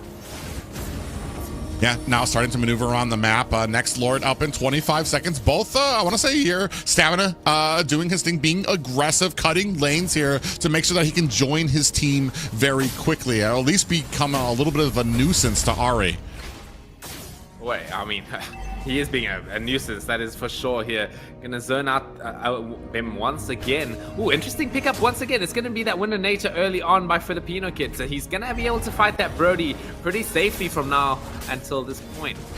Yeah, and I like that it wasn't the first item, it was the second item. So he still has the damage, still has the slow that he's going to get from that first item while still having the sustainability of negating a lot of that physical damage coming out from Seth there. And then another objective pickup for Varsity X. Oh man, Stamina is just making it so easy for Nightmare to get these objectives. He's just like making this Tigreal feel like, you know, like the Tigreal is just chasing after him and not really helping with the objectives. Oh man, and that's kind of what I was wanting to see, especially when it comes to a lot of these team fights. Varsity X has a good plan here to kind of split them up to the point that Varsity Y is not even competing for any of these objectives. Conceal play is out. Oh yeah, the concealed play coming in straight away onto Filipino Kid. Is he gonna be able to get it? Oh, the Fatal Links comes out straight away onto Solo, onto D-Guy. Gonna basically offset his tempo running into there. Stamina, maybe looking for the Black Dragon form over here. Comes in, misses out his skills. Unfortunately, he's in a bit of a sticky situation here. He's gonna make it out. The torn apart memory is gonna catch him mid-air. Yeah, just a little late on that dragon form. All the stacks that Seth needed were put on. Oh, but meanwhile, Canyon making his way to the high grounds of Varsity X. That's a big pickup, man. That's a tier 2 tower at 9 minutes. They didn't really expect to see that one. I'm sure we didn't. Yeah, I mean, and it's such a great answer right now for the towers that they have. So now they've kind of, I want to say they haven't only evened it up. Now they have more towers, and they've kind of forced their way into that tier 2 area of Varsity X right now. Well, here we're going to see the Detonus welcome. It does come out onto Seth. He's in a bit of danger here with the Fatal Links. Winter Nature is not going to keep him safe just for now. D-Guy on the run has to pop the flicker, but the dinosaur is on him and stomping his feet. Oh, we're going to see the implosion. It's going to land onto 2. Will it be able to help D-Guy get out? Yes, it will. That was a lot of abilities kind of wasted on a Tigreal there, and they were still not able to bring him down. You can see here from the items, Hunter Strike picked up for the side of I got Stamina. We do have a lot of damage coming out. The Lightning Truncheon picked up for the McKee right now, but 2 items, actually 3 items for the side of Seth here. He's got he's got himself the Blade of Hephaestus, Malefic Roar, and he's gonna match up that Windtalker.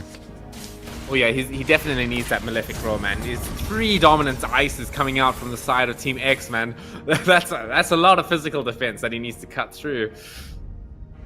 Yeah, right now, great positioning for the side of Varsity X for this next objectives. Will this be the objective that Varsity Y wants to actually contend for? Ooh, a little bit of a conceal play here. Ooh, D-Guy gonna be able to scout it out though, keep his team nice and safe from that sort of play there. Oh, I mean, look at Stamina. He's doing what he does best. He's keeping it nice. Oh, but he actually might get caught here. Yeah, he does. He's talking about what he does best, and they caught him out the back. That's going to be 1 player down. Not only that, but you are pushing down at the bottom lane. They're too late to answer, and just like that, the macro, I mean, starting to slide in favor of Varsity Y. Yeah, this is their final stretch here, right? They've got this Brody, they got this Bashir. It's only the McKee that's going to be sort of keeping them in the late game at this point. I've just noticed something, dude.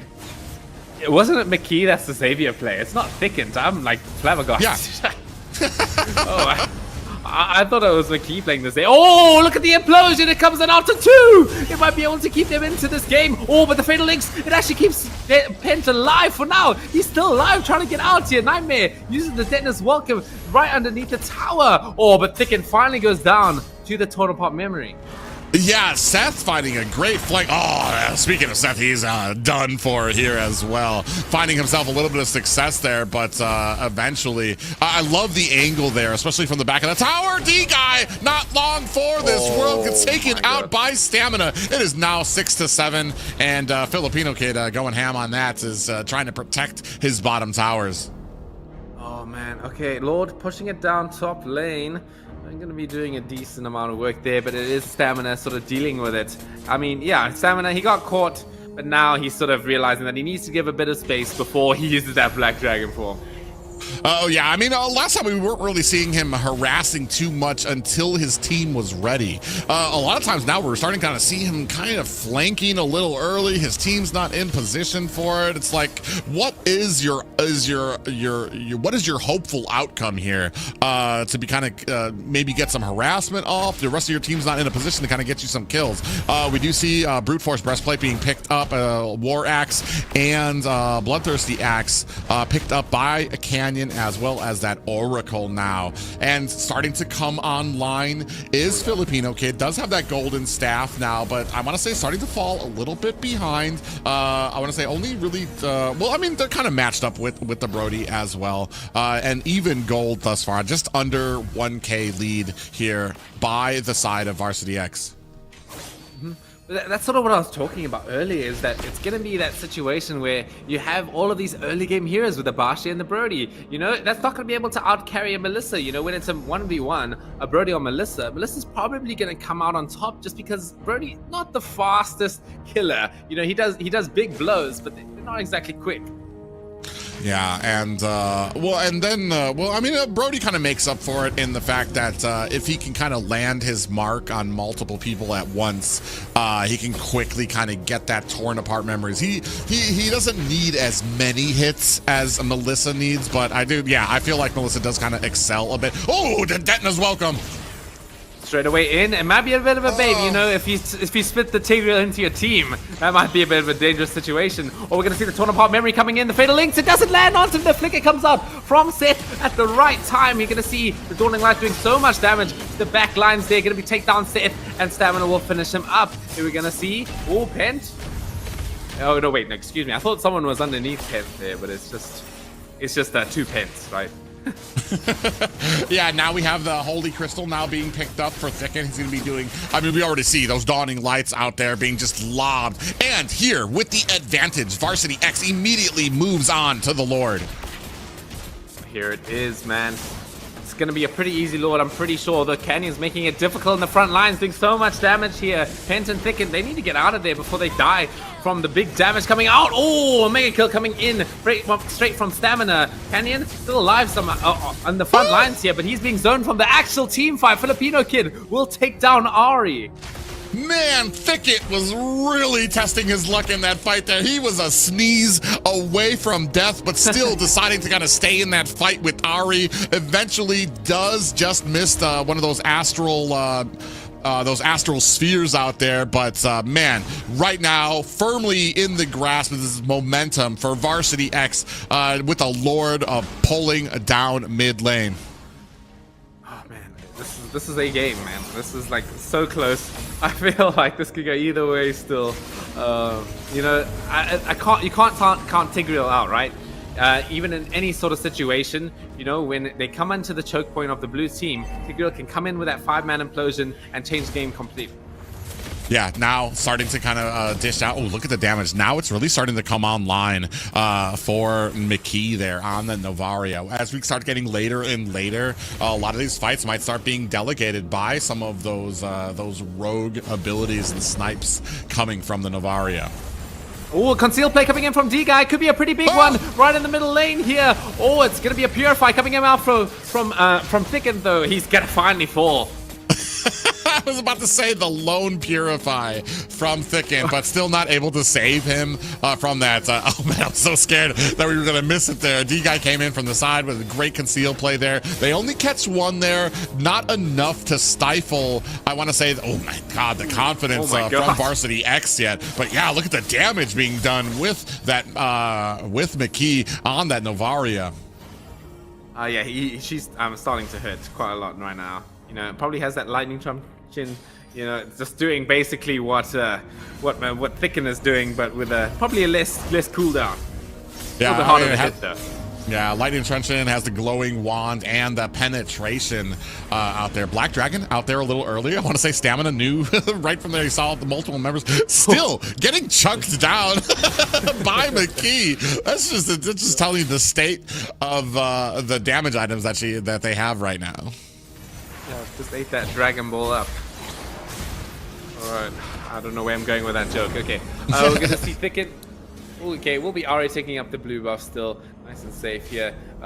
It is sort of that situation where both tank junglers here now starting to go into that situation where they're becoming meat shields here. It's mostly up to the gold laners and the tanks, most importantly, right? You got these two amazing set tanks from either team. So it's just up to them, really. Who can get the better set? Yeah, really interesting here. A little bit of survivability here picked up for Seth. He goes with the Rose Gold Meteor for his final item. On the other side, it looks like we're going to be looking for, I don't know if we're going for a Brute Force Breastplate or Immortality for the side of Varsity X Filipino Kid. I think negating those boots, looking for Immortality. I think it's Immortality, right? A Filipino Kid on the Melissa, not really looking for those long engagements, which Brute Force Breastplate sort of offers. But, you know, Immortality, it's that standard late game item that we're going into right now at the 18 minutes mark. Oh, very interesting here. Nightmare picks up Blade Armor.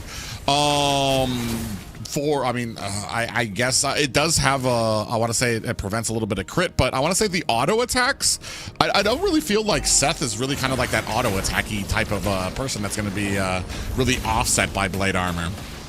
Yeah, I'm not too sure about that item pickup either. You know, he's got that Malefic Rod to sort of cut through it. Filipino Kid is taking so much damage from these Astral Spheres. Oh, look at that shield though with the Aegis. It's going to keep him nice and safe. Pent, quite low on HP here. He's actually going to get taken down by Seth here. And now, look at this team fight here. The implosion actually kind of whiffs in this situation here, but the go away is keeping the rest of the team safe. No, it won't. Seth will pick up the kill, and now Team Y have full access to this Lord. And just like that, Varsity Y turns it around, has the momentum with a Luminous Lord at their heels to start pushing. Now, putting their focus on to the mid lane there, able to take down Filipino Kid, the bulk of the damage for Varsity X here. Yeah, this is definitely going to be a heavy blow to Varsity X. You know, the Lord is going to be marching down the bottom tower. It is that evolved Lord, so it's going to be a real pain in the butt to kill, especially if there's lots of allied units near it. But maybe kind of getting ignored, neglected by his team. I mean, they're going to try and pressure down the mid tower at least. Well, they're looking for maybe a little bit of protection, but I mean, there's not much you're going to be able to do. You just need to man up, take down this Lord, and deal with the towers that you're about to lose. You can see Thicken still lobbing down those Dawning Guards, but that's going to be making it. Now they've made their way to these high ground towers. Okay, Lord taking quite a bit of effort to get rid of, but will finally go down. They should be able to get the top tower, though, so that will be a pretty good use of that Lord. Yeah, and I think it's doing a good job trying to clear lanes and still kind of chunking. I want to say there's just a difference right now between like Thicken able to chunk down people and McKee when McKee lands those Astral Spheres. We can take a look here. We've got I believe we've got like two Immortalities on the side of Varsity, 3 Immortalities for the side of Varsity X here. Or actually, no, 3 for 3. So we've got 3 on both sides here. So I mean, pretty even when it comes to like the survivability of both of these teams. I mean, that's all it is late game. Trading Immortalities is sort of where it's at, you know. But just because of how long these death timers is, that respawn is just so valuable. Nightmare gonna get scouted out here, trying to take this buff. It's a bit of an awkward standoff right now, honestly. Yeah, I think he's trying to be very patient now that his jungle's being cleared out, which means he's going to start losing his stacks right now. Oh, actually, he's going to have them in time for this purple buff. Oh my god. That actually dunks him down to about a third, down a third health there. You might need to invest in a Twilight armor. I feel like that's a good item to pick up versus late game Novaria, because it reduces that damage to about 900 instead of taking the 2000 in regard. Oh yeah, and I honestly kind of feel like that's a little better than the blade armor he has on at the moment too. So and maybe trade that out for a Twilight armor and to kind of help start standing in front of your team, positioning yourself a little better so that she's not like just really kind of landing those astral spheres to any of your squishy ones, which at this point is probably going to drop them down to about only a quarter of health left. That being said, you know, most of the magic damage is coming from the Novaria, not really coming out from the Bashi at this point. So, you know, you sort of need to itemize against that huge amount of damage. Oh, okay, that's going to be a first this game. I don't think I've ever seen anyone pick up a Winter Truncheon in this best of 7 yet, but it will go to Thicket, picking it up here. Oh, yeah, very interesting there, especially if they're able to kind of close the distance. Oh, it looks like Nightmare is going to pick up an Athena shield here. He's going to try to use that. Yeah, basically. Oh, are we going to be able to do anything? Great pop-ups. It's going to go to Ari this time, as now Yuzhong in the back line going to land the stun onto 2. He's keeping up the pressure here, but oh, Brody coming in with the flicker at this point. Oh, Thicken will be able to take down Ari. Oh, man, they're able to find a kill, but they were a great job by D-Guy in the back. Lands a push, gets the pop-up. Freaking, basically, Nightmare was in a coma that he couldn't come out with just to try to get the retry, and he was helpless just to watch the Lord there as Ari was able to go ahead and land that retry. Now the entire team's going to have to pool around to try to stop this Lord. Yeah, very wise play coming in from D-Guy. You know, Barats is not really a target you want to use the implosion on just because he has so much resilience and tenacity, you know, reducing that stun duration. But it was enough to get his Ari to secure that retribution in the end. Oh, man, it's a little bit of kind of painstaking there. You saw the entire time while Varsity X trying to deal with that Lord, McKee just lobbing out those astral spheres, dropping them down to like a quarter health each. And it's to the point, man, you need to kind of start setting up your front line because he is becoming a menace with those. Oh yeah, here it is. Another one into the field here. Yuzhong thinking about 1,800 damage per astral sphere. It's really starting to hurt.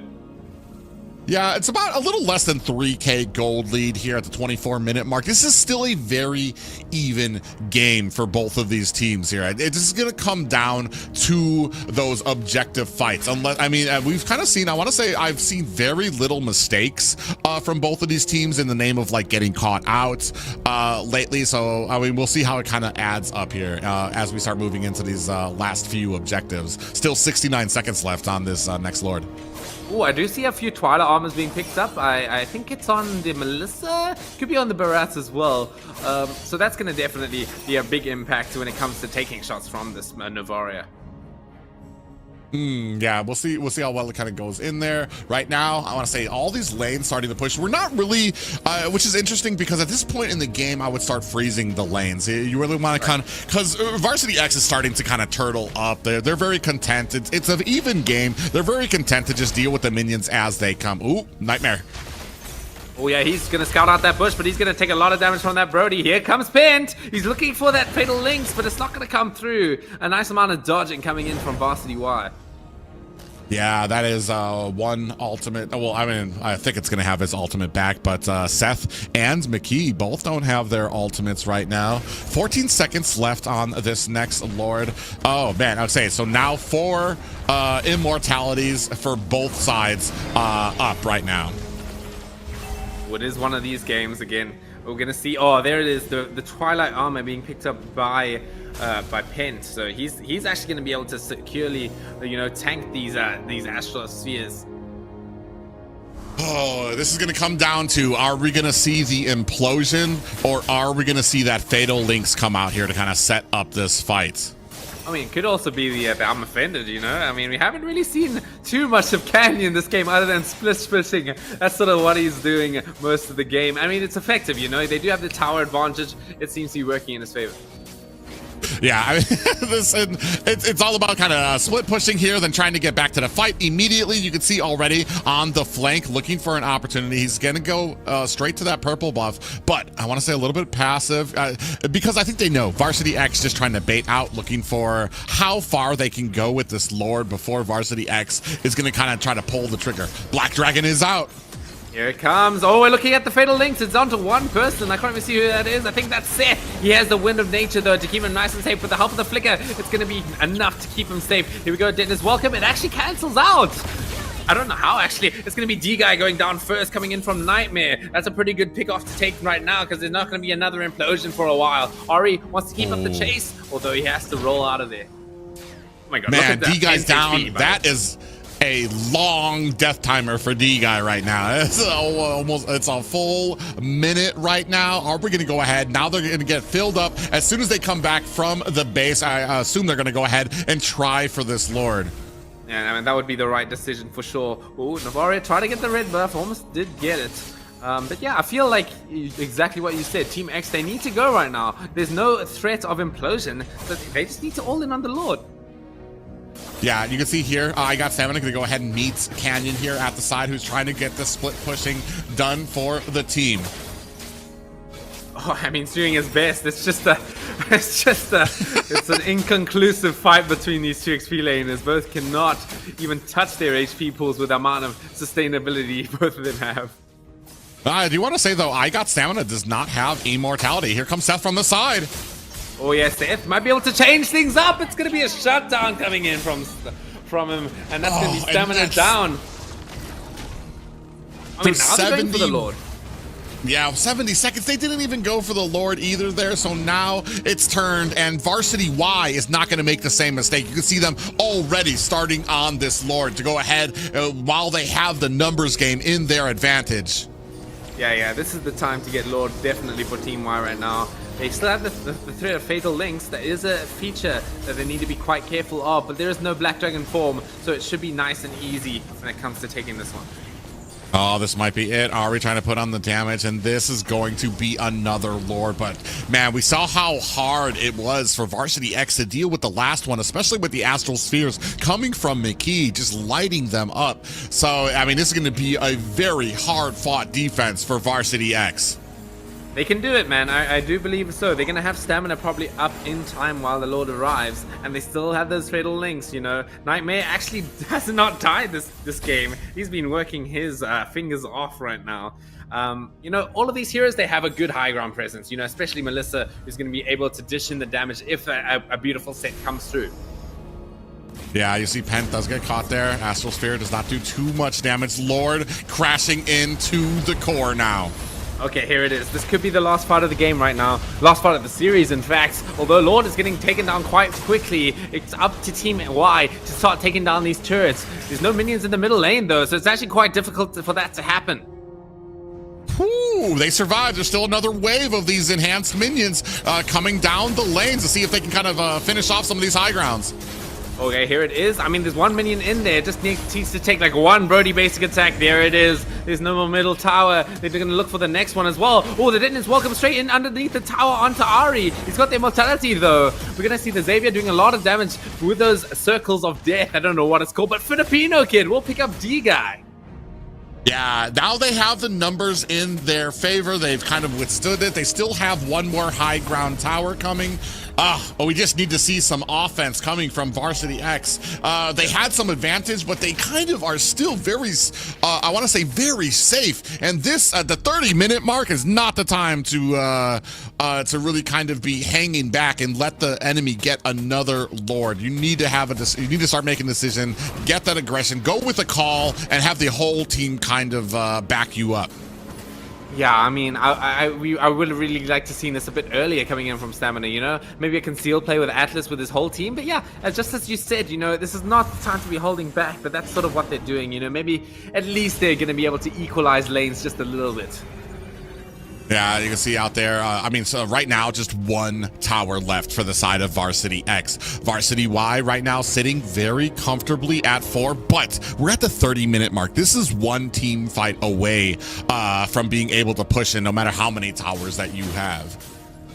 Yeah, Oh, there we go. Pent looking for an angle here. He's going to pop that split thing, which I don't know the name of. Seth is actually in an interesting situation, although he will have that launch pad out to try and get him to safety. Oh, the Dawning Light off the mark. I feel like that would have done half his HP. I think it would have.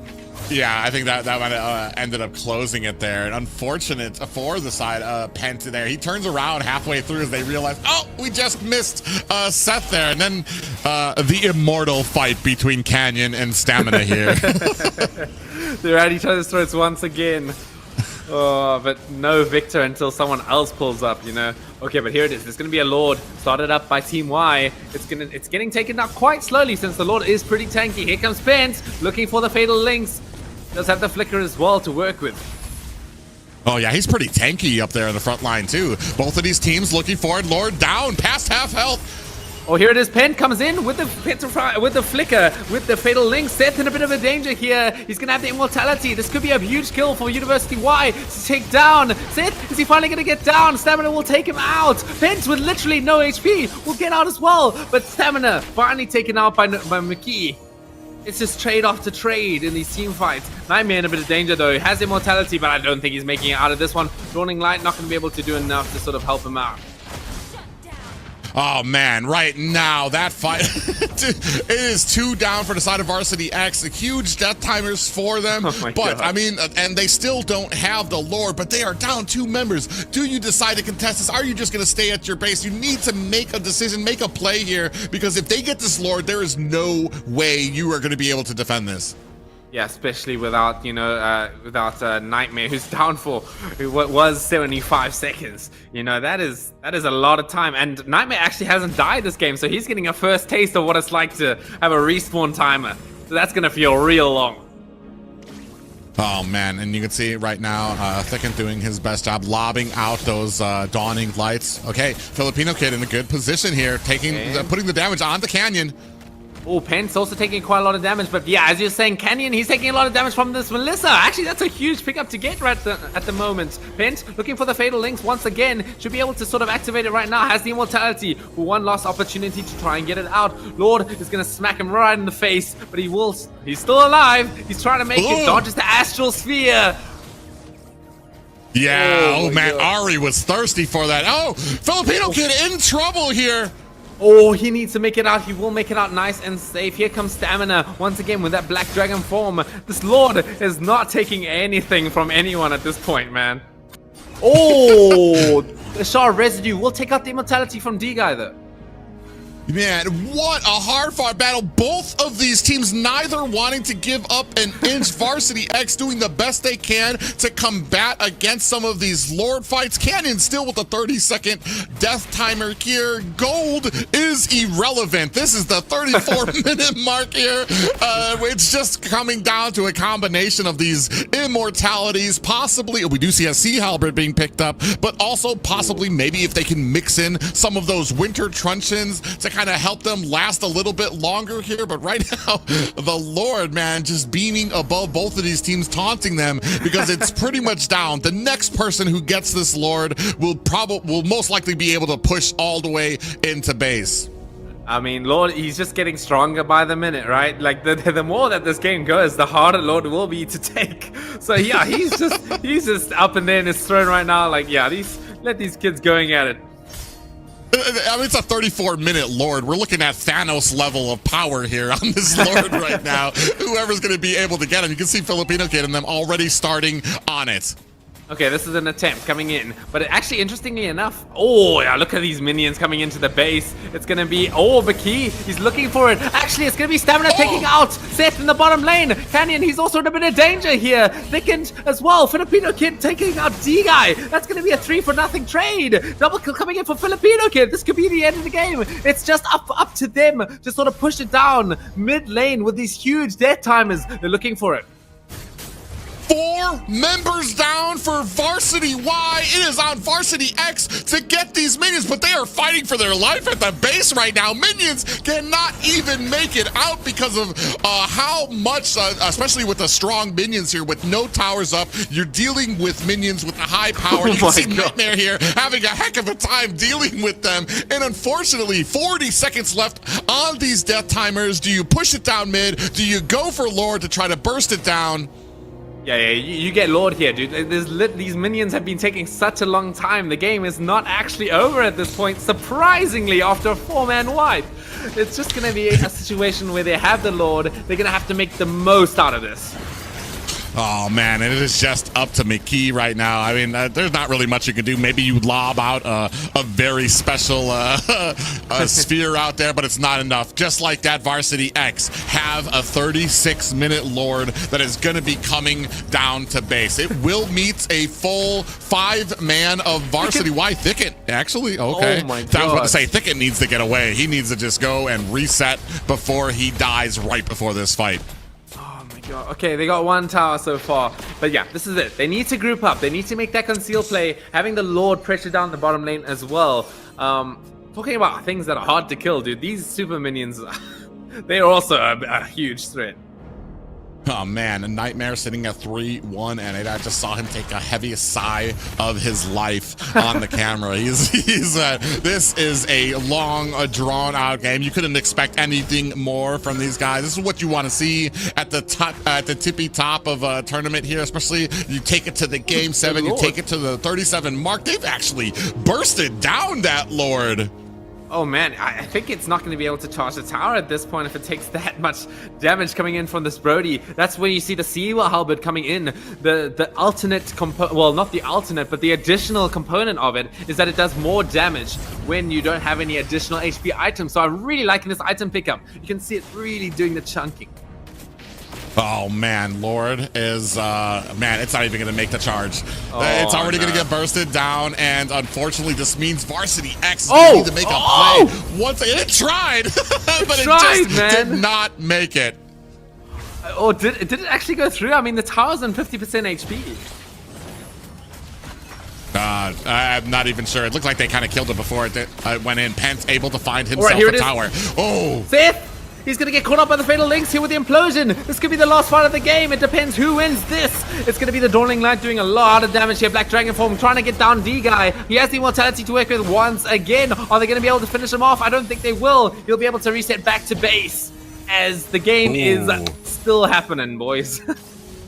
We're moving into 40-minute territory. Probably one of the second longest games I've had to cast here. I think the longest was about 43 minutes, so we're reaching record territory for me here. Both teams not wanting to give up an inch, not wanting to let go here. And I mean, still doing an excellent job here. Nightmare sitting at 3-1 and 8. Thicket only been taken down twice as well. And Filipino Kid taken down 3 times as well. But it's Nightmare, dude. He's been taken down once at this game. He does not understand. I mean, he had that long 75-second death timer as well. That must have felt like an eternity when, like, you're not even used to being dead. Yeah, and we can see here, immortalities, 4 immortalities for each. I do want to say that Xavier did give up the Winter Truncheon here, so he's going to go with the full damage, going to try to keep his space just a little bit more so he can kind of help out with lobbing out some of these Dawning Lights as well. But now starting to set up around this last, I want to say this is going to be the final Lord. Hopefully, I said that the last one too, and I was proven wrong as Varsity Y was actually able to do a great job of bursting it down. Look at that damage coming in from Stamina. Where did he get this damage from, dude? He's going to actually threaten Canyon's life quite hard here. He's going to take out that Immortality right now. He's maybe going to get it the second round as well. He's going to miss out on the stun here. He's going to do that Dragon Tail. Will the Shard Residue come through? Oh, it actually goes to Canyon. Oh! But Stamina does get the kill. It's going to be a 1-for-1 trade. XP lane for XP lane. Oh no, who's this? Seth! He's going to get his Immortality taken out as well. Fitness welcome. I think he's not making it out of this. This could be the end of the game. It could be the Lord once again for the side of Varsity X. And this time they should have the minions to close it out. Although they're hesitating a little. Yeah, 80 seconds left on Seth's death timer. That is 2 down for the side of Varsity Y. Are they going to be able to? I mean, Varsity X got to get it together. Got to go and try to prove this. Oh, man. A little bit of engagement. Thicket in trouble. Thickened, he's actually in a lot of danger. Pops the Purifier to get away right now. Pent, he's actually a one Novaria snipe away from getting taken down here. Will McKee land it? It's going to be close. Oh, no, Pent manages to walk it off. Yeah, McKee just a little bit wide with that last snipe there. Still 4 members left here for Varsity X here. The 2 down for Varsity Y. Oh, man, it's a game of back and forth here. Cat and mouse between these 2 teams. Neither one trying to give an inch. Oh, man, they definitely heard your challenge about that 43-minute mark. They're going to try and break it this time. Right now, Varsity X in a great position. Now starting to use their numbers in their advantage. 5 seconds left for Canyon to come back up. Oh yeah, there's a whole bunch of immortalities left coming in from the side of Team X. You know, Melissa, oh, she's taking quite a lot of damage here. Here comes the implosion. It is only onto 1. It's onto Pent. Maybe Pent can come back with another Fatal Links of his own. Oh, but Bastia looking for the back line sort of here. Yeah, oh man, Filipino Kid spots it out very quickly. Oh, he's going to get his immortality taken out as well. I don't think Ari's making it out of this one. It's going to be killing spree for Thickened. Who's the Lord going to go to? It should be going to Nightmare. There's the Retribution. Another Lord taken down. And just like that, Varsity X have another Lord in their possession to start barreling down the lane. They're going to back up here. They're going to wait, very wisely wait for the Lord here before they kind of start their engagement. The only problem is they have no towers, so they have the pressure of these super minions coming down all of the lanes. So it means it's something that they do have to answer for before this next Lord comes out. Okay, this time this time it's a 15k lead. As you see, I can't count. Well, like I said, at this point, the goal does not matter. Everybody's at max items. It doesn't. Nah, I'm trying to sound smart here right now. I'm kidding. Anyway, here comes the Lord. It's walking it down mid. I wonder if they'll finally be able to close it down here. We're at the 43-minute mark. Here comes the Fatal Links. It is only onto 1, though. I'm pretty sure that's Ari. Or it's D-Guy, actually. Here comes the implosion. And the go away is keeping Filipino Kid nice and safe here. Oh, Seth gets taken down by Thicken. That's huge. I'm offended. Onto 3, but these are some seriously tanky targets that he's trying to take down right now. Astro Echo is onto 5. The game is over. It's going to be Varsity X are going straight down the middle. They're going to be able to take the game finally after 43 minutes. Are the victors in the best of 7 series. UHE Varsity X, the true underdog story, come back from a sweep of UHEY, come and battle through the lower bracket. This has been a long day, and then able to take it to a Game 7 and ultimately beats their nemesis here that has held this over them in the top bracket. Come away victorious in a monumental 43-minute game. Oh man, that is definitely definitely for me the longest game I've ever casted here. Look at these intense stats, by the way. You're gonna see Novaria McKee with a 56% damage output for his team. That is some crazy stuff right there. Oh man, that's always kind of crazy stats to me when it's especially 56. That means you did more damage than your entire team combined. Just lobbing out those astral spheres. A great job played by all, and it's heartbreaking, but essentially and eventually the UHEX here coming by. I want to say it wasn't very flashy for Nightmare, but he did his job. He stayed that tank, stayed that rock in front for them, getting a lot of those detonas welcome, catching Seth out there, Thicket providing a lot of that suppressive fire, also not getting caught as often. A great job. And then Filipino Kid, I want to say, I mean, just an immense amount of damage coming out from him also as well. I want to say they kept those deaths to a minimum, and that ultimate was what kind of helped them, especially in the last leg of the game. And once again, a huge congratulations to Team X. I mean, looking at the brackets, you know, Team Y had them all staked. You know, they came through the upper bracket pretty much clean, you know, not even taking any defeats to their name. And then here comes Team X, you know, getting knocked down by their sister squad and then coming back in the grand finals to finally take it out in a grueling best of 7 and coming out the victors. Man, an incredible game played by them, especially there. A very long, very drawn out. Both teams had so much respect for each other and what they could do, both not wanting to make a mistake. And I want to say, like, not anybody caught off, but they did some great, they had some great team fights there as well. Just unfortunately, toward the end there, just some of those marks, we did see that Stamina went down, but on the opposite side, Seth went down as well. They were just answering it back and forth. Mm-hmm. All right, Priv, I've got a question for you. Who is your big MVP in your opinion for each of the members? Well, like, let's pick one from each of the members that you think stood out between both of the teams. I want to say for the side of a UHEX, I'm gonna have to go with I'm gonna have to go with Stamina.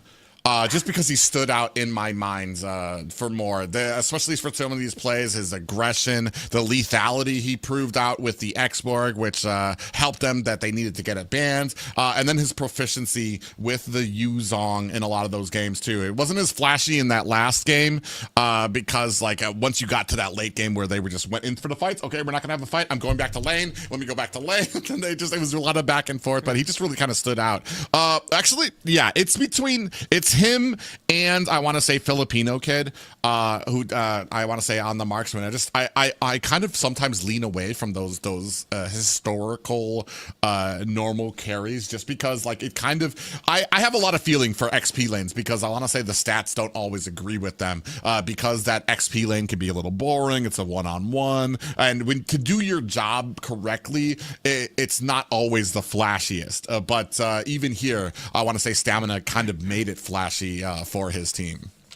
Yeah, dude, I gotta agree with you, man. Stamina definitely pulled through. I feel like without him, he was that sort of leverage that Team X sort of needed in order to make things happen, get the engine running when it came to that sort of stuff. I guess I could give you a quick answer about who I think might be the MVP for Team Y. I think it's kind of hard to say at this point, really, but I feel like McKee, he felt like that was the sort of standing out factor for what Team Y were doing. He was pumping in that damage. He was doing his best. Yeah, for me, I want to say, especially with the Navaria, he was doing a great job. The X Xavier, he really kind of pulled through.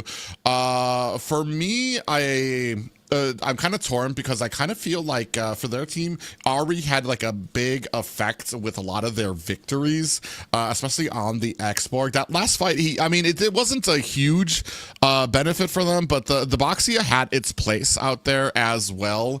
It's just unfortunately that was just I can't even really talk about compositions. I really can't talk about the builds anymore or the right. That was basically a 50-50, especially once you get past the 30-minute mark. It's a 50-50. Skills all gone out the window.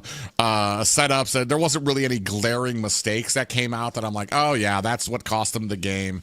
Or if it would have had this, they would have done a little better. By the 7th game, they knew each other like the back of their hand. Those drafts showed it, and I want to say UHE they did something a little risky. They when it came to their draft, who they banned out and who they picked up.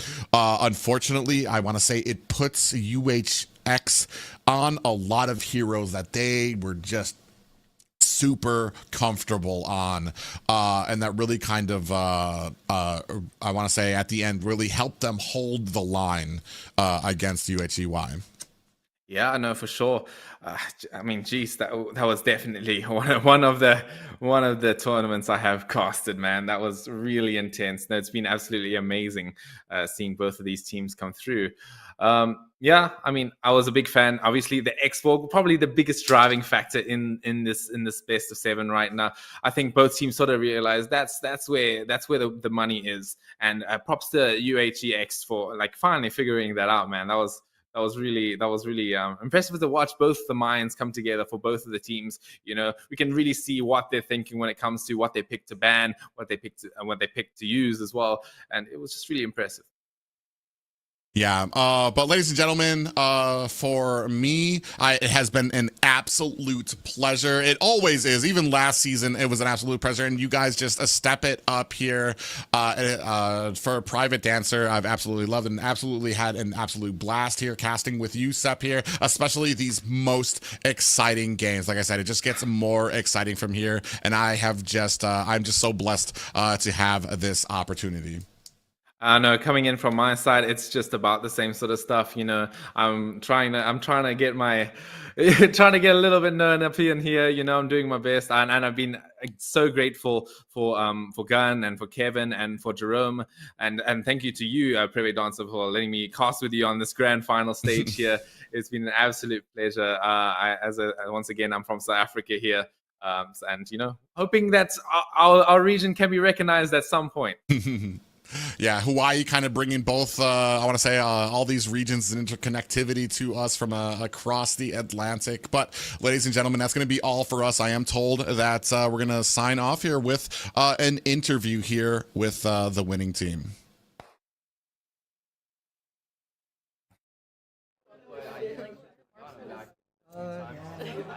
Hello, everyone. I'm here with the victorious UHEX.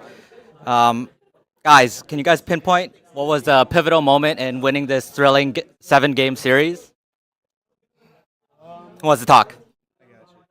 All right. So I think the real problem came in our draft after we lost 2 games in a row, because we kept on trying to ban out the same types of things because we know how they play and they know how we play. And we got in like a cycle, where we're banning the same things out. But Mr. Stamina here made a great recommendation to ban out the X-Borg. Yeah, my bad. And the moment we banned it out, it gave us a lot more options on what we wanted to play because it forced them into a weird option as well. So I think that was probably the pivotal point in making this comeback, I'd say. Gotcha. And I kept seeing some dragon pick that kept winning. Who was playing that, Ed? You want to talk a little bit about why that pick was so pivotal, you think? Yeah, so my lane opponent in XP is really, really good. We've been going back and forth during scrims and all the games, so I figured that I played more for the team. I needed someone that could split push, but also join the team fight quickly. So my strategy was just to push the XP lane, and then once that's pushed up, I can go to my team and we can initiate Lord fight, while my XP opponent would still be clearing the minions. So if you watch the games, that's kind of what I was trying to do. But credit to the enemy team as well. They knew that and they caught me a few times trying to split push. So it was pretty risky there too. And they gave me a run for my money for sure. And then pushing past 25, 30, 35, 40 minutes. I'm pretty sure you guys are super nervous. One little mishap and you guys probably lose the game. How'd you guys keep your nerves calm? How'd you guys stay cool under pressure and come out with the win? Well, we really just focused on the basics at that point. We knew that if our lanes got pushed up, then that would be the end for us. We unfortunately lost to a back cap in one of our previous sets, so we knew that we didn't want to make that or let that happen again. So we really made sure to keep our lanes managed and then take the fights that we needed to end up pushing objectives like the Lord. So we really were banking on the other team making mistakes and overextending, which they ended up doing. And last question. So you guys played against UHEY earlier in the bracket. You guys lost 0-2. And to finally come back, and these are people that you guys play with all the time, how does it feel? Honestly, incredible. I wasn't really expecting a reverse sweep. Just because, we were one game off of losing, and then suddenly just, we flipped the tide. Changed the tide. Awesome. Okay, so congratulations, guys. I'm going to toss it over to my director now, Sky Calvaloa, who will hand them off the prizes. And yeah, congratulations, guys. All right. Once again, an amazing, amazing game. You guys just took this to the edge, and for that, we want to award you folks a gift from Lenovo. So Lenovo here has brought their backpacks. So this is something that we want to award the first place prize for Team X, I believe, right? I keep on getting the teams confused. So Team X, we were very happy, and again, a round of applause for you folks. And so we want to just have you guys take that. Now, in addition to that, we also have your medals as well. And also, actually, what we'll do is we'll actually do the trophy first. So with the trophy, Allison, you can hold this. We want to congratulate you folks. This is a trophy, of course, that the team made for the entire tournament, so we're very happy for that as well. And also for you folks, again, we have the medals, and I believe there should be enough for this as well. All right, so we'll give you guys this. All right, congratulations. All right, thank you. All right, thank you. All right, all right. Oh, sorry. Thank you very much. Thank you. Oh, appreciate it. Okay, Allison, congratulations. You're welcome. All right, congratulations. Get you guys all medal up because you need to have your photo. All right, congratulations. Okay. Okay, so let's go ahead. All right, champions. Yeah.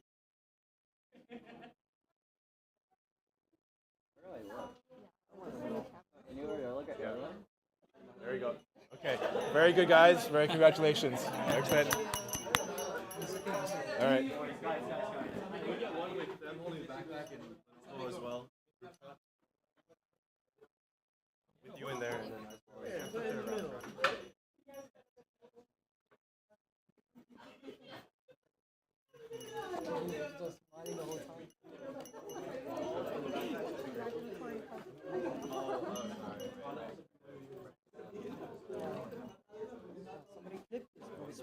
boyfriend and woman. Here for now. Look right here, look right here. 1, 2. Hold up the backpacks. Yeah, great. Thank you. All right. Okay, Team X. All right, excellent. Team Y. Have the Team Y as well. Come here, friend.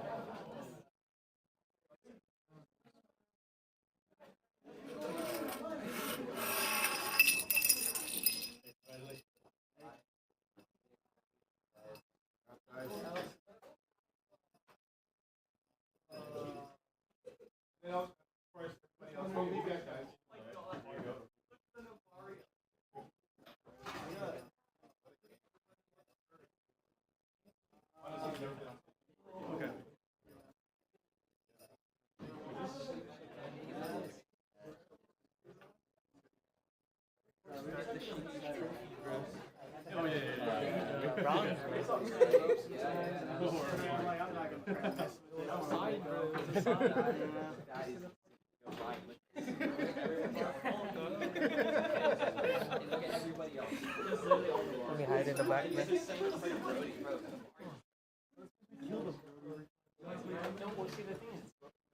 No, I'm gonna be like, man.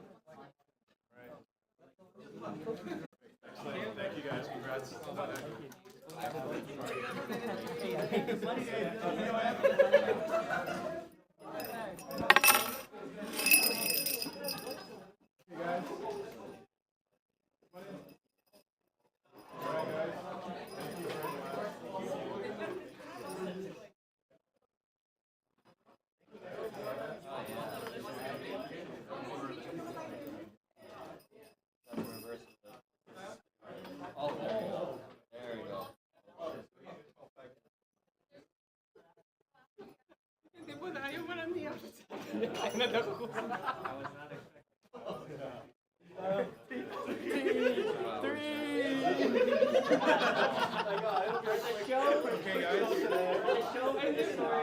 Okay, CJ? Okay. All right, guys. I think You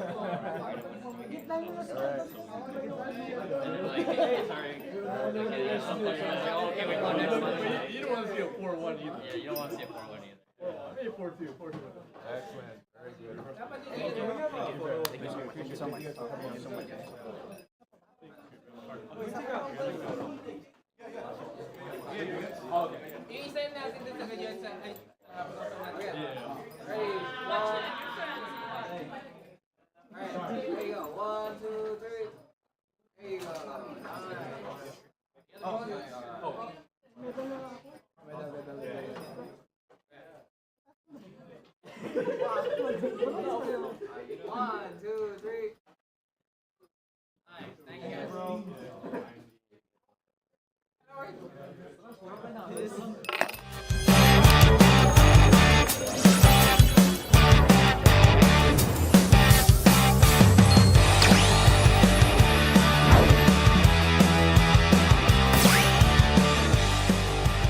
Nakilala niyo na pala ang transferee natin. Class, meet your new classmate, Felicissimo.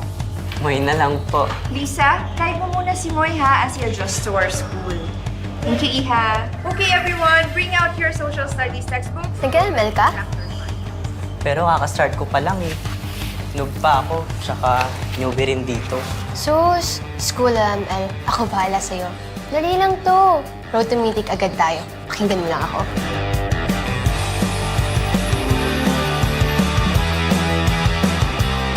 Rule number 1, let your personality show. Pakita mo kung sino ka, be.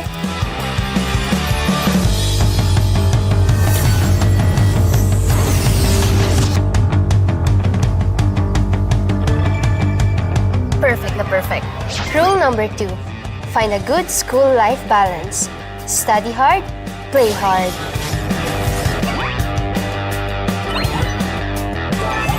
Yes! Ang galing! Nice one! Rule number 3, basic lang galawan dito. Basta alam mo, Prayo, magpataba para lumakas. More kain, more energy.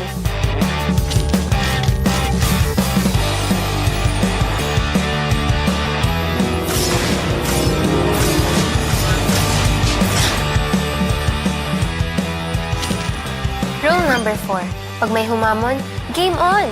Huwag matakot sa clash. Kita ka namin sa map. Auto rest back.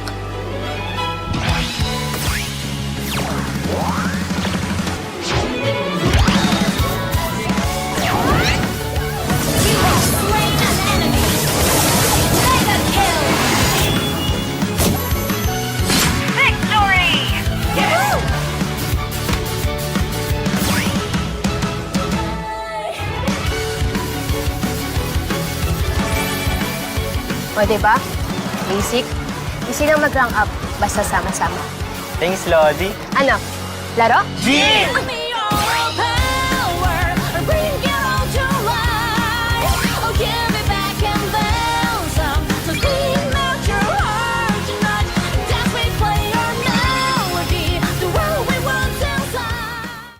You gotta be willing to go when nobody's willing to go. When nobody's with you alone. That's when I get in my zone. That's when I get in my zone. That's when I find out who I really am when I gotta get it alone. Let's go, let's go, let's go, let's go, let's go. Man, I'm like a machine. If you know what I mean, let's go.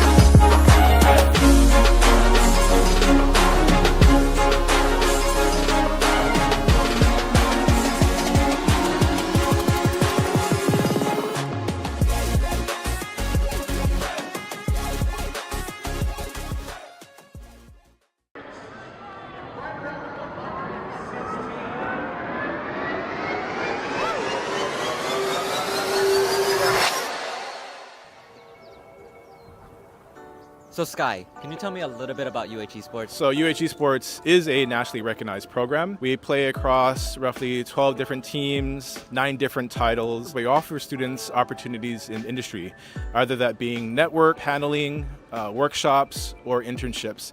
That supports interests around broadcasting, media production, and content creation.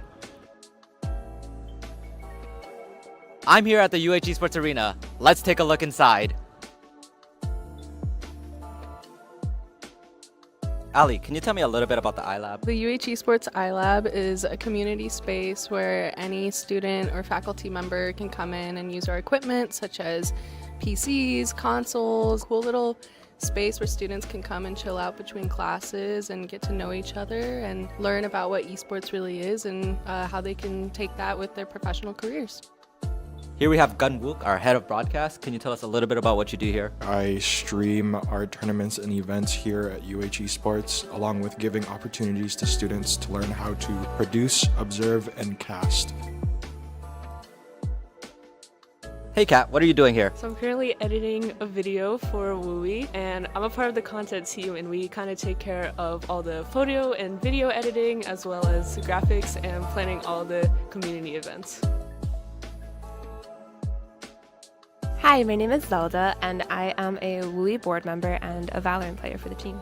Wooey is Women of UHE. We are a marginalized genders program, and we promote creating a safe space for people online and in person. We also offer a lot of career growth opportunities, and we're also looking to expand our competitive teams in the collegiate scene.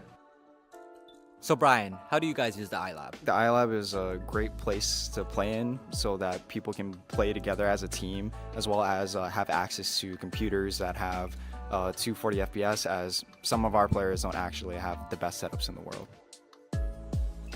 Now we're here with Madeline. Can you tell us a little bit about what you do here at UH Esports? Besides sitting next to you in our office, I manage all of our players, coaches, analysts, and basically coordinate and do project managing for UHE.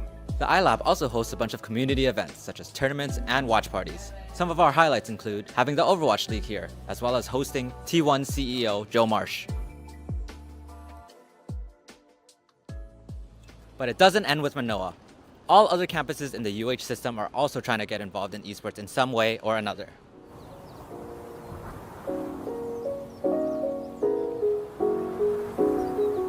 And now we're here at West Oahu. Let's go take a look inside their space.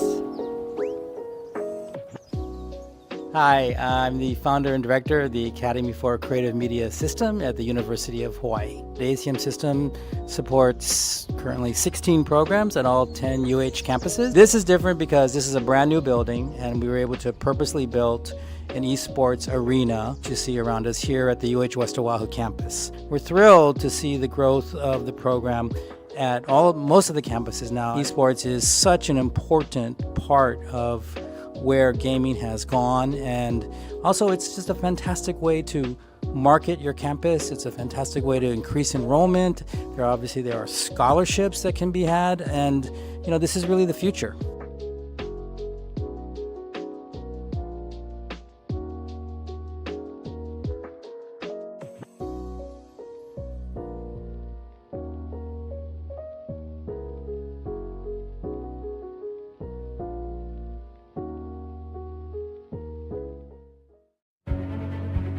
From the tranquil shores of Marianas, where nature's beauty meets tradition, a new force awakens. On these islands, where tales of old have been told, a new legend is about to unfold. For the first time in history, the Marianas enters the arena of Mobile Legends Bang Bang, where heroes clash and champions rise. This isn't just another game. It's a challenge, a calling, an invitation to shock the world. To those who doubted, to those who never saw it coming, witness the rise of a region set to redefine esports. From the heart of Guam to the spirit of Saipan, we unite. We stand, we conquer.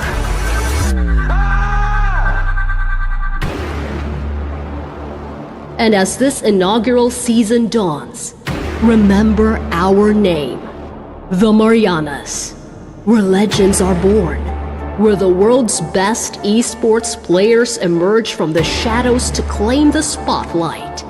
This season, we're not just playing, we're making history, and the world will never be the same. Get ready to be electrified. Get ready to shock the world. Expect the unexpected. We're coming for you.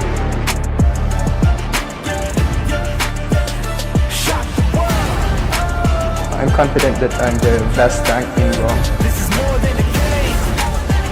You better get ready. Go ahead, get ready. Shock the world. Yeah. Shock the world.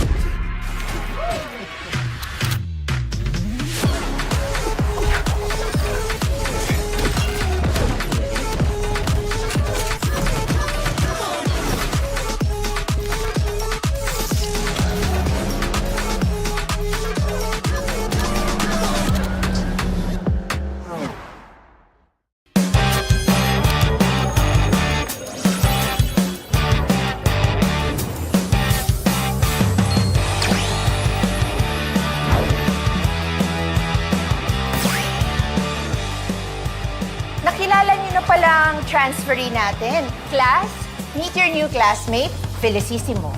Moy na lang po. Lisa, try mo muna si Moy ha as you adjust to our school. Thank you, Iha. Okay, everyone, bring out your social studies textbooks. Nag-ML ka? Pero kakastart ko pa lang eh. Noob pa ako, tsaka newbie rin dito. Sus, school ML. Ako bahala sa'yo. Dali lang to. Road to Mythic agad tayo. Pakinggan mo lang ako.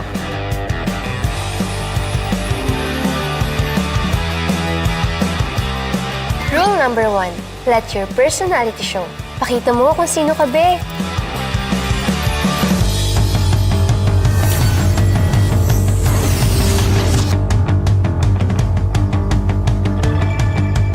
Perfect na perfect.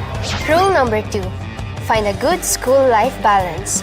Study hard, play hard.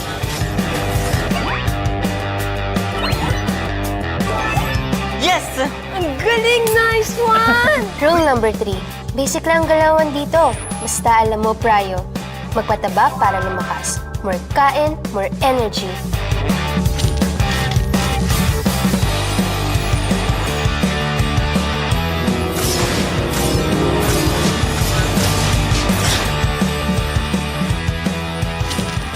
Rule number 4, pag may humamon, game on! Huwag matakot sa clash. Kita ka namin sa map. Auto rest back.